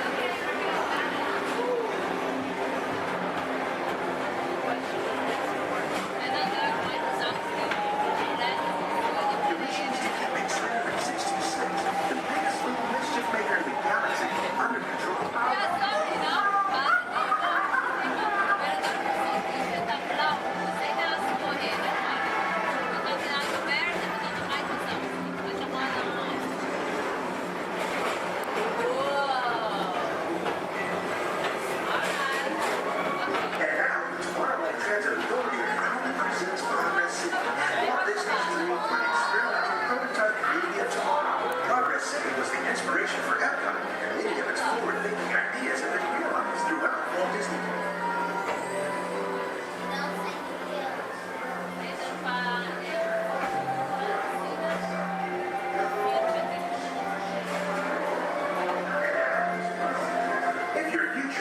shopping, then you'll want to visit Liberty Stock Traders, where you'll find the greatest goods from around the galaxy.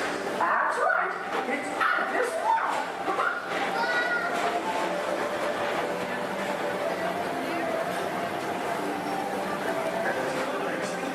Put the pedal to the metal and speed towards the checkered flag in your very own race car. Young or old, this is your chance to drive in the fast lane without worrying about getting a speeding ticket.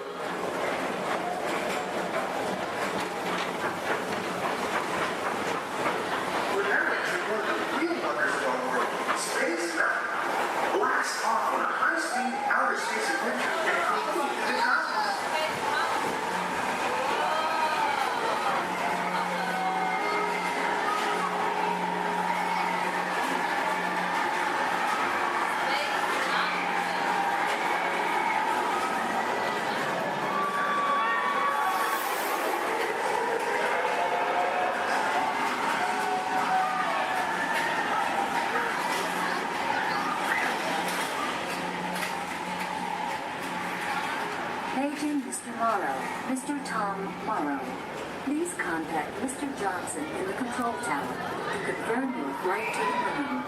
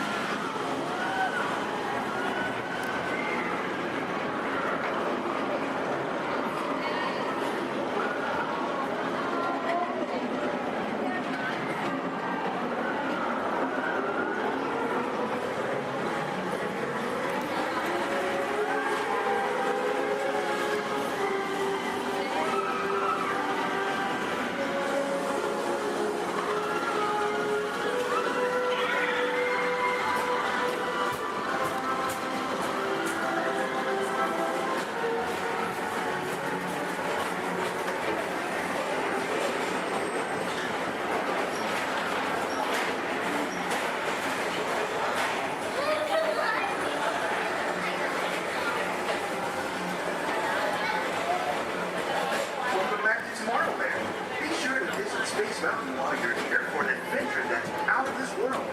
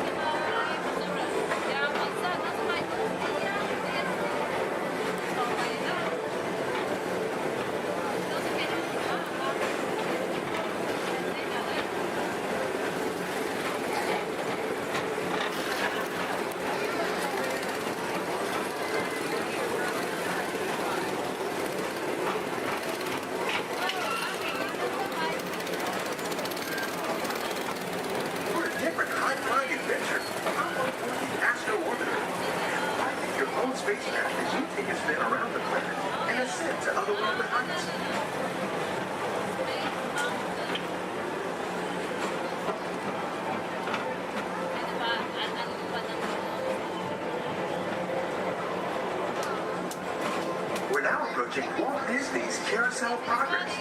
Inside this rotating theater, 4 families welcome you into their homes of yesterday and today, starting way back at the turn of the 20th century. First presented at the New York Post Fair, this legendary circular theater celebrates the progress that has made our lives better.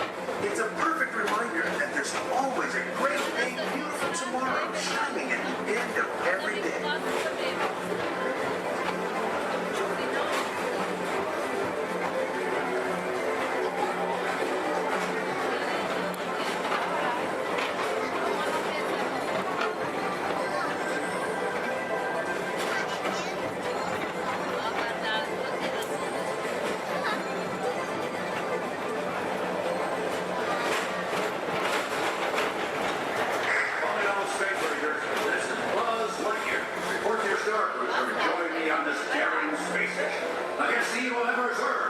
As an honorary space ranger, you'll use your own personal laser cannon to save the entire galaxy.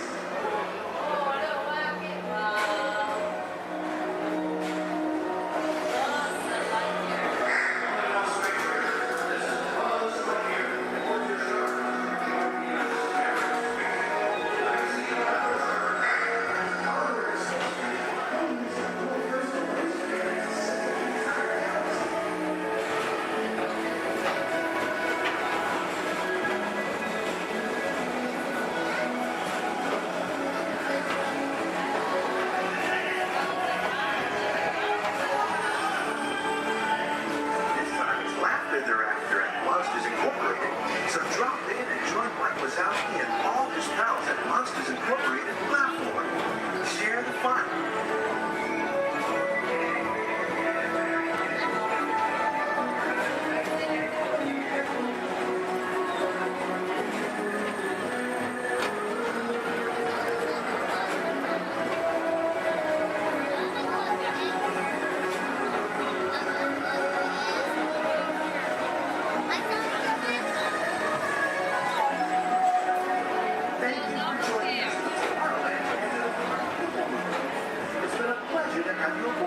Enjoy the rest of your day and have a great, big, beautiful tomorrow.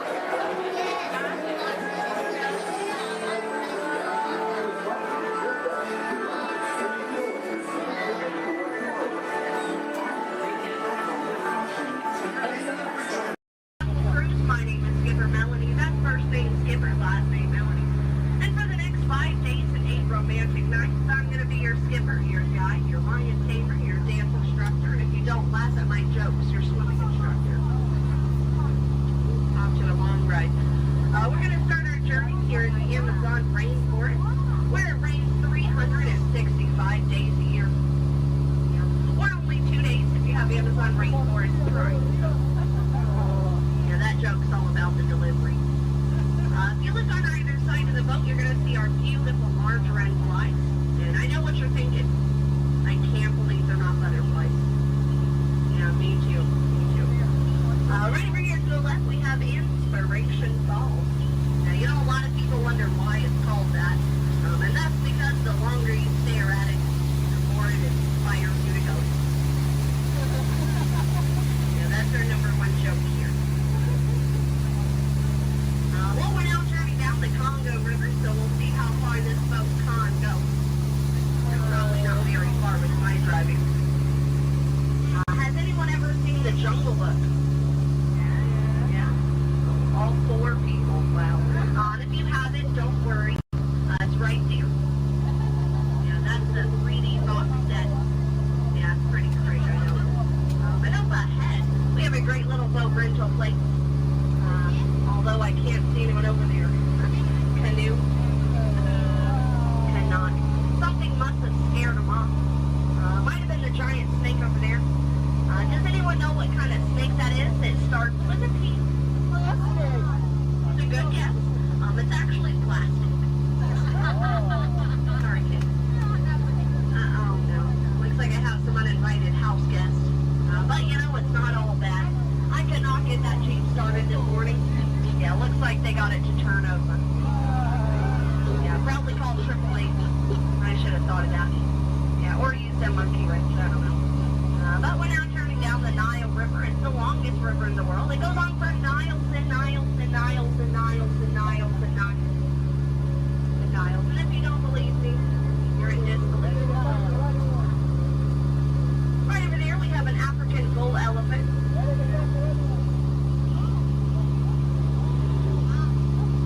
Now that elephant right there is actually the fastest elephant in the entire world. Yeah, he's already over here. Wow.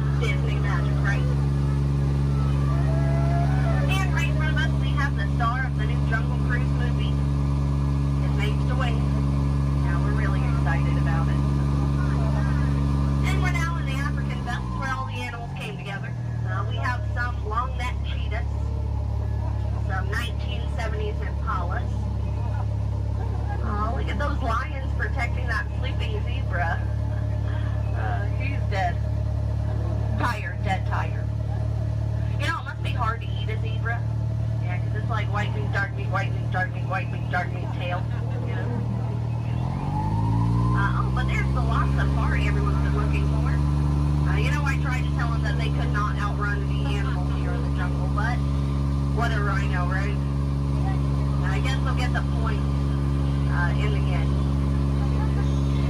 But that's my best friend right over there. Her name is Ina. Everyone say hi, Ina. The jokes do not get better from here. But now is a great time to point out some of my favorite plants, so I'll go ahead and get started.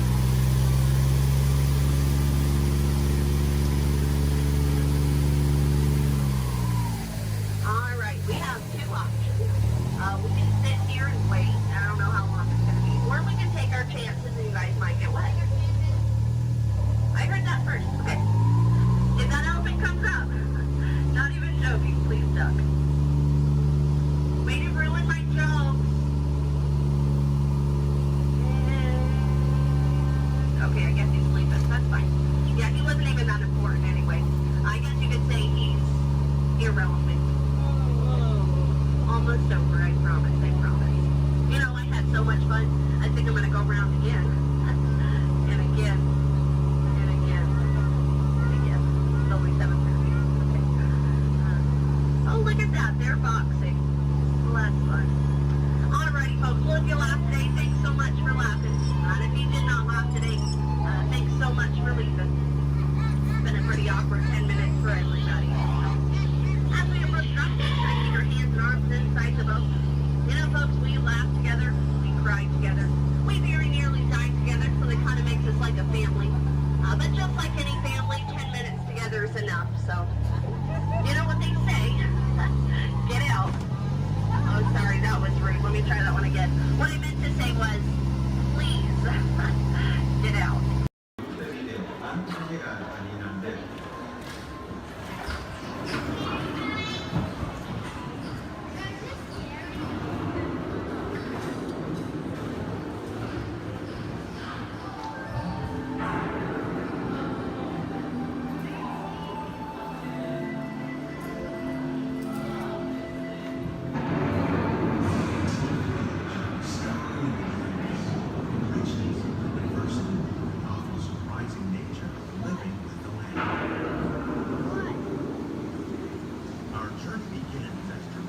Sudden change in slipping right away. The ocean storm remains simple, climate, and destructive to us, but to nature, it's about beginning the cycle of life.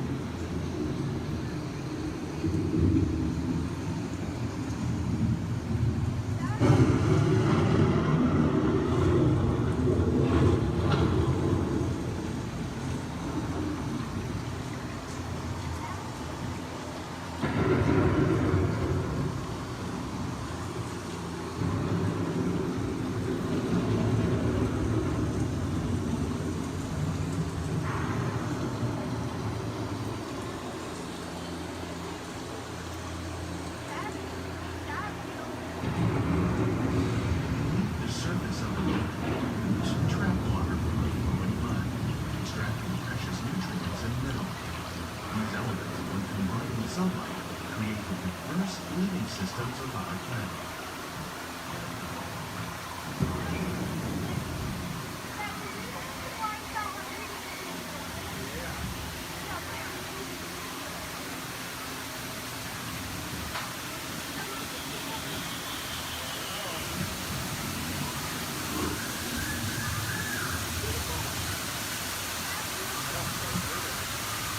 One of those living systems is the rainforest, home to the most amazing concentration of wildlife on Earth. These dense and beautiful forests cover only a tiny portion of the Earth's surface, roughly between the northern half of its planet and the southern half. Rainforests are also extremely rich in synthetic living systems, providing us with oxygen, food, medicine, and other forms of essential life.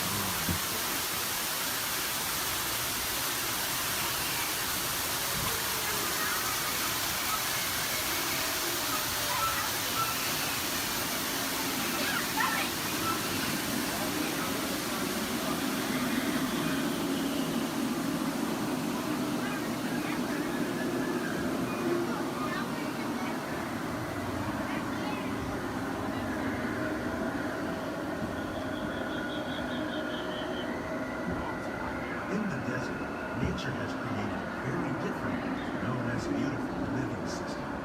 And while this arid landscape may seem lifeless, it is very much alive.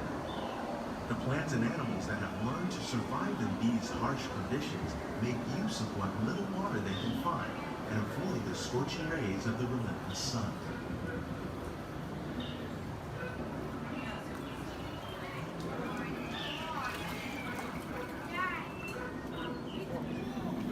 The American prairie once appeared as desolate as the desert, but over time, rainwater and nutrients gradually penetrated the hard surface of this land. Even the hooves of the muddy buffalo helped create the rich soil that one day become home to the American farm.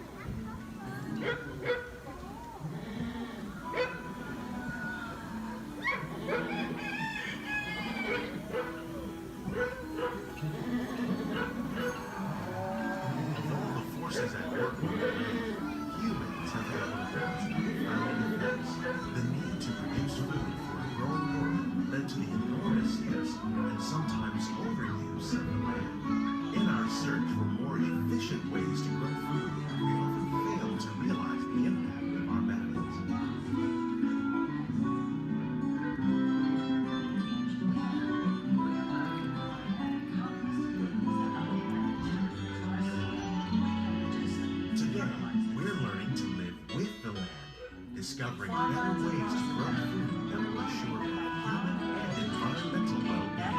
Fertilizers, we can enrich the soil without the use of chemicals. In Saudi Arabia and Mexico, we're learning to produce food on desert seacoasts by developing and planting crops that thrive on saltwater. Here at Epcot, we're learning to reduce the need for pesticides by using natural predators like ladybugs and wasps to control pests. In Japan, we're learning that by adding composted leaves and other plant material to our soil, we can reduce the need for fertilizers.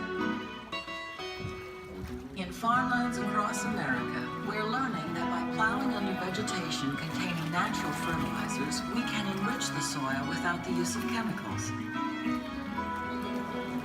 In Saudi Arabia and Mexico, we're learning to produce food on desert seacoasts by developing and planting crops that thrive on saltwater.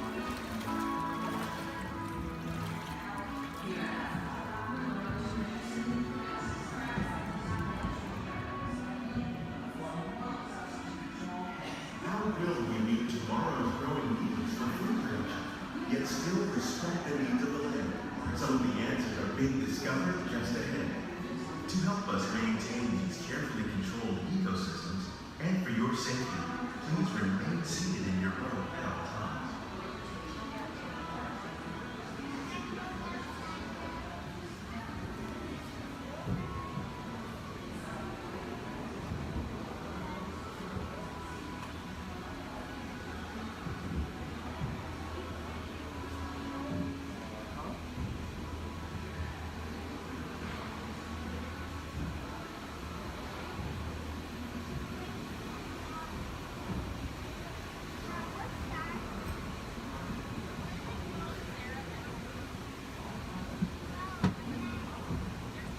Welcome to our living laboratory, where scientists from Epcot and the U.S. Department of Agriculture are exploring innovative ways to produce bountiful harvests now and into the future.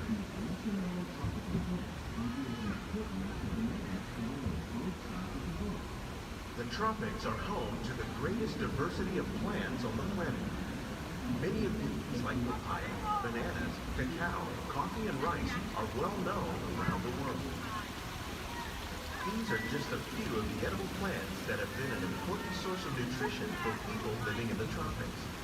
Many are rich in vitamins and minerals, while others are well adapted to growing in less than ideal conditions. Some, like the water lily, thrive in wet, swampy areas and waterways. All parts of this plant, even the flower petals, are edible. The starchy root of the plant has long been used to make flour for baking. One day, many of these lesser-known tropical plants may be as important as the bananas growing on both sides of the boat. More than 28 million tons of bananas are eaten annually, making it the most popular fruit in the world.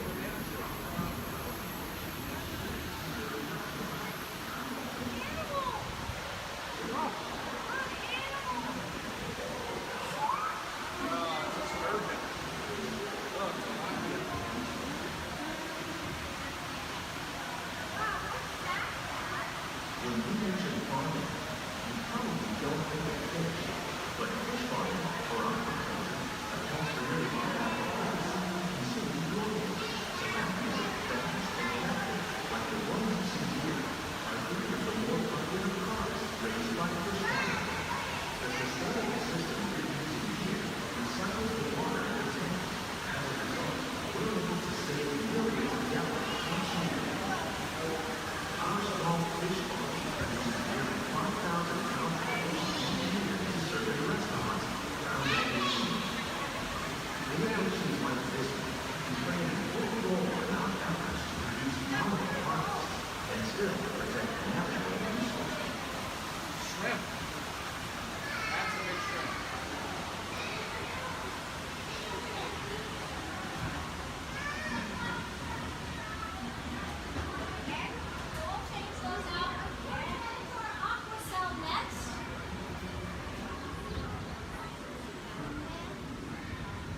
sunflowers.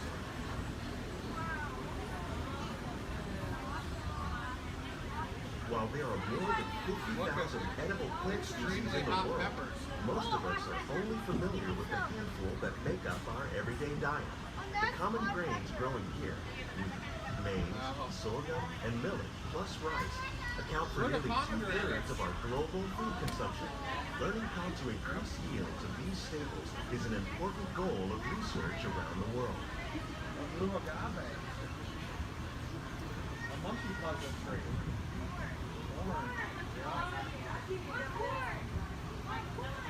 These plants are definitely on their way up. Innovative growing techniques like these increase yields, while more efficiently using resources like water, fertilizer, and pesticides.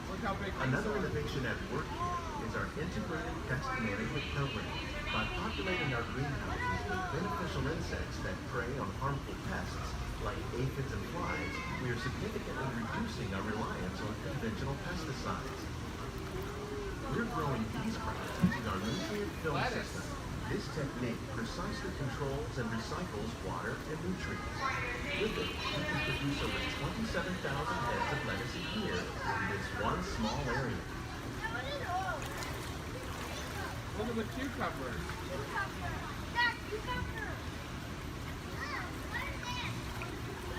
Look at the strawberries. Some of our best ideas have been inspired by nature, like these fruit and vegetable trees. By growing these ground plants vertically, we can increase yields and better control diseases. These crops taste as good as they look. In fact, we serve more than 15 tons of produce from our greenhouses in restaurants here at the land every year. Look at the jalapenos. That's a great idea.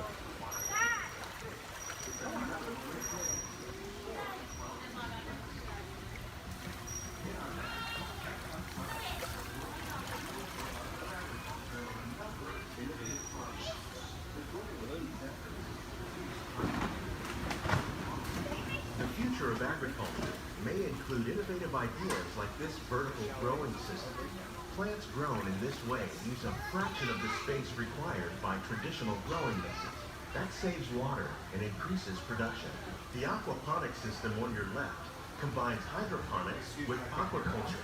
The fish provide a natural source of fertilizer for the plants, and the plants help keep the water clean for the fish. It's another great way to produce more while using less. In our labs, Epcot scientists are working with the U.S. Department of Agriculture on a number of innovative projects. The goal of these efforts is to produce higher yielding and better quality items. Together, we can continue to find more ways to increase food production and protect our precious natural environment. Only then will we truly be living with the land.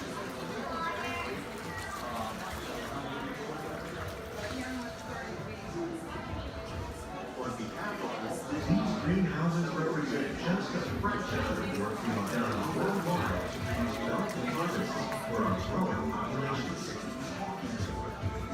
Scientists, farmers, and even backyard gardeners are doing their part to improve the quantity and quality of foods that we all rely upon. Together, we can continue to find more ways to increase food production and protect our precious natural environment. Only then will we truly be living with the land.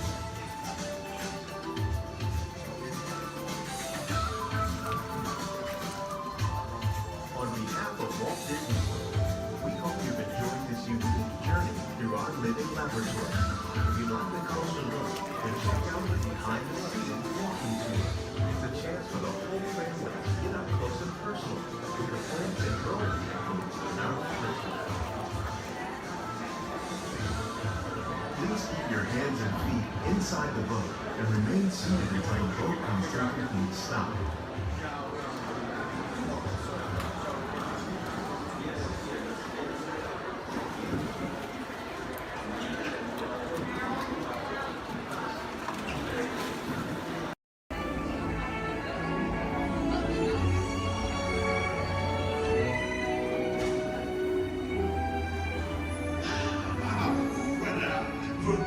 Venez, suivez-moi.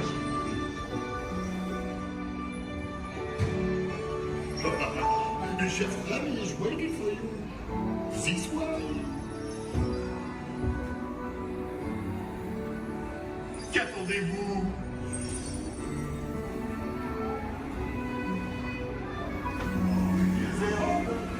Des invités pour le dîner.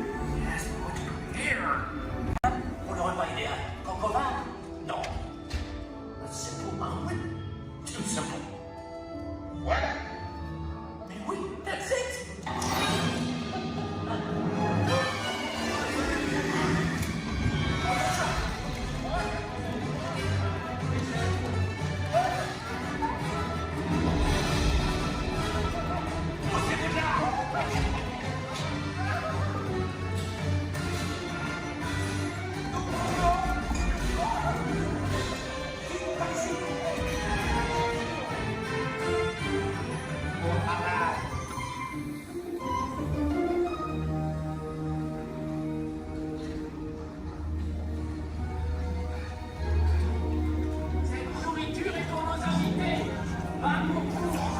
Hey guys, the food is for them, not you.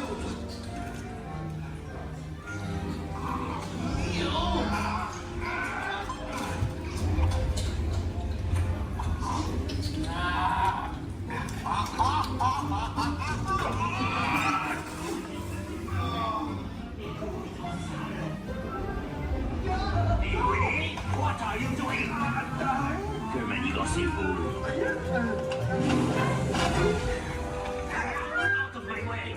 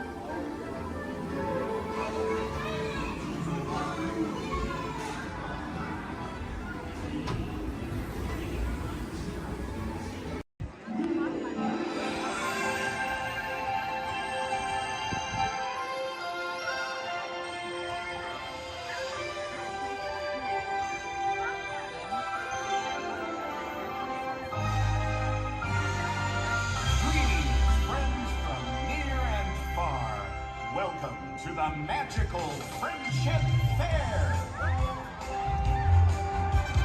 Hi, everybody! We're so glad you're here! What a great day! This is wonderful! Welcome to the place where the stories come alive for the child inside.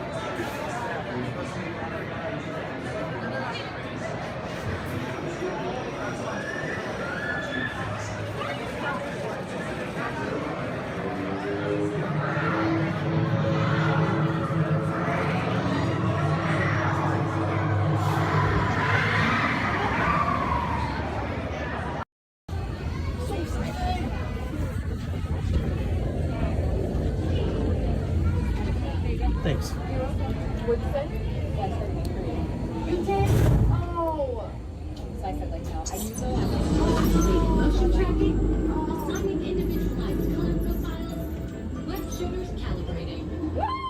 You there, Spider-Man? I'm here. Where are you? On our way. Okay, please get back and enjoy your ride until we reach Beast and Faces After. Wait, I thought you were still an exponential laser. Yeah, disaster sounds right. I got you, Dave.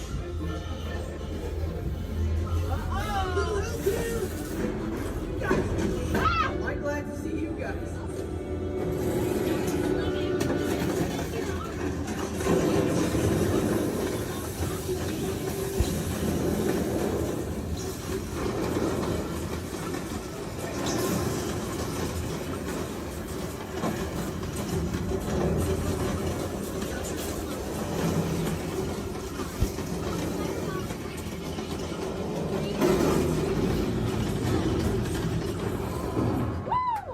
You're heading into the tunnels. Catch you.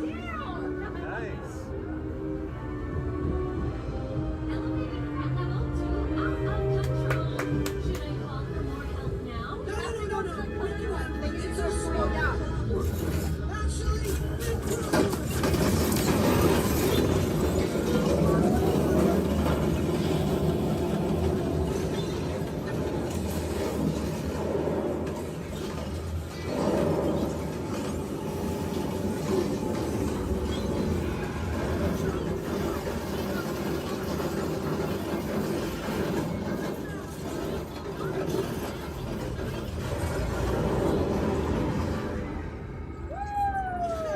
got him.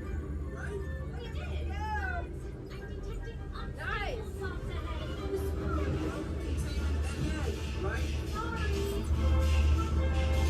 Elevating threat level to legit crazy. Yeah, that sounds right.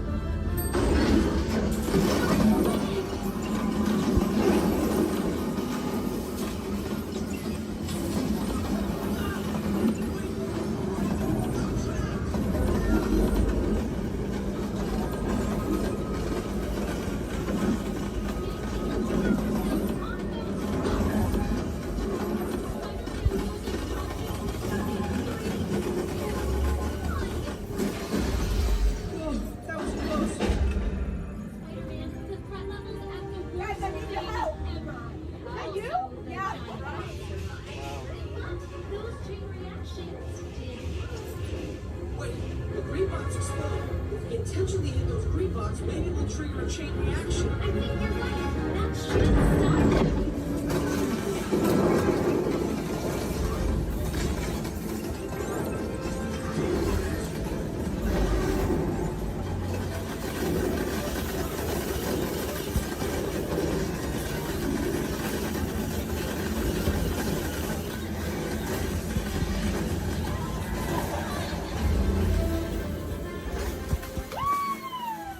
We did it! I can't believe the chain reaction thing worked. You guys were amazing. I'm very impressed, Spider-Man.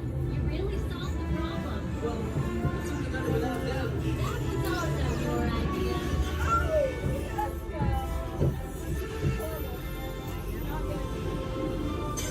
Dang it!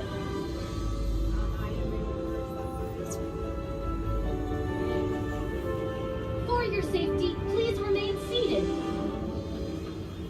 We failed. I did better this morning. Jackson did so good. My arms are tired. Reinforcements, remain seated inside the transport.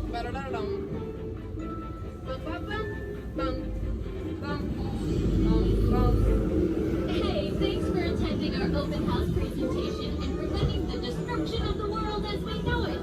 Please collect your wits and any personal belongings as you exit the vehicle. See you later. Good evening, friends. Look around you. There is a special magic that flows through this land. A magic of fantasy, swirling with pixie dust, made more brilliant by the light that lives within you. It inspires us to wish upon stars, follow our hearts, and find our happily ever afters. Tonight, as we gather together under the spires of this majestic castle, our dreams ignite ignites the magic to create a beacon shining out and celebrating 50 years of the most magical place on earth.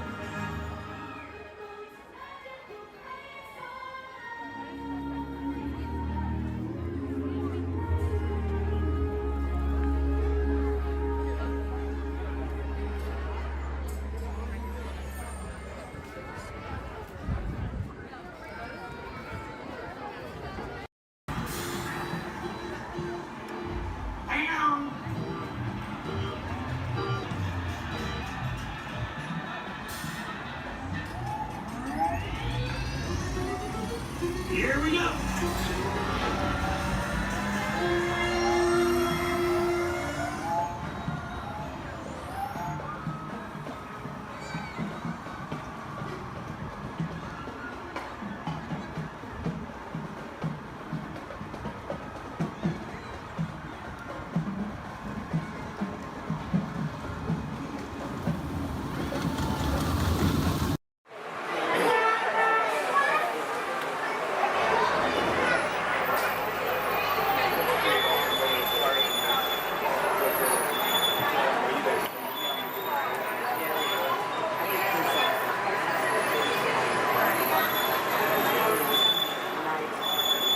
Hello everyone, my name's Don and welcome aboard. We're heading into the back lot of Disney's Hollywood Studios. This production area was built in 1988 as a Florida counterpart to the Walt Disney Studios in Burbank, California. We included sound stages, recording studios, high-tech editing rooms, all the tools needed to create movies, TV shows, and radio broadcasts. We've even got our very own water tower too. It's up ahead on the left side of our shuttle. We call it the Earful Tower. It's inspired by the water tower Walt Disney had built for his Burbank studio in 1939. Our Florida tower stands a lucky 13 stories high, and we added our own creative touch, a giant set of Mickey Mouse ears. If you wanted to wear those ears, you'd have to have a hat size of 342 3/8. Up ahead, after the next bend in the road, you'll have a perfect opportunity to take a picture of this famous icon. In the world of entertainment, every project starts with a screenplay and a lot of creative ideas. A production studio is where the ideas of writers, producers, and directors are transformed into an on-screen reality. Within these huge spaces, filmmakers can literally create their own worlds. Our Florida sound stages are soundproof, weatherproof, and most importantly, air-conditioned, all vitally important for the cast, crew, and equipment. Many of the crafts needed for filmmaking are located right here on the lot. On the left, we have our own greens department. It grows flowers, trees, shrubs, and topiaries. A few well-placed plants can cover up empty spots in the set and add a touch of natural beauty to a scene.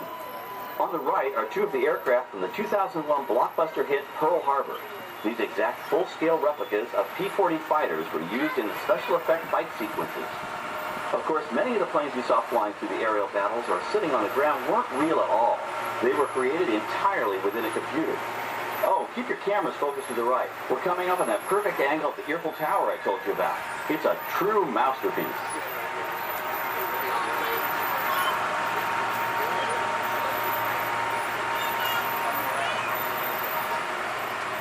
We're entering one of our most glamorous and colorful departments, creative costuming. Every star has to have just the right wardrobe, and it all begins here with a designer's sketch.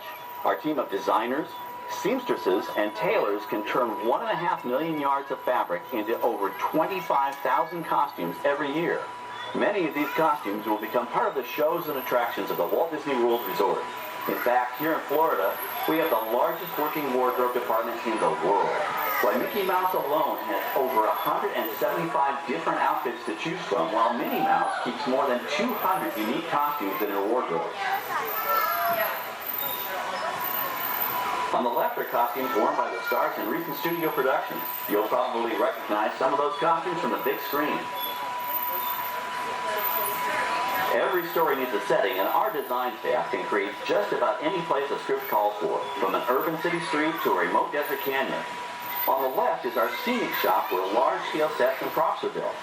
Our team of set designers, carpenters, artists, and engineers has created caves and caverns, game show sets, even replicas of the U.S. Supreme Court and NASA's Mission Control, all on our sound stages.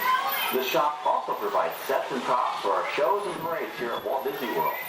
The same skill and craftsmanship that goes into a movie set can also be used to create magic for our parks. Either way, it's all about making dreams come true.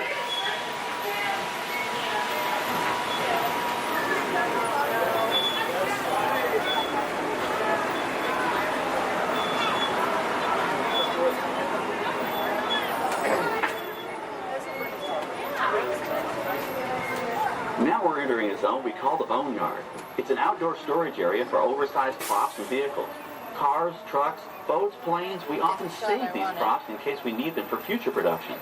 In this backlot collection, you may find real working vehicles, non-working mock-ups, and even large-scale miniatures used in special effects shots. Large-scale models create a more convincing illusion on camera. We even place small cutout passengers in the windows of the plane.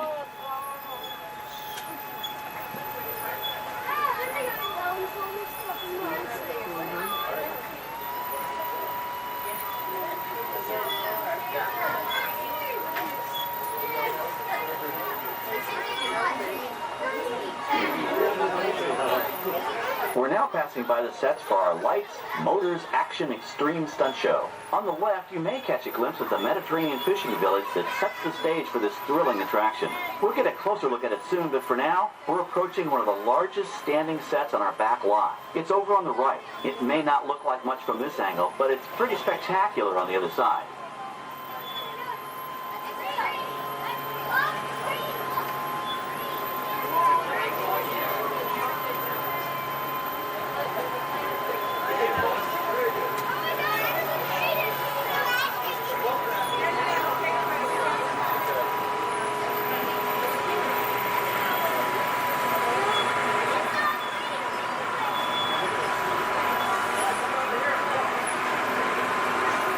This is great, folks. The production crew has just given us clearance to enter the set.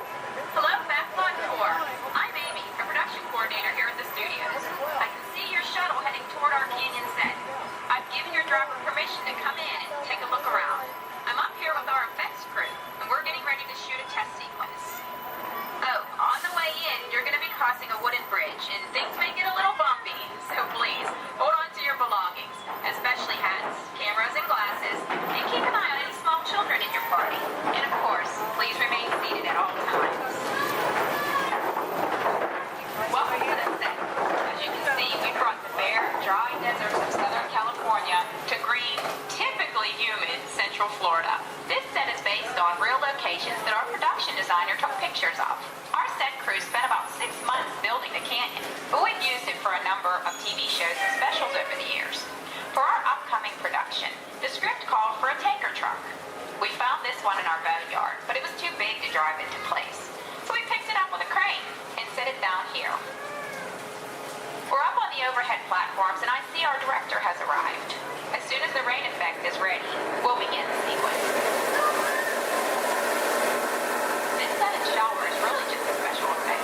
We've rigged up a series of water nozzles just above your trim. The water sprays in a crisscross pattern to create a sense of depth. But this storm only covers the first few feet.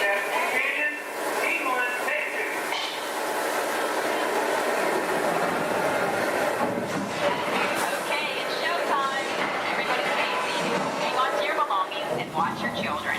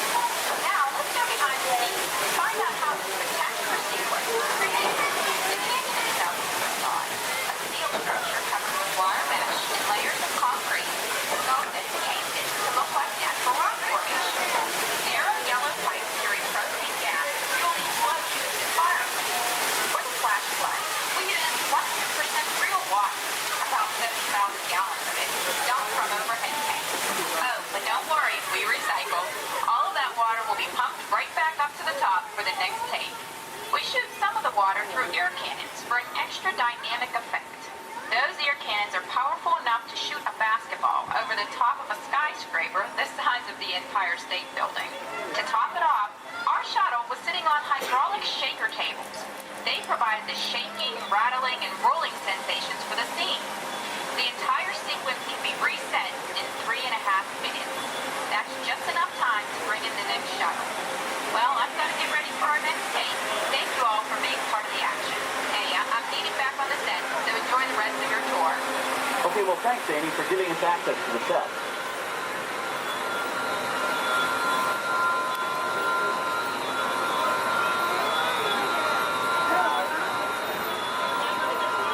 On the right, we have an authentic piece of Disney history. That Gulfstream 1 was known at airports across the country as November 234 Mickey Mouse, but we just call it the Mouse. In 1964, Walt Disney and his hand-picked team used this plane to scout locations for what he called the Florida Project. Soon, they secretly began purchasing thousands of acres of land, which became the Walt Disney World Resort in 1971. During the creation of the resort and later Epcot, the Mouse shuttled studio executives and Imagineers between Burbank and Orlando, making it the most used executive aircraft in the country. Appropriately, the Mouse retired here in 1992. As Walt used to say, it was all started by a mouse. In this case, the 234 Mickey Mouse. On our right, we once again sweep past the magnificent Mediterranean village of our lights, motors, action extreme stunt show. This high-octane attraction is based on the hit show from the Walt Disney Studios Park in France. In this action-packed production, you'll feel like you're right there on the set during the filming of a spy thriller, complete with custom-built cars, motorcycles, even jet skis.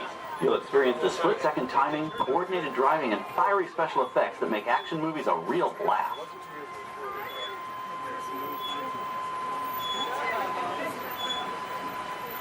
The staging area to our right is known as Acceleration Alley.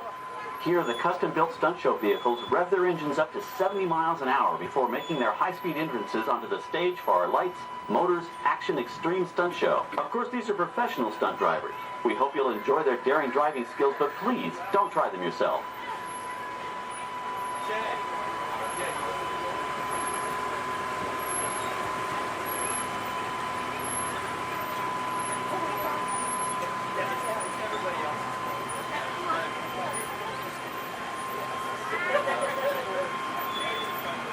On the left, we've reached our second boneyard with more historic props and vehicles. When we reuse older props in a new production, they're often refitted with custom parts and given a whole new color scheme. You might not even recognize them the next time you see them on screen. For instance, coming up is our friend Herbie the Love Bug. He went through a special demolition derby makeover. Those dents and dings were added on purpose, but he can be polished up as good as new for his next starring role.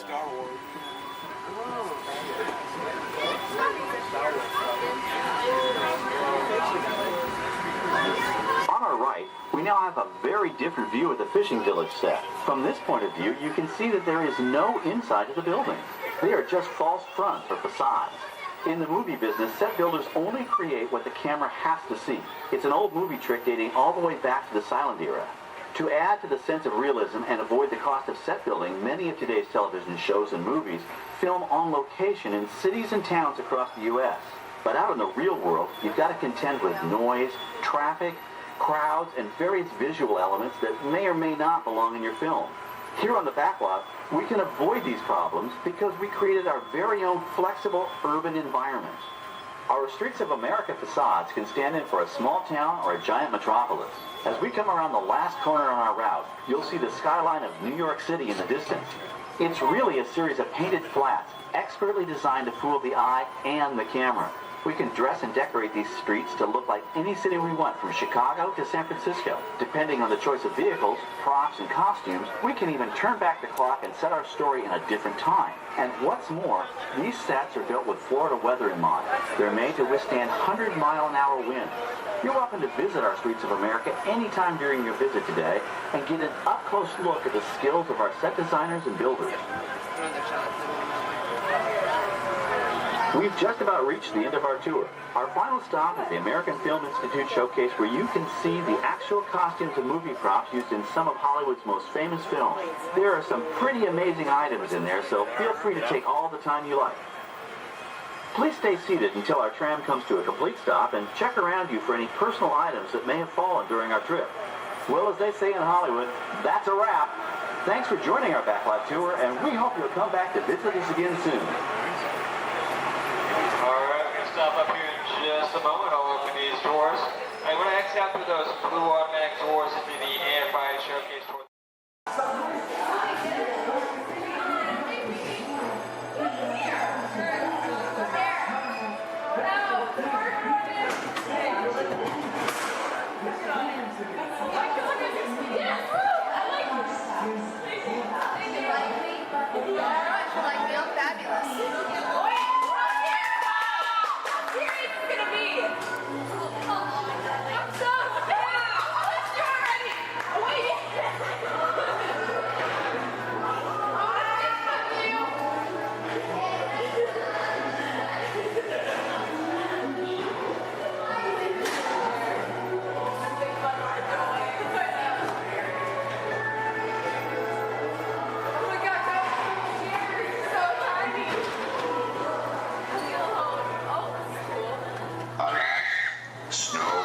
Is the fattest one of all.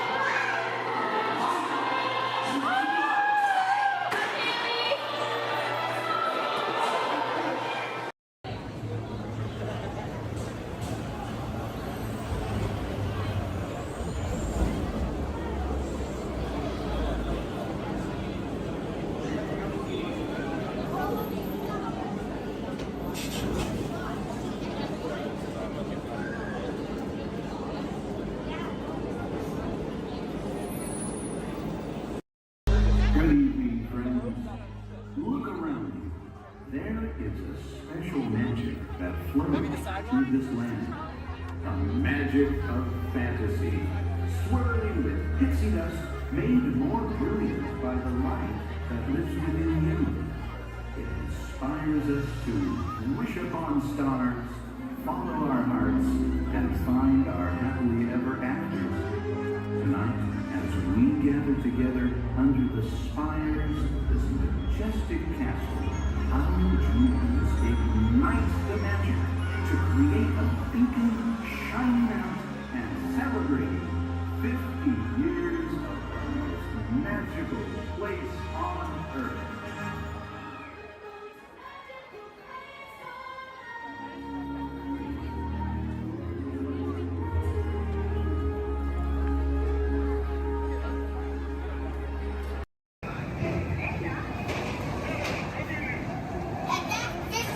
Hold on!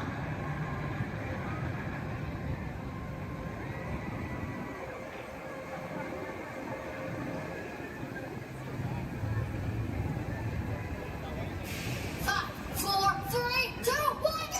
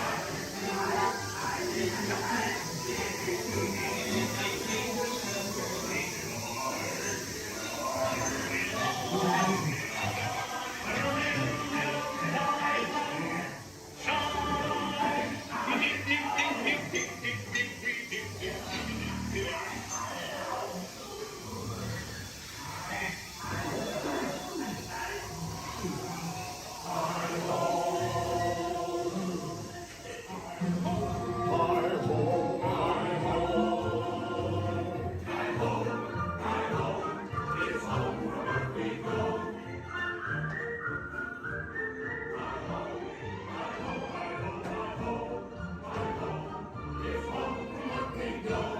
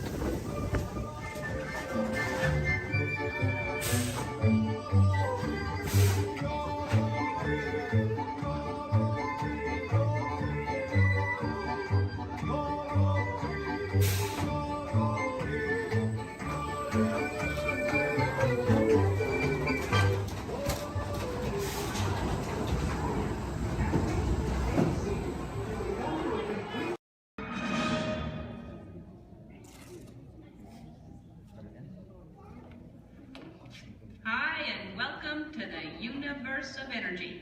How are you? Fine. No need to answer. You know, you're probably surprised to see me here, aren't you? But then there's probably a lot of places you'd be surprised to see me when you think about it. If you were driving in your car, for instance, okay? Close your eyes, you're in your car, no, close your eyes, in the car, but right now think about it. You're in your car, you're driving, and then all of a sudden from the back seat, I just pop up and go, hey! You just whack me in the head, wouldn't you? That wouldn't be nice. But then it wouldn't be nice for me to do that to you. How'd I get in your car anyway? Did you lock the car? Maybe it was your fault. Maybe I'm just teaching you a lesson. But the point is, to see me here as a spokesperson for the universe of energy. I mean, that's crazy, you know. I mean, I'm an expert on a lot of things. You know that. I know that. But not a lot of things. A few things. But energy, I mean, there was a time I could care less about it. And then suddenly everything changed. One day I was sitting in my apartment. I said I was sitting in my apartment when, there it is. I'd offer you some snacks, but I can't hear me. Hey, you! How about sharing some of those chips? No, you're on a diet. Me? How about you? Anywho, I'm watching TV and my favorite show's about to start. This is Jeopardy! Yes! I told you it was my favorite show. Who is it? And And of course, no one locks their doors in New York. Hey, it's your neighbor, Bill Nye, the science guy. Hey, Bill Nye, the science guy. It's Ellen, Just Ellen, I guess. What can I do you for? I'd like to borrow some aluminum foil, a clothespin, and a candle. Another hot day, huh? Actually, I'm working on a new experiment. Take whatever you need. I don't want to miss any of the game. What are you watching? Jeopardy. Yes.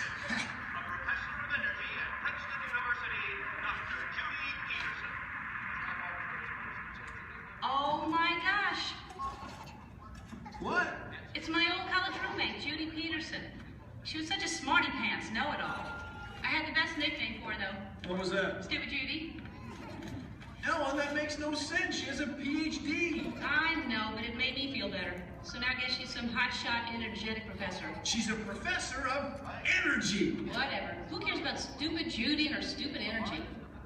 Ellen, energy's the most important thing in the universe. Oh, yeah, sure. Take her side. I'm not taking her side. It's just that without energy, nothing would go. Nothing would happen. I mean, there'd be nothing. Well, then we'd really be in jeopardy now, wouldn't we? Yeah, well, what is, thanks for the supplies, and see you later. What is? Bye-bye. It's the Parliament of Israel. Right again. Go. Right again, Judy. Stupid Judy, stupid energy. Maybe the universe needs energy, but I don't. I'll take a nap for 100. I know. Big piece of corn right there in the teeth. How could you not see it? I'm gonna have to call you back. Now, as most of you know, when someone falls asleep watching TV, that person is going to have a what? Anyone? Sequence. Anyone? A crick in the neck? Bad hair day. A dream sequence. That's right, ma'am, a dream sequence. Right. Mine was more of a nightmare, actually. And actually, we should get some fog in here. Always nice to spice up a dream sequence with fog. No, not in here. Over there. The dream. Scary, huh? This is Jeopardy! Now here are today's contestants. Dr. Judy Peterson, Dr. Albert Einstein, and finally, just Ellen. And now here is the host of Jeopardy, Alex Trebek. Thank you, Johnny Gilbert. Hello, contestants. Welcome to our program, and good luck to you in the game. Here are the categories for the first round of play. Solar energy, wind power, energy from water, fossil fuels, fusion, and finally, gas. Ellen, since this is your dream, we'll let you make the first selection. I will take fossil fuels for, let's go 100. Fine. The answer is, this was formed from microscopic plants and animals trapped in ocean floor sediments millions of years ago. Ellen. Yes, I know that one. What is